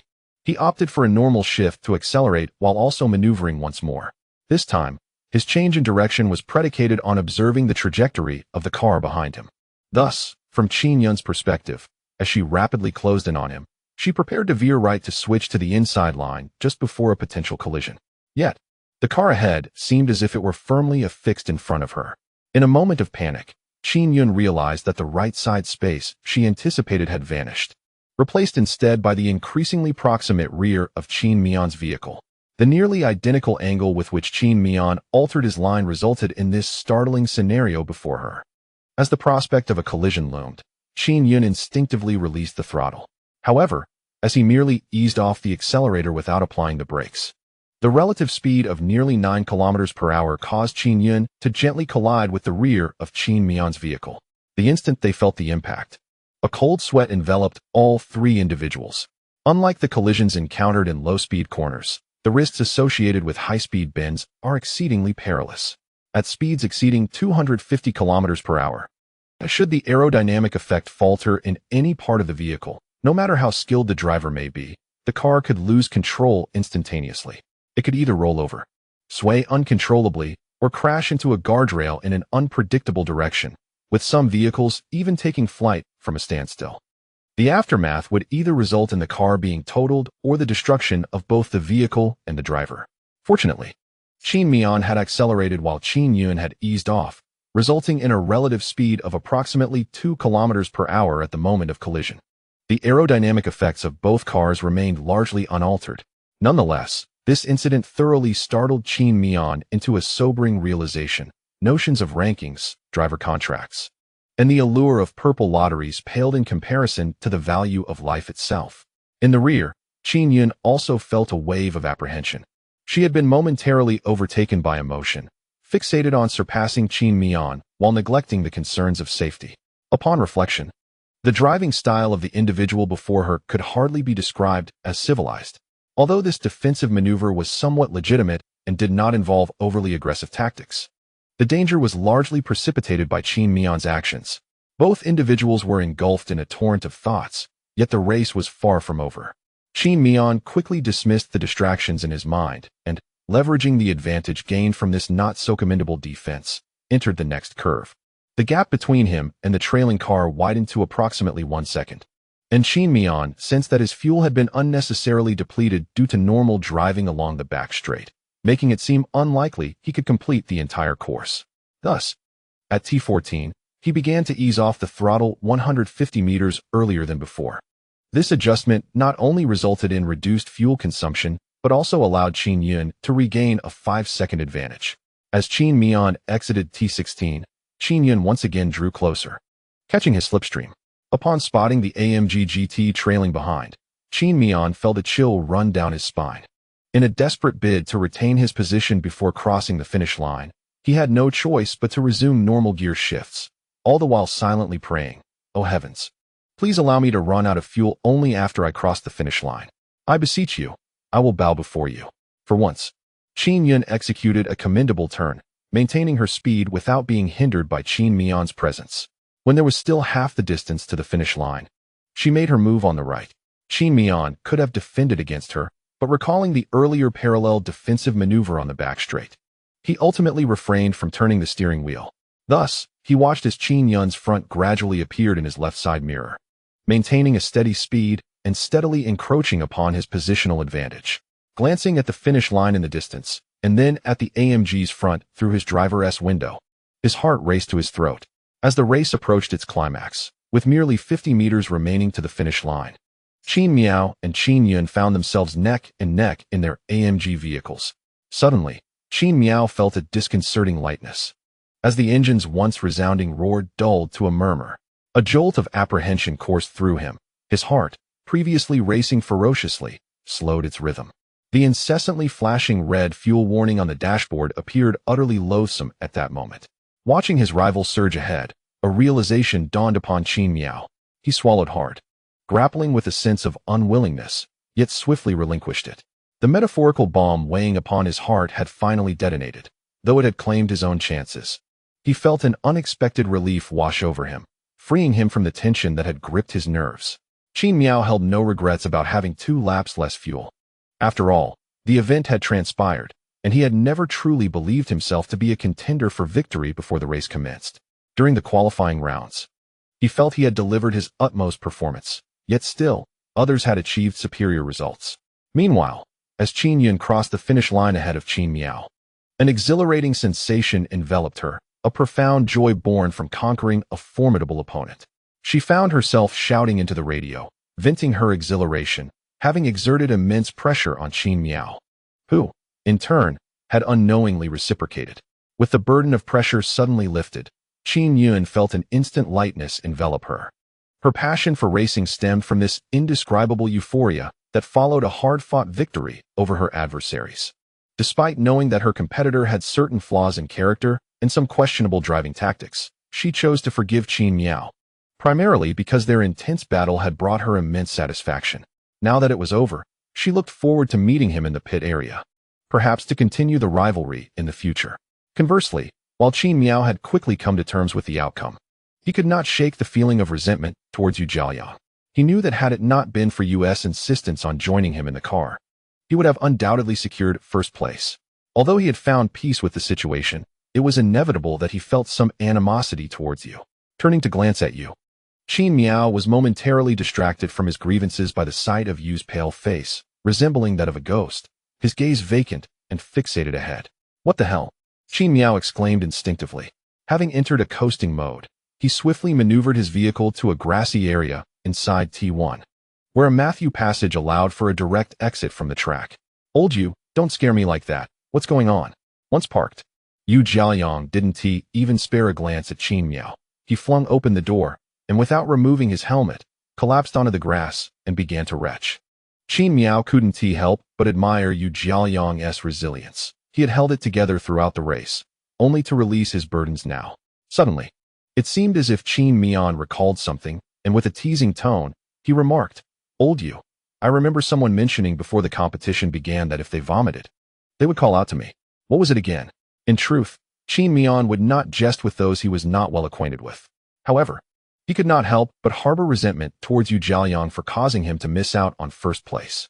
How could someone be so prone to nausea simply by sitting in a car?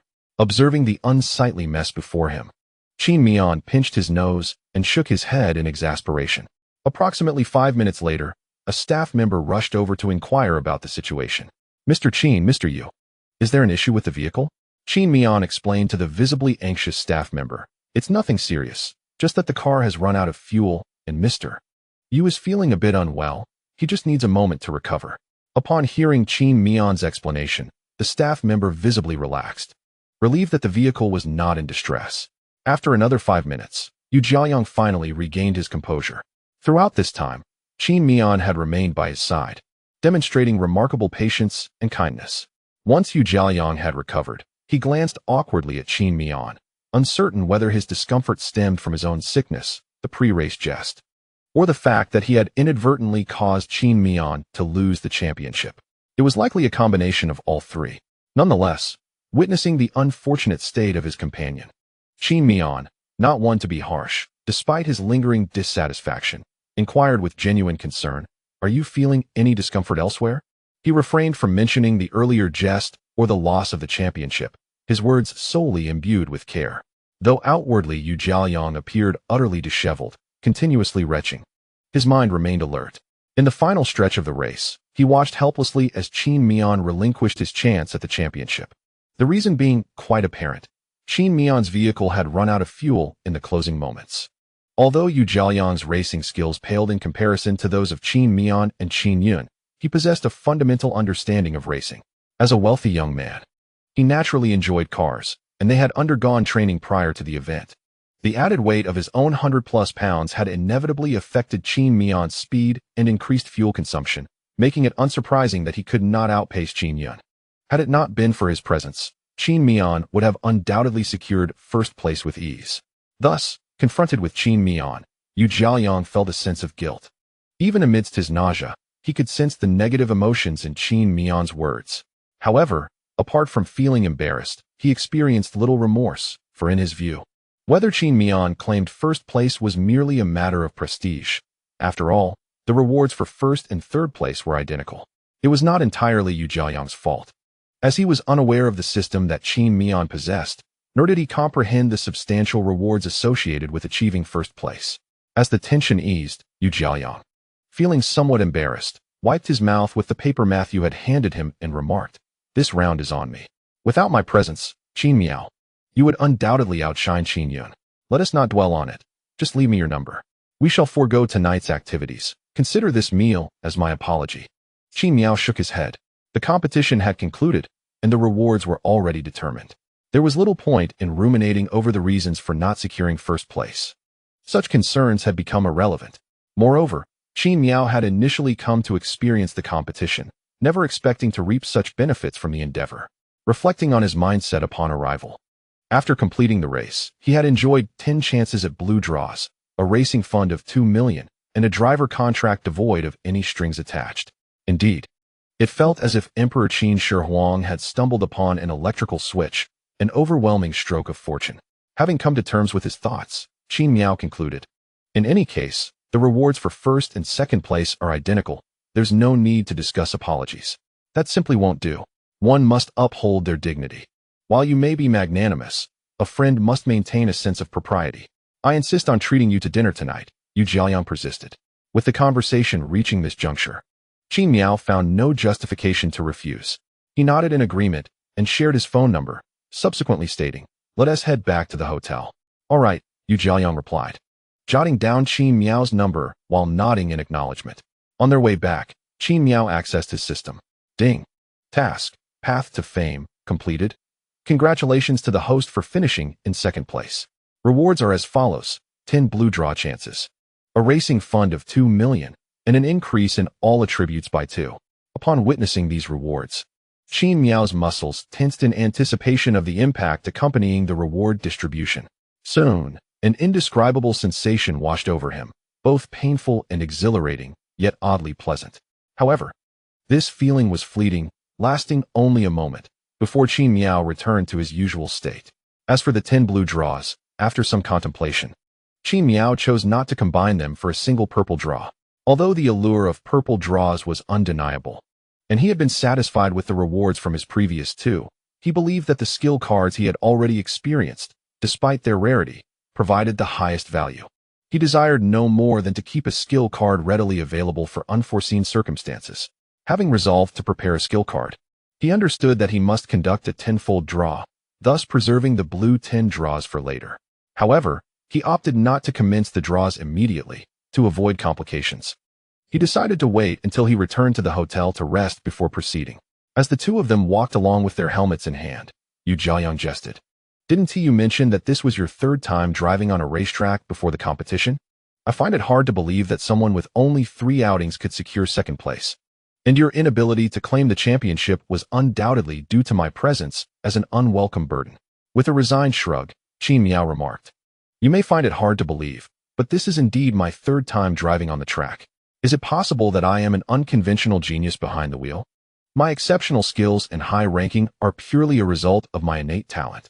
Yu Jiayang chuckled. That's quite the bravado. It leaves me with no room for rebuttal. Well played. Qin Miao felt a twinge of frustration, as he was not pretending at all. It was disheartening that no one believed him. Nevertheless, he sensed that after this race, he and Yu Jiayang would not have much interaction, so he chose to refrain from explanations. Although they walked back to the paddock together, the proximity of their parking spots meant they arrived at the maintenance area in just 3 or 4 minutes. At that moment, Yu Jiayang's friends' cars had already returned to the paddock. Qin Miao noticed a graceful figure standing at the paddock entrance, gazing towards the maintenance area.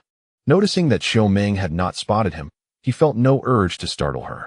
Despite having shared a bed, their relationship had progressed rather swiftly, leaving Qin Miao uncertain about how to engage with his girlfriend in light of his changed identity and perspective. To avoid causing any displeasure, he decided to call out to her directly. Xiao Meng, I'm over here.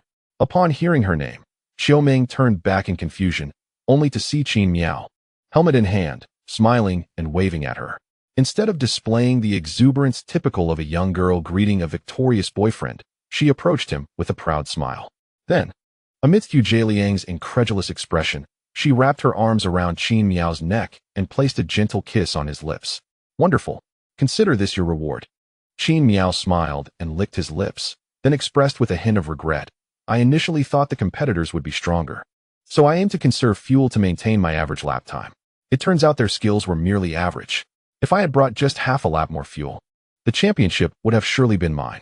While conversing with Yu Jiayang, Qin Miao managed to maintain a sense of composure, even in the face of not achieving his desired outcome. However, in front of his girlfriend, he felt an uncontrollable desire to showcase himself. Yes, I know. But coming in second is still remarkable, far exceeding my expectations. Xiao Meng generously praised him. By the way, let me introduce you. This is Yu Jiayang, my friend. Qin Miao naturally did not forget about the third wheel accompanying them. Though he held some reservations about him, he chose not to express them openly. Hello. I am Qin Miao's girlfriend, Xiao Meng. She greeted with impeccable poise, leaving no room for criticism. Yu Jiayang smiled and extended his hand to shake hers, responding warmly, sister-in-law. You are truly beautiful. I had no idea Qin Miao was so fortunate. He mentioned you while waiting for the race to begin. After a round of pleasantries, Yu Jiayang spoke up. Don't forget about the matter. I'll call you later. He was eager to flaunt his success before his group of friends, having secured second place and thus won a bet among them. Once Yu Jiayang departed, Qin Miao changed out of his racing suit in the dressing room, ensuring he hadn't left anything behind before heading to the podium to receive his award. However, just as Qin Miao and Xiao Meng emerged from the P-room, they spotted Qin Yun at the door, still clad in her racing suit and holding her helmet. Xiao Meng was puzzled as to why this striking woman had come here. Having defended against her for quite some time during the race, Qin Miao speculated about her intentions. She likely sought an explanation. After all, his defensive maneuvers during the race had been rather questionable.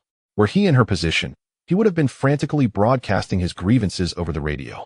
At this moment, though, having changed out of his racing suit, Qin Miao was not immediately recognized by her. Being young and somewhat bashful, he hesitated to approach her, opting instead to act as if he were unfamiliar and simply walk away. However, as they were about to leave the P-room for the podium, she intercepted them. Excuse me, has the driver of the red AMG GT returned? Immediately after completing the race and bringing the vehicle back to the P room, Qin Yun had inquired with the engineers about which P room was responsible for the second place red AMG GT. Upon receiving the precise location and arriving there, she discovered that the car had not yet returned, prompting her to stop this couple emerging from the P room to ask. Upon hearing her question, Qin Miao maintained a neutral expression, while Xiaoming cast a curious glance at her boyfriend, silently inquiring with her eyes. It seemed there was only one red AMG GT in that P room, and it appeared to be driven by Qin Miao. Being a business elite, Qin Yun might not possess top-notch driving skills, but her ability to read people and analyze situations was undoubtedly sharp. Noticing Xiaoming's glance, she began to suspect something about the somewhat stiff-faced Qin Miao. Since the inquiry had been made and they had approached her, Qin Miao, feeling compelled, replied, "That car is mine." Instead of questioning why the vehicle was not in the P room, Qin Yun took a keen interest in the young man before her. Surprised at the contrast between his seemingly shy demeanor and the fierce style he exhibited on the track. However, she refrained from voicing this curiosity, as she did not believe Qin Miao was lying. After all, they were about to go up to receive their awards, making any deception at this juncture utterly pointless. Extending her hand, Qin Yun introduced herself. "I am Qin Yun, the driver of that white AMG GT. Qin Miao also reached out to shake hands, but he only grasped Qin Yun's fingers. "I am Qin Miao." After their handshake, Qin Miao added, "This is my girlfriend, Xiaoming." Upon finishing his introduction, Qin Miao felt a slight relief. He had initially feared that the other party had come to confront him about his aggressive driving style on the track. To his surprise, she was quite courteous, indicating that she was not an unwelcome visitor. After they had acquainted themselves, Qin Yun was somewhat astonished to realize that the shy young man before her was, in fact, her distant relative. However, she soon dismissed this trivial matter and turned to Qin Miao, saying, "Though your driving style was rather bold, I must admit that your skills are impressive." Qin Miao felt a twinge of embarrassment. He had not anticipated such praise from her. He awkwardly replied, "You flatter me. I tend to get carried away while driving. My defensive maneuvers were indeed a bit rough. I apologize if I caused you any inconvenience. I hope you can overlook it." Qin Yun shook her head. "We are all enthusiasts of racing and understand that the adrenaline rush during a competition makes it challenging to stay focused and composed. I can empathize with your actions at the time." Hearing her response, Qin Miao felt a sense of relief. "May I ask what brings you here to see me?" he inquired, feeling curious. Their interactions had been limited, with their only significant encounter occurring on the racetrack. He couldn't imagine someone of Qin Yun's caliber would seek him out for a casual conversation. "I am quite curious," Qin Yun said. "Why did you suddenly slow down on the straight before the finish line? If you hadn't, it's quite possible that the victory could have been yours." Qin Miao's lips twitched at this thought. It reminded him of Yu Jiaoyang. If it weren't for that fellow, he wouldn't have suffered such a setback. Waving his hand dismissively, Qin Miao expressed his frustration. "I had an extra passenger in the car, so to lighten the load, I decided to carry 2 laps less of fuel, thinking I could conserve and make it to the finish. I didn't expect that I would actually be able to compete for the championship with you. I got a bit carried away during the final stretches, neglecting fuel conservation, and ultimately ran out just before the finish line. My car is still parked at the T1 entrance." Qin Yun raised an eyebrow, genuinely surprised by the story behind his predicament. "In that case, my victory feels somewhat unearned." Qin Miao quickly responded, "Not at all. That was not my intention. The race is over, and regardless of what transpired, you are the indisputable champion." Chuckling, she said, "All right. Let us not dwell on that. In any case, your driving skills are commendable. Let's exchange WeChat. I hope to have the opportunity to compete against you again in future races." Qin Miao hesitated, feeling that he and someone of Qin Yun's stature belonged to entirely different realms. He doubted there would be any future interactions, making the prospect of adding each other on WeChat seem futile. However, before Qin Miao could utter a word, Xiaoming, holding Qin Miao's phone, leaned in to add Qin Yun on WeChat, expressing her surprise. "Wow, sister, your skin is so flawless. How do you maintain it?" Qin Yun chuckled. "Really? I usually have someone come to my home for skincare treatments." Xiaoming eagerly inquired, "Could you possibly introduce me? I aspire to have skin as beautiful as yours." "Of course, no problem. Let us connect on WeChat." After exchanging a few pleasantries, the two women, separated by a notable age gap of 7 or 8 years, engaged in lively conversation, transitioning from cosmetics to handbags, and from handbags to beauty regimens, seemingly on the verge of becoming close friends. Qin Miao thought, all right, as long as Qiu Ming is happy. However, after 5 or 6 minutes of animated discussion, they eventually parted ways, agreeing to meet for a beauty session in the future. After which Qiu Ming returned the phone to Qin Miao. Qin Miao refrained from questioning why Qiu Ming was so eager to connect with the other woman and engage in such spirited conversation. After all, Qin Miao trusted that Qiu Ming would not bring any harm to her. Yet, once the other woman departed, Qin Miao felt an inexplicable lightness. Although Qin Yun had not exhibited any overtly authoritative demeanor during their conversation, her aura was undeniably potent, and Qin Miao felt an unaccountable pressure while conversing with her. As they watched the other woman leave, Qiu Ming curiously asked, "Is Sister Yun the driver who crossed the finish line with you? I didn't realize her driving skills were so exceptional." Qin Miao nodded, reflecting, "I too was unaware of her prowess prior to the race, but to be honest, she still lags a bit behind me." Qiu Ming gazed at Qin Miao, who had secured second place and was now boasting before her, with a hint of affectionate teasing. Yes, you are the strongest." The two then made their way to the awards podium. Qin Miao could hardly fathom that she would one day stand in such a place to accept an award. Although this was a private competition with only her girlfriend Qiu Ming present in the audience, Qin Miao felt that as long as Qiu Ming was there, it was sufficient. The award ceremony was straightforward. Third place did not appear to accept their award, and Qin Yun merely came to collect the championship trophy without stepping onto the stage. Consequently, Qin Miao was the only one who ascended to receive her accolade. Accepting an award alone was somewhat awkward, and after mustering the courage to complete the process, a staff member approached to inquire if Qin Miao wished to sign a driver's contract. Upon receiving her affirmative nod, they escorted Qin Miao and Qiu Ming to a small conference room. Inside the room sat a well-dressed staff member, with several documents laid out on the table before him, featuring brands such as Porsche, BMW, Mercedes-Benz, Audi, McLaren, and Lamborghini. Yet conspicuously absent was Ferrari. Upon Qin Miao's entrance, the individual smiled and said, "Mr. Qin, please have a seat. I am the attorney arranged by the organizers for you. My surname is Li. I have reviewed these contracts, and they indeed possess no binding constraints. Would you like to engage a private lawyer for cross-verification?" Qin Miao did not have a personal lawyer, and the characteristics exhibited by the event organizers aligned perfectly with his understanding of the term high-end. Therefore, he did not harbor any suspicion that they would deceive him or create obstacles within the contract. The only dilemma he faced was his uncertainty about which racing team would yield the greatest benefits. Curiously, he inquired, "Why have I not seen the Ferrari logo?" The response was as follows, "Mr. Qin, the organizers of this competition are merely domestic suppliers, and they lack the authority to provide you with a factory team driver contract. The contracts they offer are for drivers within the GT3 teams of the China GT series, and unfortunately, our China GT does not have a customer team for Ferrari. However, rest assured, the terms of this contract are identical to those of a factory team, and you will enjoy all the benefits that a driver is entitled to." With a hint of regret, Qin Miao sighed at the thought of not being able to drive the Ferrari 488. After some contemplation, he decided to opt for a Lamborghini, as it, alongside Ferrari, was the only other brand that resonated with his aesthetic sensibilities. Finalizing the choice of vehicle was not a straightforward task. The contract came in triplicate, requiring Qin Miao to sign more than 10 names in total. Additionally, the other party requested a photocopy of his identification. The myriad of tasks took over half an hour to complete, although signing and photocopying did not consume much time. The real delay stemmed from entering the information into the system. Ultimately, when Qin Miao emerged, he had officially become a driver, albeit one who was still unaware of the name of his team. After signing the contract, Qin Miao sought out Qiu Ming. "Is everything settled?" Her voice, in Qin Miao's ears, was always a source of warmth. He nodded. "I am now a formal driver, receiving a monthly salary." Feeling somewhat surreal, he added, "It feels as if I have ascended to the heavens, floating weightlessly."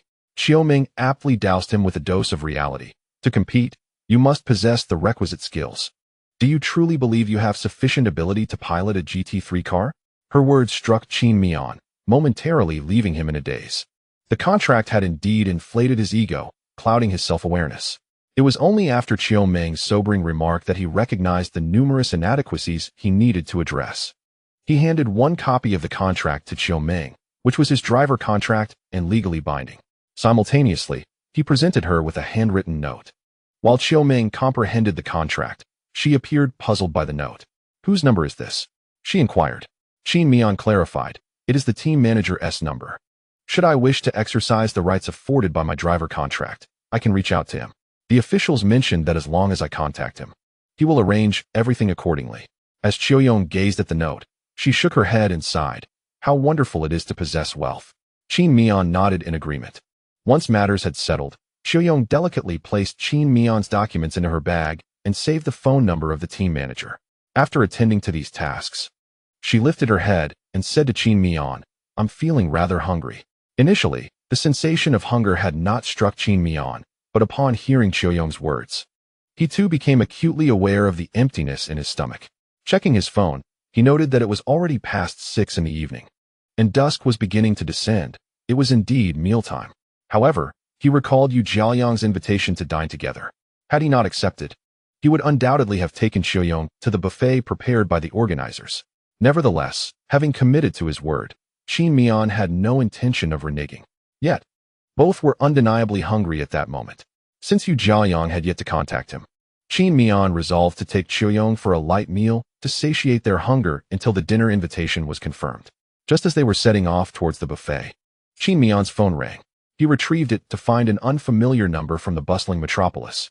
Upon recognizing it, he surmised who was calling. "Hello, Qin Miao. It's me. Lao Yu. Where are you right now?" "We're about to head out for dinner." Yu Jiaoyang's voice resonated through the receiver. Qin Miao responded, "I just received an award over here at the podium. Where are you? Shall I come to you?" "Great. Do you remember the supercar exhibition hall we entered earlier? Meet me there." "All right. I'll be there in under 5 minutes." After hanging up, Qin Miao shook his phone at Qiuyong and remarked, "The one treating us to dinner has arrived." "Curious?" Qiuyong inquired. "Yu Jiaoyang?" Qin Miao nodded. "How did you guess?" Rolling her eyes, she replied, "When you both parted, he mentioned not to forget about something, so I figured he must want to treat you to dinner. I'm not foolish enough to miss that." "All right. Let us go see how Lao Yu intends to make amends. Here, let me take your things. Take the lighter ones. You must be quite tired after the race." In less than 5 minutes, the two arrived at the Grand Exhibition Hall. Qin Miao had anticipated merely meeting Yu Jiaoyang before heading to a restaurant, but to his surprise, Yu Jiaoyang led them into a lavishly decorated office. As they entered, the office was empty, prompting Qin Miao to question, "Are we waiting for someone else?" With a smile, Yu Jiaoyang replied, "Be patient. You'll see shortly." No sooner had he spoken than a female staff member entered the room. Qin Miao and Qiuyong recognized her immediately. She was Zhuang Yuqin, the one responsible for attending to them. Upon entering, the individual first bowed politely to Yu Jiaoyang, then approached Qin Miao with a beaming smile. Presenting a document. "Mr. Qin, here is the purchase contract for the Ferrari 488 Pista. Kindly affix your signature here."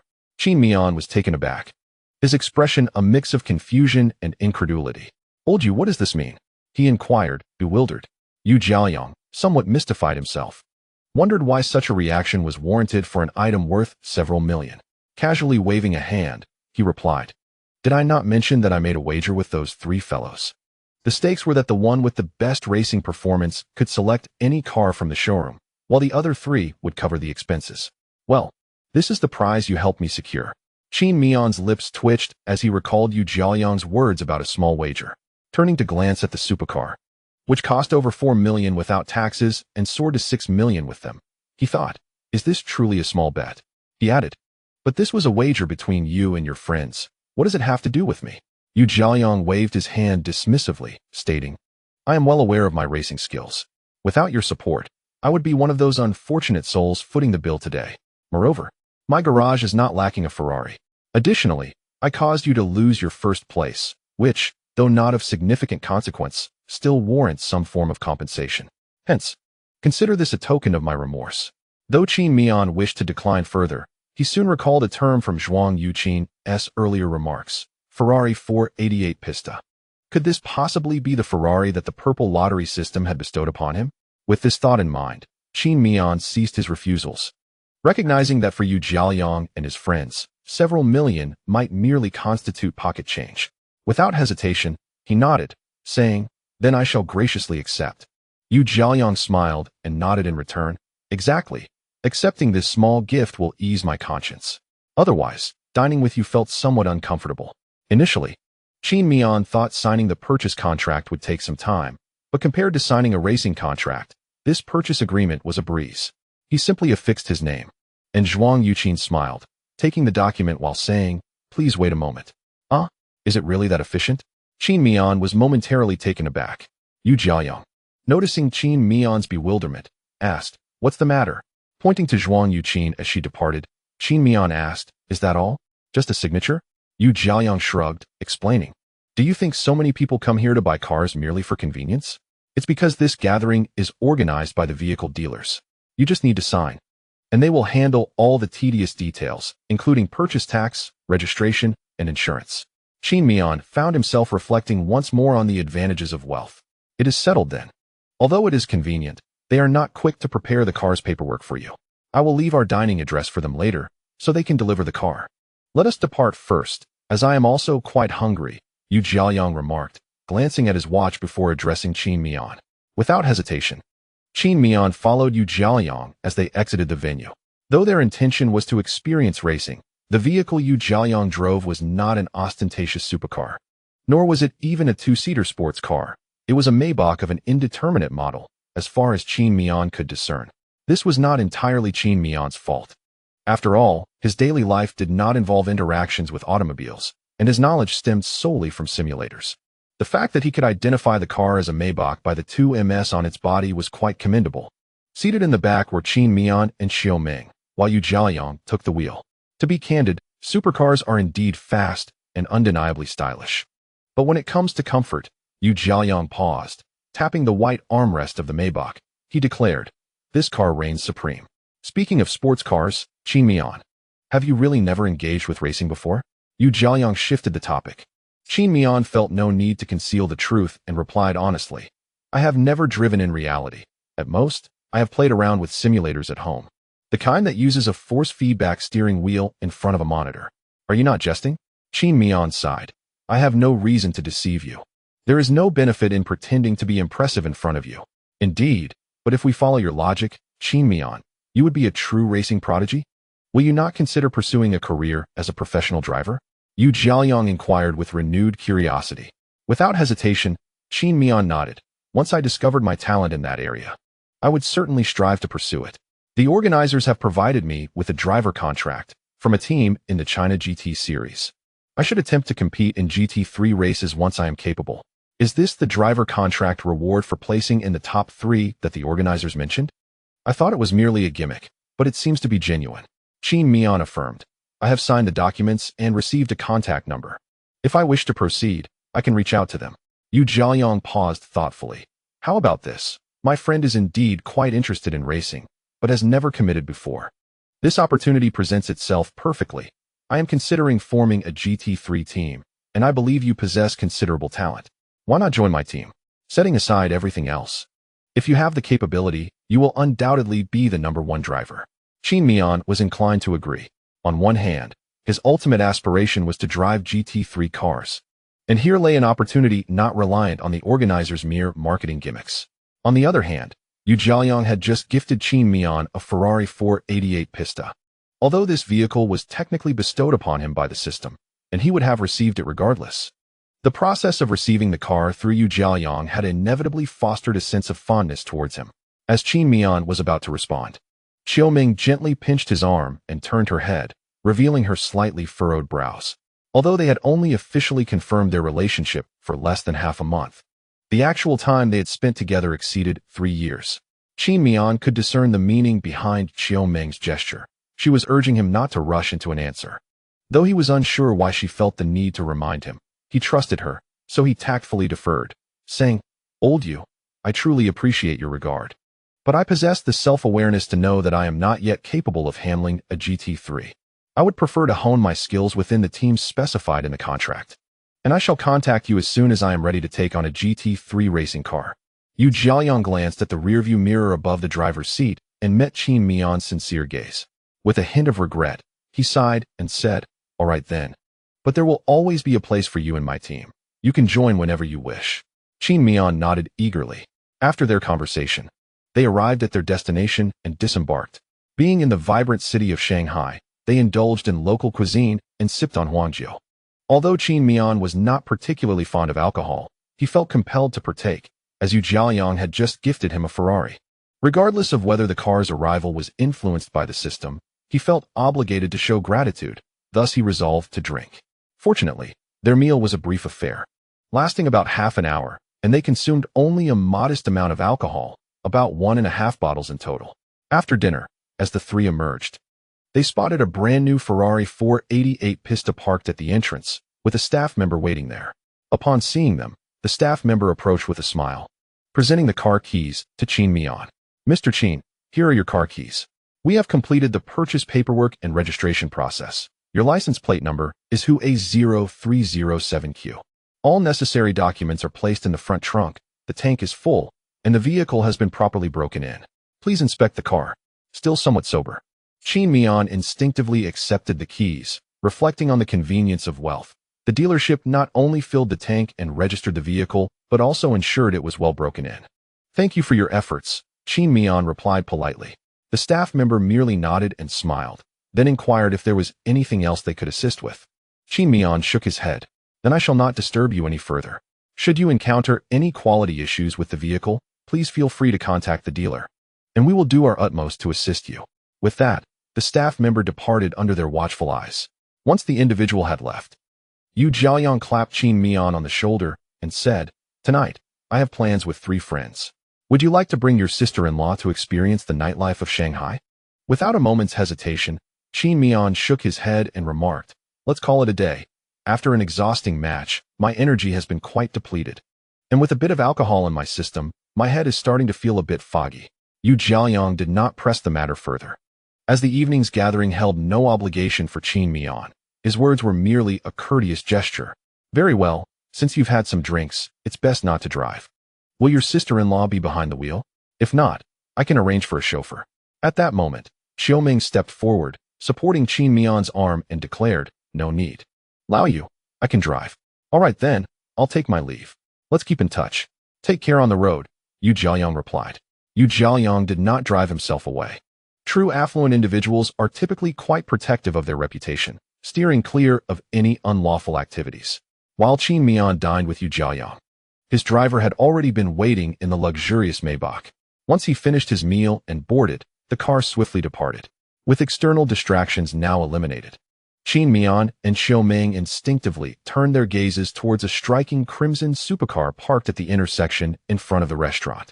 Although this area was not particularly crowded, the rare sight of such a supercar inevitably drew the attention of several passers-by. However, the majority of these spectators, rather than recklessly approaching, maintained a respectful distance, capturing photographs with their mobile devices. In this age of information, everyone is acutely aware that a vehicle bearing the prancing horse emblem is undoubtedly expensive. The last thing one would want is to inadvertently damage it, leading to regret without recourse.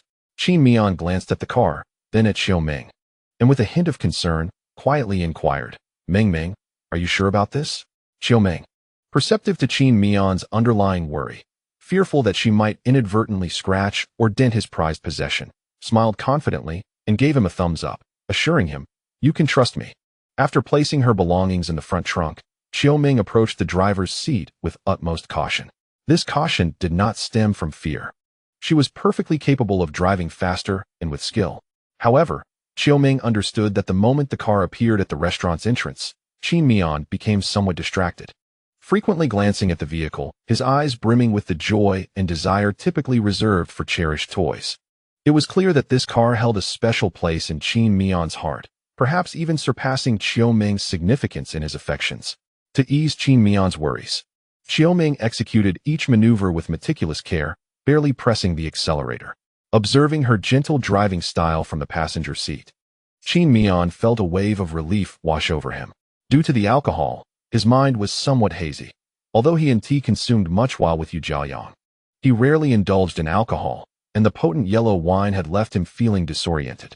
At present, however, Qin Miao merely experiences a slight dizziness and a reduction in cognitive speed, rather than an inability to act. Upon returning to the hotel where they were staying, she parked the car in the designated space, gathered her belongings, and made her way back to her room. Once inside, Xiaoming first placed Qin Miao's helmet and racing suit in the bathroom, carefully set aside the trophy and medals, and then retrieved essential documents and car purchase materials. After briefly reviewing each item, she consolidated them into a single folder. When Xiaoming finished her tasks and turned to call Qin Miao for a shower, she discovered that Qin Miao had already collapsed onto the bed, sound asleep. With a hint of exasperation, Xiaoming pursed her lips, only to quickly break into a smile. Despite this person's poor alcohol tolerance, having barely consumed a bottle of yellow wine before becoming so inebriated, Qin Miao's aversion to alcohol was something Xiaoming appreciated. Moreover, after drinking, Qin Miao tended to be quiet, collapsing into bed without much fuss. Yet, Xiaoming did not allow Qin Miao to continue sleeping. Though she understood that Qin Miao was likely eager for rest, he had spent the entire day driving and was undoubtedly drenched in sweat. The unpleasant odor would not only discomfort her while lying beside him at night, but it would also hinder Qin Miao's own sleep. Thus, she roused him with a firm insistence. Not yet. Shower first before you sleep. Still somewhat dazed, Qin Miao instinctively rose from the bed and shuffled to the bathroom to wash up. After a hasty shower and a quick towel-off, he burrowed back under the covers. The night passed in silence, and the following morning, Qin Miao awoke early. After staring blankly for a moment, he mentally replayed the events of the previous day. In the span of a single night, Qin Miao felt that the world he faced had undergone a monumental transformation. Within just one day, he not only acquired his long-desired Ferrari as his vehicle, but also became a driver for a GT3 team in China GT, albeit one that the team owner regarded more as a nominal rich heir than a genuine competitor. Last night, Qin Miao may have entertained the notion that, given the right skills, he could potentially participate in competitions through this contract. However, after a refreshing sleep and with a clearer mind, he realized that unless he could overwhelmingly surpass the two drivers on the team, he would never be able to replace them. With this thought, Qin Miao silently sighed. His earlier excitement had been in vain. Although he could not leverage this identity to compete in official GG3 races, the contract still held advantages for him. He can leverage this contract to have the team provide him with data support free of charge. To elaborate, Qin Miao could procure a GT3 race car and enlist the team's engineers to analyze his driving data, while also ensuring maintenance and logistical support for his vehicle. All stipulated in the contract. However, Qin Miao does not intend to reach out to them in the near term. On one hand, he lacks the funds to purchase a car. On the other, after running several races recently, he realizes that his most pressing need is not to refine his driving skills, but to enhance his physical stamina. The previous day's race was manageable. While the AMG GT is slower than the F4, it offers significantly better comfort. Completing 19 laps and over 100 kilometers in that race was within Qin Miao's physical limits. In contrast, the 3 sessions in the F4 nearly left him with a psychological scar, making him acutely aware that he must prioritize improving his endurance. Before proceeding further, Qin Miao glanced toward the bedside table and was immediately drawn to a set of red car keys, the iconic prancing horse emblem gleaming brightly.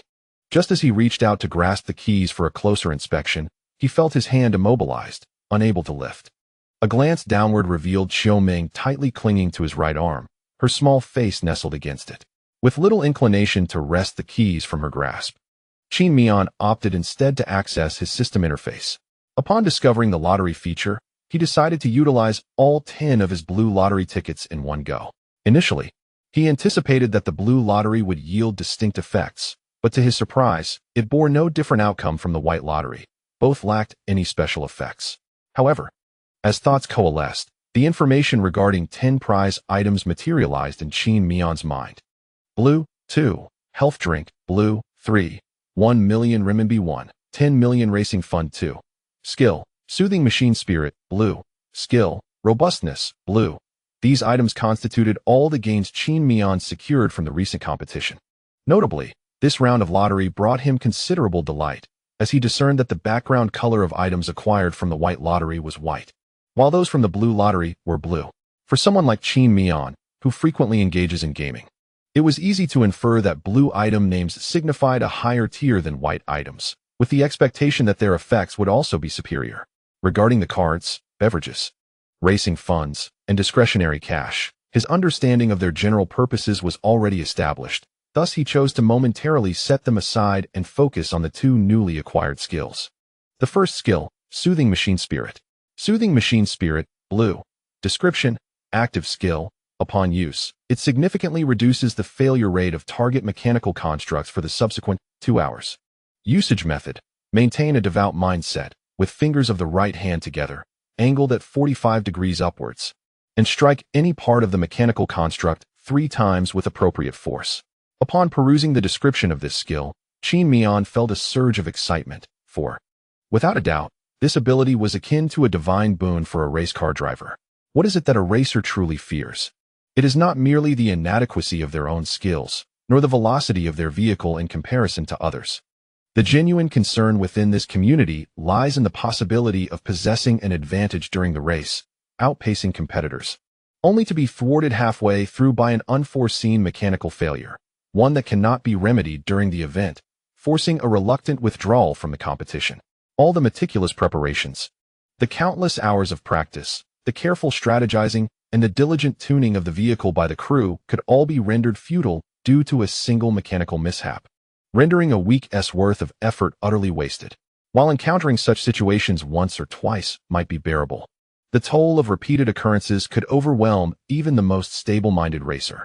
However, with the acquisition of this skill, the likelihood of mechanical failures for Qin Miao would significantly diminish, providing him with a robust assurance, a foundation upon which he could confidently press the accelerator. For instance, we are all aware that a race car's engine has a finite lifespan. Once it reaches a certain threshold, a replacement is mandatory. Yet, replacing an engine is not as simple as swapping it out upon detecting wear. Engines are costly. And in the realm of Formula One racing, there are stringent limits on the number of components that can be replaced. It is not merely a matter of desire. Replacing the same part multiple times incurs penalties. This implies that one must allow a component to deteriorate to the brink of obsolescence before contemplating its replacement. As a component approaches its end of life, the probability of encountering stability issues increases. Thus, it is only natural for a driver utilizing such an engine to instinctively moderate their acceleration during a race, fearing that a moment of excessive throttle could lead to catastrophic engine failure. Nonetheless, with this skill, Qin Miao would be liberated from such anxieties. He could boldly and confidently press the pedal to the metal, at least for the 2-hour duration of the skill-less effect, without concern for his vehicle's reliability. Although this skill is undoubtedly ethereal, it is imperative to acknowledge how crucial a boon derived from the Warhammer universe could be for a racer who must navigate the intricacies of machinery. Having deemed this skill to be exceptionally valuable, Qin Miao then shifted his focus to the next skill. Robust physique, blue. Description, passive skill. Upon equipping this skill, physical consumption is reduced by 3. Usage, embed this skill into a skill slot. Upon reading the description of this skill, Qin Miao furrowed his brow, feeling that, in comparison to the previous skill, the soothing essence of the machine spirit, this one did not quite merit its blue tier. After all, a mere reduction of 3 in consumption seemed rather insignificant. After a grueling 33 laps of racing, the stamina saved would only suffice for an additional lap. This particular skill seems somewhat unmerited, as it would be more acceptable if it were a green skill, yet it is, unfortunately, classified as blue. Qin Miao felt a twinge of frustration, but soon found solace in the realization that, like everything of equal rank, this skill possessed both merits and drawbacks. It may very well be the least effective among blue skills. However, had Qin Miao possessed an additional skill slot, he would not have hesitated to utilize this skill card regularly. While the reduction of 3 points in consumption appears minimal, any decrease contributes to a significant accumulation of stamina over time. After categorizing this skill as somewhat superfluous, Qin Miao exhaled deeply, intending to check his phone for nearby lottery vendors, as his racing fund had been credited, and he needed to devise a means to access it. Initially, Qin Miao found himself in a financial pinch, but with the newfound lottery winnings of 20 million from the draw, in addition to the 2 million from tasks, he could now afford to indulge in racing expenses without concern. Upon discovering this windfall, Qin Miao contemplated purchasing a GT3 racing car under the auspices of the racing team he was contracted with. He believed that as a formally contracted driver, he was entitled to such a privilege. There was no urgency for him to enter competitions with the car. His intent was simply to acquire a GT3 for personal practice. With ample funds at his disposal, and considering the money had come to him fortuitously, Qin Miao felt no psychological burden in spending it. However, he did ponder whether winning substantial lottery prizes consecutively might invite scrutiny. Nonetheless, there was a possibility that the system had bestowed this fortune upon him through unforeseen means, and he eagerly anticipated discovering how. Moreover, Qin Miao's curiosity led him to retrieve the blue skill card from his system, pondering the distinctions between the blue and white cards. The description that materialized before him indeed left him astounded. Although this card lacked the explicit clarity typical of skills upon activation, it became evident why it was designated as blue. Unlike the white skill card, where even minor maintenance like refueling or tire changes would sever its binding, the blue skill card relaxed these constraints. Once a vehicle was selected, routine maintenance such as tire changes, refueling, oil changes, and windshield washer fluid replenishment would not disrupt its binding status. Yet, this was the extent of its leniency. Modifications such as changing wheels, installing aerodynamic kits or roll cages, and altering exhaust systems would still result in an immediate severance of the binding. Nevertheless, Qin Miao was content with this level of enhancement compared to the white skill card. He then turned his attention to the blue health potion, which left him somewhat perplexed, as this so-called health potion did not exhibit the same transformative effects as the blue skill card. It could be said that the efficacy of this health potion mirrored that of the white variant, the distinction lying in its superior potency and quicker results. At this moment, however, Qin Miao hesitated to extract the potion for testing its effects. Although she felt utterly at ease with Xiaoming, she had left home without any health supplements, and Xiaoming was closely accompanying her. If Xiaoming were to inquire about the sudden appearance of a bottle of potion in the room, Qin Miao would find herself at a loss for words. She secretly resolved to purchase a larger water bottle in the future, intending to fill it with these health supplements whenever she desired a drink. Noticing that Xiaoming remained asleep, Qin Miao reluctantly continued to lie in bed. Yet, she did not feel bored. The pleasant fragrance of Xiaoming and the soothing rhythm of her steady breathing brought her a profound sense of tranquility. Thus, in this state of comfort, Qin Miao drifted off to sleep once more. Her awakening was prompted by Xiaoming groggily opening her eyes. She was greeted by the sight of Xiaoming's petite face hovering before her, holding something that danced tantalizingly in front of her nose. Upon noticing that Qin Miao had awakened, Xiaoming withdrew the bun she had been waving and leaned down to plant a kiss on Qin Miao's lips. With a playful tone, she exclaimed, "Good morning, my dear." Rubbing her nose, Qin Miao inquired, "What time is it?" 7:40. "You've overslept. Come have breakfast first." Xiaoming replied. Nodding, Qin Miao climbed out of bed, and after dressing, she asked, "Do we have any plans for today?" Shaking her head, Xiaoming answered, "No." "Do you have somewhere in mind that you would like to visit?" Feeling a bit sheepish, Qin Miao scratched her face and admitted, "I'd like to visit the racetrack again to try out my Ferrari." She anticipated that Xiaoming might express some discontent, as Qin Miao seemed solely focused on her own enjoyment without considering taking Xiaoming along for relaxation. To her surprise, Xiaoming nodded enthusiastically, saying, "Sounds great.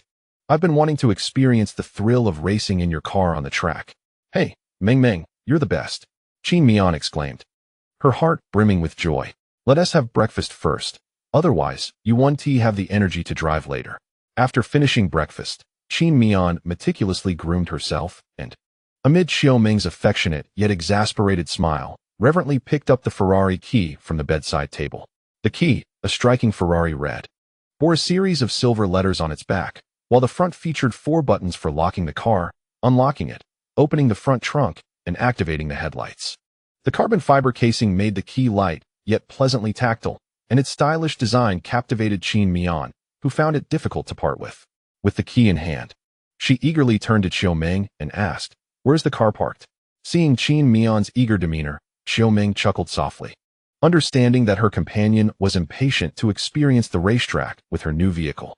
Thus, upon returning to the hotel the previous night, Xiaoming had only washed Qin Miao's racing suit, leaving the helmet and its lining untouched. "You should put on the helmet first." "I parked the car in the hotel parking lot." Qin Miao hastily nodded, donned his helmet, and with Xiaoming grasping her bag, the two ventured outside. The parking area within the hotel, while frequented by a number of visitors, was primarily occupied by individuals preoccupied with their own affairs. Even upon encountering the rare sight of a supercar parked there, most would merely pause for a fleeting glance, perhaps snap a photograph, before moving on. Thus, at that moment, There was not a soul in front of Qin Miao's Ferrari. For reasons unknown, Xiaoming had parked the car quite neatly the previous day, without encroaching upon the adjacent spaces. Yet, despite this, other parking slots had filled overnight, leaving the 2 spots beside Qin Miao's Ferrari conspicuously vacant. It remained a mystery whether these spaces had been unoccupied from the outset or if they had simply been abandoned by potential parkers throughout the night. Though Qin Miao had laid eyes on his Ferrari the day before, the effects of alcohol, particularly the lingering potency of yellow wine, had dulled his senses, preventing him from fully appreciating the splendor of his vehicle. As the morning light cascaded upon the crimson supercar, it adorned her already opulent form with a radiant sheen. Eagerly approaching his car, Qin Miao circled it meticulously 3 or 4 times, akin to an art connoisseur admiring a rare masterpiece, intent on committing every contour, detail, intake vent, and aerodynamic design to memory. His hands, restless with excitement, explored every facet, glancing at the rearview mirror, touching the engine hood, tapping the rims with his knuckles, and inspecting the exhaust for carbon buildup. After an indulgent yet reluctant examination of the car's exterior, Qin Miao, with Xiaoming in tow, ascended into the vehicle with a reverent demeanor, akin to a pilgrimage, gazing at the suede interior, the carbon fiber accents, and the aircraft-like gear shifter.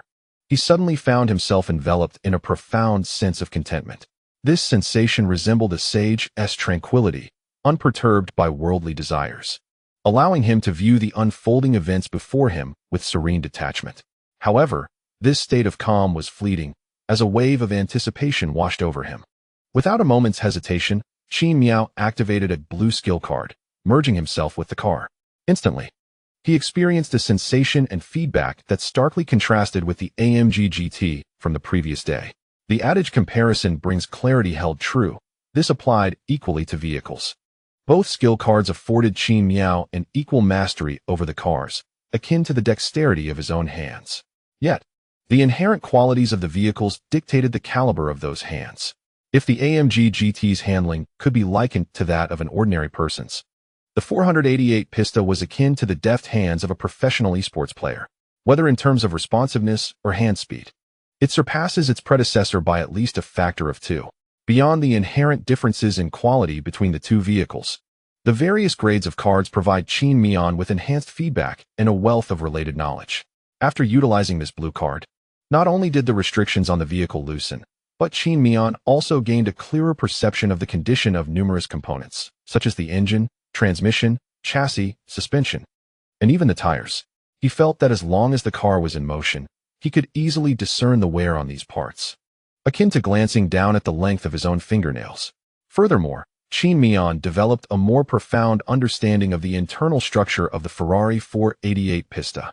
To put it somewhat dramatically, if his car were to sustain damage, he could even procure replacement parts from the Ferrari website and repair it himself, restoring it to a condition indistinguishable from a brand new vehicle. Having discovered the remarkable utility of the skill card that unites man and machine, Qin Miao was utterly enamored with the vehicle beneath him. He eagerly ignited the engine, reveling in the thunderous roar of the 39T 720 horsepower V8 engine, which elicited an involuntary smile of delight from his face, a genuine expression of joy from a boy who has just acquired his cherished toy, devoid of any pretense. Turning his head to glance at Xiaoming, who sat in the passenger seat, Qin Miao excitedly inquired, "What do you think? Isn't the sound of this car magnificent?" As he spoke, he gently pressed the accelerator, amplifying the engine's growl behind him.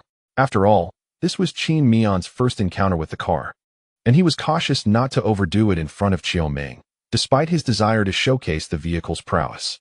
"Yes, it sounds wonderful, deep, rich, and powerful."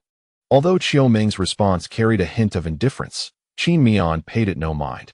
He was not seeking compliments from others, but rather overflowing with excitement after finally obtaining the supercar he had longed for, eager to share his joy with someone.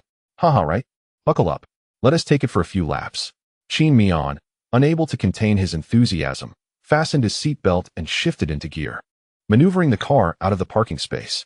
Though this was his first car, Qin Miao had watched numerous videos on Bilibili and understood that while supercars are visually stunning and remarkably fast, their setups for achieving optimal balance and traction on the racetrack often result in stiffer chassis and suspension adjustments. The seats, too, are designed with high-speed driving in mind. Sacrificing some comfort, softer seats can shift under G-forces, which could compromise control. Having experienced the F4 and ridden in the GT3, Qin Miao was acutely aware of this. Yet, this car was different. This vehicle is equipped with a feature for traversing bumpy roads, conveniently located to the left of the steering wheel. Engaging this option significantly softens the suspension, instantly enhancing the driving comfort.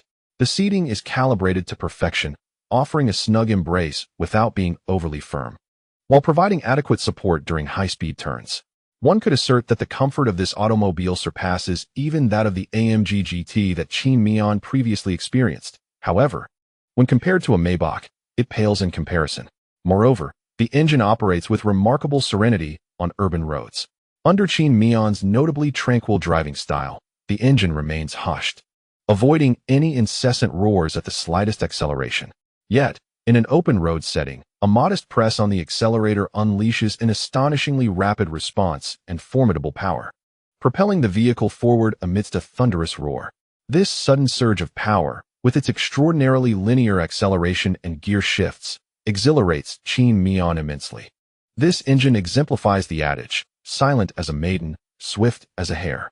The hotel where the two are staying is merely a half-hour walk from the circuit, and now, with the convenience of driving, Qin Miao and Xiaoming arrive at the entrance in under 5 minutes. Today marks another open day, and they follow the usual ticket purchasing process. However, since Qin Miao has driven himself this time, there are some changes at the entrance, though the overall procedure remains largely the same. Ming, would you like to wait in the grandstand for me? Qin Miao muses as he prepares to take his beloved sports car onto the track. He is suddenly reminded of the sight of Yujiali from yesterday, retching at the T1 entrance. Without a moment's hesitation, Xiaoming replies, "No, I want to experience the thrill of speed on the track." Qin Miao has no objections, but cautions her, "If it becomes too much, just tap my arm." After a moment, he steps out of the car to retrieve a plastic bag from the front and rear compartments. Upon returning, he hands the bag to Xiaoming, saying, "If you really can't hold it any longer, use this. I wasn't too worried at all, but now that you've mentioned it, I'm starting to feel a bit apprehensive," Xiaoming remarks, furrowing her perfectly shaped brows. As Qin Miao dons his helmet, he reassures her, in truth, it's not a significant issue. Although this is a supercar, its downforce is relatively mild compared to F4 and professional GT3 racers. Besides, this is my own vehicle, and with you aboard, I won't be driving recklessly. Thus, you can relax. Pouting slightly, Xiaoming retorts, "Didn't you just say I should get out? Why are you now persuading me to stay?" With a smile, Qin Miao replies, "It's all for show. The sense of accomplishment from impressing my girlfriend is unparalleled." While he speaks, he also places the helmet, originally intended for himself, atop Xiaoming's head. Although the helmet is not inexpensive, it does not feature memory foam, ensuring a secure fit on her head. Xiaoming did not impede Qin Miao's display of masculinity, allowing him to place the helmet upon her head. "Do you need to use the restroom?" After ensuring the helmet was securely fastened, Qin Miao inquired. "No need," Xiaoming replied, though a sense of tension crept over her as her right hand instinctively grasped the door handle. Qin Miao nodded, gripping the steering wheel, and adjusted the driving mode of the 488 Pista to race mode, which unleashes the car's full performance potential. In this mode, the engine operates at maximum power. The transmission reaches its optimal state, shift speeds are elevated to the utmost, and power delivery experiences minimal delay.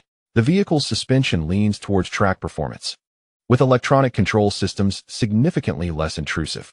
Even as Xiaoming clutched the vehicle's handrail, a flicker of unease lingered in her heart, prompting her to seek solace in Qin Miao's presence. However, at that moment, Qin Miao emanated an aura of formidable confidence that momentarily left Xiaoming entranced. This marked Xiaoming's first opportunity to observe Qin Miao so closely as he prepared to drive in reality. While he engaged with the simulator in Changsha, she had stood by his side, noting only the focused demeanor he exhibited, indicating his complete immersion in the task at hand. Yet, in the tangible world of driving, a different essence enveloped him. Qin Miao radiated a sharp, striking energy, and within his gaze, Xiaoming perceived an intense self-assurance.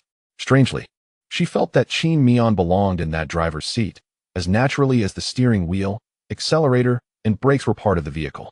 Before she could comprehend this inexplicable sensation, The engine roared to life with a thrilling growl. In an instant, a tremendous force surged from behind, propelling Qiuming forward with wild fervor. She became acutely aware of the rush of air being inhaled by the engine, which unleashed a relentless torrent of power, while the vehicle violently cleaved through the atmosphere. The subtle vibrations from the tires meeting the ground and the scenery blurring past her vision heightened her senses.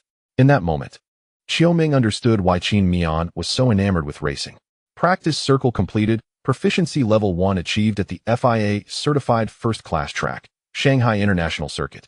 Proficiency reached 100. Achievement, season racer, completed. Reward, purple lottery won, having finally accomplished his preset practice goals for the day. Qin Miao gradually reduced his speed and turned to his co-driver, Qiuming, inquiring, "Are you feeling any discomfort?" Qin Miao had exercised remarkable restraint during his laps on the track, adhering strictly to his objectives without attempting a single flying lap.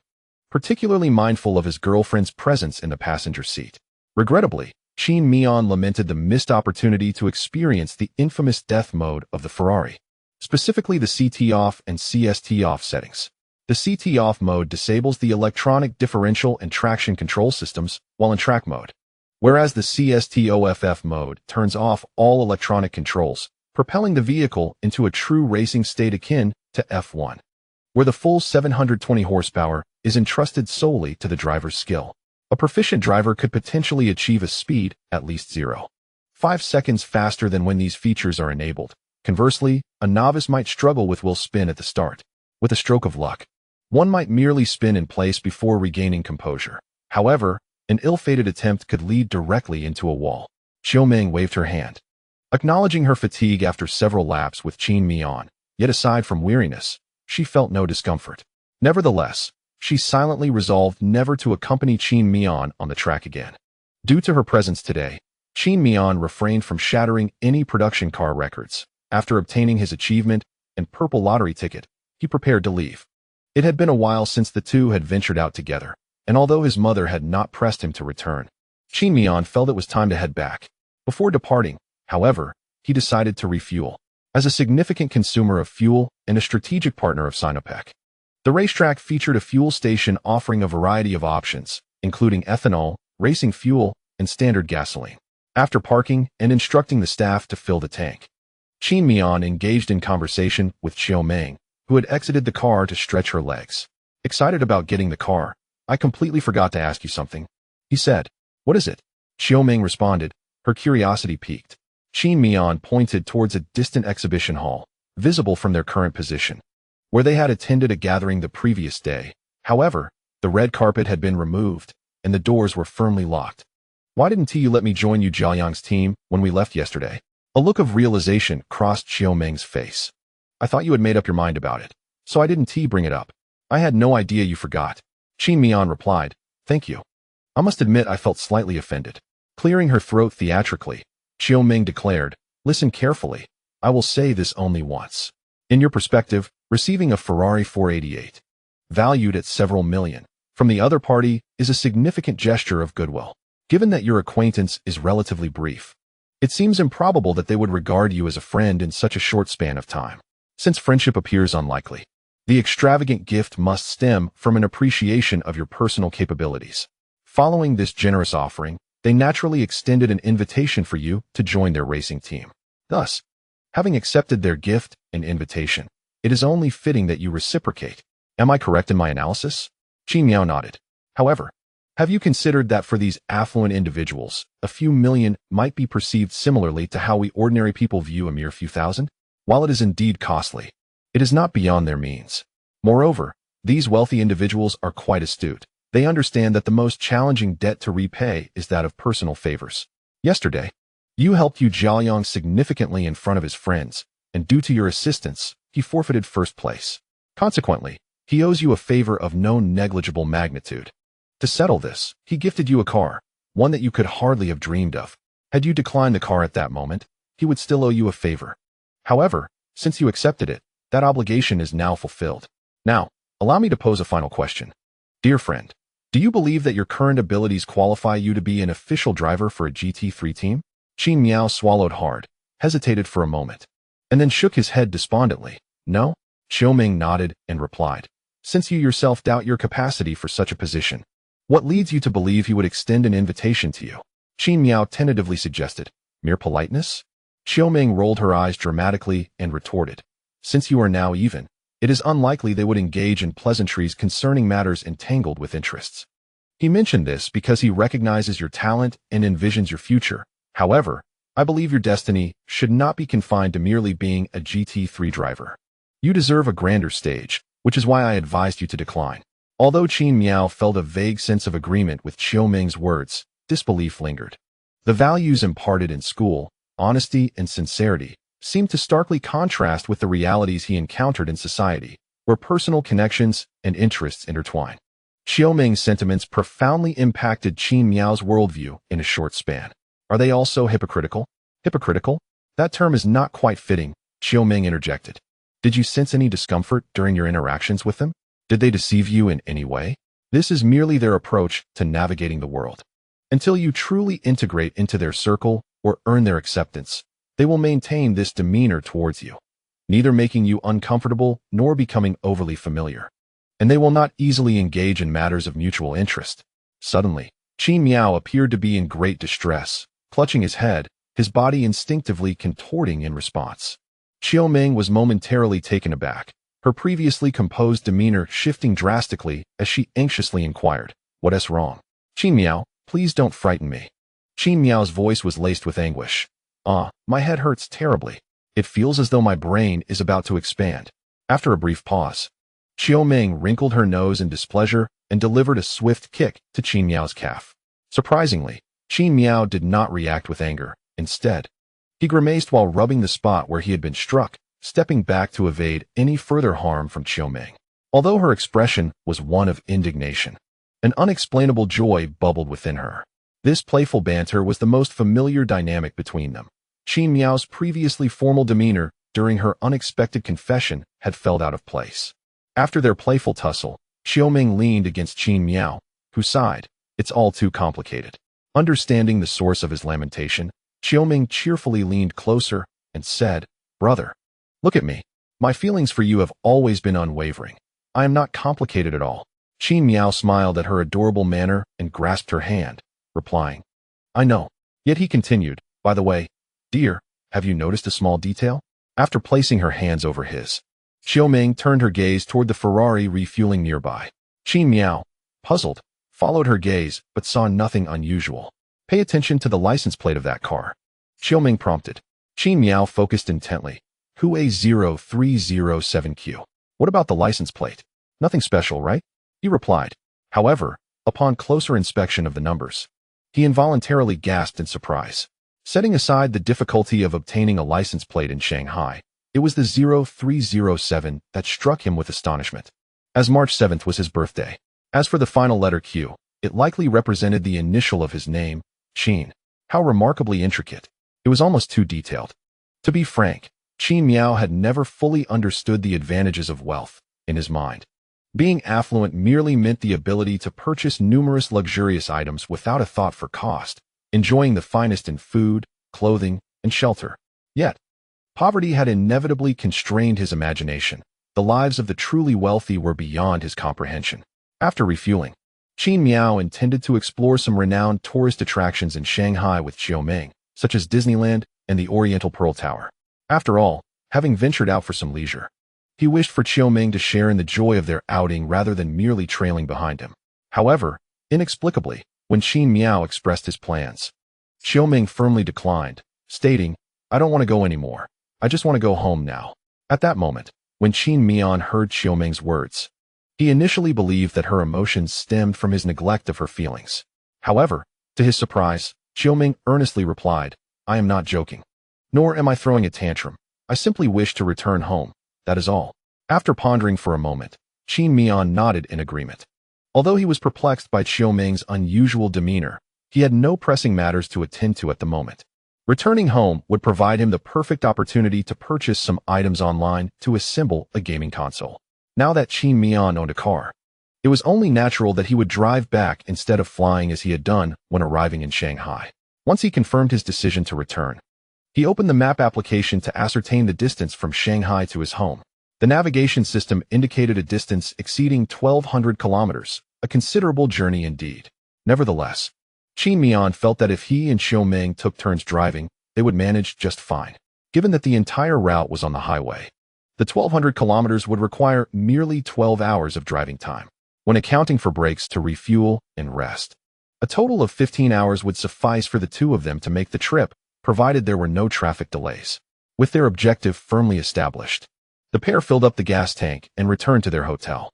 Xiaoming's desire to return home was quite palpable, and since she was so eager, Qin Miao decided to accommodate her wishes, as he himself had no urgent matters to attend to and ample free time at his disposal.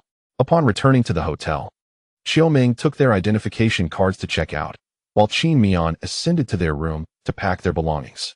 Once he had neatly arranged their clothes and toiletries, he was confronted with a rather large suitcase. Having utilized the skill card on his Ferrari 488 Pista, Qin Miao possessed an intimate understanding of his vehicle, even being able to accurately gauge the size of the front trunk. To be candid, the front trunk of the 488 could indeed accommodate the clothing and toiletries of both Qin Miao and Xiaoming. However, the addition of this suitcase rendered it impossible, given its considerable length. This conclusion was drawn solely from Qin Miao's knowledge of his car, and while he had not physically compared the suitcase with the trunk, his accuracy was beyond doubt. Yet, the suitcase's size was not without its advantages, aside from the fact that it could not fit in Qin Miao's car. It possessed numerous merits. The suitcase was of exceptional quality and remarkably durable. Its ample interior space allowed it to house all the luggage that Qin Miao and Xiaoming had brought along, including the racing suit and helmet he had purchased during his last visit, as well as the backpack he used for clothing. However, Qin Miao did not dwell on the inconvenience of the suitcase not fitting in the front trunk for long. He quickly recalled the existence of courier services. With the logistics industry so advanced nowadays, it was a simple matter to entrust the suitcase to a courier company to have it delivered back home. Upon entrusting the package to the courier service, Qin Miao found that his vehicle now had ample space for snacks and provisions. The two of them could indulge in their culinary delights as they traveled, unburdened and elated. After making this decision, Xiaoming completed her checkout procedures and, with her bag slung over her shoulder, entered the room. Upon seeing Qin Miao, she inquired, "How did it go? Are you all set?" Qin Miao nodded and gestured toward the suitcase he had placed by the door. "Everything is ready, but this item won't fit in the car. Perhaps we should have it sent back via courier." After a moment's contemplation, Xiaoming agreed, acknowledging the inconvenience of the suitcase not fitting in the vehicle. However, had Xiaoming been tasked with resolving the issue, she would have likely suggested the same method involving the courier service. Yet, only moments after her agreement, Qin Miao unexpectedly proposed, "There is an alternative solution that could save us the courier fee." Intrigued, Xiaoming's curiosity piqued. Given her extensive life experience, she had only considered one solution. How had Qin Miao conceived of a second? With a serious expression, Qin Miao explained, "Consider the size of this suitcase. It fits perfectly in the passenger seat. It can be secured with the seatbelt and one T obstruct my view of the right side mirror." Just as Xiaoming was about to ask where she would sit, Qin Miao continued, "As for you, Ming, I've thought of your position as well. With your petite frame, you could curl up snugly in the front trunk, and there would even be some space for you to use your phone and enjoy snacks." Upon hearing this, Xiaoming furrowed her brows and playfully swung her fist at Qin Miao, exclaiming, "Qin Miao, you ungrateful child." Laughing, Qin Miao retreated, skillfully catching her small fist with his remarkable reflexes. Amid their playful banter, the two exited the hotel, luggage in hand. They soon found a nearby restaurant, where Xiaoming ordered while Qin Miao placed an order with SF Express via his phone. Given the size of the item, he felt uneasy entrusting it to any other courier service. The SF Express courier arrived promptly, even before they had finished their meal. After inspecting the suitcase's contents for prohibited items, weighing it, and processing the payment in one fluid motion, Qin Miao glanced at the receipt and was taken aback by the exorbitant fee of 187. However, he was not financially strained at that moment and paid without hesitation. Following their leisurely lunch at the restaurant, the two strolled hand in hand back to the hotel parking lot, savoring the simple pleasure of spending time together, delighting in each other's company. Not far from the hotel, there was a small convenience store, and since they planned to embark on a journey of over 1,000 kilometers, it was essential to stock up on water and snacks for the road. I'll go buy some snacks for the trip. Is there anything you'd like? Qin Miao asked. Let us get some bread, and if they have self-heating rice, grab a few of those too. The food at the highway service areas is truly unappetizing. Xiaoming replied. Nodding, she added, I'll go shop for supplies now. Darling, please bring the car around to wait for me. Qin Miao nodded in agreement. And Xiaoming, smiling, tiptoed to peck him on the lips, saying, You're so wonderful. Here, as a little reward. After the affectionate encounter, Qiming walked away with a small smile on her face. Observing her departing silhouette, Qin Miao felt a slight lift at the corners of his mouth. Upon arriving at the hotel parking lot, he located his Ferrari, only to find several young women gathered around his car, taking selfies. Qin Miao furrowed his brow. He never anticipated experiencing such a scene, one that seemed only to exist in novels. Subsequently, an image flashed through his mind. As he approached his vehicle, those women would mock him, deriding him as a mere pauper unworthy of touching the illustrious Ferrari. He imagined himself retrieving the car keys, elegantly opening the door, and, amidst their astonished gazes, driving away in style. Shaking off this baseless daydream, he glanced at the women lingering beside his car and felt a twitch at the corner of his mouth. Surely, they wouldn't resort to such cliched antics?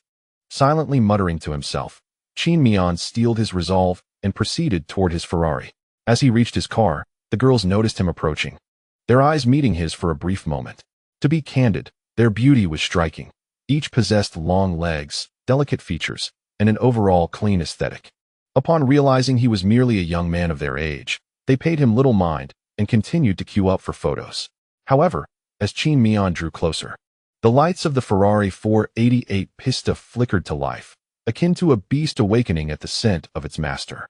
Instantly, the girls who had previously disregarded him brightened, suddenly enthusiastic and encroaching upon him. Hey, handsome, care to join us for a meal? What is your type? I can be anything you desire. Do you like anime? I can be any character you fancy. The last girl, the most voluptuous among them, boldly shed her outer garment, leaving Qin Miao momentarily stunned. What he had expected to be a moment of ostentation and face-slapping had, unexpectedly, turned into an encounter with a bevy of beautiful women. Had this been a week prior, he might have succumbed to their allure. Yet now, Qiming had firmly captured his heart, rendering him awkward in the face of their advances. At that moment, a flicker of social anxiety washed over him. Being surrounded by so many women was an adjustment he was ill-prepared for. Thus, he stiffened his expression and took a few steps back. Yet, the young women remained relentless, closing in on him and uttering suggestive remarks without restraint. In a fleeting moment, Qin Miao felt utterly overwhelmed. He could only continue to retreat, exclaiming, Wait, stop. But they paid his words no heed, resembling a horde of zombies, persisting in their pursuit of him. Some individuals cast fierce glares at their erstwhile companions, who had recently assisted one another in taking photographs, as if they were unforgivable enemies. Observing the relentless persistence of a few, Qin Miao deftly maneuvered around them and briskly approached her vehicle, swiftly opening the driver's door and taking her seat. Among the group, the woman who had disrobed in front of Qin Miao demonstrated the quickest reflexes. Upon seeing Qin Miao settle into the driver's seat, she advanced to the passenger door, preparing to yank it open. Yet, Qin Miao, a formidable figure accustomed to the rapid pace of esports, anticipated her intentions and promptly locked the door. The young woman, disregarding Qin Miao as an outsider, grasped the door handle and tugged forcefully, fearing that any delay would result in Qin Miao securing the lock. However, after her vigorous attempt, she was met with disappointment, for the door had indeed been locked by Qin Miao. Yet, the force of her pull momentarily captivated Qin Miao, causing her to ponder the woman's remarkable strength. Clearing her mind, Qin Miao pressed the brake and ignited the engine. Although the Ferrari 488 Pista S engine emitted a sound less strident than that of the 458's naturally aspirated counterpart, it was nonetheless a formidable 3.9L V8 twin-turbo machine producing 780 horsepower. The engine's roar, while deep and resonant, was far from gentle. With a thunderous growl, the surrounding women instinctively recoiled, caught off guard by the powerful ignition. Seizing the moment of their distraction, Qin Miao maneuvered her vehicle out of the parking space and accelerated away, feeling a tinge of urgency reminiscent of a hasty escape from a perilous situation. Once outside the parking lot, she quickly spotted Xiaoming by the convenience store, carrying 2 plastic bags. Amidst the envious, jealous, or indifferent gazes of passers-by. Qin Miao gradually parked her car in front of Qiuming. As she opened the front trunk, Qiuming approached and placed the larger of her bags inside. Subsequently, she settled into the passenger seat with the smaller bag, setting her belongings on the floor mat. Curiously, she inquired, "Why did it take you so long?"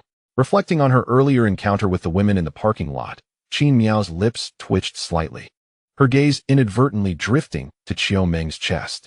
She chose not to conceal the incident, as there was little to hide. After all, nothing untoward had transpired with those women. Briefly recounting the events to Qiuming, she glossed over the more potentially upsetting details with a nonchalant remark. Although Qin Miao's experience in understanding people and navigating social interactions is somewhat limited, he demonstrates a remarkable proficiency in employing the narrative techniques reminiscent of the spring and autumn annals. After Qin Miao finished speaking, Qiuming's face was filled with astonishment. She had not anticipated the existence of such a group. In a moment of incredulity, she shook her head while placing 2 cans of Red Bull into the storage compartment beneath the central console, alongside a plastic bag and her purse, which she set in the armrest box. It is noteworthy that the 488 lacks an armrest box, leaving that space entirely vacant. "Is there anything else we might have overlooked?" Qiuming inquired before their departure.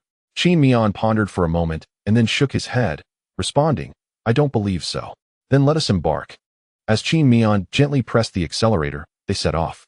For the first 2 hours of their journey, both Qin Miao and Qiuming were in high spirits. Qiuming, in particular, enthusiastically explored the interior of the 488, her curiosity piqued by every detail.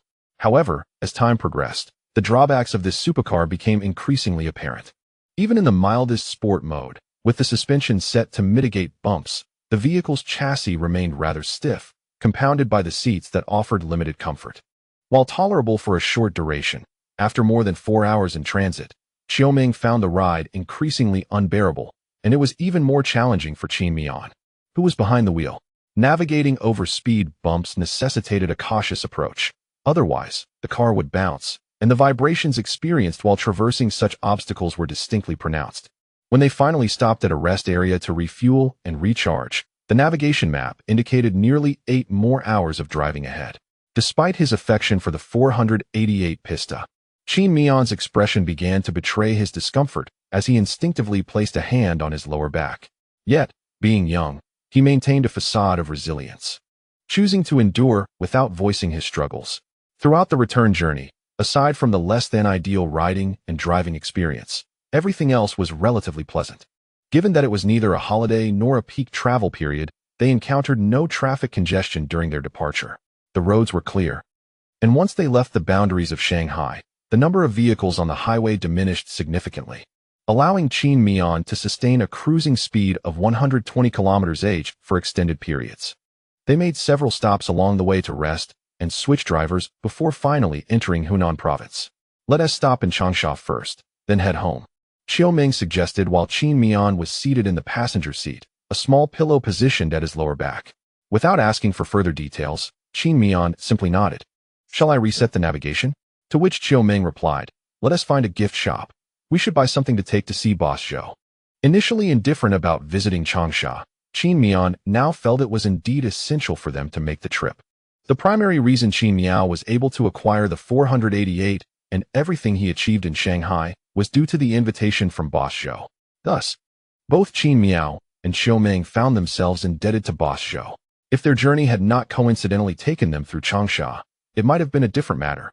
However, since they were indeed passing through, it was both a matter of courtesy and sense that they pay their respects to this benefactor of Qin Miao's. After recalibrating their navigation, the two spent an additional 3 hours in the car. By the time they entered the downtown area of CS City, it was already past 2 in the morning. They had set out in the afternoon, and naturally, their arrival was rather late. Rather than disturb Boss Zhou at such an hour, they opted to find a hotel where they could comfortably shower and rest for the night. Upon waking the next day, they ventured to a gift shop to procure a present. Youth certainly has its advantages, despite the exhausting drive the previous day, which left them almost unable to stand. A good night's sleep rejuvenated them, and they felt as lively as ever. Qin Miao had initially considered bringing 2 bottles of Maodai, but Qiuming shot him a disapproving glance, insisting they select something more thoughtful. She led him to a beautifully designed ashtray, priced at a staggering 2,000, along with an equally expensive Zippo lighter. As Qin Miao regarded these items, he felt a twinge of confusion. Would Boss Zhou truly appreciate such gifts? Were they not too modest? Xiaoming patiently clarified, "Darling, consider this. A person capable of issuing such a prestigious invitation cannot possibly be impoverished. Therefore, he is likely surrounded by many sycophants, all vying for his favor with gifts that include fine tobacco and liquor. Besides, we can hardly procure the truly top-shelf items. Instead of presenting something that would merely add to the abundance of items he already possesses, it is more meaningful to give him something thoughtful and practical." During our last visit, I noticed that Boss Zhou's ashtray was merely a tin box meant for wafer biscuits, and his lighter was a cheap windproof model. If we are to give a gift, let it be something that holds significance and is useful to him. Each time he uses it, he will think, this is from that person, thus increasing his fondness for us. After absorbing Xiaoming's insightful explanation, Qin Miao's face lit up in realization. He sincerely gave her a thumbs up, exclaiming, "That is quite meticulous of you." However, Xiaoming frowned, her small fists already raised, and she playfully struck Qin Miao's arm. He was taken aback, questioning, "Why are you hitting me? You dare call me old?" She retorted, amidst their playful banter. They arrived at Boss Zhou's shop around 10 in the morning. The scene remained much as it had been during their previous visit. There was no significant change, which was to be expected, as their trip to Changsha had been less than a week prior. After parking the car, they ascended the stairs with their elegantly wrapped gifts. The simulator experience shop was open as usual, but since it was not a holiday and the hour was quite early, the shop was devoid of customers, giving it an almost desolate appearance. Boss Zhou vividly exemplified the lifestyle of an affluent individual who has truly attained financial freedom. He was engrossed in driving a car on the 6-axis simulator, donning VR goggles, completely oblivious to the arrival of others. Xiaoming signaled Qin Miao to be quiet, and the two chose not to interrupt Boss Zhou's gaming, finding a spot in the lounge to wait. Fortunately, their wait was not prolonged. Approximately 5 minutes later, the racing seat ceased its incessant motion, and Boss Zhou removed his VR headset. Upon taking off the goggles, he naturally noticed the two sitting quietly nearby. With a hint of surprise, he raised an eyebrow and inquired with a smile, "You two are back so soon? How did the race go?" As he spoke, he unfastened his seatbelt. Xiaoming stepped forward to assist, with Qin Miao following suit, but was playfully warded off by Boss Zhou. "The race was decent. I secured second place," Qin Miao replied candidly. The revelation of this ranking left Boss Zhou visibly astonished. Suddenly, I received notification from editor Feng that my work will be published tomorrow. To be honest, I was unprepared and did not anticipate this day arriving so swiftly. I shall refrain from excessive rambling. It is not in my nature to lament. Let us get to the essentials. I will guarantee a minimum of 4,000 words per day, and upon reaching 200 monthly votes, an additional chapter will be added. For donations exceeding 10,000, another chapter will be provided. On the first day of publication, there will be 7 updates. That is all for now. Lastly, I would like to express my gratitude to the friends who have recently contributed. Book friend 2019040812383731. 100 Princess Harry. 500 Zeus's Ponytail. 500 Flying Flame. 100 Gemini ZMY. 500 Eager-Eyed Husky. 100 Starry. 100 Atush 01500. 500 Princess Harry. 500 Shiobo's Cold Man. 500 Book Friend 20210628000 7526575500. 500 Lushi. 500 908867. Racing sponsorship based on Qin Miao's previous words and the insights Boss Zhou has gathered. It is evident that Qin Miao had never engaged with real-world racing. He had never truly driven a car, being solely a simulator competitor. Yet, under these circumstances, Qin Miao participated in a race that, while not excessively fierce, possessed a certain level of difficulty and remarkably secured second place. This outcome was indeed unexpected for Boss Zhou, who felt a subtle joy within. The commendable result served as a testament to his initial judgment. Qin Miao undoubtedly possessed a strong affinity for racing. A commendable achievement. "It appears I did not misjudge your potential," he remarked. Xiaoming interjected, "It is all thanks to your opportunity, Boss Zhou. Without it, Qin Miao would never have had the chance to compete." At this moment, Boss Zhou also descended from the racing seat, smiling as he waved his hand and remarked, "There is no need for you two to be modest.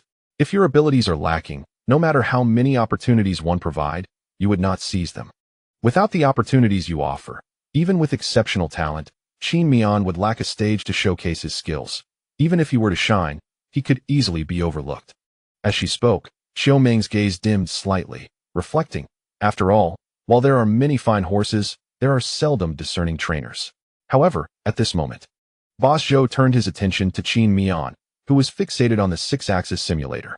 Boss Zhou was curious to observe whether Qin Miao's mentality would shift after such a high-caliber gathering, while Qin Miao was pondering where Boss Zhou had procured such a device, planning to ask for a contact number before departing so he could acquire one for himself. Not noticing any change in Qin Miao, Boss Zhou withdrew his gaze and, smiling, addressed Xiao Ming, "All right, enough flattery. Are we here to play games?" Xiao Ming retrieved 2 gifts and said, "Since I happened to pass through Changsha, I thought I would bring a small token of appreciation for your assistance. It is nothing extravagant, merely an ashtray and a lighter. I hope you like them." Upon hearing of the gifts, Boss Zhou's smile widened as he scrutinized Xiao Ming for a moment before cheerfully accepting them. "No need for such formalities. That sounds distant. Just call me Uncle Zhou from now on." Xiao Ming obediently replied, "All right, Uncle Zhou." Afterward, she glanced at Qin Miao, discovering that he was still intently staring at the six-axis racing simulator, prompting her to sigh in exasperation. Boss Zhou also noticed Qin Miao's fixation and inquired with a grin, "What's this? Do you like it? How about I gift you a set?" At that moment, Qin Miao snapped back to reality, hastily shaking his head. No, that is not what I meant. I'm merely curious where you purchased this equipment. I wish to acquire a set for myself." Xiao Ming, feeling a headache coming on, held her forehead. Boss Zhou chuckled, "Don't even think about buying it. This equipment was custom-made for me, with the operating system and logic specifically written by someone. The 6-axis feedback is superior to that of the 8-axis G-force seats, making it impossible for you to find one." At this point, Boss Zhou shifted the conversation. "However, when I opened my shop, I ordered a total of 3 sets, and I happen to have one set that has not yet been installed. How about this? Let us have a race on the simulator. If you win, not only will I gift you this set of equipment, but I'll also present you with a small gift." Boss Zhou's face was brimming with good humor. Without a moment's hesitation, Qin Miao nodded in agreement. He was indifferent to the small gift. His primary concern was that if he could win against Boss Zhou, he would obtain a 6-axis G-force seat for free. Moreover, from Boss Zhou's words, Qin Miao gleaned that this equipment had a higher level of realism compared to other G-force seats available on the market. For an average person, the difference in realism might only affect the operation and experience. However, for Qin Miao, this more realistic and responsive G-force seat represented the optimal platform for him to engage in purple lottery draws. Autumn Ming hesitated, for at this moment, both she and Qin Miao owed each other a considerable favor. In Autumn Ming's contemplation, she thought, "Little girl, I can see that you genuinely care for your boyfriend. But sometimes one must live with a touch of purity and not overthink." Just as Autumn Ming was weighing the pros and cons, Mr. Zhou's voice suddenly reached her ears. She looked up to find Mr. Zhou wearing a gentle smile. After a moment's reflection, Autumn Ming nodded earnestly and replied, "I understand, Uncle Zhou." Mr. Zhou winked and nodded with a smile, then beckoned Qin Miao to mount the simulator. Thus, their competition commenced. In truth, there was little to elaborate upon regarding this match. Although Qin Miao's attributes were rather average, with only a few outstanding qualities, this performance was based on an evaluation system for F1 drivers.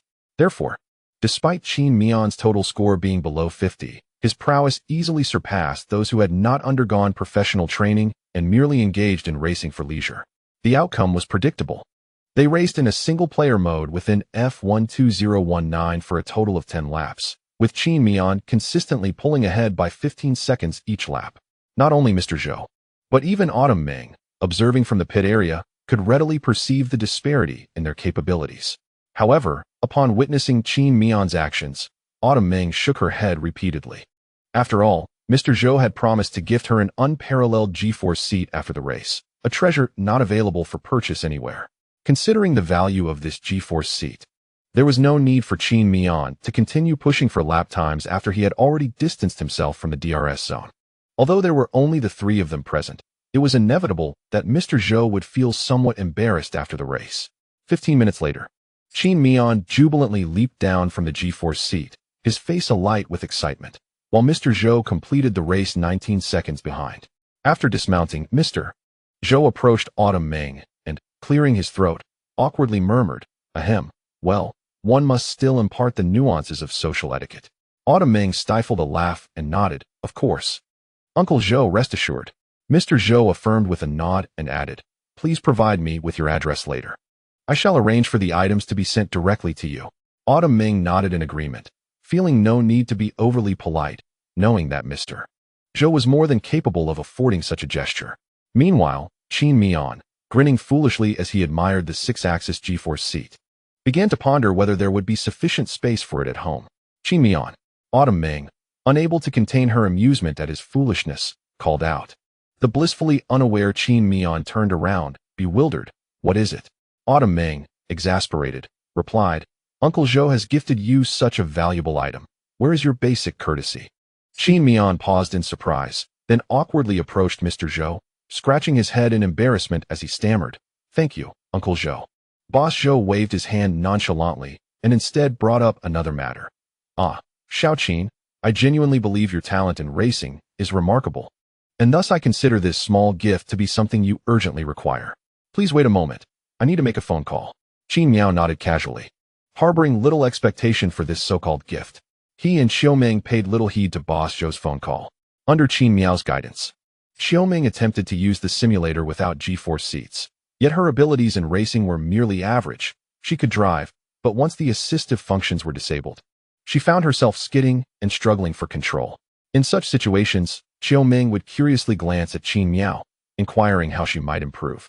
Qin Miao, pondering, found himself at a loss, unable to articulate the nuances of his understanding. Just as the average person knows the number 112, the concepts of avoiding understeering and identifying a car's grip limits seemed as straightforward to Qin Miao. However, he could not provide a clear explanation on how to identify that limit. Seeing that Qin Miao was scratching his head in confusion, Xiaoming decided not to press further. She was merely curious about how he could so effortlessly discern the car's grip, not seeking to delve deeply into racing. After a little over 10 minutes, Boss Zhou returned, holding 2 bank cards. "Xiaoqin, this is your sponsorship from your uncle. It's not much, 23 million. I've already taken care of the taxes, so you needn't worry about that. I have no other demands. Just train well and do not squander the talent bestowed upon you. I hope to see you standing on the podium of a grand competition one day." Qin Miao and Xiaoming had initially intended to invite Boss Zhou to lunch, but he declined their offer. Thus, the 2 young individuals sought out a modest eatery recommended by him. However, while dining, they were somewhat overwhelmed by the magnitude of the sponsorship. The sum of over 20 million left them in a daze. Even though Qin Miao was aware that the system had provided him with a considerable racing fund, he did not anticipate that Boss Zhou would cover the entire amount, which made him feel as if Boss Zhou were a generous benefactor. Nonetheless, Qin Miao felt a sincere gratitude and admiration for Boss Zhou's extravagance. After all, this sum was granted without a formal contract, only a verbal agreement. The sole stipulation was that the name of Boss Zhou's company must adorn Qin Miao's racing helmet for the duration of 2 years. When calculated, the sponsorship amounted to an annual sum of 11.5 million, surpassing the earnings of many professional racers with greater accolades than Qin Miao. Among the 2 bank cards, one contained 22 million, while the other held 1 million, clearly conveying the intended message. Although the sponsorship was intended for Qin Miao, Boss Zhou directly handed the bank card to Xiaoming, leaving Qin Miao with neither the chance to touch it nor the opportunity to experience the weight of a card containing over 20 million in savings. Nevertheless, both Qin Miao and Xiaoming were acutely aware that they now owed Boss Zhou a debt of gratitude. After finishing lunch at noon, the 2 did not linger in Changsha any longer and drove back to their hometown. Having been away for more than a week, even Qin Miao's mother, with her peculiar temperament, called during their meal to inquire why they had not returned home sooner. After much explanation and reassurance that they would arrive before nightfall, Qin Miao's mother finally relented. However, the thought of his Ferrari began to trouble Qin Miao once more. Although the means by which he acquired the vehicle were entirely legitimate, he found himself at a loss as to how to explain this situation to his mother. Moreover, Xiaoming had returned from their outing not only with over 20 million in savings and a Ferrari, but also with a new girlfriend. Qin Miao felt an inexplicable sense of anxiety. Though he vaguely sensed that there was nothing particularly alarming about the situation, he remained unsettled. Additionally, he was still enveloped in a surreal feeling, as if he were caught in a dream. This was particularly true for his mother, who was entirely unprepared for such developments. Yet, he knew he had to confront the reality.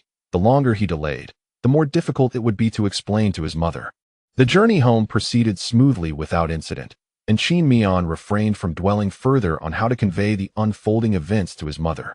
He believed that solutions would present themselves in due course, and whatever the circumstances, he would address them honestly, temporarily setting aside his concerns.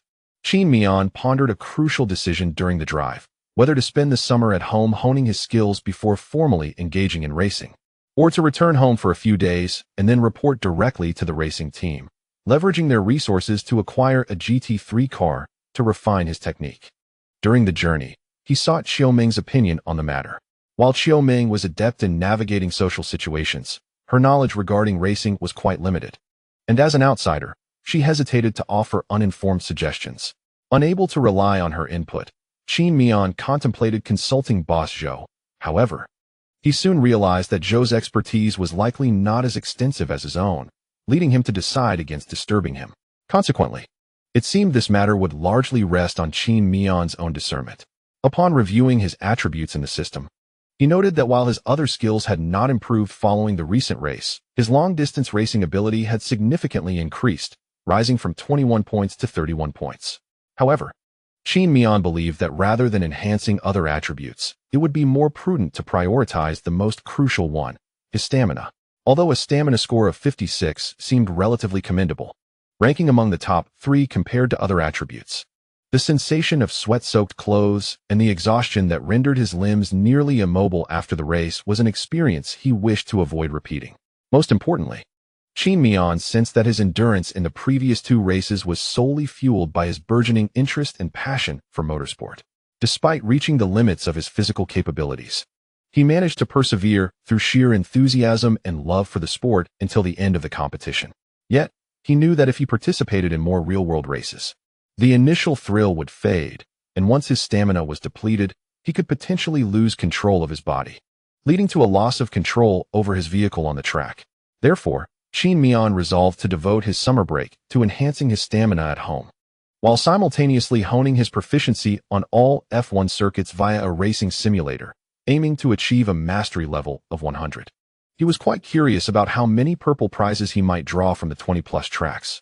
After a day of rest in Changsha as a transit stop, the journey home was short and uneventful. Initially, Qin Miao intended to drop Xiaoming off at her home, as they were both fatigued from their travels and could use a day of proper rest before discussing meeting each other's parents. However, Xiaoming was adamant about accompanying Qin Miao to his home to meet his mother. Qin Miao was bewildered. Shouldn't couples feel nervous and apprehensive when meeting each other's parents for the first time, as depicted in television dramas? Why was Xiaoming so insistent? She refused to relent even when he suggested otherwise. Recognizing her determination, Qin Miao chose not to argue further and took her back to his residential community. This was an older complex, modest in size with around 30 households, existing long before Qin Miao's birth. Most of his childhood memories were intertwined with this place, and he was intimately familiar with every corner of the community. There were no security personnel, allowing Qin Miao to drive in without hindrance. He parked his eye-catching Ferrari in a vacant space beneath his building. Almost instantaneously, the striking appearance of his Ferrari drew considerable attention. This was hardly surprising, as the car's lustrous exterior and its deep yet resonant engine notes commanded attention wherever it went. Although it was a Thursday afternoon and most adults in the community were at work, schools had already broken for summer, leaving many students at home or playing with friends in the neighborhood. Just as Qin Miao and Xiaoming retrieved a small gift for his mother from the trunk, a voice suddenly pierced through the chatter of a group of children peering curiously at the car. "Whoa, is that Sanshuego?" The children were initially engrossed in their play when suddenly a Ferrari drove by, captivating their attention. This group of youngsters had been peering from a distance, enviously admiring the striking beauty of the car. As Qin Miao stepped out, they were left speechless, for the driver was none other than their neighbor, the older brother they had played with since they could remember. Their curiosity instantly transformed into excitement, and they dashed towards Qin Miao. "Slow down," Be careful not to fall. Qin Miao exclaimed, swiftly catching a little girl who was about to stumble. Being neighbors in the same community, he had watched these children grow up, and he could not bear to see them fall. Soon, a cluster of 8 or 9 children gathered around the Ferrari, displaying impressive manners. They refrained from touching anything and simply circled the car, their eyes filled with wonder. One child even lay on the ground to inspect the undercarriage. Qin Miao, exasperated, lifted the child from the ground and brushed the dust off his clothes, saying, "The ground is dirty." Unfazed by his own soiled attire, the child gazed up at Qin Miao and asked curiously, "Brother Senshui, is the undercarriage of your car flat like my toy car?" Qin Miao scratched his head in resignation. "I honestly don't know." At that moment, a few women holding children approached. "Xiao Miao, is this your car?" One woman, appearing to be in her 30s, looked at Qin Miao in astonishment while cradling her child. She then noticed Xiao Ming beside him. "Is this your girlfriend? When did you start dating? Where do you live?" The other women, also holding children, leaned in with eager expressions, hungry for gossip about Qin Miao. Their intentions were innocent. Devoid of malice or jealousy, they were simply curious and seeking amusement. However, as the crowd grew larger, Qin Miao felt a pang of anxiety. So he addressed the first woman who spoke. "Aunt Li, I need to use the restroom. Let us chat later." With that, he quickly turned to the first child who had realized the car belonged to him, saying, "Zicheng, keep an eye on them. And don't let them damage my car. I'm in a hurry." This child was the leader of the group. It was more efficient to seek his help than to admonish each child individually. Zhong Zicheng nodded eagerly, his eyes sparkling with anticipation. "Brother Senshui, this car is so cool. Is it yours? When did you buy it? Can I sit in it?" Feigning discomfort, Qin Miao replied, "I need to take care of a personal matter first. You watch over the car, and later, I'll drive you all around." Okay. Zhong Zicheng nodded eagerly and then hurried towards the children, conveying Qin Miao's instructions. Upon realizing that they would soon be able to board the vehicle and experience a thrilling ride, the children erupted in joyous cheers. Meanwhile, after Qin Miao and Xiao Ming departed, the group of women did not return to their previous idle chatter. Instead, they moved a table closer, positioning it not far from Qin Miao's car. This way, they could keep an eye on the vehicle, preventing the children from causing any mischief, while also enjoying the sight of Qin Miao's stunning Ferrari from a distance. Who would have thought that little Miao would have caught the attention of a wealthy woman? How could one tell? Could it not be that Miao has achieved success on his own? Indeed, we have watched Miao grow up. How could we not be familiar with his character? One knows a person's face, but not their heart. Moreover, could Miao truly afford a Ferrari just like that? Still, it is impressive that he has managed to attract such a prosperous partner. This is a matter we should discuss privately, without letting it leak out. Qin Miao took Xiao Ming upstairs. The building was relatively old, with only 2 units per floor, directly facing each other. Qin Miao's home was located on the 2nd floor. They ascended the cement staircase, which bore the marks of time, and approached the entrance, where the green paint on the iron railing was beginning to peel. Qin Miao took out his keys to unlock the door. It was Thursday, and his mother was still at work, so the house was empty. In this chapter, Qin Miao contemplated pouring a glass of water for Xiao Ming and showing her around his home while explaining its layout. However, to his surprise, Xiao Ming seemed remarkably familiar with everything in his house, as if she had been there before. After a brief tour of the various rooms, Qin Miao anticipated waiting for his mother to come home from work so he could treat both of them to a nice meal. After all, with over 20 million in savings and an additional 1 million in disposable funds, it would be unreasonable not to take his mother out for a good meal. Yet unexpectedly, Xiao Ming rolled up her sleeves and headed to the kitchen, beginning to cook while Qin Miao stood in stunned silence. Standing at the kitchen door, he felt as though he was the guest, and Xiao Ming was the true master of the house. Noticing Qin Miao at the kitchen entrance, Xiao Ming opened the refrigerator door, retrieved some vegetables, and handed them to him, saying, "What are you dawdling for? Help me wash the vegetables." "Oh, right." Qin Miao snapped back to reality and accepted the celery to wash it. His mother returned home an hour earlier than usual, having prepared the evening's meal before heading to work, knowing her son would be back. This way, she could start cooking right away upon her return, without needing to go to the market. However, when she excitedly opened the door to find not her son playing on the computer, but Qin Miao busy in the kitchen, her surprise was palpable. In an instant, Qin Miao's mother furrowed her brow, not due to the appearance of her son in the kitchen, but rather because of the short-haired young lady busily cooking beside him. With a puzzled expression, she entered and changed her shoes. Quickly noticing the facial masks and cosmetics displayed on the television cabinet in the living room, accompanied by an enticing aroma wafting through the air.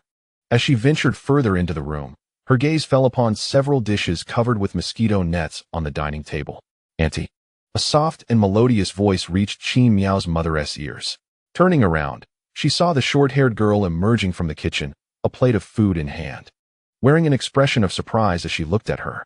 Upon realizing that Qin Miao's mother was looking her way, Xiaoming hurriedly set down the last plate of stir-fried beef with celery, wiped her hands, and confidently introduced herself. "Hello, Auntie, I am Xiaoming, Qin Miao's girlfriend and also his desk mate." At that moment, Qin Miao followed out from the kitchen, and upon hearing Xiaoming's introduction, his heart sank. This girl was certainly not adhering to the agreement. They had planned to present themselves merely as classmates visiting for a meal, allowing their parents to know that they shared a close friendship. Yet, Xiaoming boldly declared herself as his girlfriend. Such a breach of decorum. What a deception. An ambush. My innocent heart cannot withstand this, Qin Miao thought, expecting his mother to be bewildered and at a loss to accept this revelation. Contrary to his expectations, a radiant smile suddenly illuminated his mother's face. "Ah, you must be Xiaoming, right? How could you be so blind as to choose my Qin Miao? But worry not. Annie will ensure you are never treated poorly in our home. Oh, you are truly lovely." With that, she turned to Qin Miao, demanding, "Why are you standing there? Go serve our Xiaoming some rice." Qin Miao, now fully aware of his mother's swift changes in demeanor, had no inclination to resist her command. He turned back to the kitchen and dished out 3 bowls of rice. However, by the time he returned, the two women were chattering and laughing together as if they had been close friends for decades. Qin Miao's mouth twitched in disbelief. He began to question whether the two were merely acting or engaged in some form of charade. How could two people become so familiar upon first meeting? Especially given the notoriously complex dynamics of mother-in-law and daughter-in-law relationships in China? Yet, the truth was evident. His mother regarded Xiaoming with genuine fondness. As Qin Miao took his seat, the two were engrossed in a discussion about the skincare products Xiaoming had brought for his mother from Changsha. Upon learning this, Qin Miao's mother's already evident affection for Xiaoming deepened. At that moment, as Qin Miao lifted the mosquito net from the dishes, preparing to invite them to dine, his mother suddenly fixed him with a stern gaze and declared, "Qin Miao, let me make myself clear. I neither oppose nor disapprove of your relationship. In fact, I am quite pleased. However, should you dare to mistreat Xiaoming, I shall not hesitate to break your legs." Qin Miao was left utterly dumbfounded. Upon returning home, I pondered that I had not engaged in any particularly egregious behavior. Yet, inexplicably, I had endured 2 reprimands solely due to the presence of Xiaoming. Faced with my mother's menacing gaze, I could only nod awkwardly in response. Meanwhile, Xiaoming, with a playful grin and squinting eyes reminiscent of a mischievous little fox, merely laughed silently beside me. During dinner, I had no intention of revealing my current financial situation to my mother so soon. But Xiaoming took the initiative to recount the events following my departure. Perhaps it was due to Xiaoming's presence, or perhaps my mother was simply unfazed. In any case, upon hearing the news, she exhibited little astonishment, calmly accepting the situation after a moment of contemplation. I found myself momentarily questioning if I were dreaming. How could my mother exhibit less emotional fluctuation over my sudden acquisition of over 20 million than over the revelation of my new girlfriend? After dinner, at my mother's insistence, I drove Xiaoming back home. She cheerfully carried the bag of skincare products she had purchased for me, retreating to her room to indulge in her newfound treasures. I first delivered Xiaoming home, and then returned to the community amidst the eager anticipation of a group of children. I readily honored my promise, taking them on a joyride around the neighborhood for over 20 laps. Despite changing passengers with each lap, it took over an hour to allow each child a taste of riding in a supercar. Notably, many little ones had been confined at home with their parents doing homework that afternoon, so when I initially promised them a ride, there were only 7 or 8 children present. However, by the time we set off, over 20 children had gathered. Being neighbors' offspring, I could hardly favor some over others. So I took all the familiar faces for a spin in the passenger seat. Once I had calmed the excited children, I made my way to a nearby gas station to refill the tank and purchase some snacks before heading home. Upon my arrival, I discovered my mother waiting for me on the living room sofa. "Son, sit down," she instructed. Complying, I took a seat. What followed was not a lengthy discourse. My mother did not inquire about how I intended to spend the money. Instead, she simply asked about my feelings toward Xiaoming and whether I was aware of her family's circumstances, given that we had reached a certain juncture in our relationship. I sensed that, more than the money, my mother was concerned about potential emotional harm in my romantic endeavors. Thus, I relayed every detail I knew to her without omission. Satisfied with my earnest response, she appeared relieved and refrained from further inquiries or mentioning the financial matter, merely requesting that I wash the dishes. I resigned myself to my fate. After all, she is my mother, and I am bound by blood. After washing the dishes, I enjoyed a refreshing shower before retiring to my room. Today, Qin Miao found himself devoid of interest in continuing his simulation gaming. Having experienced the thrill of real racing and indulged in the bespoke 6-axis simulator crafted by Boss Zhou, he now regarded the humble 5 Nm direct drive simulator at home with disdain. After taking a shower, Qin Miao picked up his phone to chat with Xiaoming. Although the two had only recently begun their relationship, their conversation deviated from the trivial exchanges typical of newly acquainted couples.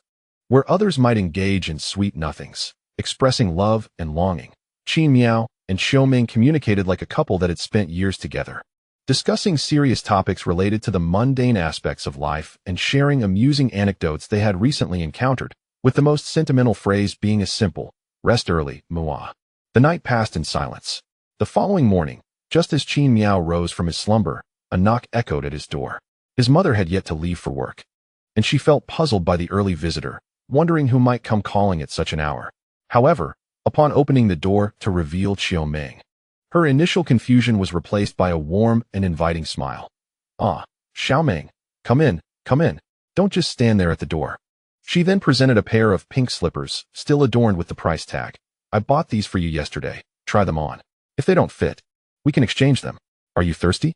Let me get you a bottle of orange juice." Xiaoming was taken aback by the warmth of the welcome and, while trying on the slippers, quickly interjected, "No, Auntie, that is not necessary. I came to find Qin Miao. We're going out for some exercise." Setting aside her concern for her son, Qin Miao's mother asked, "Has Xiaoming had breakfast? If not, I haven't eaten either. What would you like me to make?" No, Auntie, it's fine. I already had something on my way here," Xiaoming replied, holding up the soy milk and fried dough sticks she had brought for Qin Miao. "All right, come in and sit for a while. I'll go wake that rascal." As Qin Miao was abruptly pulled from his dreams by his mother yanking the covers away, his mind was a flurry of questions. However, upon seeing his mother's exasperated expression and Xiaoming peering curiously from the doorway, he began to piece together the unfolding scenario. Groggy, he reached for his phone on the bedside to check the time, and upon realizing it was only 7:20 a.m., he felt a surge of indignation. "What the? It's barely morning. Up. Can't you see Xiaoming is waiting for you?" The chapter concludes with a bewildered Qin Miao being lifted from his bed by his mother amidst Xiaoming's suppressed laughter. Fortunately, Qin Miao did not have the habit of sleeping in the nude, thus avoiding any embarrassing situations. After a brief recovery, he got up, dressed, and washed his face, all while his mother wore an inexplicable smile as Xiaoming led him out the door. On their way back, Qin Miao shared his thoughts and future improvement plans with Xiaoming. However, Qin Miao pondered that after wandering outside for such an extended period, it would be prudent to rest for a day upon returning home before embarking on formal training. Yet, as soon as Xiaoming got into the car, her first words were to direct him to a particular gym, placing her phone in the holder as she spoke. Initially, Qin Miao did not pay much attention to her mention of the gym. Instead, he looked at her with concern and inquired, "What's wrong? Did you not sleep well last night? I recall our conversation ending quite early." Xiaoming rubbed her face and replied, "It's nothing. I just had a bit of insomnia last night." Qin Miao, without much thought, teased, "Is it because you missed my embrace?" To his surprise, Xiaoming nodded and added, "That is part of it. But more so, I was organizing some materials, which kept me up late." Qin Miao was taken aback. "Haven't we already begun our summer break? Why are you still searching for materials? Didn't you say you wanted to improve your physique, especially in the direction of becoming a racing driver?" Xiaoming explained, "Neither of us specializes in this field, so how would we know what physical training a competent racing driver requires? Hence, last night I was searching online for professional fitness trainers, and I scheduled a few interviews for this afternoon." Upon hearing this, Qin Miao felt a wave of clarity wash over him, mixed with a myriad of emotions. However, he chose not to elaborate further and simply nodded, redirecting the conversation to their plans for the day. As they were conversing in the car, Qin Miao's mother descended from the building. It was Friday, and she still had to go to work. Upon seeing the Ferrari parked at the foot of the stairs, she approached out of curiosity. The sleek, aerodynamic design of the Ferrari certainly captured the attention of men, but aesthetics are subjective. Women, too, found it appealing, albeit perhaps not as enticing as a designer handbag. Noticing Qin Miao's mother, Xiaoming quickly exited the vehicle and said, "Auntie, let Qin Miao drive you to work first." Qin Miao's mother smiled and shook her head, replying, "No need. I'm accustomed to walking to work every day, and it wouldn't be appropriate for my colleagues to see me arriving in this car." She turned to Qin Miao, advising, "Drive slowly and be sure to prioritize safety." Qin Miao nodded in agreement, and soon they watched as his mother walked away. Once she was out of sight, Qin Miao ignited the Ferrari's engine, which roared to life, echoing throughout the vicinity. He could wager that everyone in the community was now aware of his departure. At that moment, Qin Miao felt the inconvenience of driving such a supercar, for his mother was not one to seek attention, and having grown up with her, he had inherited her modest disposition and habits. In their daily lives, the two women refrained from intruding upon others' rest and routines. Qin Miao was acutely aware of the considerable noise generated by her vehicle. As soon as it started, it was certain that many who were still indulging in slumber would be roused. With a growing sense of guilt, she softened her actions as she maneuvered the car out. However, just as the Ferrari was about to exit the community, a truck abruptly backed up, obstructing the entrance. The community's exit was rather modest. During its construction, no one anticipated that the rate of vehicle ownership would reach such alarming heights, resulting in a single-lane entryway. Qin Miao and Xiaoming found themselves waiting for the truck to clear before they could proceed, and thus they reluctantly pulled over. "I wish to pursue a broker's license," Xiaoming suddenly declared during their wait. Qin Miao glanced at her, noticing the seriousness in her demeanor, which indicated she was not jesting. Nodding, she replied, "That's perfectly fine. I will cover all tuition and living expenses as an investment in you." Qin Miao was not slow-witted, merely contemplative. Why would Xiaoming, a high school graduate with boundless potential, suddenly desire to obtain a broker's license? A moment of reflection revealed her intention to remain by Qin Miao's side, supporting her growth while also striving to excel together. Xiaoming did not reject Qin Miao's offer of assistance. Instead, she counted off on her fingers, stating, "In addition to the broker's license, I wish to study traditional Chinese medicine and delve into physical training, perhaps even explore psychology." Seeing her earnestness as she meticulously listed her aspirations, Qin Miao did not perceive any hubris in Xiaoming's ambitions. Her thoughts were straightforward. Why was this girl so extraordinarily kind to her? After exchanging a few more words, the truck finally entered the community, and Qin Miao shifted gears to drive out. She first accompanied Xiaoming to a bookstore, where they procured several books related to traditional Chinese medicine before heading to the gym together. Although Xiaoming initially expressed her desire to obtain a broker's license, considering Qin Miao's current career trajectory as a race car driver, it became clear that Xiaoming aimed to attain a sports agent certification. This qualification required prior training before the examination, and as Xiaoming was uncertain about which books to purchase for early preparation, she decided to focus on other subjects for the time being. After scheduling the exam, they would tailor their studies based on the specific training content. Upon arriving at the gym, with the staff's warm smiles greeting them, Qin Miao acquired a monthly membership for 500, which included one-on-one sessions with a professional trainer, totaling 3 hours daily. The remaining time could be spent utilizing all the gym's facilities at her leisure, as long as the gym was open. Qin Miao could come and go as she pleased. In essence, this membership resembled more of a rental fee for equipment and a reservation for space. As Qin Miao needed to undergo training tailored for race car drivers, it was evident that the gym's instructors lacked the requisite knowledge in this domain. Consequently, the specialized physical trainer that Xiaoming had sought would come to this location to train Qin Miao, a request the gym had readily accommodated. Although all arrangements had been finalized, Xiaoming was determined not to let Qin Miao squander any time. Even a single day was too precious to waste.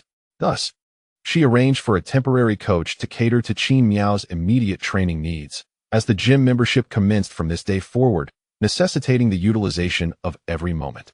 Upon learning of Qin Miao's requirements, the gym instructor devised a targeted training regimen, incorporating long-distance running, sprints, strength training, as well as reaction speed and endurance exercises. While the instructor may not have been familiar with the specific physical training routines of a professional race car driver, the underlying principle remained the same, enhancing Qin Miao's physical capabilities before augmenting muscle strength. Such foundational training is essential for any athlete aspiring to transcend their physical limits. This training session persisted for nearly 3 hours, punctuated by intermittent breaks. Nonetheless, the duration proved to be exceedingly arduous for Qin Miao, albeit within a bearable threshold. After all, during his time in Shanghai, he had endured far greater agony when first embarking on his physical conditioning journey. Meanwhile, Qiuming occupied a nearby cafe, sipping coffee and engrossed in her reading, as the gym and cafe were designed face-to-face, allowing her to glimpse through the 2 layers of glass at Qin Miao, who was visibly enduring the rigors of his training. Whenever Qin Miao felt he could no longer persevere, a mere glance towards Qiuming would ignite a surge of motivation within him. Certainly, Qin Miao's efforts bore fruit. After the 3-hour morning session, his stamina attribute on the system panel elevated from 56 to 57. This quantifiable feedback on his physical improvement served to inspire Qin Miao, as witnessing his growth was indeed gratifying. The two refrained from returning home for lunch, instead opting for a nearby restaurant to hastily consume their midday meal. In the afternoon, Qin Miao and Qiuming ventured to a supermarket to procure a 2-liter water bottle. The thought of the water bottle was spurred by Qin Miao's desire for the health potion produced by the system following his morning training, a concoction that alleviated fatigue while replenishing both stamina and hydration, all while boasting a delightful taste, its only drawback being the limited quantity, with a mere 500 milliliters per bottle. Later that afternoon, the pair interviewed the physical trainers Qiuming had sourced, 3 candidates in total, each presenting varying salary proposals. Yet all shared the commonality of being rather costly. Lacking any prior knowledge in this realm, Qin Miao remained a passive observer, entrusting all negotiations and discussions to Qiuming. Ultimately, she selected a robust middle-aged man named Kong Yuming, whose resume was modest, having served as a physical trainer for a domestic F3 racing team for a commendable 7 years. Recently, due to a change in the ownership of the racing team, Kong Yuming was compelled to resign under workplace tactics aimed at placing a trusted confidant in his position. As a middle-aged man in his 40s with children and a family to support, including the burden of a mortgage, the pressures of life are unimaginable. Consequently, in his desperate search for employment, Kong Yuming set his salary expectations at a modest 15,000. While he may not be regarded as a true elite in the industry, among the less distinguished, he stands out as the tallest among the short. Although Qin Miao was uncertain about the market rate for physical trainers, this figure was entirely acceptable given his reserve funds exceeding 20 million from racing. Once it was confirmed that Qin Miao had no objections, both parties sought a nearby law firm, where, in the presence of a notary, they signed an employment contract. Thus, Qin Miao's search for a physical trainer came to a satisfactory conclusion. Starting tomorrow, Kong Yuming would officially commence his duties at the gym they had visited that morning. That evening, rather than taking Qiuming back to his home, Qin Miao dropped her off at the entrance of the finest restaurant near his residence, allowing her to order in advance. As for Qin Miao, he returned home to await his mother's return from work, regardless of his newfound wealth. He felt it imperative to treat her to a splendid meal. Chapter end. Upon returning home, Qin Miao found his mother still at work, so he parked his car at the entrance. Afterward, he went inside his house and retrieved a newly purchased water bottle from the trunk, washing it in the kitchen. He then immersed himself in the system, locating the option for Health Potion, Blue, 3, from which he extracted a potion. Upon extraction, he expected to receive a beverage akin to Red Bull, similar to the items awarded during the 10 white draws. However, to his astonishment, with a resounding thud, a common 189-liter water jug landed at his feet. Qin Miao mused that this blue draw truly was extraordinary, unlike any other. He pondered the distinction between the potion obtained from the blue draw and those from the white draws. The appearance of this potion clarified the difference. It resembled an ordinary water jug, devoid of any product label, merely a plain vessel. Noticing the remaining water in the jug on his own water dispenser, which was just enough, Qin Miao finished it using his mother's cup and placed the health potion atop the dispenser. After consuming the potion with Qiuming, they experienced no discomfort. In fact, it was quite palatable. The name of the potion suggested it would offer health benefits. prompting Qin Miao to feel confident in offering it to his mother. After refilling his water bottle, he ventured outside to the shaded area where the local aunties often gathered, waiting for his mother to return from work, occasionally savoring the sweet and delightful health potion. At that moment, a group of children had gathered around Qin Miao, bombarding him with questions about his Ferrari. Qin Miao selectively answered their inquiries, attempting to satisfy their curiosity.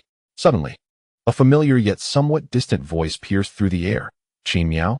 Turning his head, he beheld an enchanting figure emerging at the staircase of his building. Qin Miao raised an eyebrow. Fan Yu? Had he not been with Qiu Meng? Or even if he were, if Qiu Meng hadn't repeatedly stirred his heart with her actions? The sight of Fan Yu would have left him utterly speechless, his emotions tumultuous. Her presence would have felt like a warm beam of light breaking through a pitch-black night. Yet, before this light could illuminate his heart, Qiu Meng had already ignited a fire within him, casting a brightness akin to daylight. Thus, when faced once more with Fan Yu, whom he had longed for, Qin Miao felt little more than surprise at their unexpected encounter. What brings you here? They both inquired almost simultaneously. I live just around here. I recently moved in, she replied. With this exchange, they had shared their news. Qin Miao chuckled and shook his head. I never imagined I would end up as neighbors with the vice-class monitor.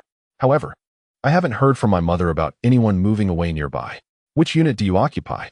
Just then, Zhong Ziqing, who stood beside Qin Miao, chimed in, Brother Sanchue. When you went to Changsha, Uncle Zhang, who lived opposite your home, moved away. Qin Miao paused, then nodded thoughtfully. Uncle Zhang had been engaged in business and had reportedly made quite a fortune. His departure was inevitable. However, Qin Miao never anticipated that his new neighbor would be a classmate. As they spoke, Fan Yu approached the shade of a tree.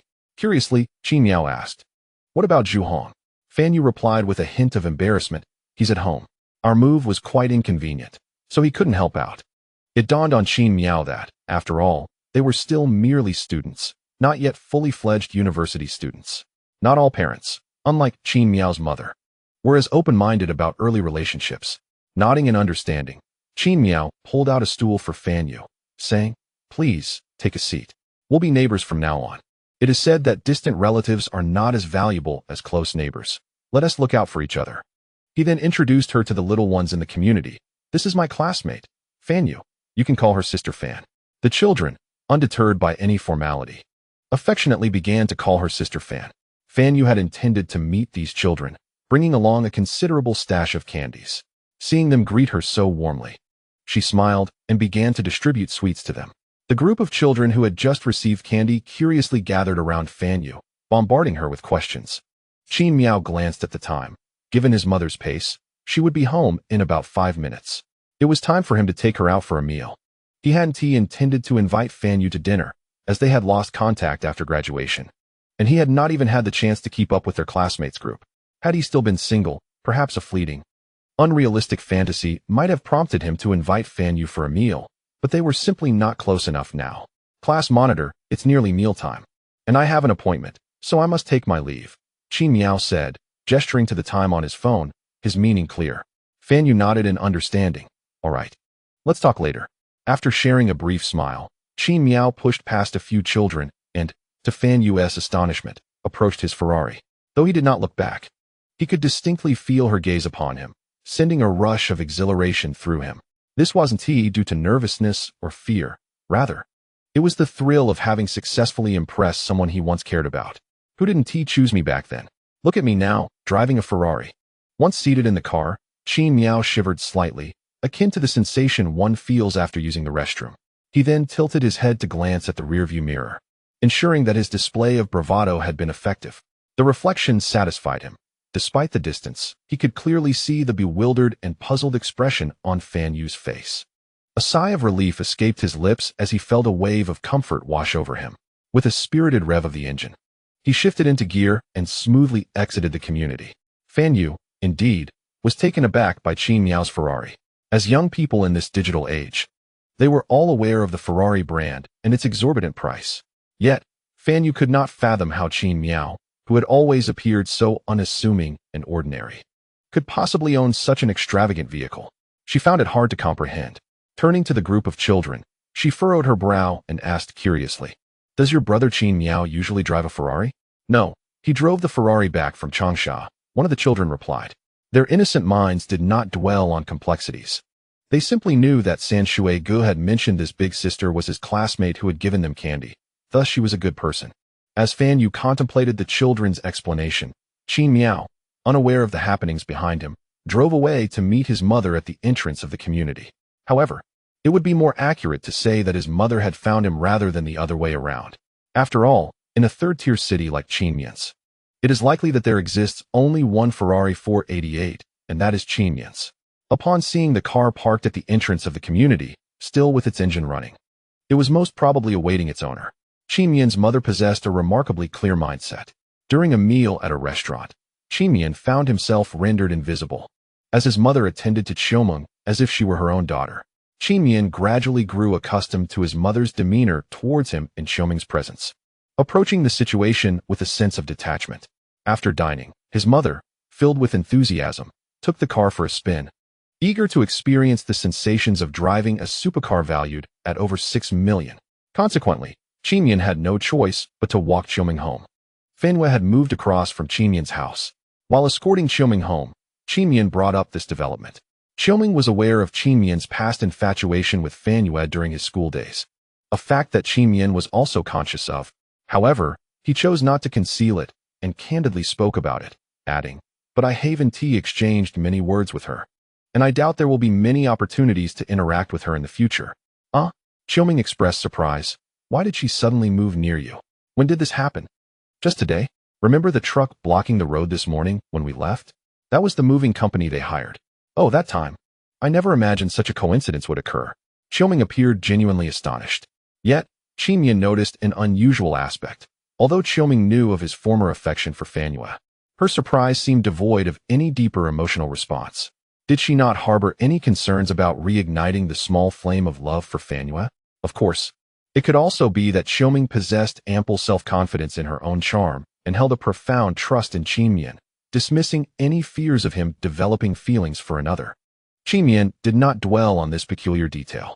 Instead, he savored the cool evening breeze and relished the gentle thrill of having his beloved by his side. These moments were of utmost importance to him. End of chapter 72. Training. Upon returning home, Qinmian found that his mother had not yet arrived. He paid little mind to this, taking a shower in his room before turning on his computer. At that moment, a notification arrived on his phone, indicating that the 6-axis G-force seat, sent by Boss Zhou, was en route and expected to arrive the next day. However, had Qiumeng not mentioned earlier that one should seize the day? Since Qinmian intended to pursue a career as a race car driver, he resolved to avoid any complacency and dedicate himself to self-improvement. The necessary maps and techniques required practice. Qinmian's plan was quite straightforward: to continuously refine his familiarity with the circuits in accordance with the F1 racing schedule for the year. The first track on his list was the Albert Park circuit in Melbourne, Australia. This street, steeped in history, requires no elaborate description, as it merely serves as a practice track rather than a venue for competition. Upon launching the game, I navigated to the Albert Park circuit, selected the Ferrari 488 GT3, and commenced my session. In the past, my fondness for the Ferrari 488 GT3 stemmed from its aesthetic appeal.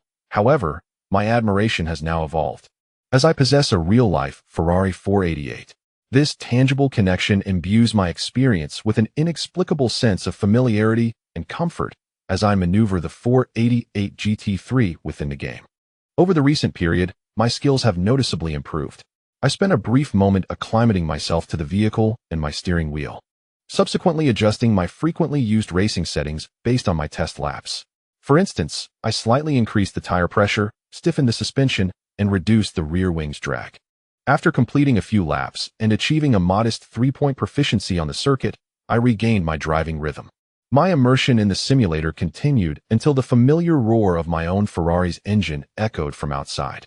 During this nearly hour-long session, I managed to attain a proficiency score of 66 on the Albert Park track. This achievement was somewhat limited by the inherent speed of GT3 cars, which pales in comparison to that of F1 vehicles, resulting in lower efficiency in skill acquisition. Additionally, I would promptly return to the pit whenever I sensed discomfort or misalignment in the settings, striving to discover a configuration that aligned with my driving style while delivering satisfactory speed. an endeavor that proved to be exceedingly time-consuming. Moreover, the simulator I was using only provided a realism rating of 60, yielding a mere 0.6 proficiency points per lap. Thus, it took nearly an entire afternoon to accumulate such a modest proficiency. Ultimately, I succeeded in identifying the tuning setup that offered me the utmost comfort while also achieving a new personal best lap time. After shutting down the computer, I assisted my mother by opening the door for her. Relieved to find that she had not encountered any mishaps, I let out a slight sigh. Although I was aware that she possessed a driver's license, her long absence from driving had me feeling a twinge of concern, worried for her safety and for the condition of my car. Fortunately, my apprehensions did not materialize. Upon returning home, my mother disdainfully tossed the car keys into my hands, which I clumsily caught. "Your car is indeed attractive, but the chassis is excessively stiff. At higher speeds, it feels like I might launch off every speed bump. My old bones can hardly withstand such turbulence," she lamented.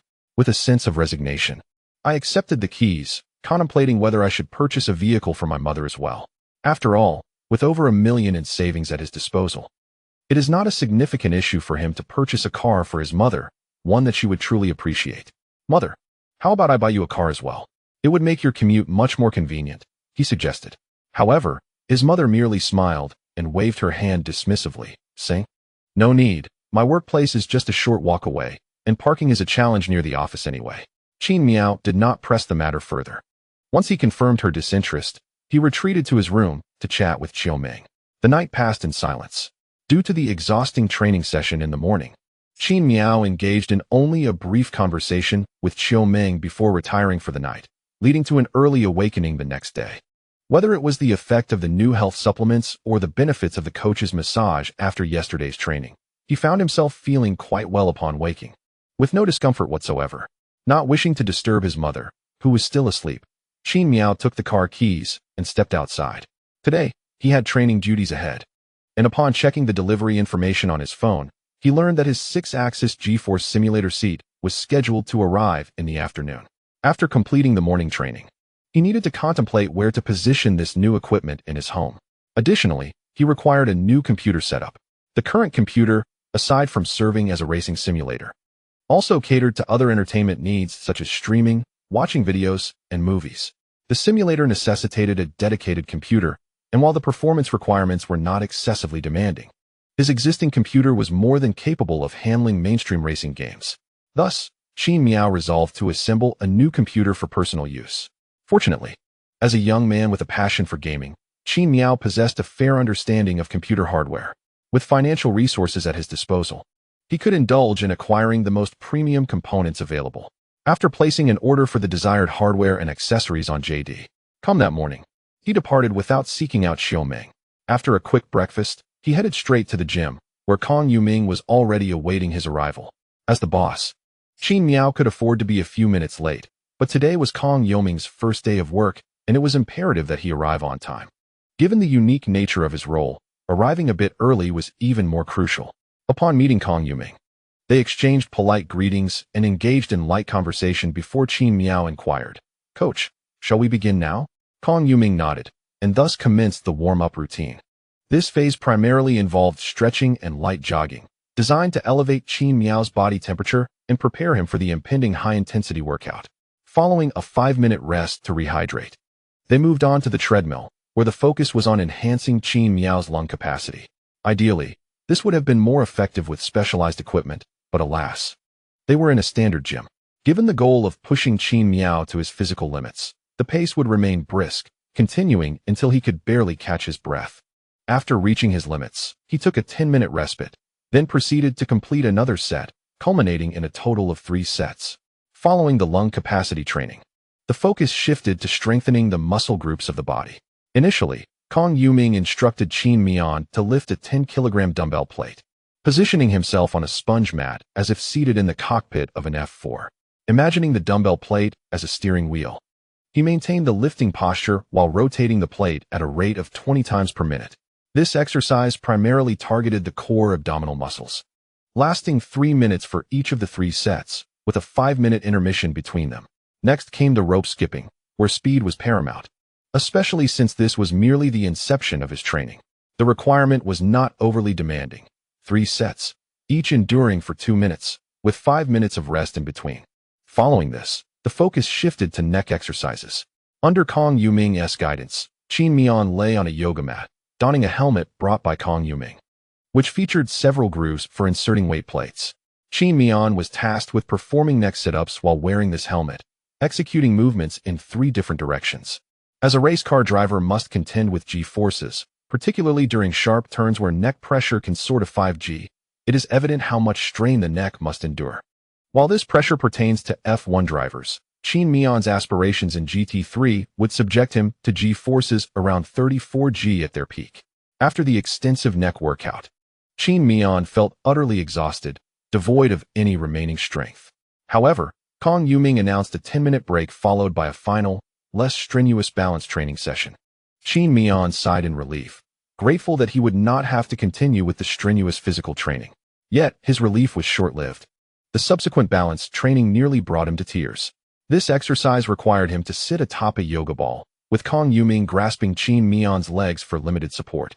Subsequently, Qin Miao had to rely on his core strength to stabilize his body and prevent himself from falling off the ball, during which Kong Yuming offered no external assistance, ensuring only that Qin Miao would not tumble headfirst to the ground. In truth, this was merely an introductory balance training method. Once Qin Miao's endurance improved, the exercise would evolve to require him to resist Kong Yuming's attempts to pull him off the yoga ball. The so-called less strenuous training demanded that Qin Miao engage his entire abdominal, back, leg, and chest muscles to maintain balance and posture. The irony was that these very areas had just been rigorously exercised, and any effort resulted in excruciating soreness.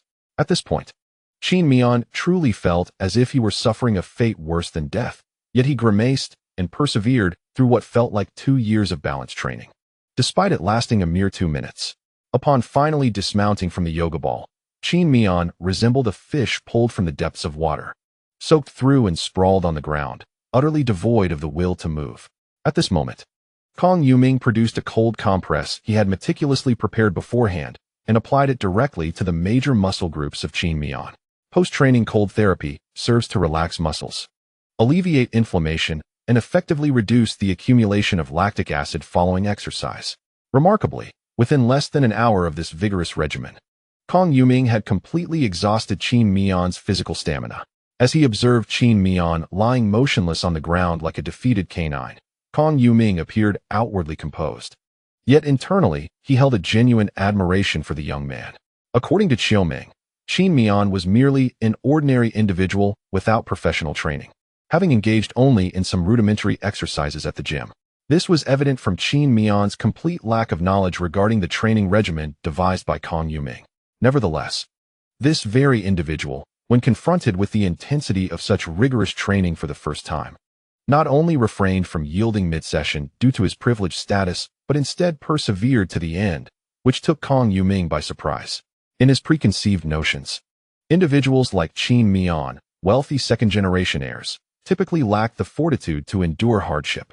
During his time with the F3 racing team, he had trained numerous affluent youths aspiring to compete in F3, and none had managed to complete the foundational exercises in their entirety. Although the volume of basic training he prescribed could only be deemed warm-up for a genuine F1 driver, for an untrained individual, completing such a regimen on their first attempt was a formidable challenge. Those who succeeded were undoubtedly individuals of remarkable willpower. Kong Yuming had initially presumed that his employer was merely dabbling in the experience of being a race car driver, likely to abandon the endeavor upon encountering difficulties. He had even begun to prepare for a job search on headhunting websites. However, witnessing Qin Miao's pained yet resolute demeanor, he suddenly sensed that his position might endure for a considerable duration. After resting for over half an hour, Qin Miao gradually regained some strength. Ignoring the discomfort that pervaded his body, he opened the system panel to check his physical enhancement. The results were promising. His stamina score had risen from 57 to 59. Although this increase was modest compared to the substantial gains he had achieved yesterday after 3 hours of training, it was noteworthy that today, he had only trained for a little over 40 minutes. "Boss, moderation is key. Let us call it a day," Kong Yuming advised. Afterward, it's best to avoid hot showers at the gym. Stick to lukewarm water. As he noticed Qin Miao regaining some vitality, Kong Yuming removed the ice pack from him. Qin Miao nodded in acknowledgement, expressing gratitude. Thank you for your hard work. It is my duty, Kong Yuming replied. Following the morning training session, Qin Miao found Xiaoming, who was still engrossed in a book at the cafe across from the gym. Upon spotting Qin Miao, she exhibited a hint of surprise. Why are you finished so early today? Qin Miao settled beside Xiaoming, resting his head on the table as he weakly remarked, those with skill truly stand apart. In less than an hour, I accomplished what took 3 hours yesterday, pushing myself to the brink. Xiaoming reached out to smooth Qin Miao's slightly damp hair after his shower, saying, at least this proves our investment was worthwhile, doesn't it? Qin Miao merely grunted a couple of times, lacking the desire to converse further. Xiaoming chuckled softly before stating, starting tomorrow, I wish to observe how he instructs you in your training. Qin Miao, puzzled, replied, aren't you supposed to be studying for your agent certification? How will you have time to watch my training? Xiaoming shook her head in mild frustration, saying, I can't take the exam. Becoming a certified agent requires work experience and at least an associate's degree, which I currently lack. Understanding, Qin Miao nodded. No worries, we can always take it later. We still have time. Xiaoming nodded but quickly changed the subject, asking, do you want to travel abroad? While Qin Miao was still contemplating future growth plans, the sudden shift to discussing travel caught him off guard. Where to? He inquired. To England. Initially indifferent, Qin Miao's imagination sparked with a bold notion upon hearing the destination. He pulled out his phone to check the date, June 22, 2019.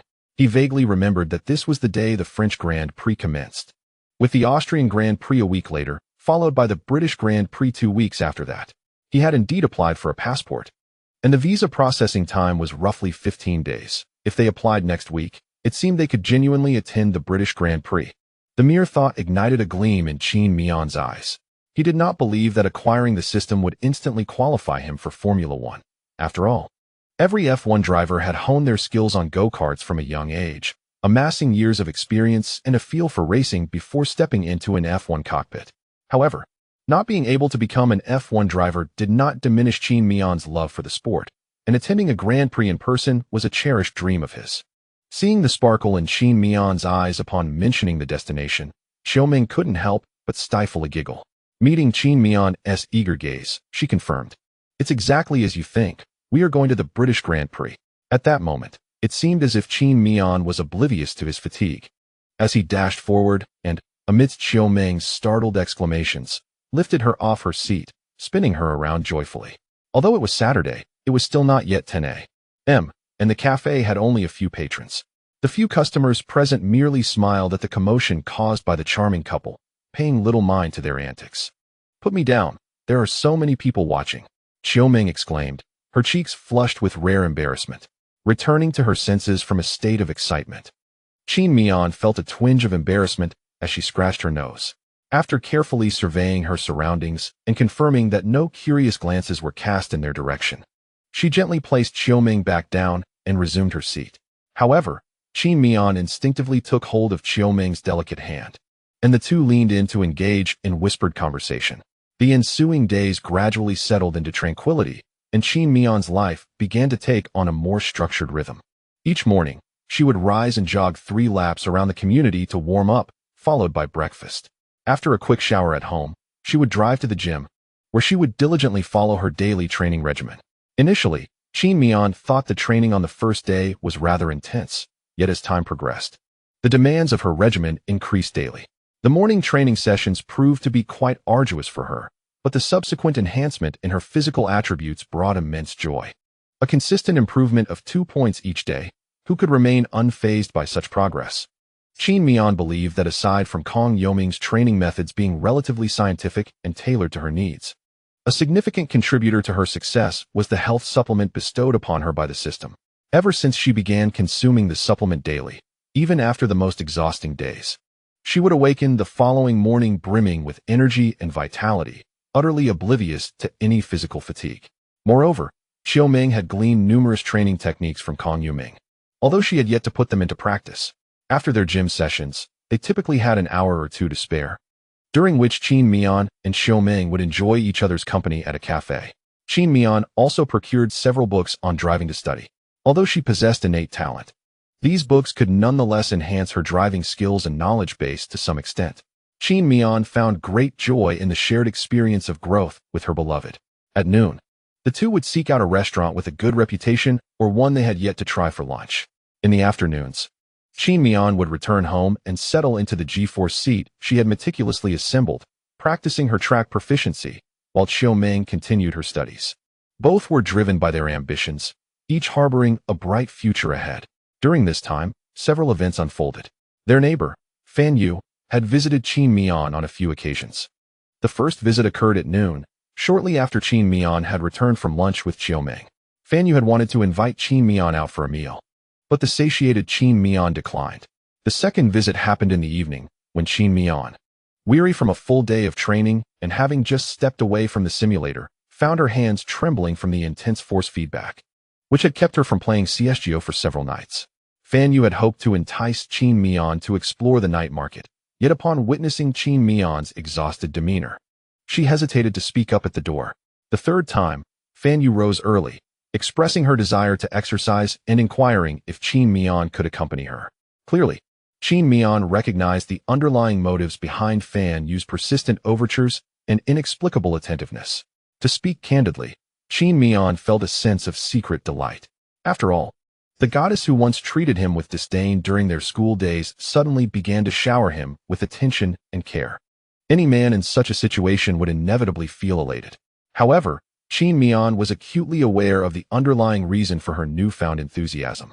He recognized that had he not possessed that Ferrari, she would likely have paid him no mind at all. More importantly, he now had Xiaoming, and thus, he was no longer inclined to entertain her advances. Consequently, when Fan Yu expressed a desire to join him for morning exercises, Qin Miao curtly declined, stating that he had no intention of exercising that day and drove directly to the gym. This was a clear indication that he wished to minimize their interactions.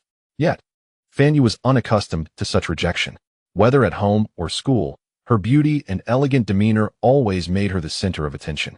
Being so bluntly dismissed by Qin Miao shattered her composure.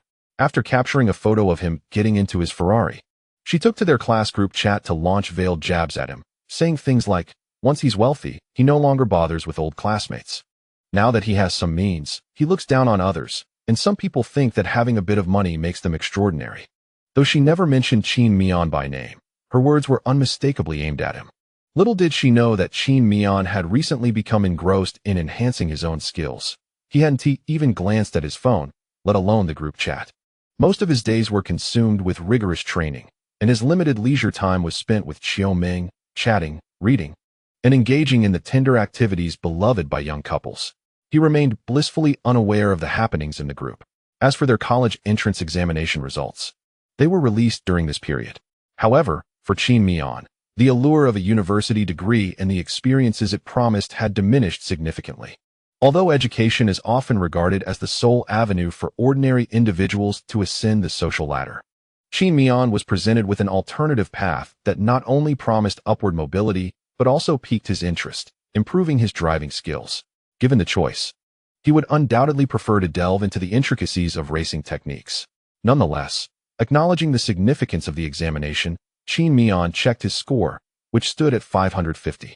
It wasn't exceptional, yet it was certainly adequate for a second-tier university, and he could even aspire to enter a 211 institution. Xiaoming, on the other hand, outperformed him with a score of 612, comfortably securing her first-choice university. Strangely, upon seeing her results, she exhibited remarkable calmness, displaying little emotional fluctuation.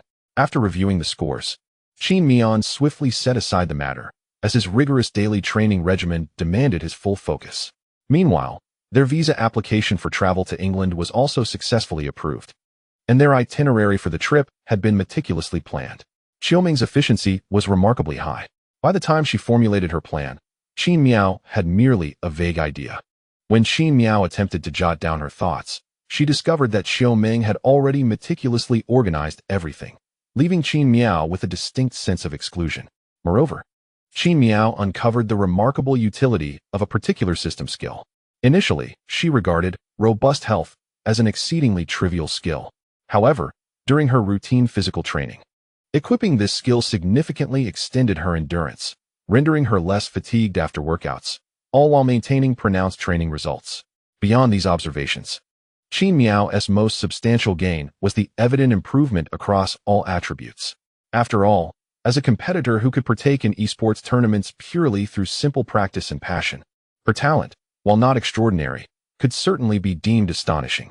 Now, with deliberate and systematic practice, coupled with an array of professional literature for study, she even had access to highly realistic simulators for on-demand practice, allowing her to hone her skills at any time and place. Consequently, the velocity of Qin Miao's progress was palpably rapid. Following a fortnight of intensive training, her attributes now stood as follows. Name: Qin Miao. Age: 18. Overall rating: 452583, 131. Stamina: 5478, 24. Mentality: 6165, 4. Stability: 7578, 3. Ranking ability: 3042, 12. Starting ability: 5059, 9. Competitive long distance: 1950, 31.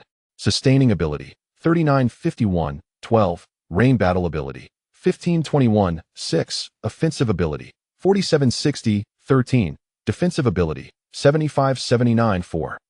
From the enhancement information provided by the system, it is evident that aside from stamina, the most remarkable improvement was in Qin Miao's competitive long-distance rhythm, which experienced a dramatic leap from 19 points to 50 points, showcasing a strikingly destructive elegance in efficiency. However, Qin Miao believed that her previous low score in competitive long-distance rhythm was not indicative of her true capability. Rather, it was a reflection of the system's evaluation criteria. At that time, her stamina was insufficient to complete the full race, thus rendering her long-distance score misleading.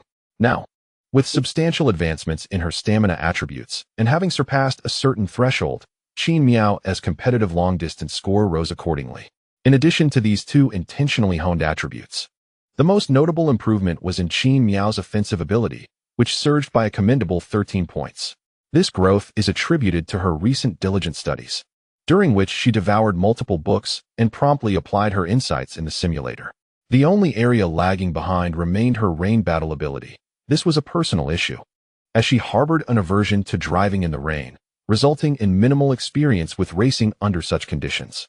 The additional 6 points she gained were merely a consequence of having skimmed through analyses of rain driving techniques in her readings. Furthermore, Qin Miao had accumulated 3 opportunities for purple level draws. The 3 sources of the purple lottery tickets are the Albert Park Circuit, the Bahrain Circuit, and the Yas Marina Circuit. However, Qin Miao did not utilize these lottery opportunities immediately. Instead, he intended to save them for a tenfold draw. He acknowledged that the rewards from the purple lotteries were indeed remarkable, and he had contemplated using these 3 purple tickets on numerous occasions. Yet, as the saying goes, a glimpse reveals the entirety. The blue tenfold draw offers a skill card that combines both vehicle and driver with far fewer restrictions compared to the white skill cards. Might it be that the skill cards from the purple lottery present even fewer limitations? What if, instead of merely providing a skill card, they granted the skill directly? Thus, for the sake of long-term benefits, Qin Miao was willing to exercise patience in the short term. In addition to these positive developments, Qin Miao also sensed an impending challenge, a plateau in his strength enhancement. Firstly, concerning his stamina attribute, despite his unwavering dedication to training, the rate of improvement had noticeably slowed. Initially, he experienced a daily increase of 2 points, which then dwindled to 1 point per day. And now it had reached a point where it took 2 days to gain just a single point. Remarkably, his training volume had not diminished in the slightest. Rather, as Qin Miao's stamina increased, so did the intensity of his training regimen. Other attributes with similarly high ratings were encountering the same stagnation. For instance, in terms of defensive capability, Qin Miao was adept at thwarting regular players in F1 2019, leaving them frustrated. And he had diligently studied defensive literature and watched numerous tutorial videos. Yet, the system had frozen his defensive rating at 79, showing no signs of progression. Qin Miao had an inkling that his other attributes would similarly face a bottleneck, one that could not be surmounted merely through diligent study. Practical experience was essential. Consequently, Qin Miao resolved that during his brief respite following the intensive training period with Xiao Meng at the British Grand Prix, he would report to his racing team. He intended to procure a GT3 car through the team's resources and, utilizing the advantages provided by the team, practice with his GT3 car to enhance his attributes. Not to mention, With over 20 million in racing funds, Qin Miao had ample resources to sustain his endeavors for a considerable time. He felt confident that during this period, he could elevate his skills to a level suitable for competition. One morning, Xiaoming arrived early at Qin Miao's home, no longer needing to knock as she confidently produced a key to unlock the door. Observing that the two children spent nearly every day together, often discussing their future and mutual growth, Qin Miao's mother found herself genuinely fond of this girl. After subtly inquiring about their thoughts, Xiaoming naturally acquired a key to Qin Miao's home. Upon entering, she adeptly changed her shoes and, carrying her suitcase, took a few more steps to find Qin Miao and his mother having breakfast at the dining table. "You're here? Come over for breakfast." Qin Miao's mother called out with a smile, gesturing for Xiaoming to join them. Xiaoming, unrestrained, greeted Qin Miao's mother with a smile before settling beside Qin Miao. Both Qin Miao and Xiaoming had considered inviting Qin Miao's mother to join them on their outing and had earnestly encouraged her, but sadly, Qin Miao's mother had decisively declined, citing work as her reason. Seeing that their efforts bore no fruit, the two decided not to press the matter further. After the trio finished their breakfast, Qin Miao's mother departed for work, while Qin Miao and Xiaoming busied themselves washing the dishes left from their meal before gathering their belongings in preparation for their journey. Today marked the day of their departure for the United Kingdom. The UK, being a high-latitude country, enjoys a considerably cooler climate in July compared to their homeland, prompting Qin Miao and Xiaoming to pack long trousers and long-sleeved shirts for their excursion. Unlike their previous trip to Shanghai, this time, Qin Miao managed to fill his backpack. Toiletries and other necessities were once again prepared by Xiaoming, leaving Qin Miao to focus solely on his clothing. After stowing Qin Miao's backpack into Xiaoming's large suitcase, they deemed themselves ready, ensuring that they had not forgotten any personal items before stepping out hand in hand. As they exited, the door across the hall swung open, revealing Fan Yu standing in the doorway. Since Qin Miao walked ahead, with Xiaoming trailing behind, it was Qin Miao who caught Fan Yu's eye first. "What a coincidence! Are you heading out?" Fan Yu asked, her surprise evident upon seeing Qin Miao. Not giving it much thought, Qin Miao nodded and replied, "Yes, I'm preparing to travel." Fan Yu's eyes sparkled with interest. "How wonderful. I'm also unsure where to go during my summer break. If it's convenient, shall we travel together?" Her charming smile, coupled with her gentle words, could easily disarm a modest young man. However, such an encounter was not something Qin Miao was prepared to handle. During their conversation at the doorway, Xiaoming curiously peeked out from behind Qin Miao, inquiring, "Darling, who are you chatting with?" The composed smile that had graced Fan Yu's face faltered upon hearing Xiaoming refer to Qin Miao in such an endearing manner. Turning stiffly, she glanced at Xiaoming, who had emerged from behind Qin Miao. "Xiaoming, what are you doing here?" Fan Yu exclaimed, surprise evident in her tone. Though a keen observer might notice her right hand clenched tightly, her knuckles turning pale. Xiaoming, equally astonished, responded, "Ah, class monitor? You live here too? What a coincidence." She then turned to Qin Miao, questioning, "Why didn't you tell me the class monitor lives here? If we hadn't run into her, would you have kept it a secret?" Qin Miao stammered, "I thought I mentioned it to you."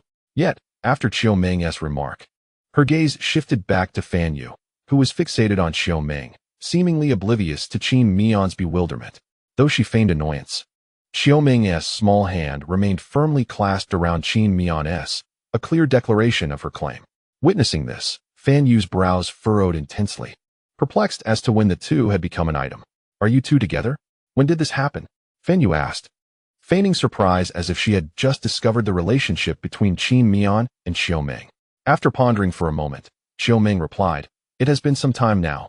We officially got together during our last gathering at the go-karting venue." Upon hearing her words, Fan Yu's expression became slightly awkward before she responded, "Congratulations to you both. I always thought you two had a certain couple-like aura during our school days." "I appreciate your kind words, class monitor," Xiaoming replied with a smile. "By the way, are you planning a trip? Where are you headed?" Fan Yu inquired, pretending to be curious. Xiaoming candidly revealed, "Qin Miao and I plan to visit the UK. He is fond of racing, and I will take him to watch the F1 British Grand Prix." As a girl, Fan Yu was unfamiliar with F1 and unclear about the specifics of the British Grand Prix, but she understood that traveling abroad could be quite costly. "Oh dear, I almost forgot," Xiaoming suddenly exclaimed, feigning urgency. "Class monitor, I apologize, But Qin Miao and I must catch our high-speed train, so I can't chat longer. Fan Yu nodded stiffly. All right then, take care and safe travels. After waving goodbye, Qiuming took Qin Miao's hand, and they departed. Although Qiuming's words carried a hint of an eviction notice, their itinerary was indeed tight. They needed to catch the 9 a.m. high-speed train to Shanghai, where they would rest briefly and have lunch before heading to the airport for their 2 p.m. flight directly to London. After a 12-hour flight, they would land at 2 a.m. local time in China, which would be 6 p.m. in London. While the time seemed manageable, the couple had already been on the move for nearly 20 hours. Upon landing, they quickly checked into their hotel, had a simple dinner, and washed up before going straight to bed, without needing to adjust to any time differences. The next day would bring a fresh start. Thus, a trip abroad would consume nearly 24 hours of travel time. After bidding farewell to their home, they hailed a taxi at the community entrance and made their way to the high-speed train station. The journey was rather uneventful. During the trip, Qiuming and Qin Miao found it difficult to focus on studying, as the noisy environments of the train and plane made concentration nearly impossible. Anyone who has traveled long distances by high-speed train or airplane knows that, in such settings, it is challenging to even enjoy a movie of great interest. However, fortunately, the couple found ample topics to discuss. Although their daily interactions resembled those of a long-married couple, the relaxed atmosphere allowed for sweet exchanges that could easily overwhelm onlookers. At 6:31 p.m. local time in the UK, Qin Miao and Qiuming emerged from Heathrow Airport in Hounslow, having experienced a smooth journey without any hiccups or surprises. Such circumstances are the most comforting for travelers.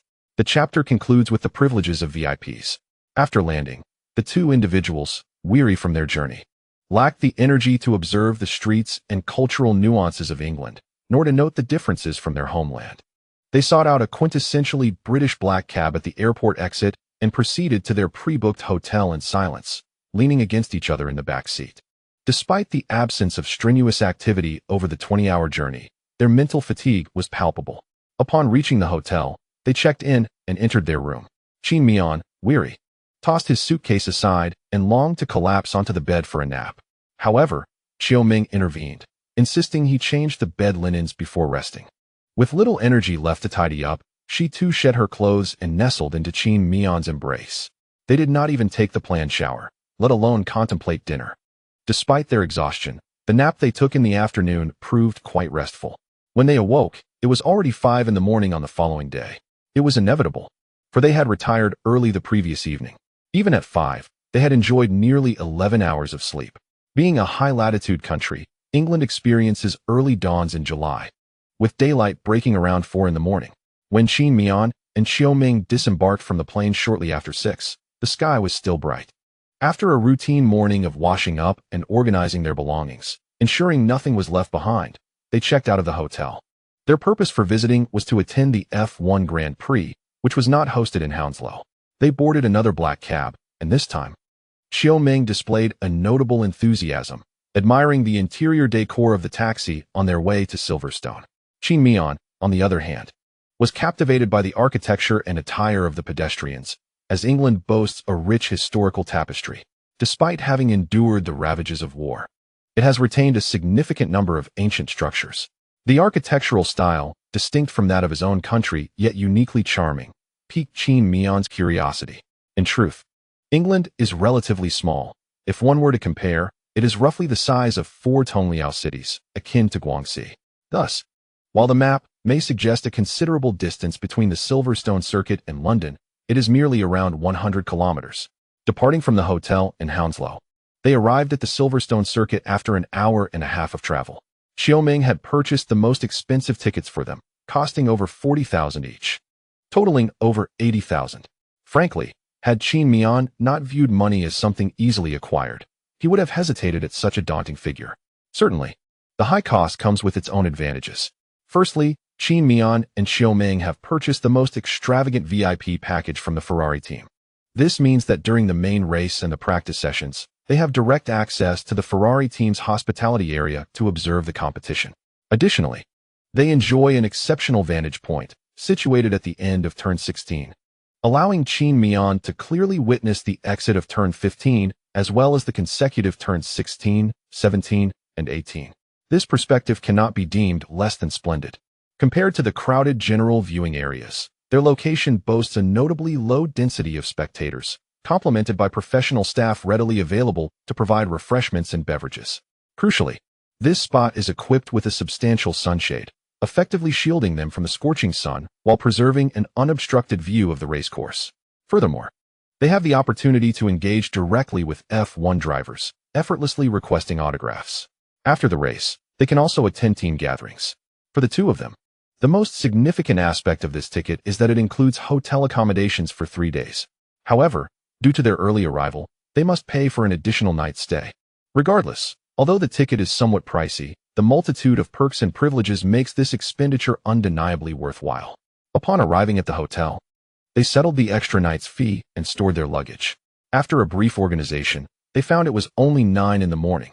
Not feeling particularly hungry, they decided to explore the nearby largest tourist attraction, one of the most renowned racetracks in the UK, Silverstone Circuit. Compared to other tracks on the F1 calendar, Silverstone is one of the most historically rich circuits, being the venue for the inaugural Formula One World Championship. This racetrack, having endured the test of time and historical significance, has become synonymous with British motorsport. Consequently, the racing culture and heritage in the UK are profoundly entrenched, with many F1 teams establishing their headquarters there. As they exited the hotel, the palpable atmosphere of motorsport enveloped them.